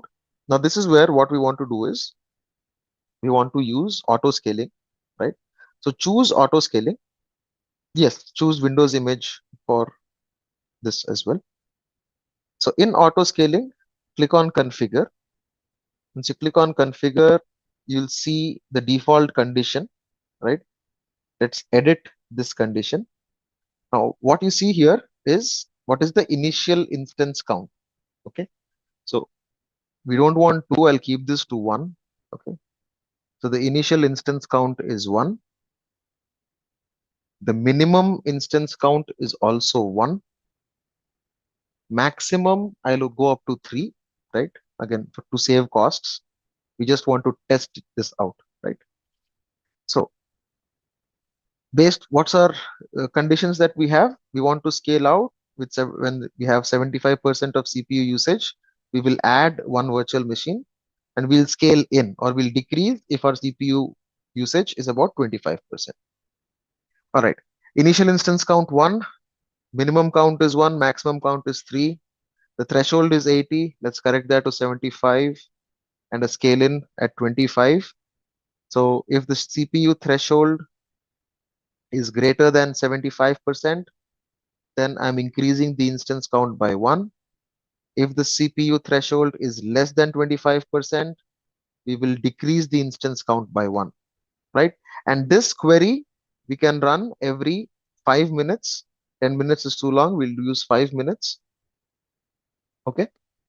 So once we use with this, we should be good for with our auto scaling configuration. So every 5 minutes, we'll check if the CPU threshold is 70, is it going above 75? If it goes above 75, we will increase the number of VMs by 1. If the threshold is less than 25%, we'll decrease the VM count by 1. Okay. You can click on save. So now you see this is our condition. CPU threshold is 75/25. Instance count minimum 1, maximum 3, initial 1. Click on save here again. Provide your username and password just like you did for your virtual machines. Okay, so once your username and password is done, you can look at other options. So networking specifically, right? Uh, in the networking section, choose the VNet, choose the network. You already have one. There's no need to create a new one. Choose the same network. You would already have a network which was created when you created your virtual machine earlier, right? So if you call it test VM, you'll see it as test VM hyphen VNet. So just choose that network. Okay. Don't choose any other network because you'd not be able to connect to it, right? So choose an existing network which will already be in your resource group. And that is the only thing that we will worry about. So we've configured the basics. We've configured the networking. Click on review plus create. Basics are simple. So Praveen, again, for you, all you need to choose is a flexible orchestration mode. Choose auto scaling, scaling conditions. So in networking, if you're getting a validation failed, choose load balancing options as none. Okay, we are not load balancing now. Scaling out, scaling in. Okay, so what are we doing when we are scaling out? We are adding a VM. That means we are increasing the VM count. Scaling in is decreasing the VM count, right? So you would scale out when when your load increases and you need to make sure that your workload's response time is good. You would scale in when the load has decreased and you don't want as many instances running. Okay. So we'll let the VM scale set create. Might probably take a while. Meanwhile, what you folks can do is remote in to the VM that you had already created, right? Which has a public IP. So the test VM or whatever you've created, just remote desktop into it. Okay, let's see if the scale set is ready. Okay, deployment succeeded.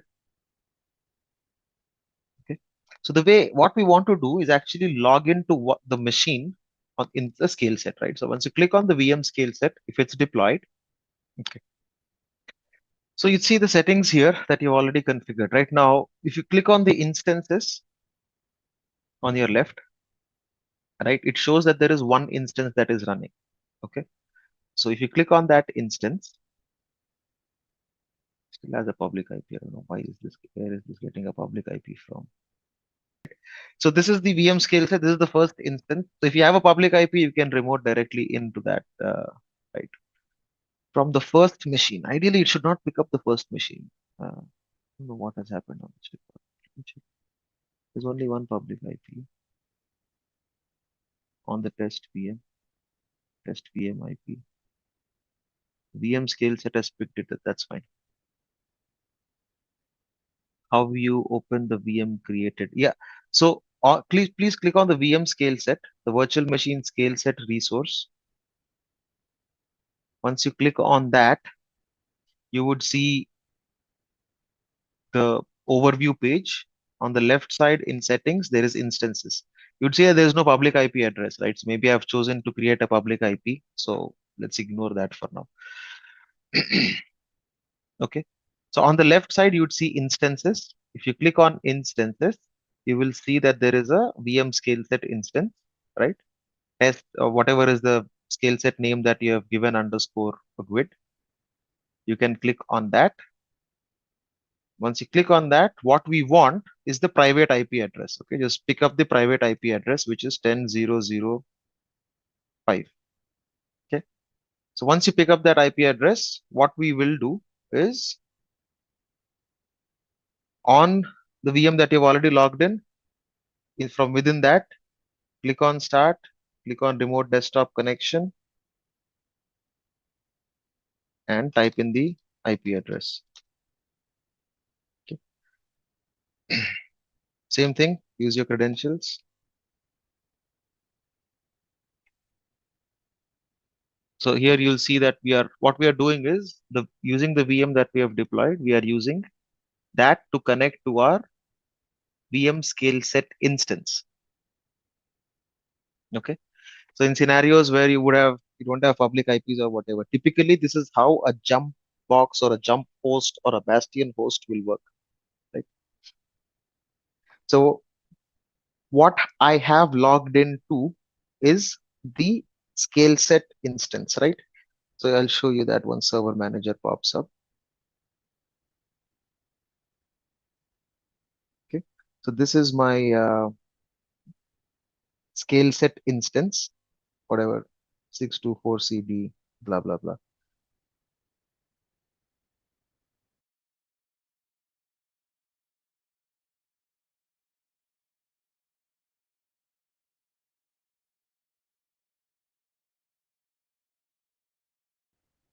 Okay.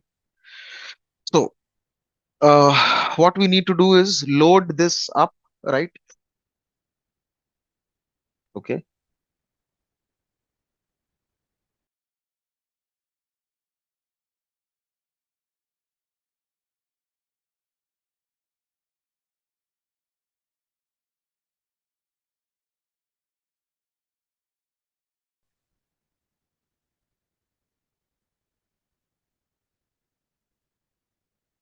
There is a reset password available for your VM, is what you said, right? So try it again. If it's not working, you should be able to reset it using. So if you click on the virtual machine on the left, you should be able to see. There you go. Reset password under the help section. So if you've forgotten your password, you can try that. All right. Okay. So now what we want to look at. So, you have the virtual machine scale set and everything, right? What we'll do is actually look at the current CPU utilization of the scale set, right? How can we do that? Once you click on the overview section, there's a monitoring tab, right? Now you would see all of these are coming in by default. Okay. So this is the CPU percentage is what we are interested in, right? Because that is the metric on which we have configured the auto scale. Okay. So the current CPU is hovering somewhere around, I don't know, 20%, right? So what we'll do is we will put some load on the CPU. I think there are quite a few websites who can do that. Let me see, CPU stress test. Yeah. CPUX.net. Yeah, this is an interesting way to load, right? I can probably run 2 threads. Okay.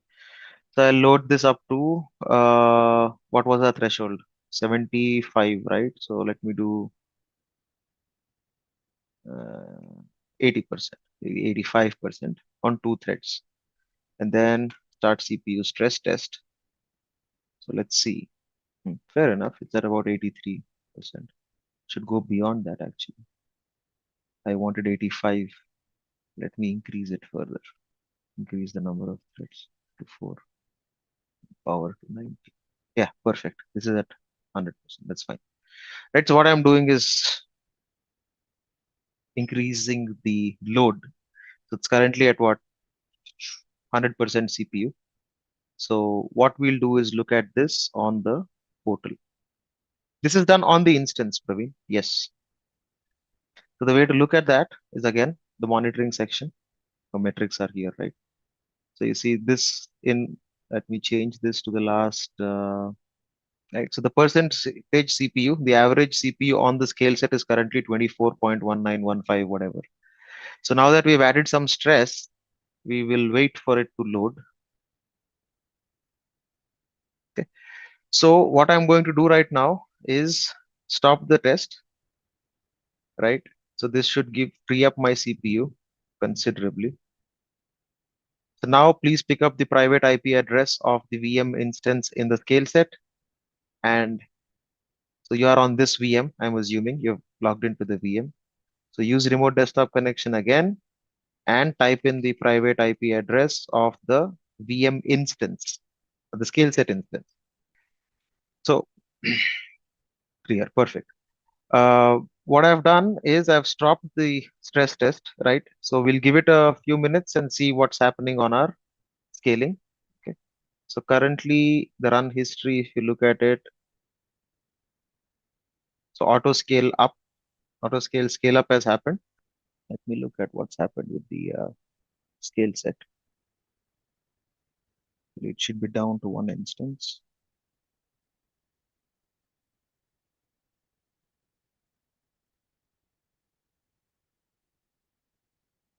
Yeah, it's down. So you see, auto scale down is initiated twice. So I'm now left with only one instance that's running. All right, all right. Next topic is availability sets. Think okay. So when we were talking about the way physical data centers are constructed, right? So we talked about data centers having racks. You folks remember that? Excuse my drawing. Don't seem to have straight fingers nowadays, right? So we have racks, servers here, server 1, 2, 3, 4, blah blah blah. All of these are servers, right? Each rack is connected to power and network, right?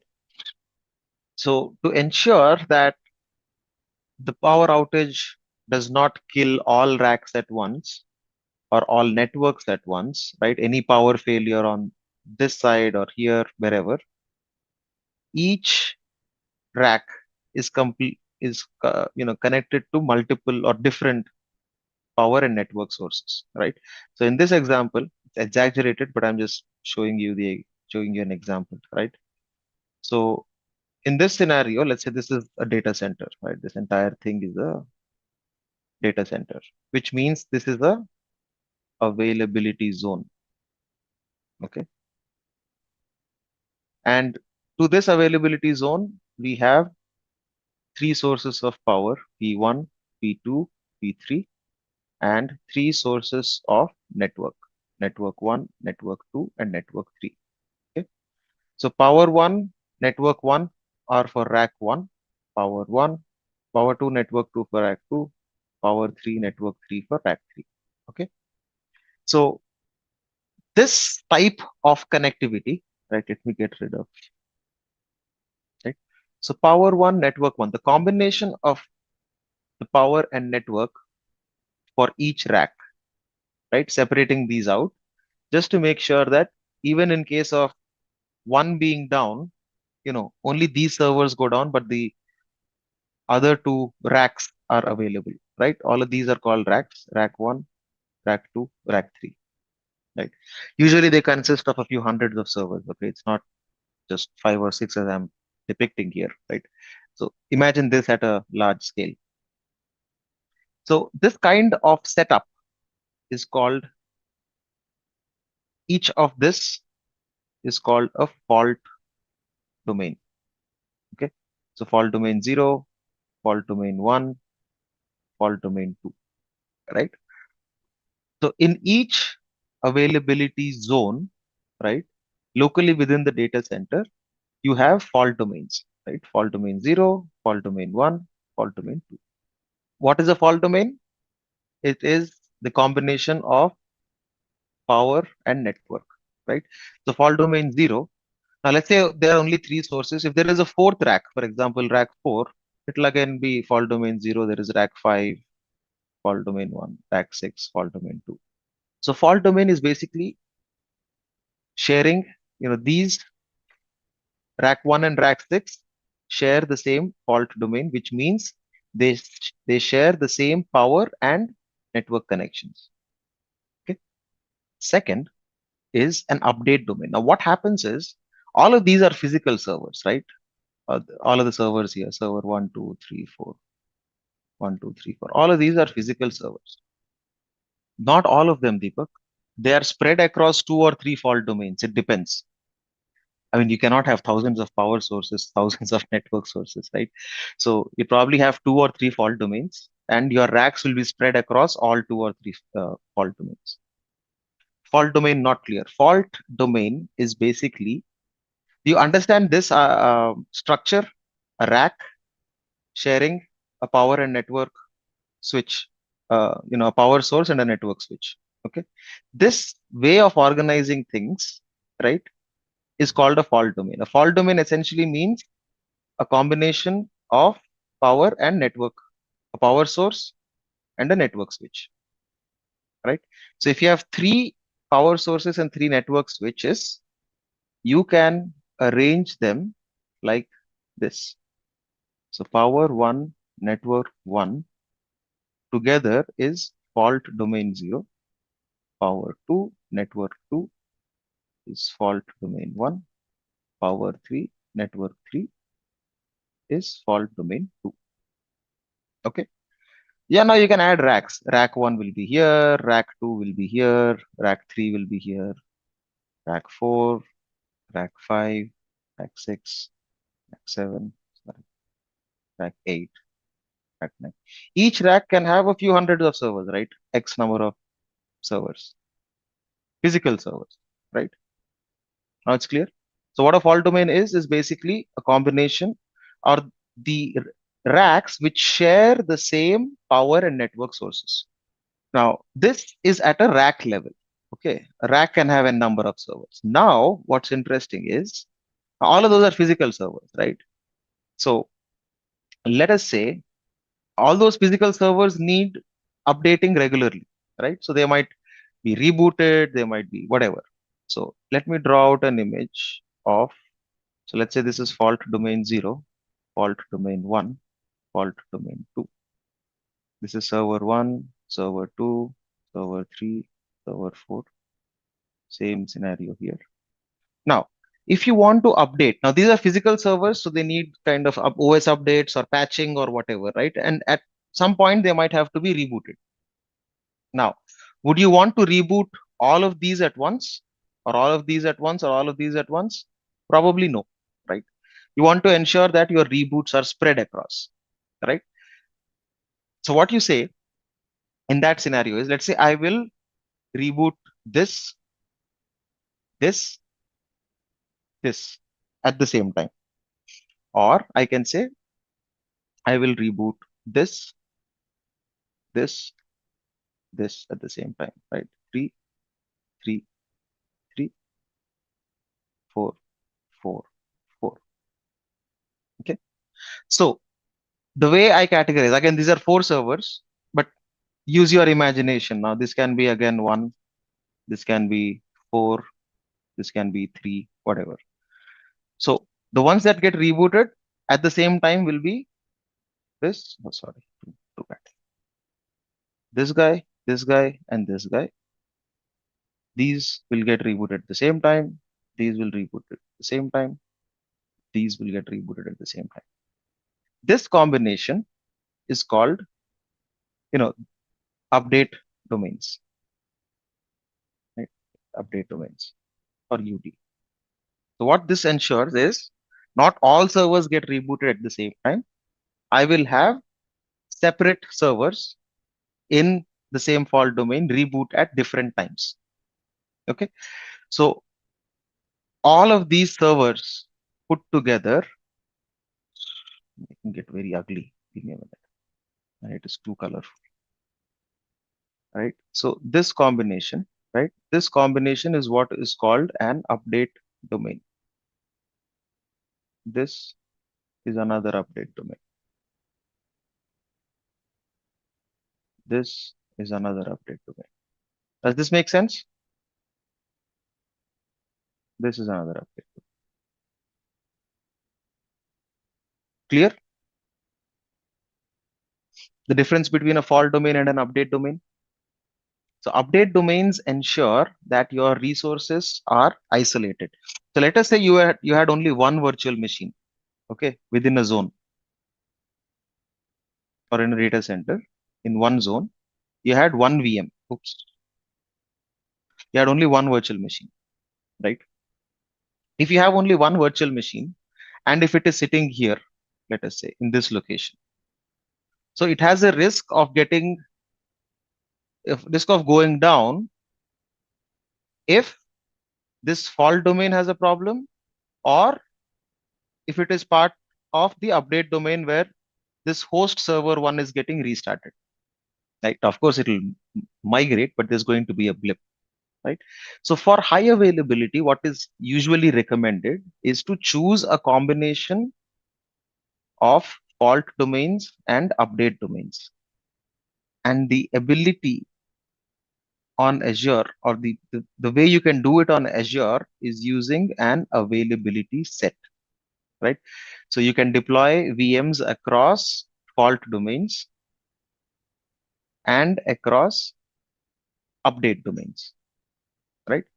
So what I've done here, I've deployed a VM here in fault domain 0, update domain 1, one VM in fault domain 1, update domain 2, one in fault domain 3, update domain 3. So in this case, I get high availability within the region, sorry, within the zone.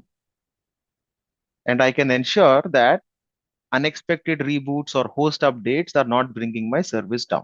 Update domains don't share anything, Venkat. Update domains are a group of servers which will get patched or updated together at the same time. So basically, you can say that they share their update cycle or upgrade cycle. This availability sets were something that came up before the availability zones came up. Because at that point, essentially there was only one data center in a region. Now, with availability zones, the advantage is I would only deploy, instead of worrying about all this crap, right? Update domain, fault domain, whatnot. I will deploy one VM. So this is within the same region, okay, or within the same data center. We discussed about availability zones, right? So here I have DC1, DC2, and data center 3. I will deploy one VM here, one VM here, one VM here. I don't care about fault domain, update domain in DC1. So whatever happens, even if the entire data center is down, I still have two more up, right? And again, by rule, data centers are not all upgraded at the same time, right? The updates don't happen at the same time. So if this is down, let's say there is an update that happened and this VM went down, I still have two more available in two different zones, right? If an upgrade is happening here, the upgrade is finished here. Let's say the upgrade started here. This goes down. I still have two more available, right? So high availability and resiliency within the data center or within a region is how these differ.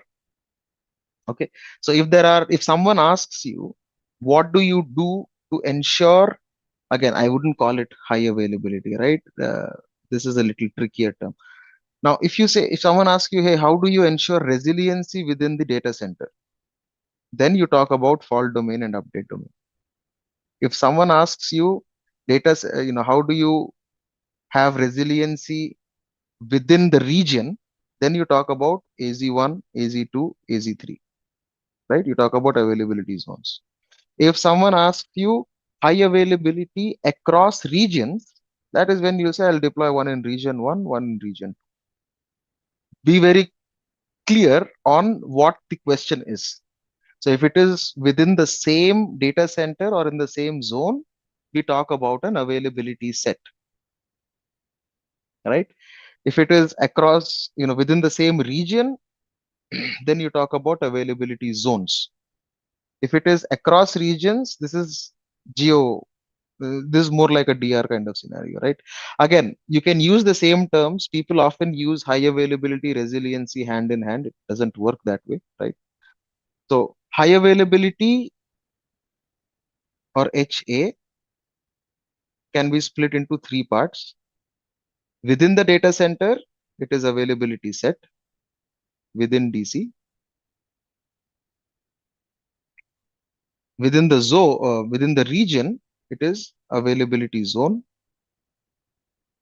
and across regions, you can, this is geo replication. So this will be a little tricky, but within the region versus within the zone, you would either use an availability set or an availability zone. Again, you can call it resiliency or high availability. People often confuse with these two terms, right?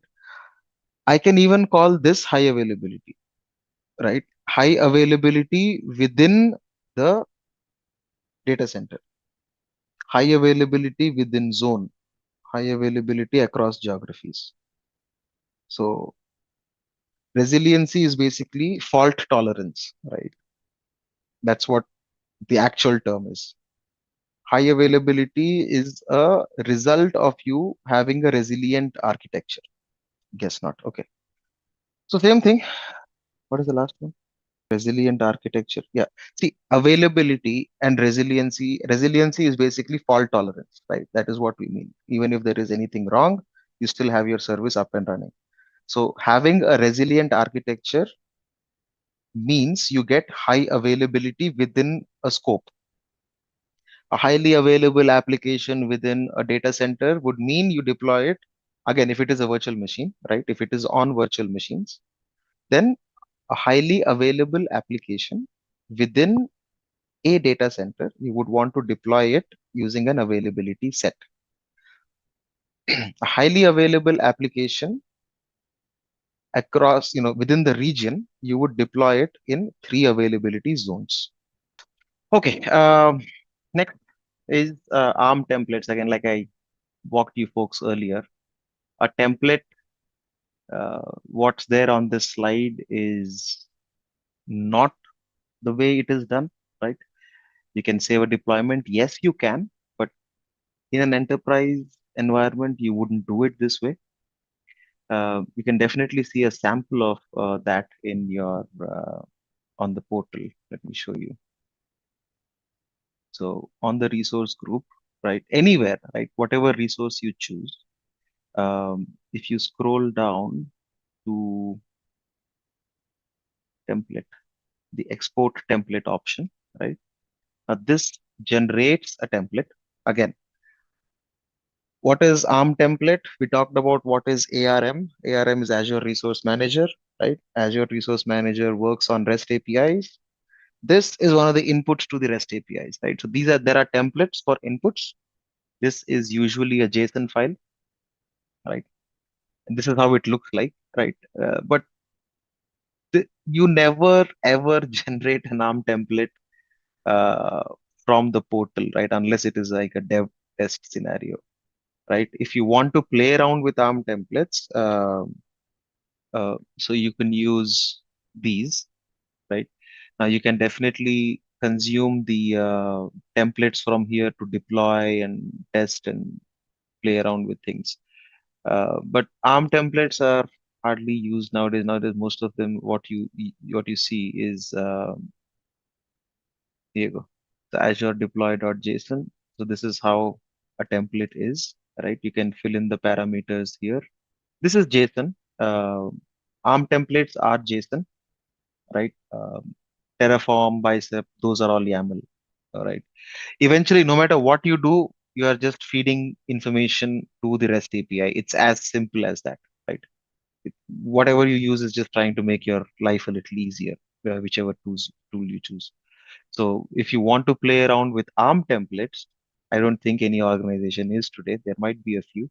You can explore this quick start templates. If you want to explore Terraform, your better resource is the Terraform registry, which is this, the Azure RM provider, right? You want to get started, there are guides, explore it. Okay. This is YAML, right? Now, whatever this YAML is, this YAML eventually feeds a REST API call. Okay. They're all the same. So pick your poison, fortunately. And it's an interesting topic. It's not part of our session, so I'll worry less about it. But right, see, all of this gets exported. The auto scale settings, right? Whatever we have defined on the portal go in as an input to an ARM template. So the way Azure portal works is on the ARM templates, right? Enterprise scale automation is typically through Terraform, primarily because it helps you keep a state of what of where things are, right? All of these, you see, time window, this is 5 minutes.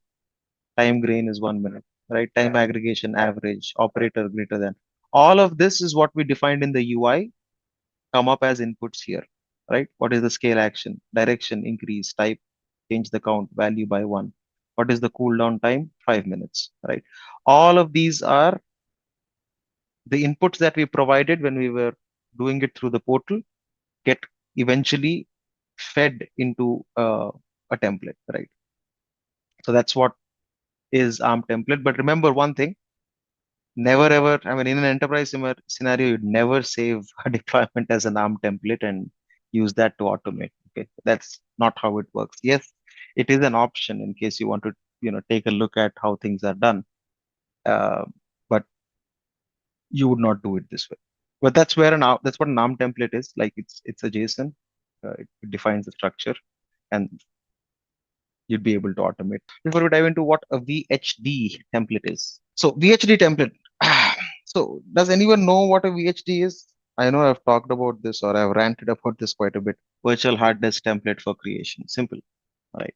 A copy of a VHD or a template, right? With which you can create similar virtual machines, right? So if you're familiar with on-prem or images, right? OS images, you can treat this like that, right? It's like an image that you have from which you can create multiple virtual machines. So straightforward. So a VHD template, what a VHD is basically a managed disk, right? You can create with templates, you can create a template out of a virtual machine.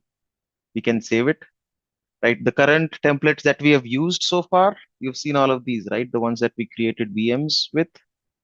So the moment you chose a virtual machine and you're creating one, you see here, right? It asks you for an image, right? Now, these are all templates that are provided by Azure. There are templates that come in from vendors, which we saw earlier, right? Um, WordPress, this, that, whatever, right? You can create virtual machines out of these images, right? Or templates. The other option is you can also upload a virtual hard disk from your on-prem. Let's say you're running Hyper-V or VMware, whatever. VMware, of course, the VMDKs, you would want to convert them to VHD before uploading them, but you can definitely even copy those VHD files and create your own virtual machines on Azure, right? So that's virtual hard disks or VHDs in short, right? What we would do with this is primarily create custom images. So custom image, for those who don't know, is, let's say you want to install certain, whenever you bring up a server, you want to make sure you have Chrome installed on it, or you want to have XYZ software installed on it. So instead of trying to do that over and over and over again every single time you create a, a new server or a virtual machine, you create an image template, right? You create a template that the OS image itself. So when you take a snapshot of an operating system after you've installed, again, snapshot's not probably the right word, but it's more of an analogy, right?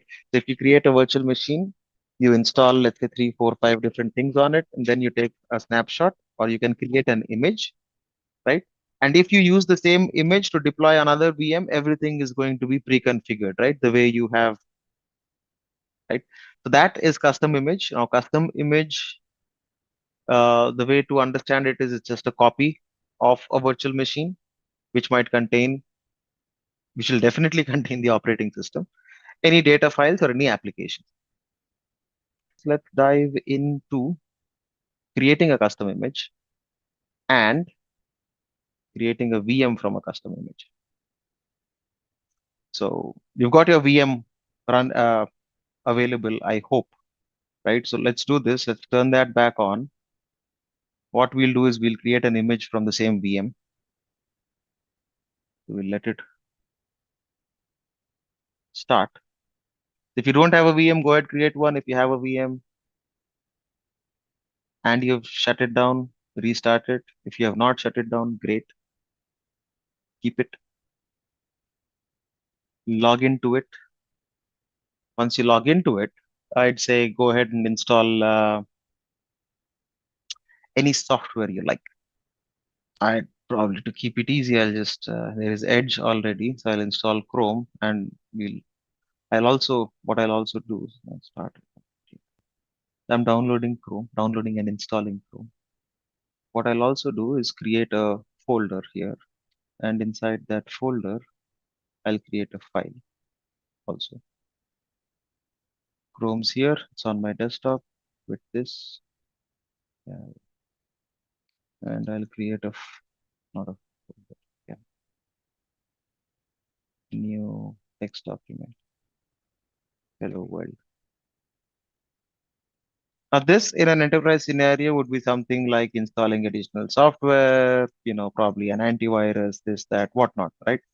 So in our scenario, what I've done is I've installed Chrome and I have a test folder with a hello world text document on this, right?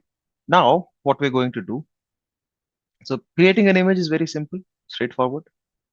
All you need to do is on the VM overview page, click on capture. Okay. So that shows the create an image page. So you can share the image to Azure Compute Gallery. This is okay. So what it is going to do is publish this image for you, right? Target gallery. What we'll do is create a new Azure Compute Gallery. So what this means is you're creating an image gallery. So if you are an enterprise, you have multiple images, like an Ubuntu image, an RHEL image, a Windows Server image, or a SQL Server image, or a web server image, whatever it might be, right? You can create all of them. You can save all of them in a shared image gallery, right? I'll call this, well, not exactly, yeah, it is kind of a folder, but very specifically for images, right?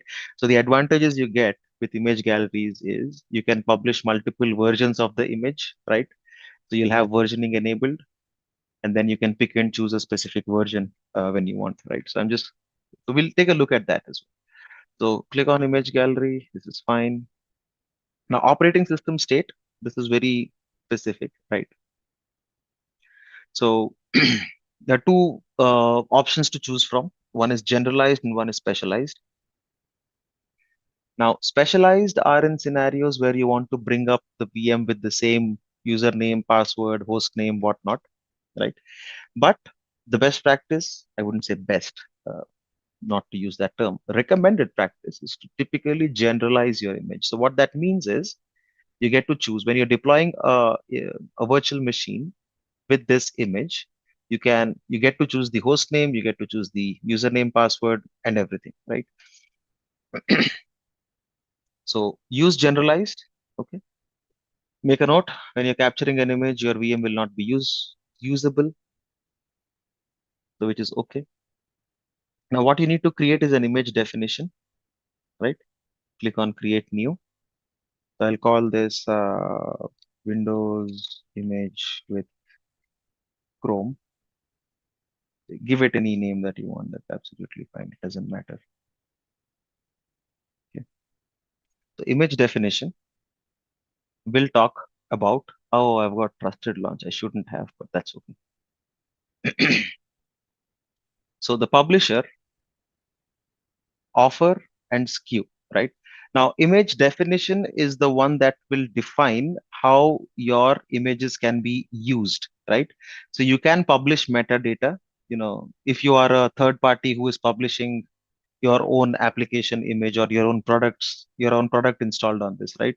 So you can have a license term, link, a description, a release notes, right? And you also specify that what are your minimum specs, right? The recommended specs. You can define those, how many minimum CPUs you need, what is the VM memory, right? What are the excluded disk types, and when does this image go end of life, right? You can specify all of that, right? So publisher, I'll probably say test publisher. I'll not call this Windows, right?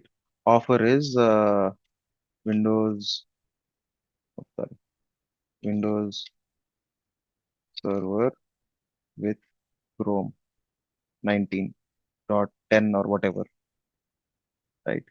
Q, up to you, right? So that is the image definition. Image definition basically describes a lot of metadata about the image. Okay. Now, version details. This is interesting, right? So version details will always follow a major minor patch kind of format, right? So 1.0.0 is, this is a first image. So you do that. If there is a patch version, you do a 1.0.1, right? If there is a minor version upgrade, let's say upgraded Chrome, you'll probably say 110, right? We'll start with 100 as 1.0.0.0 as default, right? You can create a update the end of life date, whatnot, right?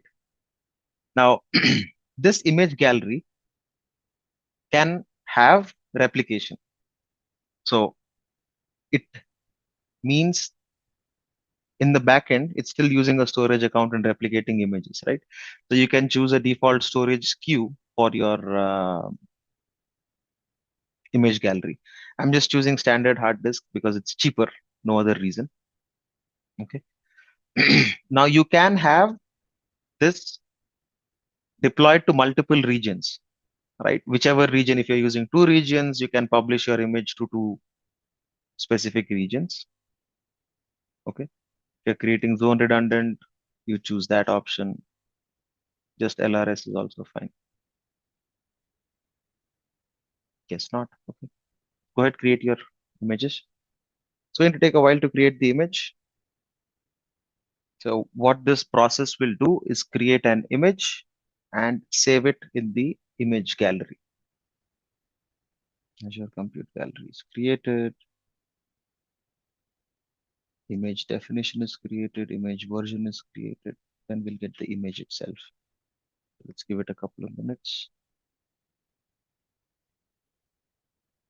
So whenever this is done, right, the easiest way to verify while we wait is, and the way we get to it is once you go to your resource group, you'll find your image gallery that is published, right? Azure Compute Gallery. So you can choose once you select it, you'll see the name of the image that we've created, right? So whenever this is done, the easiest way to verify is just select that version and just click on create a virtual machine, right? So what you'd notice is that the only thing that changes is the image here, right? So we are not choosing the default image that is available from Azure. You're picking up the image from your own image gallery, right? And once you spin up a VM, it is going to have Chrome and whatever you've installed, right? That's going to be available for you out of the box as soon as the VM is ready. So it's a straightforward hands-on. Once this is complete, you can test it out by creating a VM using the image and just validate. Oh, this is done. Creation succeeded. So I'll just create a quick VM. Call this whatever. Create a VM and check.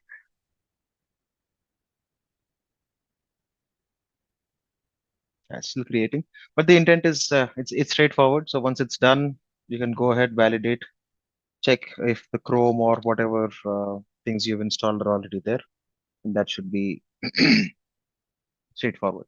Okay, right. So backups, right? So Backups on Azure are typically managed using a recovery services vault, right? Just like we have a custom image, we have a resource like web app. There is one resource on Azure which primarily manages the backups, and that is called a recovery services vault. Right. Now, the reason, so for any backups, whether it's going to be backup of your SQL databases or backup of your VMs, right, you would be using a recovery services vault. That's the single resource to help us do any kind of backups, right? So recovery services vaults, again, the way they work, they're just like any other third-party service that you might have, right? So in your organization, you might have seen things like Commvault or things. There are multiple other players, but natively within Azure, what you have is the recovery services vault, right? This, in short, is it recovery service vault, right? In short, these are just called vaults, right?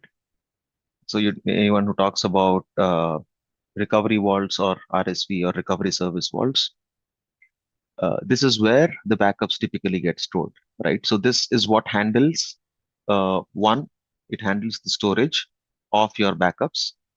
Two, it can also handle the scheduling, right? So it's like a full-fledged PaaS service available to consume for backups, right? Now, as when we're talking about backups and we're talking about recovery services, the one important thing that backs this up is the storage account, right? So everything goes into a storage account, and depending on how you are backing up, depending on how you configure your retention. So retention is the other thing also that you can handle, right? What does retention mean? Is, let's say, based on certain compliances, you might say, there might be an ask saying the daily backup of a VM or a database or whatever, daily backups need to be retained for 30 days. Let's say weekly backups, you need to retain for 1 year. Yearly backups you'd want to retain for 7 years, things like that, right? So these are retention policies. Retention policies typically are based on either the organization's requirements or based on a certain compliance standard, right? If you're in finance or healthcare, there are certain standards that mandate that you'd have to retain your backups for a certain period of time, right? So recovery services vaults uh, so based on these compliance policies, these retentions, recovery services vaults push them into archive storage or cold storage. So it handles the backups for you, right? Uh, Also, there is always a storage account in the backend, right? So when we deploy a recovery services vault, we will also choose what type of storage account that we want, right? Whether we want a GRS, whether we want an RAGRS. Now, since these are backups, you would be safer going with a GRS or an RAGRS account, right? Because you'd want to ensure that your backups are not lost, right? There are multiple ways in which we can configure backups using recovery services vault, right? So uh, uh, most common types, there are two common types. One is a file system or file consistent and an app consistent, I believe. Yeah, app consistent. I'll take a look. I keep forgetting these. So an application consistent and a file system consistent backups. If there are other terms or newer terms, I'll let you know once we do a hands-on on this. But yes, point-in-time recoveries are possible, right? Typically, for virtual machines, backups are usually done on the OS disk only, right? This ensures that in case your upgrade fails or whatever, you still are able to get back into a last known good configuration, right? Data disks can also be backed up, right? But you would, if it's an application server or a web server or a middleware where mostly your uh, data is consistent, you are okay. You can use, recovery services vault to back up your data disks. But if it is a database, never back up a data disk directly. You would rather want to back up the database separately, right? So you could use the SQL DB backups very specifically to back up your databases, right? So you could do a full backup and store them, and you can probably choose to ship your logs every 15 minutes, right? So it totally depends on how your policy is available or how your policy or whatever the compliance states. The recovery services vault is what we will use to create backups or take backups of anything, everything on Azure, right? It's a PaaS service. There are few limitations and as to what it can back up, we'll take a look at those, right? For a virtual machine specifically, we would use recovery services vault. It's a PaaS service. There is storage that it consumes in the backend.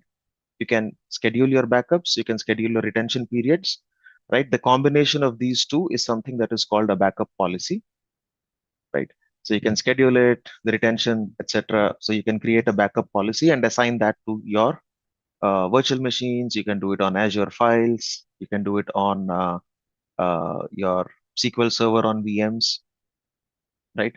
So a lot of other options. We'll take a quick look at those as to what is possible to be backed up using an Azure VM. Where attacks are more around OS hardening and the way you've written code, or you would want to run an antivirus or a web application firewall, right? That's primarily inbound attack, right? That has got nothing to do with backups. Again, yes, if you are attacked, you might want to restore, but then you never do that immediately, right? We'll be digressing into a security aspect, but there are forensics that needs to be done the moment there is a ransomware attack and your machines are down, or your service is down, and you are held hostage saying, hey, I'm going to get rid of your data or whatever. So even before trying to restore a service, what's more important is to manage the situation, right? So when we talk about security or get these kind of cyber attacks, that's totally a tangent. But of course, you will have an ability to go ahead and restore your VMs and your service if you want to. Uh, but then remember, if you're in a ransomware attack, something's been encrypted or being deleted, your logs might not also get shipped, right? So it's tricky, right? It's a case on case basis on how you'd want to handle it. Yes, you can restore your service, but that does not mean that the service that you restored will still work, because in a ransomware attack, someone's already on your network. They might even stop backups, right? They might even not let you log on to your VMs or once they are in the network, right? So there's nothing much you can do about it.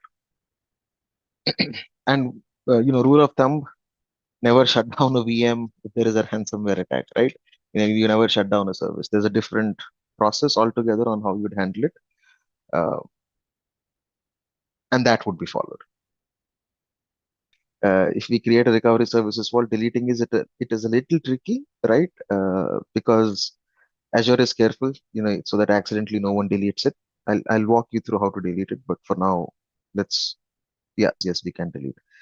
Yeah, backup policy is not for 30 days. I'm just saying backup policies can be written based on the ask, either coming from your organization or coming from a specific compliance standard, right?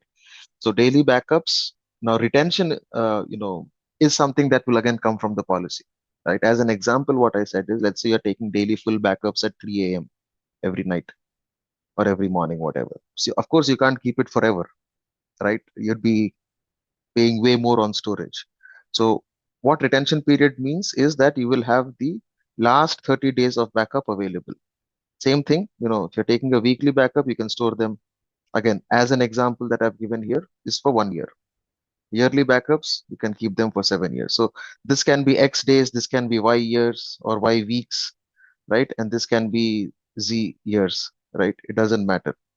How long you retain these is what is the retention policy, right? So the retention as well as the scheduling together form the backup policy. Recovery services vaults have the ability to, you can use Azure Site Recovery, right? So you can use recovery services vaults and Azure Site Recovery specifically for DR scenarios across regions or whatever, right? Or on-prem to Azure from a DR perspective, you can definitely use those. Well, you're totally talking on-prem language, Sayed. Things are a lot different on the cloud, right? You can have a point-in-time snapshot. You can take image snapshots. You can take full VM backups for your OS disk, right? Recovery points are different, right? Recovery points, again, like I said, app consistent and crash consistent, I think, are not very consistent. Crash consistent and app consistent is what you have in terms of recoveries, right? So if there is any OS update or whatever, you can schedule to have an app consistent or a crash consistent recovery point. So yes, there are recovery points, right? But these don't work like typical SAN backup solutions. Yes, SAN backup solutions like EMC or Commvault or others can be used on Azure. I believe they have offerings, right? But what you back up here is very specifically the VHD or the state of the VM, the last known good state of a VM. Okay. So again, Azure Backup Service, we've already talked about all of these, right? So Azure gives you flexibility to configure and modify a VM backup. Again, all of these are tied to a backup policy, right? So you can schedule a backup, you can schedule a time and you can schedule the retention periods for which are together called a backup policy, right? So that's the same thing, just in English. You can keep the backup enabled as long as you want. That's basically the retention policy, right? They're connected to a storage account, and you primarily don't need to worry about managing the storage, right? Recovery Services Vault, while it uses storage in the backend, it's a PaaS service, so Azure manages the storage, and you don't have to worry about it, right? Uh, the way you get charged is basically for the storage that you use on the Recovery Services Vault. Okay. So what we'll do, again, this is a standard or a, pretty simple process when you can create a VM uh, based on the backup. You can, create a VM from that backup, or you can restore the disk and attach them to a newer VM, right? Or an existing VM, or you can replace the existing disk, right? So these would make much more sense when we attempt to do the hands-on, right? So what you can do is you can restore the disk, or you can, when you restore the disk, you have an option to create a new VM out of the disk, just like we created or when we saw in yesterday's hands-on where we could create a VM from an image, right? So this is also very similar. So you have two options. You can, using the snapshots or the backup, create a new VM, right? Once you restore the disks, what it will do is it will create those disks and you can see them in your resource groups. You can use that OS disk to go ahead and spin up a virtual machine. Alternatively, if you know which VM you are uh, restoring, you can replace the existing disk of the VM to bring it back up, right? So it totally depends on what the use case is. If you're trying to restore and you don't want to create a new virtual machine because probably your host name, your application's worried about the host name. In such kind of scenarios, you will not create a new virtual machine, but you would probably replace the disks. But if you just want the service up and running and you're behind a load balancer, it doesn't matter. In such kind of scenarios, you just create a new VM. Yeah, it will change the IP if you create a new VM, but that's the point, right? It depends on your system architecture. Is your application dependent on IP addresses? Bad code, right? It, of course, it's technical debt that you'd have to fix, but no application should depend on IP addresses. There should be no hard-coded IP address, right? You would, you might actually want to use FQDNs, right? Instead of IP addresses. It's not that such kind of code does not exist in enterprises. Actually, it does. And it's a pain when you're migrating applications or when you're trying to restore services.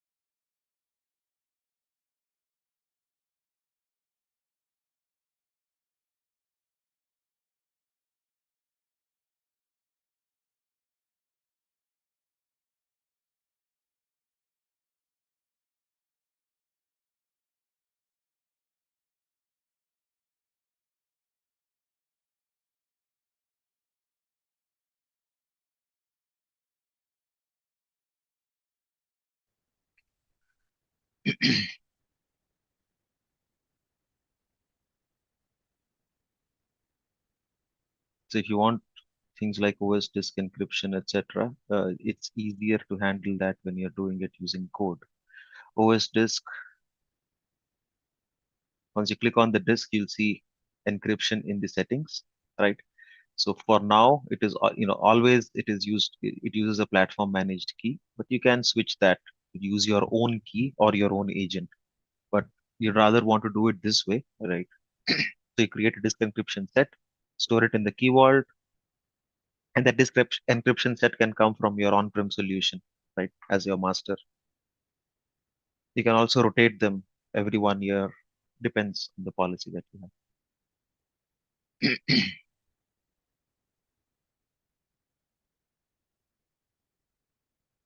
Okay, so the two ways we can create backups, right?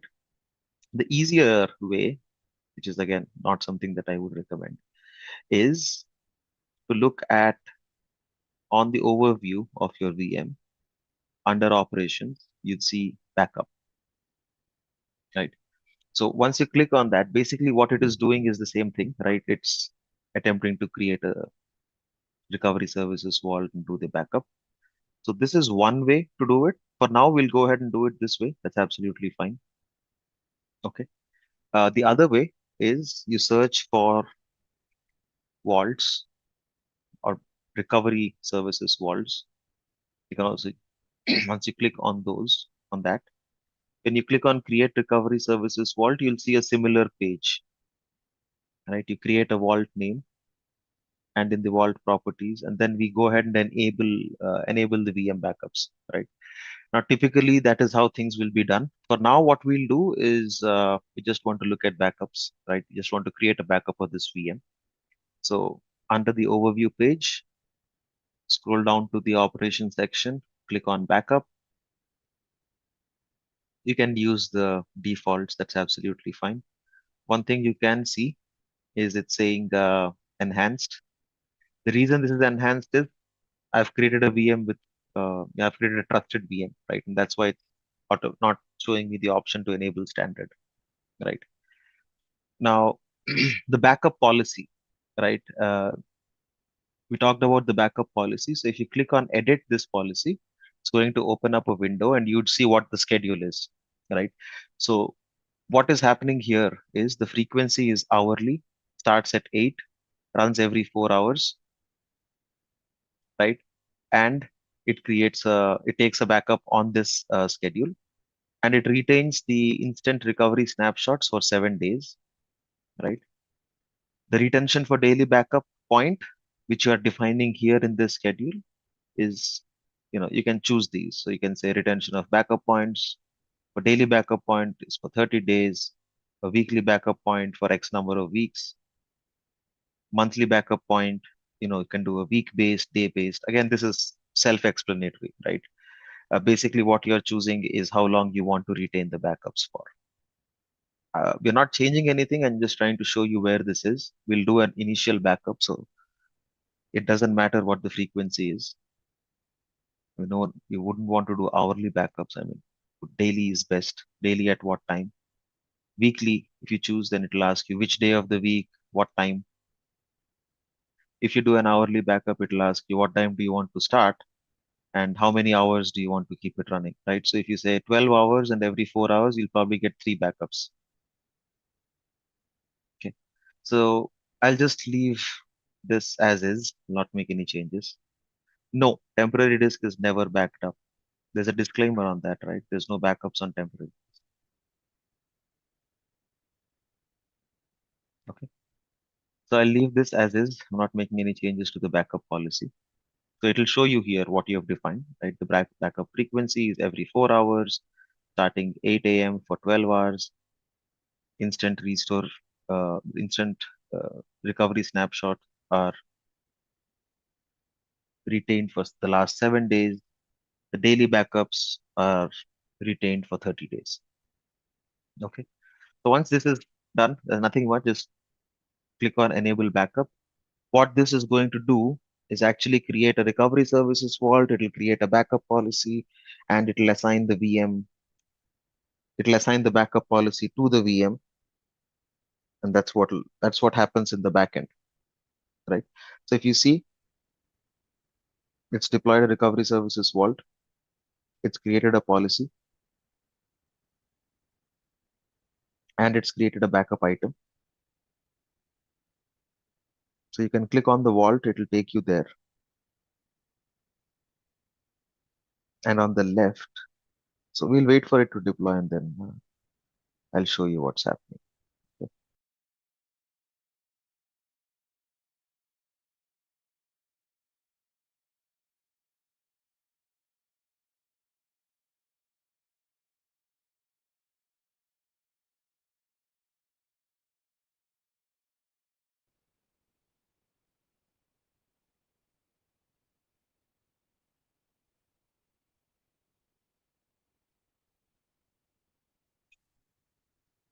What is this consisting point? What point in edit policy? We'll take a look. Give me a second.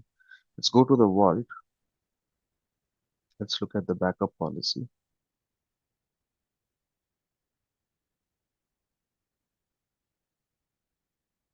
Yeah, so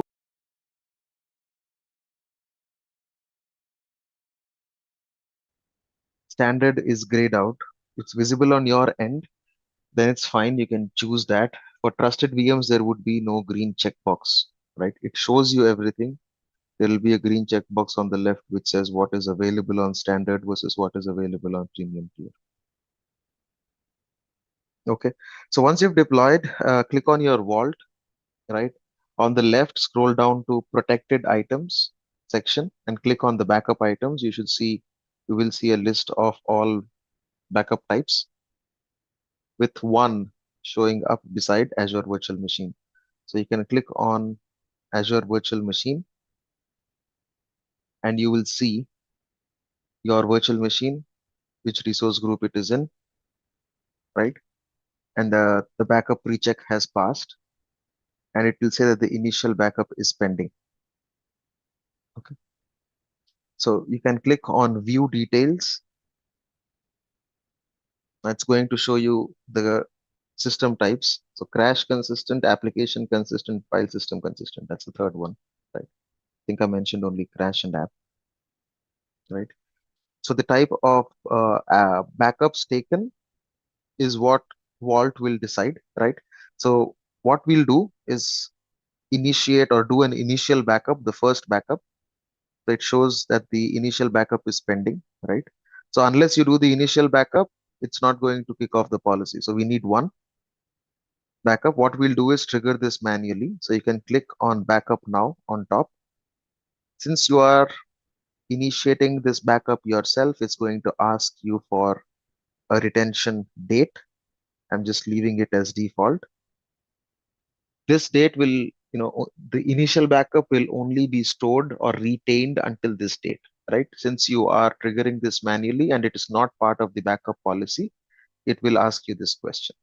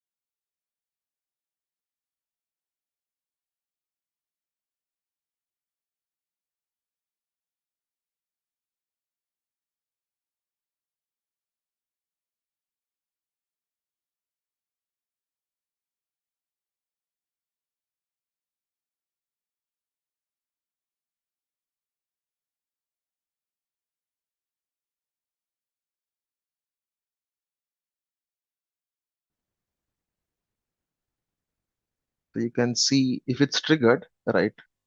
You can, on the overview page, scroll down and under monitoring, you can see backup jobs. I tried to trigger it again, that's why it failed, but there is a backup that's in progress.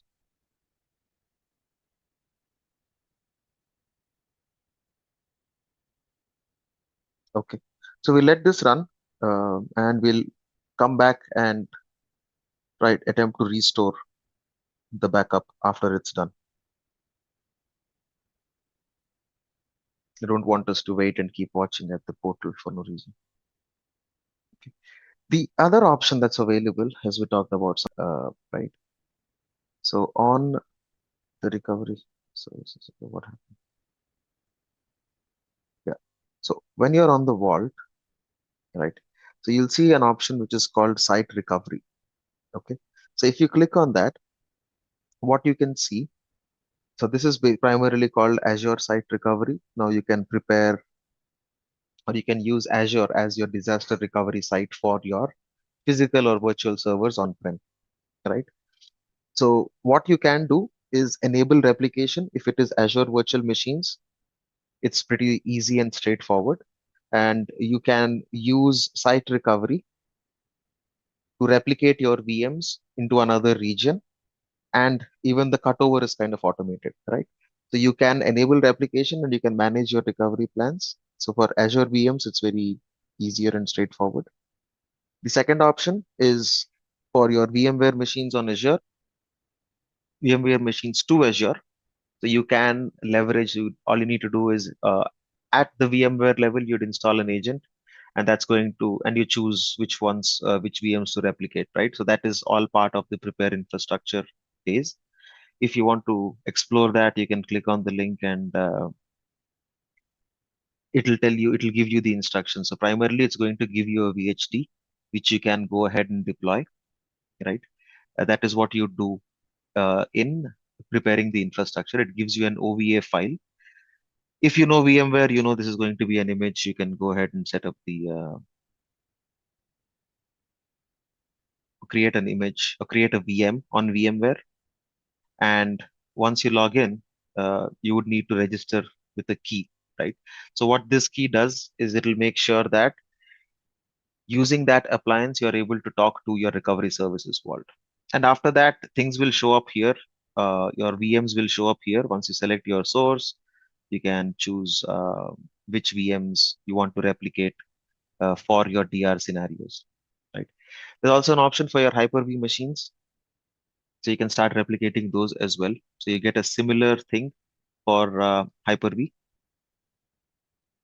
You need to ensure bandwidth, whatnot, and this is going to still give you an agent to configure. If you have a single instance to move to the cloud, then you use the physical server option. So you'd have to install an agent and then start enabling replication, right? So a single VM, you still can move by installing the agent, uh, and that's going to replicate, right? So typically, again, as the name itself suggests, this is primarily a site recovery operation, right? Or it's typically used for site recovery. Yes, there are people, I mean, earlier, uh, Azure Site Recovery was also used for migration scenarios, right? Because it replicates the VMs on Azure and you can do a cutover, etc. So such kind of migrations were called lift and shift migrations, right? Uh, Very specifically for virtual machines, right? Nowadays, it's all bundled into Azure Migrate. That's the service. But essentially, in the backend, it uses site recovery and replication. Okay. Let's look if our backup is complete. The backup. It's still running. I'll let it run. We'll keep moving on. Ah, it's complete. Taken a snapshot. Now it's transferring the data to the vault. Snapshots. Yes, it's taken. We can check what kind of snapshot it is by going into backup items, clicking on the virtual machine.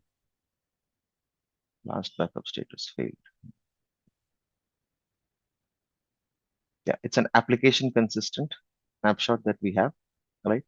So here there are two options. You can, using this snapshot, you can restore the VM or you can restore the files, right? So if you click on restore VM, it'll ask you to choose a snapshot, right?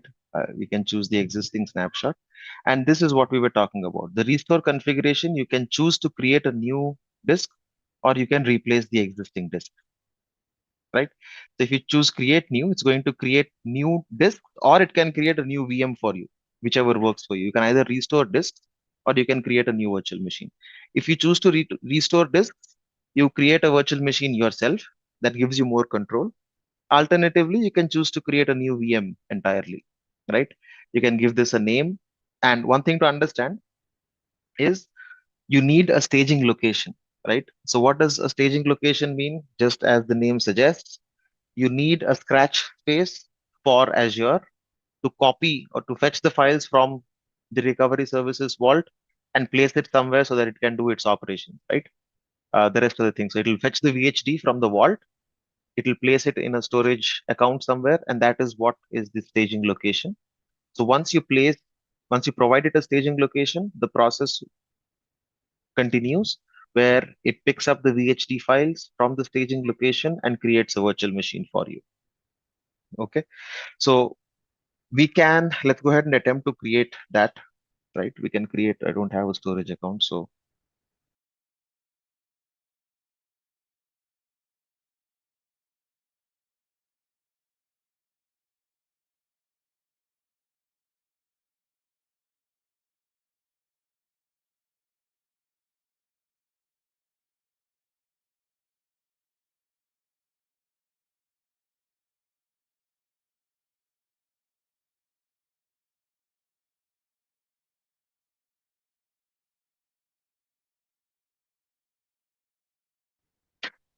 storage account is deployed.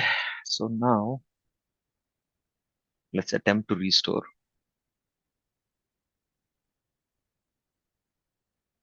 Select your restore point. When even if your backup is still happening, just go ahead and create a storage account.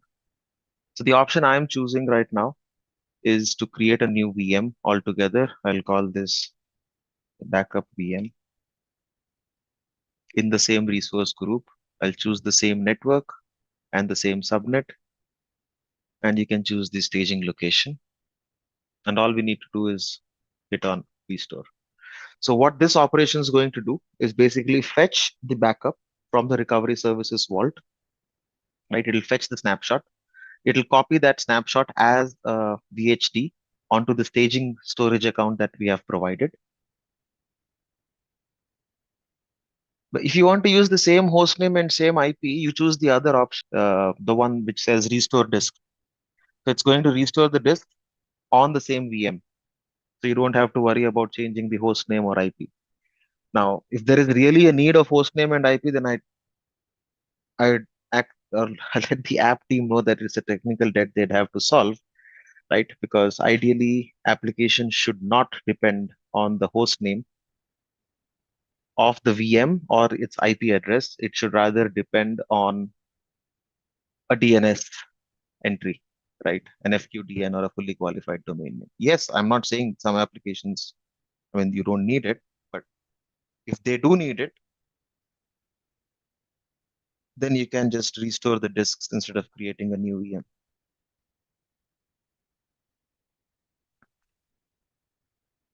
Let's see, triggering restore. The restore is in progress. DNS based? No. So you're talking about, Anil, what you are talking about is the DNS entry for the server itself. What I am talking about is actually the DNS of, let's say you're running a web server. I'm talking about the DNS of your application. Yes, it will be pointed to the IP address of your server. But if you are using a CNAME or if you are using a load balancer, your application has got nothing, should not ideally have anything to do with your underlying infrastructure, right? You can run your app on one server or 10 servers, or your server might die. But if the application is really focused or Even if your DNS entries are very specifically on the server itself, it's really bad design from a system architecture perspective. Again, like I said, I don't want to digress there, but yeah, if there are things like that, they need to be sorted, right? If you're part of a app support team or a support team, you might want to tell the application folks to switch that design because. So we'll wait for this to finish. Um, Meanwhile, we can proceed and we can come back and take a 127 gigs. Let's take a look at the resource group. And there you go. The backup VM is ready. It has its own NIC, it has its own OS disk, right? So that's how you restore. Backup is in progress, that's fine, right? So whatever that might be. All right.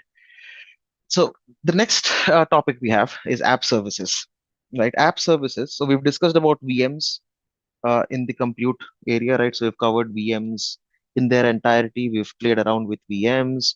We've created, tested them. We've looked at scale sets. We've explored scale sets. We've created custom images. We've deployed VMs using custom images. We have looked at backups, right? Of course, backup of few still in progress, but we've backed up a VM, we've restored a VM, right? Now, all of this at scale uh, needs a lot of planning. However, these are the fundamentals. So we've explored Azure Virtual Machine. The second compute resource we're going to talk about is Azure App Services, PaaS. Yes, perfect. So this is a PaaS service, right? So how is this different? So primarily is you don't need to worry about creating a VM. You don't need to worry about installing Apache or Tomcat or IIS or whatever, right? And then putting in the code, deploying, configuring all of that. PaaS services, you can just choose the environment, choose the type of compute you need in terms of CPU and memory. And what you get is an endpoint, right? We'll see that in our hands-on, right? You can just upload your code and it's going to help run your web application, right? Now, these are primarily the way we call these app services. There are similar kind of services available for, right? If you want to sum these up, right? The first thing someone talked about availability, right? Scale, right? What comes with cloud is always scale and availability, no matter what service anyone's using. The first thing we talk about when it's cloud is high availability and global scale, right? There are multiple languages and frameworks, so you don't need to worry about setting things up, installing, I don't know, Node.js or Ruby on Rails or anything additional, right? Everything is taken care of when you initially choose your environment, right? Uh, you'll only pay for the compute time that is used. Again, this serverless is specifically for Azure functions, right? I wouldn't call this something for Azure app services, right? Paying only for compute time is for Azure functions, and that is specifically serverless, right? The other advantage is around DevOps optimization, right? So in this scenario, you don't need to worry about creating your infrastructure, maintaining your capacity, etc., right? It's all, since everything is in the backend managed by Azure, you can easily integrate this using any DevOps tool, set up any CI/CD environment. And the best part in app services is you are able to stage. You get multiple environments. You get to use a dev environment, a pre-prod kind of an environment, and a prod environment, all on the same app service, right? So you can stage your code. This makes life easy for SREs, right? SREs are site reliability engineers, right? It makes the life easy, and you can actually build an entire end-to-end deployment pipeline, actually an entire CI and a CD pipeline to go ahead and deploy your code, right? Application configuration is minimal, right? If anyone here has been part of SREs or DevOps, more often than not, you'd see issues with, the dependencies that you want to install, right? Be it SDKs, whatnot, right? All of that headache vanishes when you use an app service plan. And if you have written the application in a nicer way, that is. So app services, there are two things to understand. One, when we create an app for an app service that we want to create, if you remember in the first hands-on, we created a static web app, right? So we'll create a web app, but what you need is an app service plan in the backend, right? So we create an app service plan. What this app service plan defines is the set of compute resources that are required. Now, this is important. So this is where when you create an app service plan, you choose, hey, how many cores I need, 2 vCPU or, probably 8 GB of memory, whatever, right? Again, you can also choose auto scaling based on application loads, whatever. Like I said, VM, the first thing that was built on Azure, right? From a compute perspective, there is VM scale set, which was built on top of the VMs, and PaaS services like app services are built on top of virtual machine scale sets. Right? So app services is one, Azure Kubernetes, AKS is the other, right? And all of these are PaaS services, right? So the way PaaS services are built, so underlying is always an IaaS service, right? And under all of this, there is a physical layer. So this is the bottom up approach, right? Now, a SaaS service, we also discussed this in the intro, right? A SaaS service can be built either on IaaS or PaaS, it doesn't matter, but you get the gist, right? VMs and VM scale sets are the foundational elements for a lot of PaaS services, right? So what we choose, when you create an app service plan, what we define is the set of compute resources, right? We look at the configurations in a bit in the next slide, right? Now, what this means is basically you're building a conventional server farm, right? This is what they call it, right? So you've got n number of web servers. This is typically how hosting companies run, right? So you can build an entire server farm and you can host your app one, app two, you can host multiple apps on this. Okay. All running on the same hosting environment, which is your app service plan.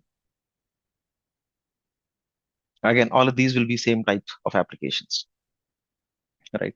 Same technology stack. If it's .NET, you'll have one stack. If you have Linux, you'll have another stack, right? I wouldn't say Linux, but maybe PHP or something, right? So that's an analogy, but that is how typically an app service plan works. So you define your compute resources in the app service plan. Apart from that, what you also define, of course, the region, the number of instances. Remember, these two, why are they coming in? Because eventually in the backend, it is a VM scale set. That's why you're defining what is the minimum number of VMs that you want, right? How many instances you want to create. Of course, the size of the VMs that you'll choose, just like we chose yesterday when we were creating a scale set. And then there is a pricing tier. Now, this pricing tier for an app service plan defines a lot of things like, your staging environments that we talked about, right? So staging environments will only be available, I believe, starting basic premium or premium V2, right? So a free plan, you might not get staging or deployment slots as they call it, right? So a deployment slot, you can have multiple deploy. We'll take a look at this in the hands-on. But in the deployment slot, you can have a dev slot, you can have a pre-prod slot, and you can have a prod slot, right? Based on environment. So you can always deploy your dev code. Your developer can do a lot of testing. Once everything is fine, you can just promote that, push that code onto pre-prod, test everything. If everything is okay, you can just move it to production, right? So this is how DevOps optimization is easier when you are consuming the Azure app services. Okay. So from an app service configuration, there are four things that we have. One, of course, the region. Two, the number of instances. Three, the size of the instances and the pricing tier. All right. So staging, the deployment slots, right?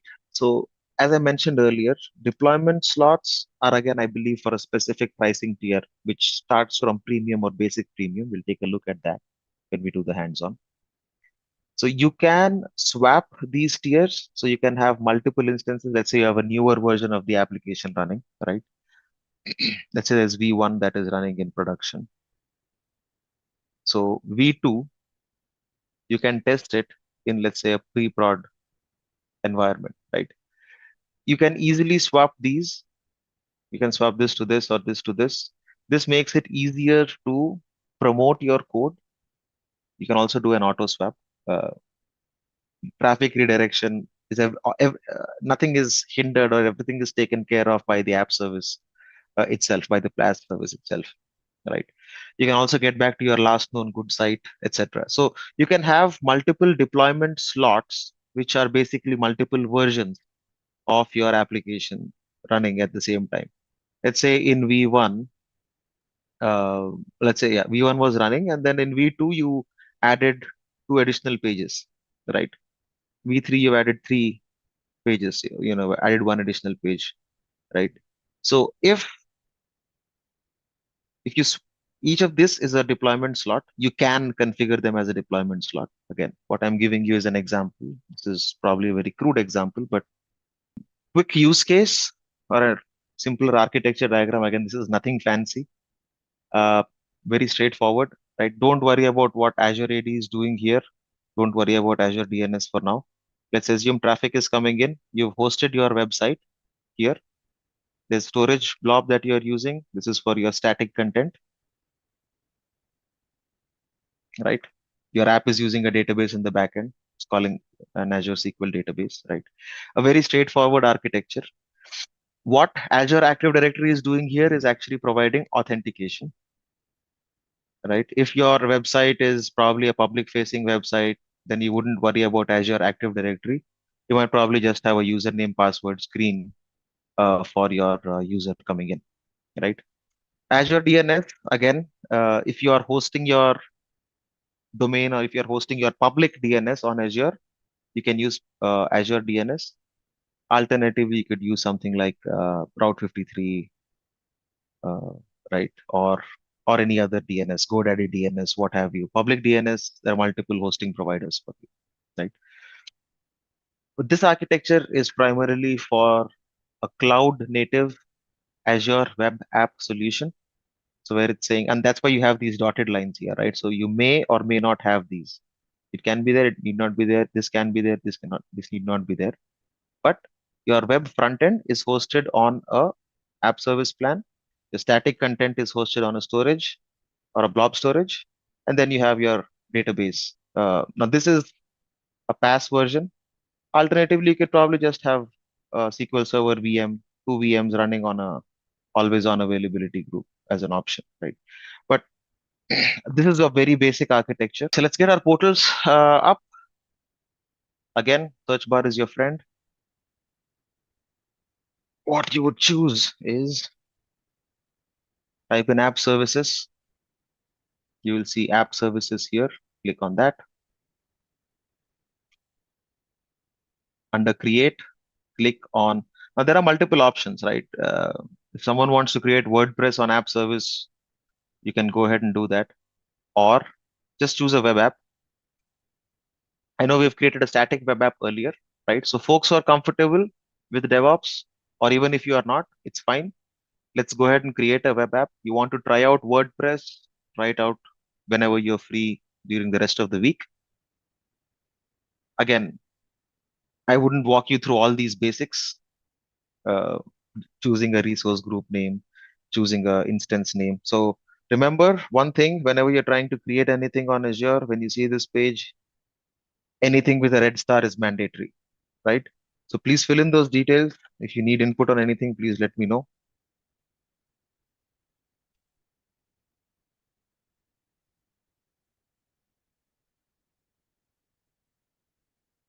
right? So publish, you can run a code, you can publish the code, you can publish this using a Docker container, or you could do a static web app. So I'm just choosing code. Please choose code. What kind of app are we creating? It's up to you. If you have a hello world image or a hello world code, you can use that. Uh, Choose anything. It's absolutely fine. The code that I have, I believe it's PHP, so I'm just choosing PHP 8.2. Okay. For those who do not have a hello world code, or you can explore what kind of versions are available, right? And what kind of environments are available. So choose any of the environment. It wouldn't matter if you're not deploying code. If you are deploying code, of course, you should know which runtime stack you need. Okay. I'm deploying this in central India.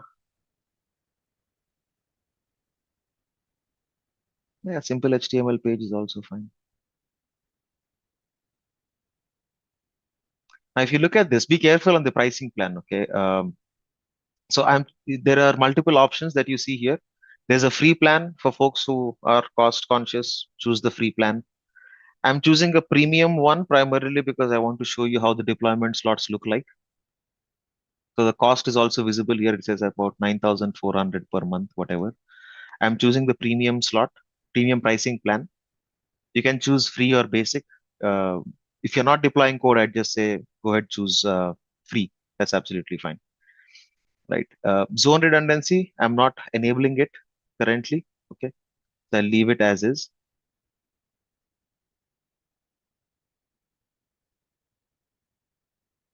Okay. So the deployment tab, what I want to do here, again, if you're comfortable with this, do it. If you're not, you might as well just go ahead, click on review plus create and create it. If DevOps makes sense to you, and if it makes sense to you, then you would understand what I'm trying to do here.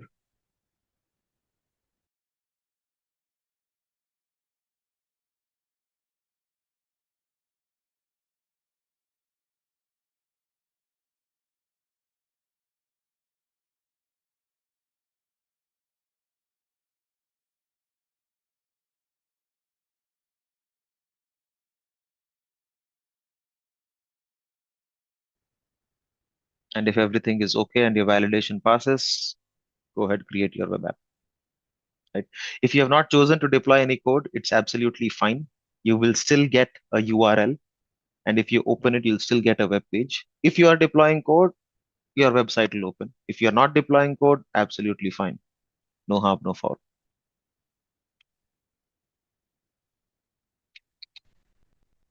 What I want. Oops, sorry. GitHub.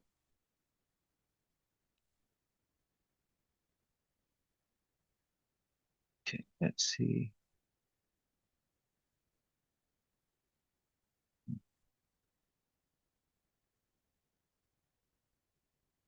So what it does is actually trigger okay, it's already here. It's queued. So it triggers a pipeline, right? So what's actually happening is a build. Now that my web app is deployed. So since I have continuous integration, it's going to build. The build is successful. Now it's going ahead and attempting to deploy this. So these are pipelines, right? And I've already configured this to deploy into production. So it's using Git actions. So the moment I've created a web app, I've integrated it. So any code change I make, it'll follow the same pipeline. So in short, whatever has happened, build is CI, deploy, this is CD, right? They are now put together, and that's why you're seeing this happen.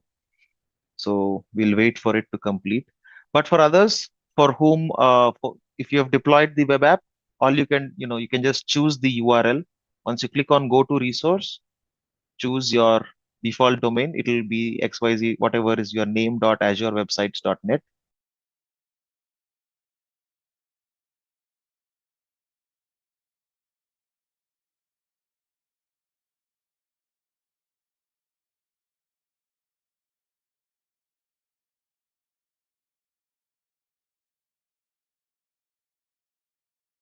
What I have done is primarily I've tied that to a GitHub project, right? So what my project is nothing fancy. It's pretty straightforward. All it has is a index.php page. It just says hello world. Nothing fancy. Okay. If you want, you can choose the same one. I can give you my GitHub link and you should be able to do it. I believe it's a public repository, but yeah, that's fine. If you have and if you've seen it, it's fine. If it's waiting for content, yeah, that's the intent, right? You should be okay. What I have done is I've used deployment center. So it shows successful on my last deployment. It's GitHub actions. All my website shows is hello world, right? It's pretty straightforward. Now, one thing I'd like to show you here is on the left. under deployment, you'd see deployment slots, right? Now in deployment slots, you can see that there is currently just one slot and it is tagged as production, right? So this is where my production code is running and 100% of traffic is going to this. Now what I can do is click on add a slot. This time I'll need to choose a different name. I'll call this test.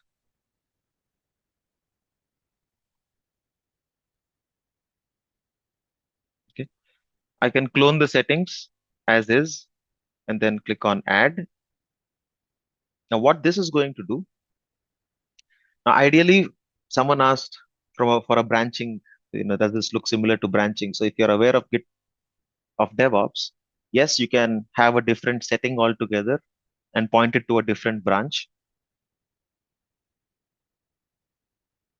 But all of these slots, you can test them directly on the same app service environment. Okay. So now I've created a new slot. This is the test slot. Now this will probably trigger another build. It hasn't yet. Yeah, no deployments found. I haven't created a deployment for it. Now let us say this was another version running, okay, in my deployment slots. Okay. Now one way, what you can do, the moment I click on swap, it'll ask the source and the destination, right? So source and target. If you swap these, you can also choose to run different traffic percentages here, right? So this is purely from a DevOps perspective.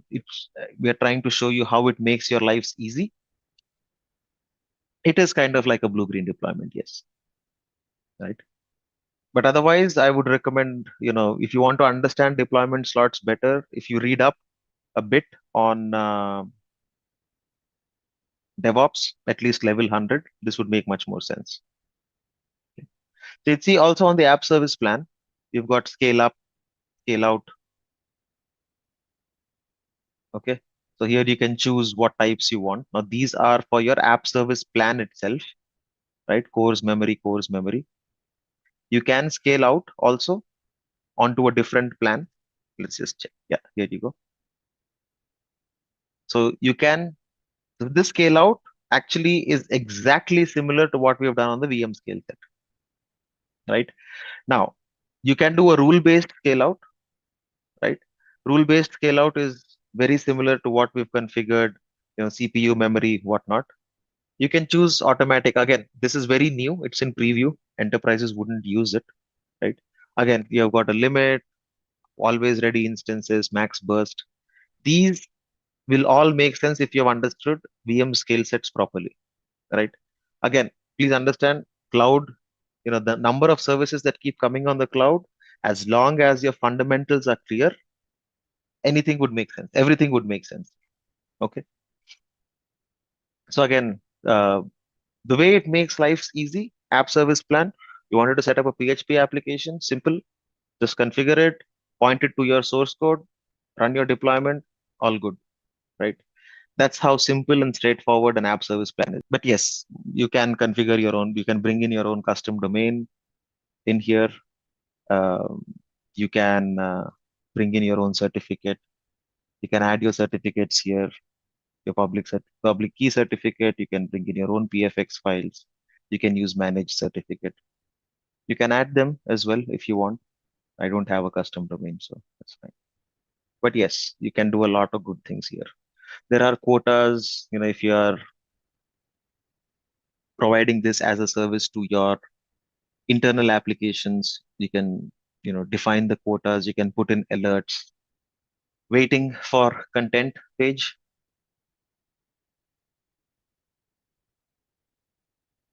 Okay. Either if people have done it or you have not. And Just a quick info, guys. Intellipaat offers Microsoft Azure course training and certification. Through this course, you will be able to prepare for AZ-104 Microsoft Azure Administrator exam and much more from the top industry experts. With this course, we have already helped thousands of professionals in successful career transition. You can check out their testimonials on our Achievers channel, whose link is given in the description below. Without a doubt, this course can set your career to new heights. So visit the course page link given below in the description and take the first step towards career growth in the field of Microsoft Azure Cloud. Now what we have in this video is a list of top 30 questions that will give you enough solid understanding of Azure to tackle real world interviews and feel more confident with the Azure Cloud. But before moving any further, if you want more such content, then make sure to hit the like button and subscribe to Intellipaat's YouTube channel. Now let's take a look at our agenda for the day. We'll start with the basic Azure questions, including the comparison to AWS and GCP. Then we will cover service-specific topics like BLOB and table storage, virtual machines, app services, auto-scaling, traffic manager, and database services. And that's all from my side. And now I'll let one of our Azure professional take it from here. First, let's look into what is Azure Cloud Service. So, what is Azure Cloud Service? Microsoft Azure is an ever-expanding set of cloud services to help your organization meet your business challenges. Azure offers services on a pay-as-you-go pricing model in computing, web services, data storage, analytics, etc. etc. So there are so many different domains in which Azure is providing services. So to be very simple, Azure is a cloud provider, a public cloud provider, as well as you can get private cloud services and hybrid cloud services from them. So first of all, Azure is Microsoft owned. Azure is a cloud provider. So after AWS, Azure is the most popular cloud service in the world. So when an interview asks this, you can be basic as well as advanced. I would suggest you just give the apt answer what exactly it is. Microsoft Azure is a cloud service which provides you various different services in various domains like computing, web services, data storage, and you can access those services via an internet device. So you can access them through a laptop or a desktop or your mobile device, anything with an internet connectivity, you will be able to access Microsoft Azure. Okay, so we've seen what is Azure Cloud Service. Okay guys, now let's look into the second question, which is how does Azure compare with AWS? So first of all, AWS owns 32.3% of the market share in the public cloud industry, but Azure owns only 16.2%, which is just half of what AWS owns. But Azure is currently the fastest growing cloud network, and also it has 54 different regions in which it has availability zones, but AWS has 69 availability zones across only 24 regions. So regions in the sense geographically located regions. For example, Azure has regions like South India, North India, East US, West US, Central US, Europe, Central Europe. So there are so many different regions like that. So like that, there are 24 different regions, but within those regions, AWS has 69 availability zones. But Azure has 54 regions. In 54 regions, it has 54 availability zones, and it's currently growing. So this basically shows Azure is better in availability zones, that is data centers, because it has a wide range of data centers in various regions. Next, comparing the services, if you already know about cloud, AWS and Azure, then this would be easy. EC2, S3, RDS are AWS services. The same exact service, EC2 is equal to virtual machine, Azure virtual machines. S3 is equal to storage, blob storage. RDS is equal to SQL databases in Azure. So EC2 is used to launch and create servers, same as VM does. And then S3 and blob storage are for storing objects. RDS and SQL databases can create relational databases running on the cloud. So you can distinguish between different services. And then finally, the pay per hour model and pay per minute model. So this is one of the important difference you'll have to note down, because AWS does not have a pay per minute model yet.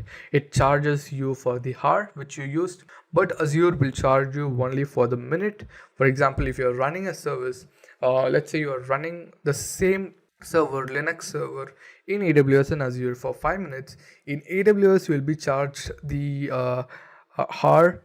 For example, if the hour charged in both AWS and Azure is $5, so it would be $5 for 60 minutes if it's $5, so you will be charged for the whole $5 in AWS, but in Azure that would be not the same because you will be charged per minute. So if it is $5 for the hour, that is 60 minutes, so that will be reduced to 1 minute, so that would be multiplied into 5. So you will be charged very less in Azure compared to AWS if you are using services for a very less period of time. So if you're using some service for 2 to 10-15 minutes, then go with Azure because that will not charge you as much as AWS. Okay, so we've seen the second question. So I think you can coagulate into an answer and give it. I'm just explaining you the differences, but you'll have to provide it more of a answer. Okay guys, a quick info. Intellipaat provides an end-to-end training course on Microsoft Azure, and if you want to take it up, you can check those details in the description. Now let's continue with the session. And then comes the roles implemented in Microsoft Azure. So there are three main roles: the web role, the worker role, and the virtual machine role. First, the web role. This gives a web solution, that is the front end. This is like an ASP.NET application, while under facilitating, Azure provides IIS, which is basically a web server, and required services. So web role provides a web solution. Basically, it's a front end. It can be a website's front end. The worker role is a solution for background service. It can run long activities. For example, if you have a log activity, if you want to monitor the log activity, you can use a worker role. And then finally, a virtual machine role. So this can act both as a web and a worker role, and this is executed by virtual machines. The virtual machine role gives the client the capacity to modify the virtual machine on which the web and worker roles are running. So for example, web role only contradicts to the website, the front end. Worker role only contradicts to the business logic, which is the background or the back end part.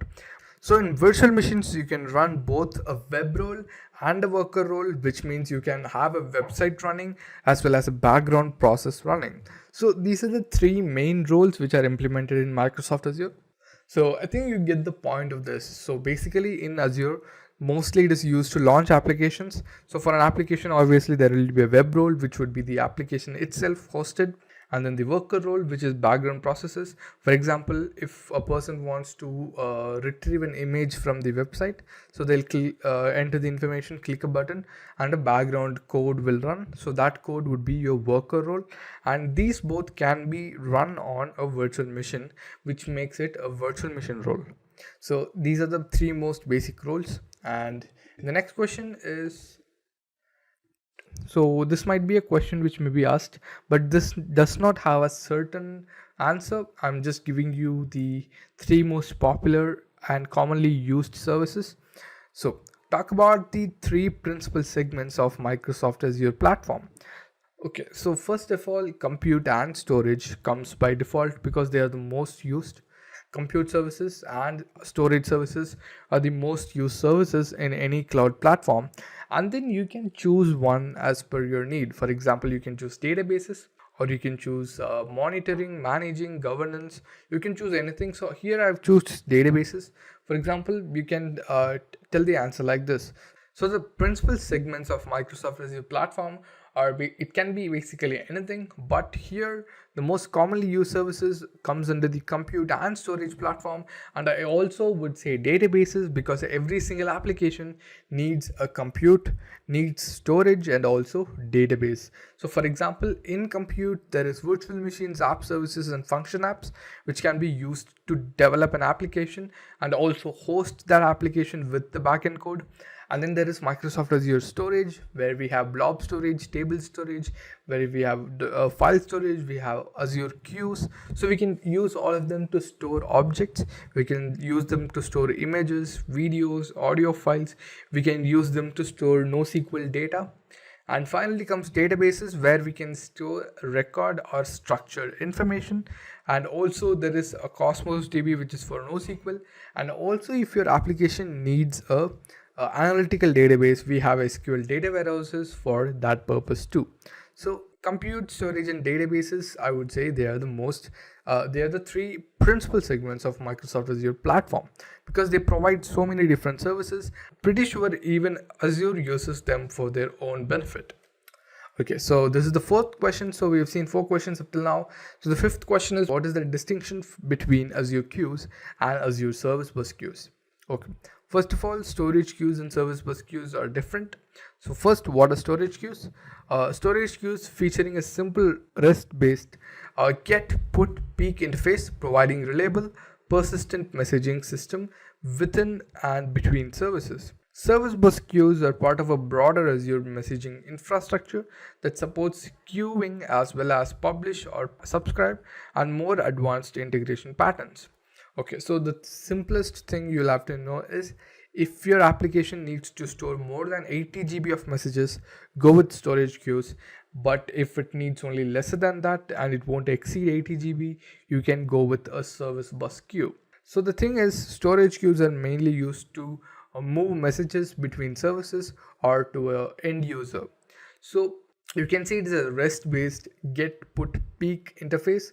Basically, you can get a message from it, you can upload or send a message through it. And in service bus you can do the same, but also you can integrate advanced patterns. For example, you can integrate a queuing system which basically filters multiple messages according to their priority, and that does not come with storage queues. Also, storage queues are very easy to use. You can use it between services, you can create a queue within minutes. Service bus has a broader usage in Azure itself. So these are the main 2 differences, that if you want to use an application for your own personal use, go with storage queues. If it is a bigger application which needs shorter message storing, go with service bus queues. So the main distinction between them is, storage queues are simple, REST based get, put, peak interface, but service bus queues is involved with the Azure messaging infrastructure itself, and this supports queuing as well as normal publish and subscribe, which comes with storage queues as well. Also, you can integrate advanced integration patterns, but which cannot be done in storage queues, where you can filter different messages according to their priority and various other features and factors. Okay, so the next question is, what is table storage in Microsoft Azure? So Azure Table Storage Service stores a lot of organized information. Azure tables are perfect for putting away organized non-relational data. It is a NoSQL data store which acknowledges verified calls from inside and outside the Azure cloud. So basically, table storage is a NoSQL data store where you can store non-relational data. That's basically NoSQL, non-relational database.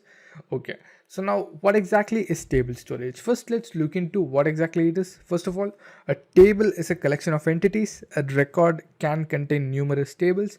Basically, when you create a table, you can have multiple tables or a single table, and it is a collection of entities. So what are entities? Entities is an arrangement of properties like a database row. An entity can be up to 1 MB in size. So basically, an entity is an item within the table. For example, if it is a table for shoes, and inside that every single shoe name would be a entity. Next comes properties. A property is a name value pair. Every entity can incorporate up to 252 properties to store data. For example, let's say in entity we have 3 different shoe types. One is Adidas, one is Reebok, one is Nike, and inside Adidas you can have 252 properties like color, type, shoe model number, and so many different properties under that entity which defines that particular entity. So inside a table there can be any number of entities, and inside those entities there can be 252 different types of properties to store data. So that's what Azure Table Storage is used for. It is a service used to store a lot of organized information in which you can store non-relational data. It is a NoSQL data store which acknowledges verified calls from inside and outside the Azure cloud. That is, you can integrate it with Azure services inside the cloud as well as third-party services from outside the cloud.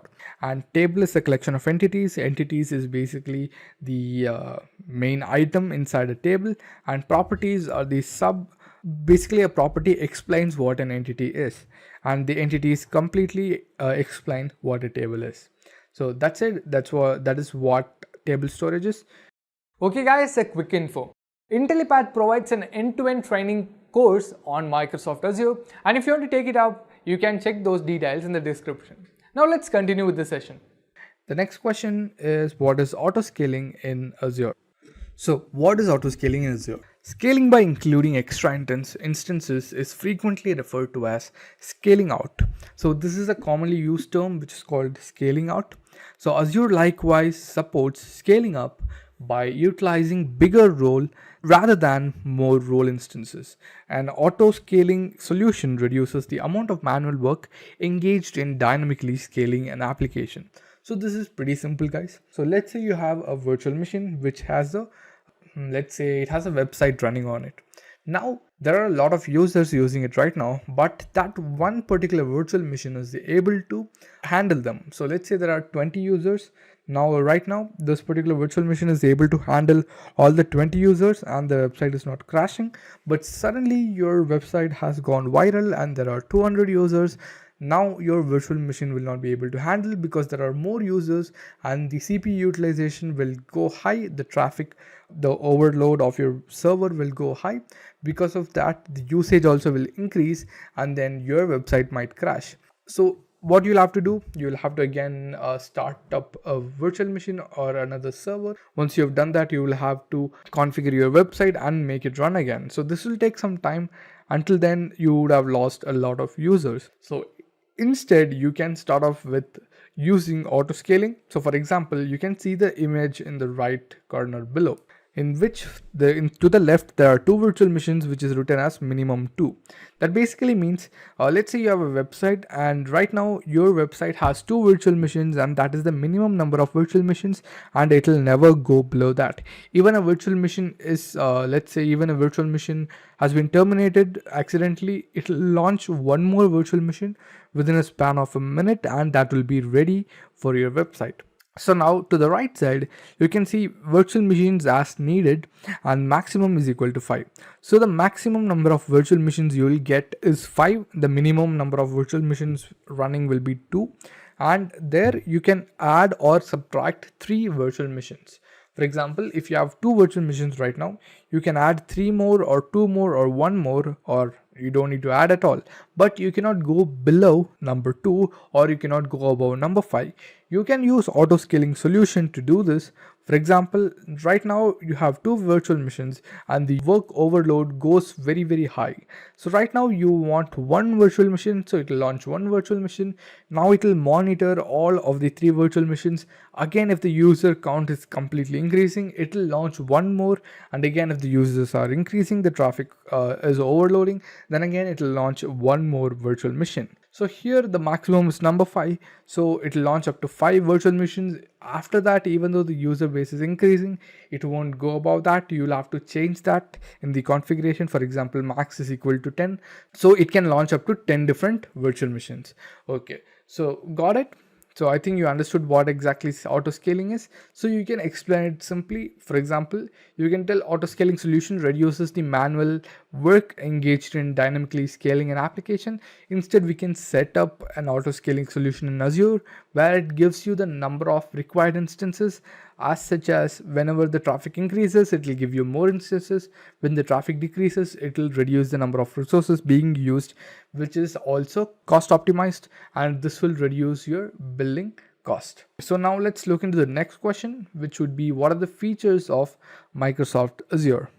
So what are the features of Microsoft Azure? So there are so many different features. So let's just look into 3 features. So first, Azure App Services enables designers to assemble the sites utilizing various different programming languages. You can use ASP.NET, PHP, you can use Java, Python, and send these websites utilizing FTP or Git.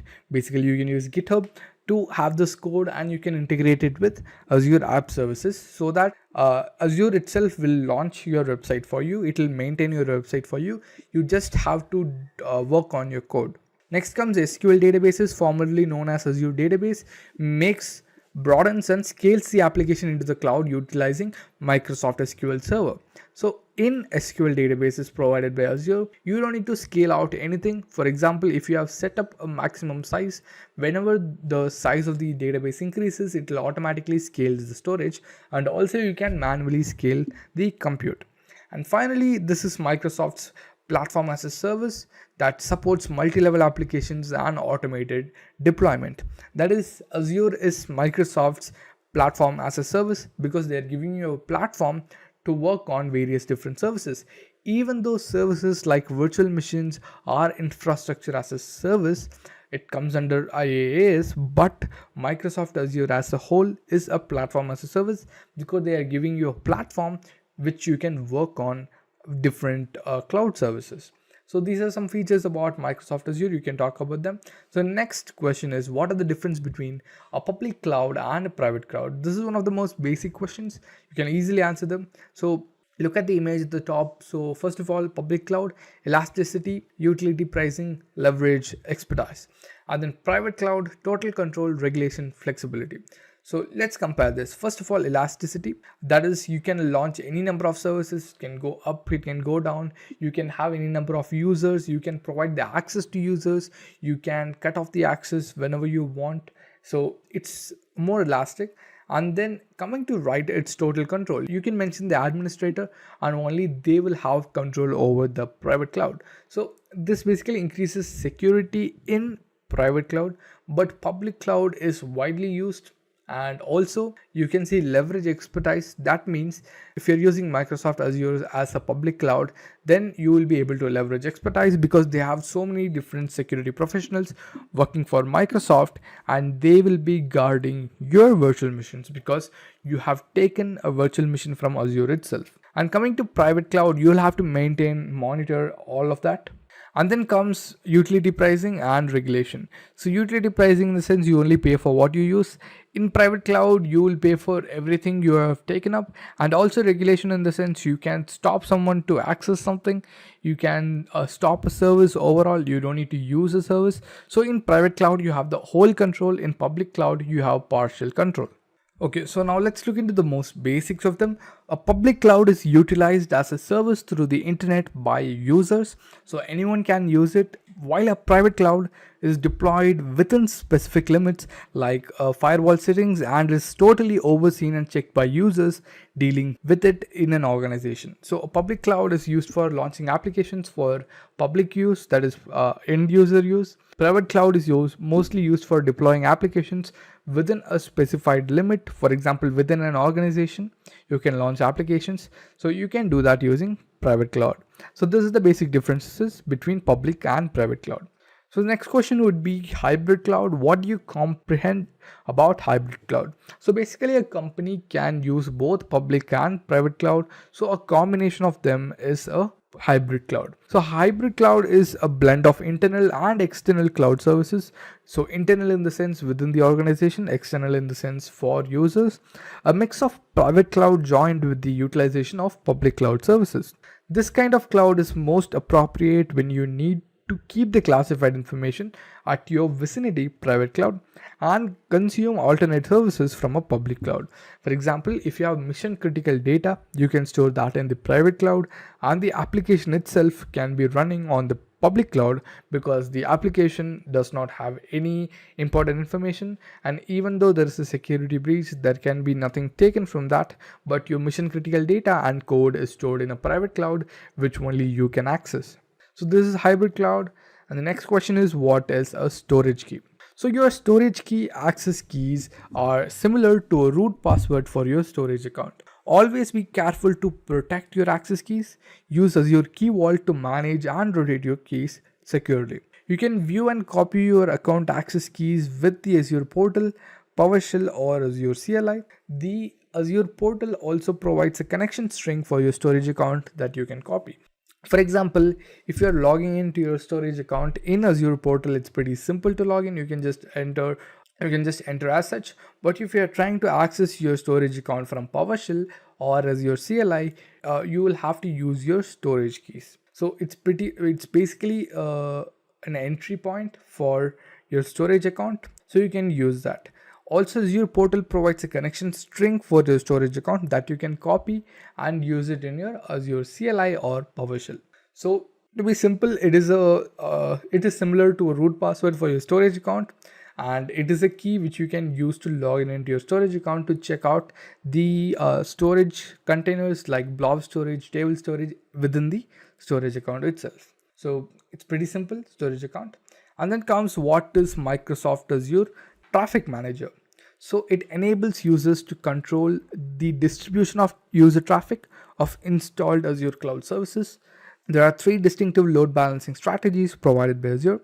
The manager who uses on traffic applies a routing policy to the domain name service, questions on your domain names, and maps the DNS courses to the apt instances of your application. So let me explain to you in simple words. So first of all, Azure Traffic Manager is a DNS based traffic load balancer that enables you to distribute traffic optimally to services across global Azure regions while providing high availability and responsiveness. So basically, Traffic Manager uses a DNS to direct client requests to the most appropriate endpoint on traffic routing method. So basically, let me explain to you this. So let's say you are trying to access a website using a website's URL name. Now when you type that, your first point of entry would be the Traffic Manager.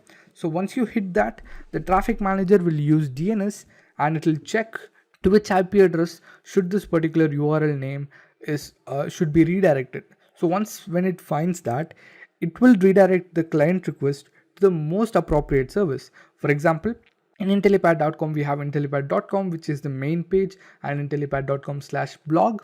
So for example, I'm searching for Intellipaat.com/blog. Now this will go to the Traffic Manager. Once it hits the Traffic Manager, it will check out the IP address for this particular URL. Once it gets the IP addresses, it will transfer me to the blog page, not the main Intellipaat.com page. So that's what Traffic Manager does, and it's pretty simple to use it. So you can start off with Traffic Manager even now. So you can combine Traffic Manager with auto scaling so that it is better to use. So if you're using Traffic Manager with auto scaling, basically what you do, you will be able to launch and terminate multiple virtual machines, as well as you'll be able to launch multiple applications in different virtual machines and connect two auto scaling groups together, in which the Traffic Manager is the first entry point. And for example, in one auto scaling group there is app 1, in another auto scaling group there is app 2. So now it hits the Traffic Manager. If you're trying to access app 2, it will take you to app 2. If you're trying to access app 1, it will take you to the app 1 auto scaling group. So this is how you can use Traffic Manager. The next question is, what is Microsoft Azure Portal? This is again a basic question. So Microsoft Azure Portal is the website which you are logging into when you're using Azure. So view and manage all of your applications in one unified hub. You can view your web applications, your databases, your virtual machines, your network, storage, and VHD projects. Now it is easy to keep tabs on current and projected costs. So Microsoft Azure is not just for managing all your applications and services. It can also be used to manage your current and projected billing costs. So Azure Portal automatically calculates your existing charges, as well as it will forecast your future or monthly charge, even if you're managing hundreds of resources across several applications. For example, if you're using only one service, still it will give you the billed amount for right now and also the projected bill. If you're also using hundreds of services, again it will do the same thing for you regardless of the scale. So Microsoft Azure Portal is the website which you're using to access Microsoft Azure services. That is more than enough. If you want to tell more, you can tell it's a unified hub to manage all the Azure services. It also provides cost management services. You can say it has a different web page for every single service. You can access every single service directly from the portal itself, and also manage, monitor, and do everything else through Azure Portal itself. And also you can access Azure Portal from any internet connected device. Okay, so we've seen that. The next question is, what is Elastic Pool in SQL Azure? So we already saw what exactly is an SQL database. So now Azure SQL Database Elastic Pools are a simple, cost-effective solution for managing and scaling multiple databases that have varying and unpredictable usage demands. Databases in an Elastic Pool are on a single server and share a set of resources at a set price. Okay, Let me make it simple for you. So right now you want various databases for different applications, and all these databases need to have a different set of specifications. Now what you can do is you can launch an elastic pool, which is basically a single server with different sets of resources within it. You can launch multiple databases and you can specify the required set of resources for a particular database within the elastic pool itself. You can launch any number of databases within that server and how much that server can handle, and all of the databases is shared, will use shared resources, and the price for that will be the same even though you're using any number of databases. So let's say you can have 10 databases within that elastic pool, or you can have 5 databases, or you can have only one database, but you'll be charged the same because you are sharing the same number of resources across all the databases. So this is elastic pool. Okay guys, a quick info. Intellipaat provides an end-to-end training course on Microsoft Azure, and if you want to take it up, you can check those details in the description. Now let's continue with the session. Next is, what is Azure SQL database? So an SQL database is just an approach to get associated with cloud services where you can store your database into the cloud. If you already know about SQL databases, for example, MySQL, PostgreSQL or MS SQL database, you will understand this easily because it is basically the same relational database on your local system hosted on a cloud system and given remote access to you.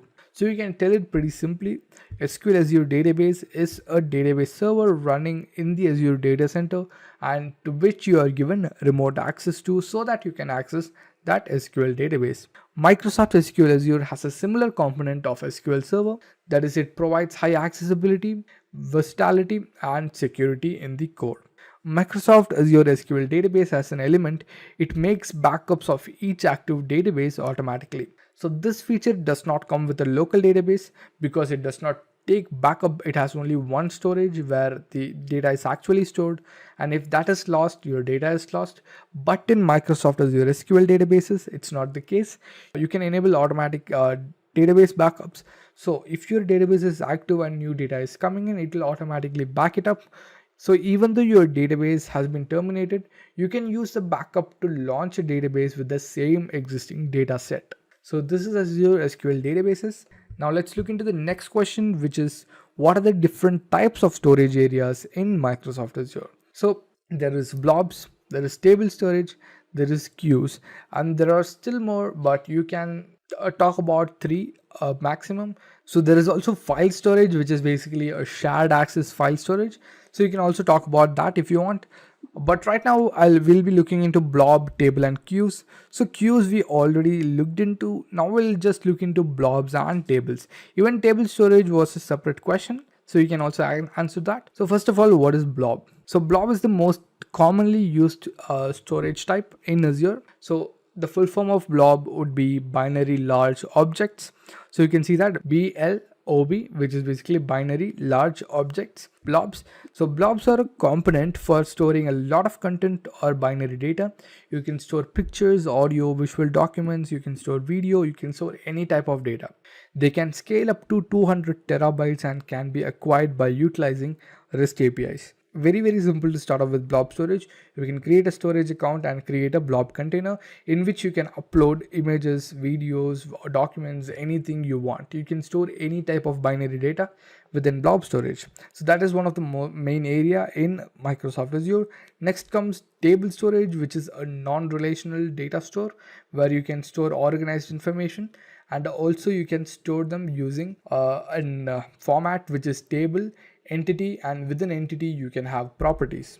So that we saw. Next is queue. The sole target of a queue is to empower communication among the web and worker role instances. They help in storing messages that may be accessed by a customer. So as told, queues can be used to connect multiple services as well as services with the end user. So these are the 3 main storage areas. One more is a file storage, which is basically a shared storage access which you can use to connect the same storage to multiple virtual machines. So every single user in every single virtual machine will be able to access the same data store, which will save you a lot of storage as well as cost. Next question is, what is the concept of blob storage? I explained to you what exactly is blob. So let me just go into that more. So blob, as told again, it is binary large objects and includes text files, images, audios, and videos. Azure Blob is a service that stores massive unstructured data that can be accessed from any place via protocols like HTTP or HTTPS. So how does this work? How can you access these objects using HTTP or HTTPS? So it's pretty simple. Whenever you upload an object like image or audio into the blob storage, it will have a URL. So it will be provided a URL and you can use that URL to access that particular object. For example, if I'm uploading an image, that image will have a URL for that image itself. Now you can use that URL to access that particular image. So how will you access that? Using protocols like HTTP or HTTPS. So now what else you can use Azure Blobs for? Storing data for disaster recovery, backup and archiving, also storing files for shared access. Shared access in the sense, if you upload an object and you have a link for it, you can share that link with multiple users so that they all can use that particular blob storage as a shared storage. So that can happen. Also, you can use it for disaster recovery. That is, you can store data in different regions in blob storage itself and use it for backup and then also archiving data. So this is blob storage. Now let's look into the next question. So now this question is, what is Azure DevOps in Microsoft Azure? So if you are already familiar with DevOps methodologies, then this would be easier to understand. If you're not, I'll explain to you what exactly is DevOps in a few sentences. So first of all, DevOps is not a tool. It is a methodology which companies follow and implement in their software development lifecycle to automate the entire lifecycle. So Azure DevOps is not a methodology, it is a service. You may be confused by the name, but DevOps is the methodology, but Azure DevOps is a DevOps service provided by Azure and it is developed by the Microsoft team. It was previously called as VSTS or Visual Studio Team Services. Azure DevOps provides easy automation by having predefined build options for the deployment of applications. For example, if you're trying to launch an Angular application, it already has build options for it. It has npm packages in build. You can have a build. You can basically create a build in a matter of minutes. For example, if you're also launching a Java application, it has a Maven build option. You can use that to build that application. So that's why they are saying it provides you easy automation and also predefined build options.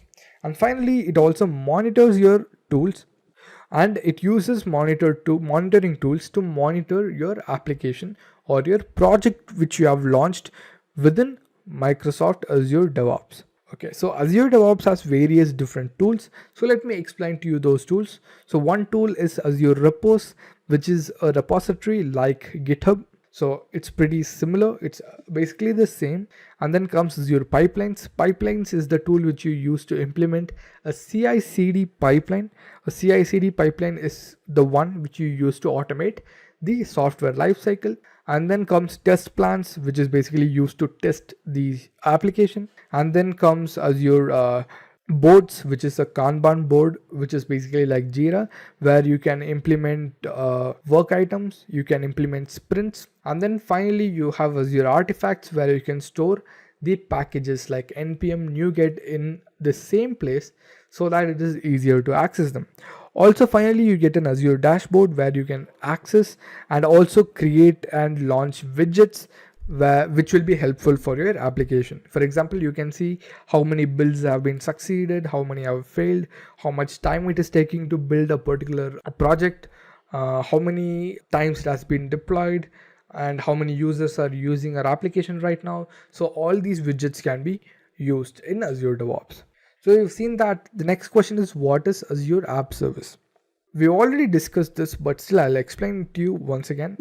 So to be very simple, Azure App Service is a completely managed service provided by Microsoft Azure. So within Azure, Azure App Service is a completely managed platform as a service, not infrastructure as a service, but a PaaS. It is a PaaS offering for proficient developers that conveys a rich arrangement of abilities to web, mobile, and integration services. So if a developer wants to just concentrate on the code which he is developing and doesn't want to manage the servers and the other side of it, that is the backend part of it, so what he can do, he can opt for a Azure App Service where he can launch one and he can just upload his code into Azure App Service, which will take care of provisioning servers, uploading the code within the server, and also serving that website, and also provide you an URL which you can use to look into the website. So you can do all of this using Azure App Service, and you don't need to manage anything. Azure will manage everything for you. It will launch, as told, it will launch servers. It will also monitor and manage them for you. And if you want anything else, if you want to scale it up, again you have an option for that.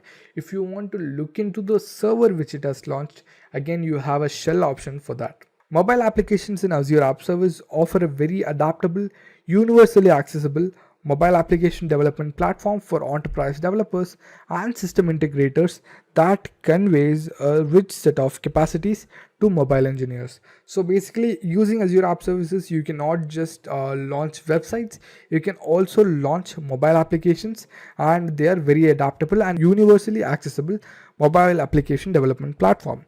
For example, you might be using Android Studio or Xcode.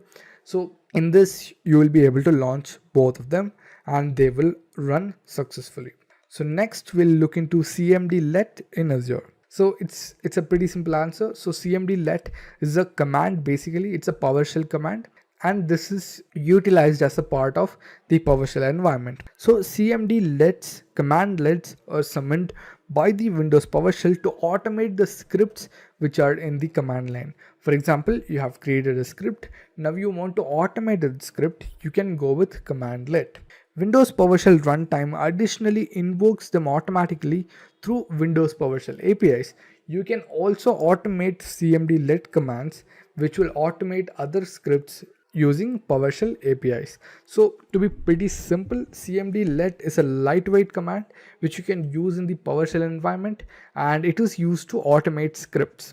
For example, if you want to launch virtual machine at a particular time, or if you want to monitor a virtual machine at 5 p.m. in the evening every single day, you can launch that script and you can automate it using CMD let, and it will run that script every day at 5 p.m. Okay, so the next one is Microsoft Azure Scheduler. So Azure Scheduler enables you to invoke activities, for example, calling HTTPS endpoints or presenting a message on a storage queue on any schedule. With Scheduler, you make jobs in the cloud that dependably call services both inside and outside of Azure and execute jobs on demand on a routinely repeating schedule or assign them on for a future date. So in the name itself, you can understand Microsoft Azure Scheduler. So it basically schedules certain things for you. But what does it schedule? It schedules jobs on the cloud. So it can be within Azure or outside of Azure, and as mentioned, it will execute those jobs on demand, and it can be done on a repeating scale, that is, for example, every day or every week, or you can assign them for a future date to run only once. So that you can do using Microsoft Azure Scheduler. For example, it can call an HTTPS endpoints, or it can present a message on a storage queue on any schedule. So you can use the scheduler for any service on Azure or outside of Azure. So it's pretty simple. It is explainable by name itself. So to be simpler, you can tell this Microsoft Azure Scheduler is a service which you can use to schedule a certain task in Microsoft Azure or outside of Microsoft Azure to execute a job on demand, which can be executed repeatedly, or it can be set to a future date for execution only once. So the next question is, how can you create an HD Insight cluster in Azure? So let me explain it to you in a very simple way. So you can tell this because this is an interview, you will be asked questions, you will be able to answer them with words. So to make an HD Insight cluster, first of all, you'll have to open Azure portal, then click on new, you can select data services and you can click on HD Insight, or you can just search HD Insight and get into it. So once you get into it, you will have multiple options. You will have Hadoop, you will have HBase and Storm, and more options as well. So Hadoop is the default, and native execution of our Apache Hadoop, and HD Insight provides you Hadoop as the default option.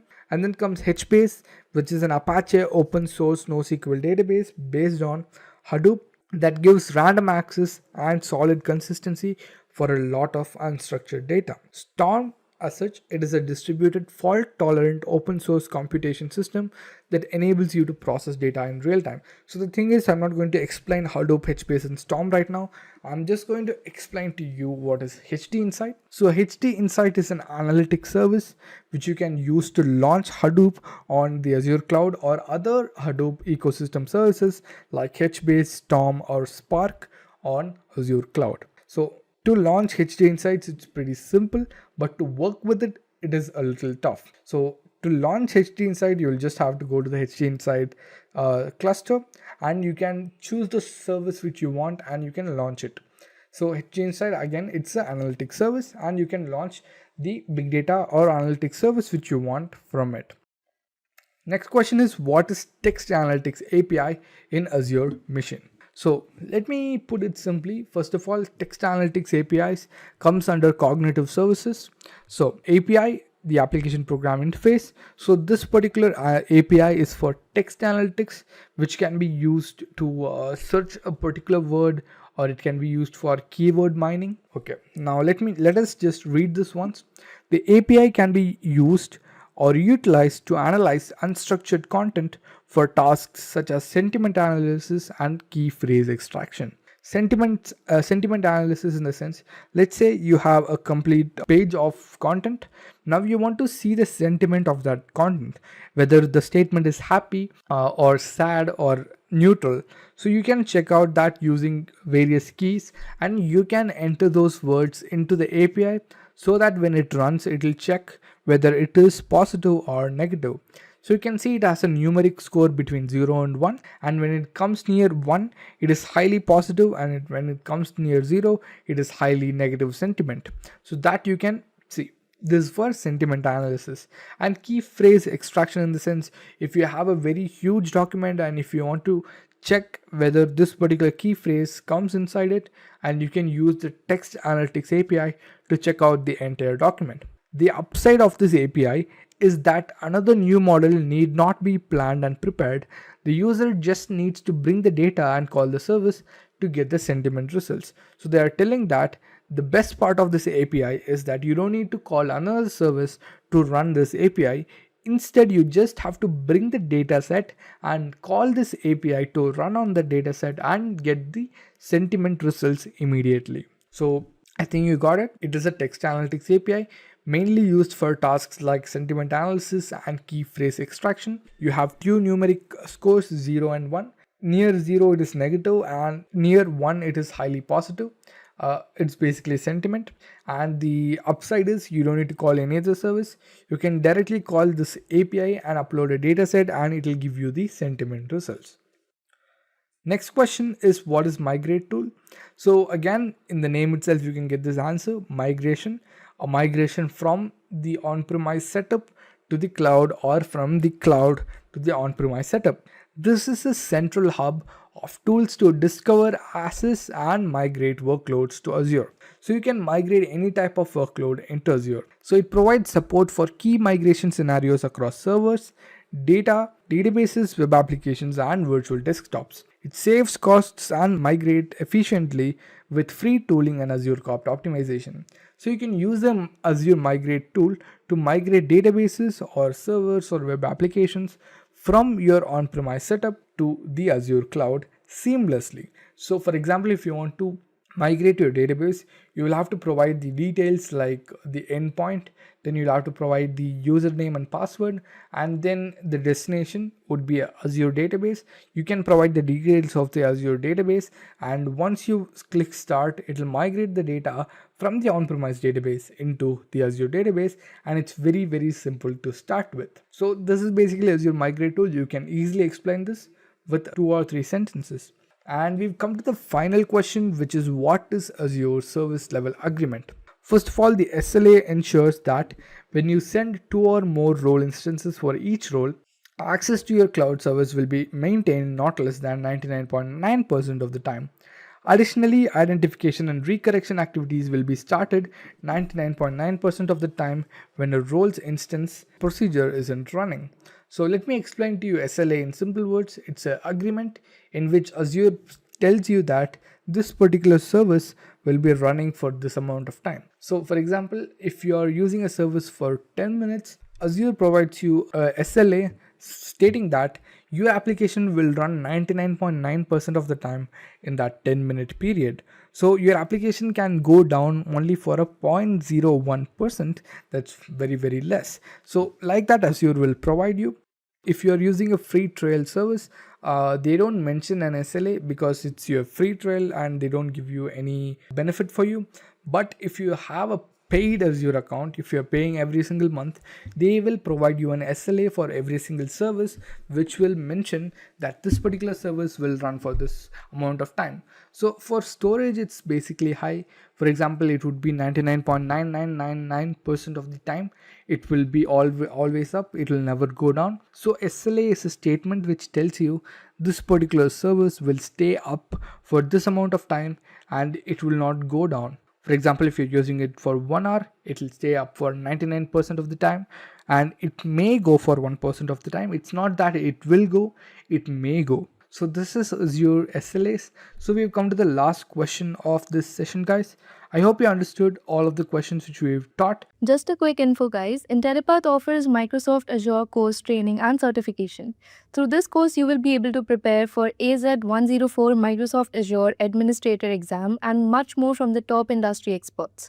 With this course, we have already helped thousands of professionals in successful career transition. You can check out their testimonials on our Achievers channel, whose link is given in the description below. Without a doubt, this course can set your career to new heights. So visit the course page link given below in the description and take the first step towards career growth in the field of Microsoft Azure Cloud.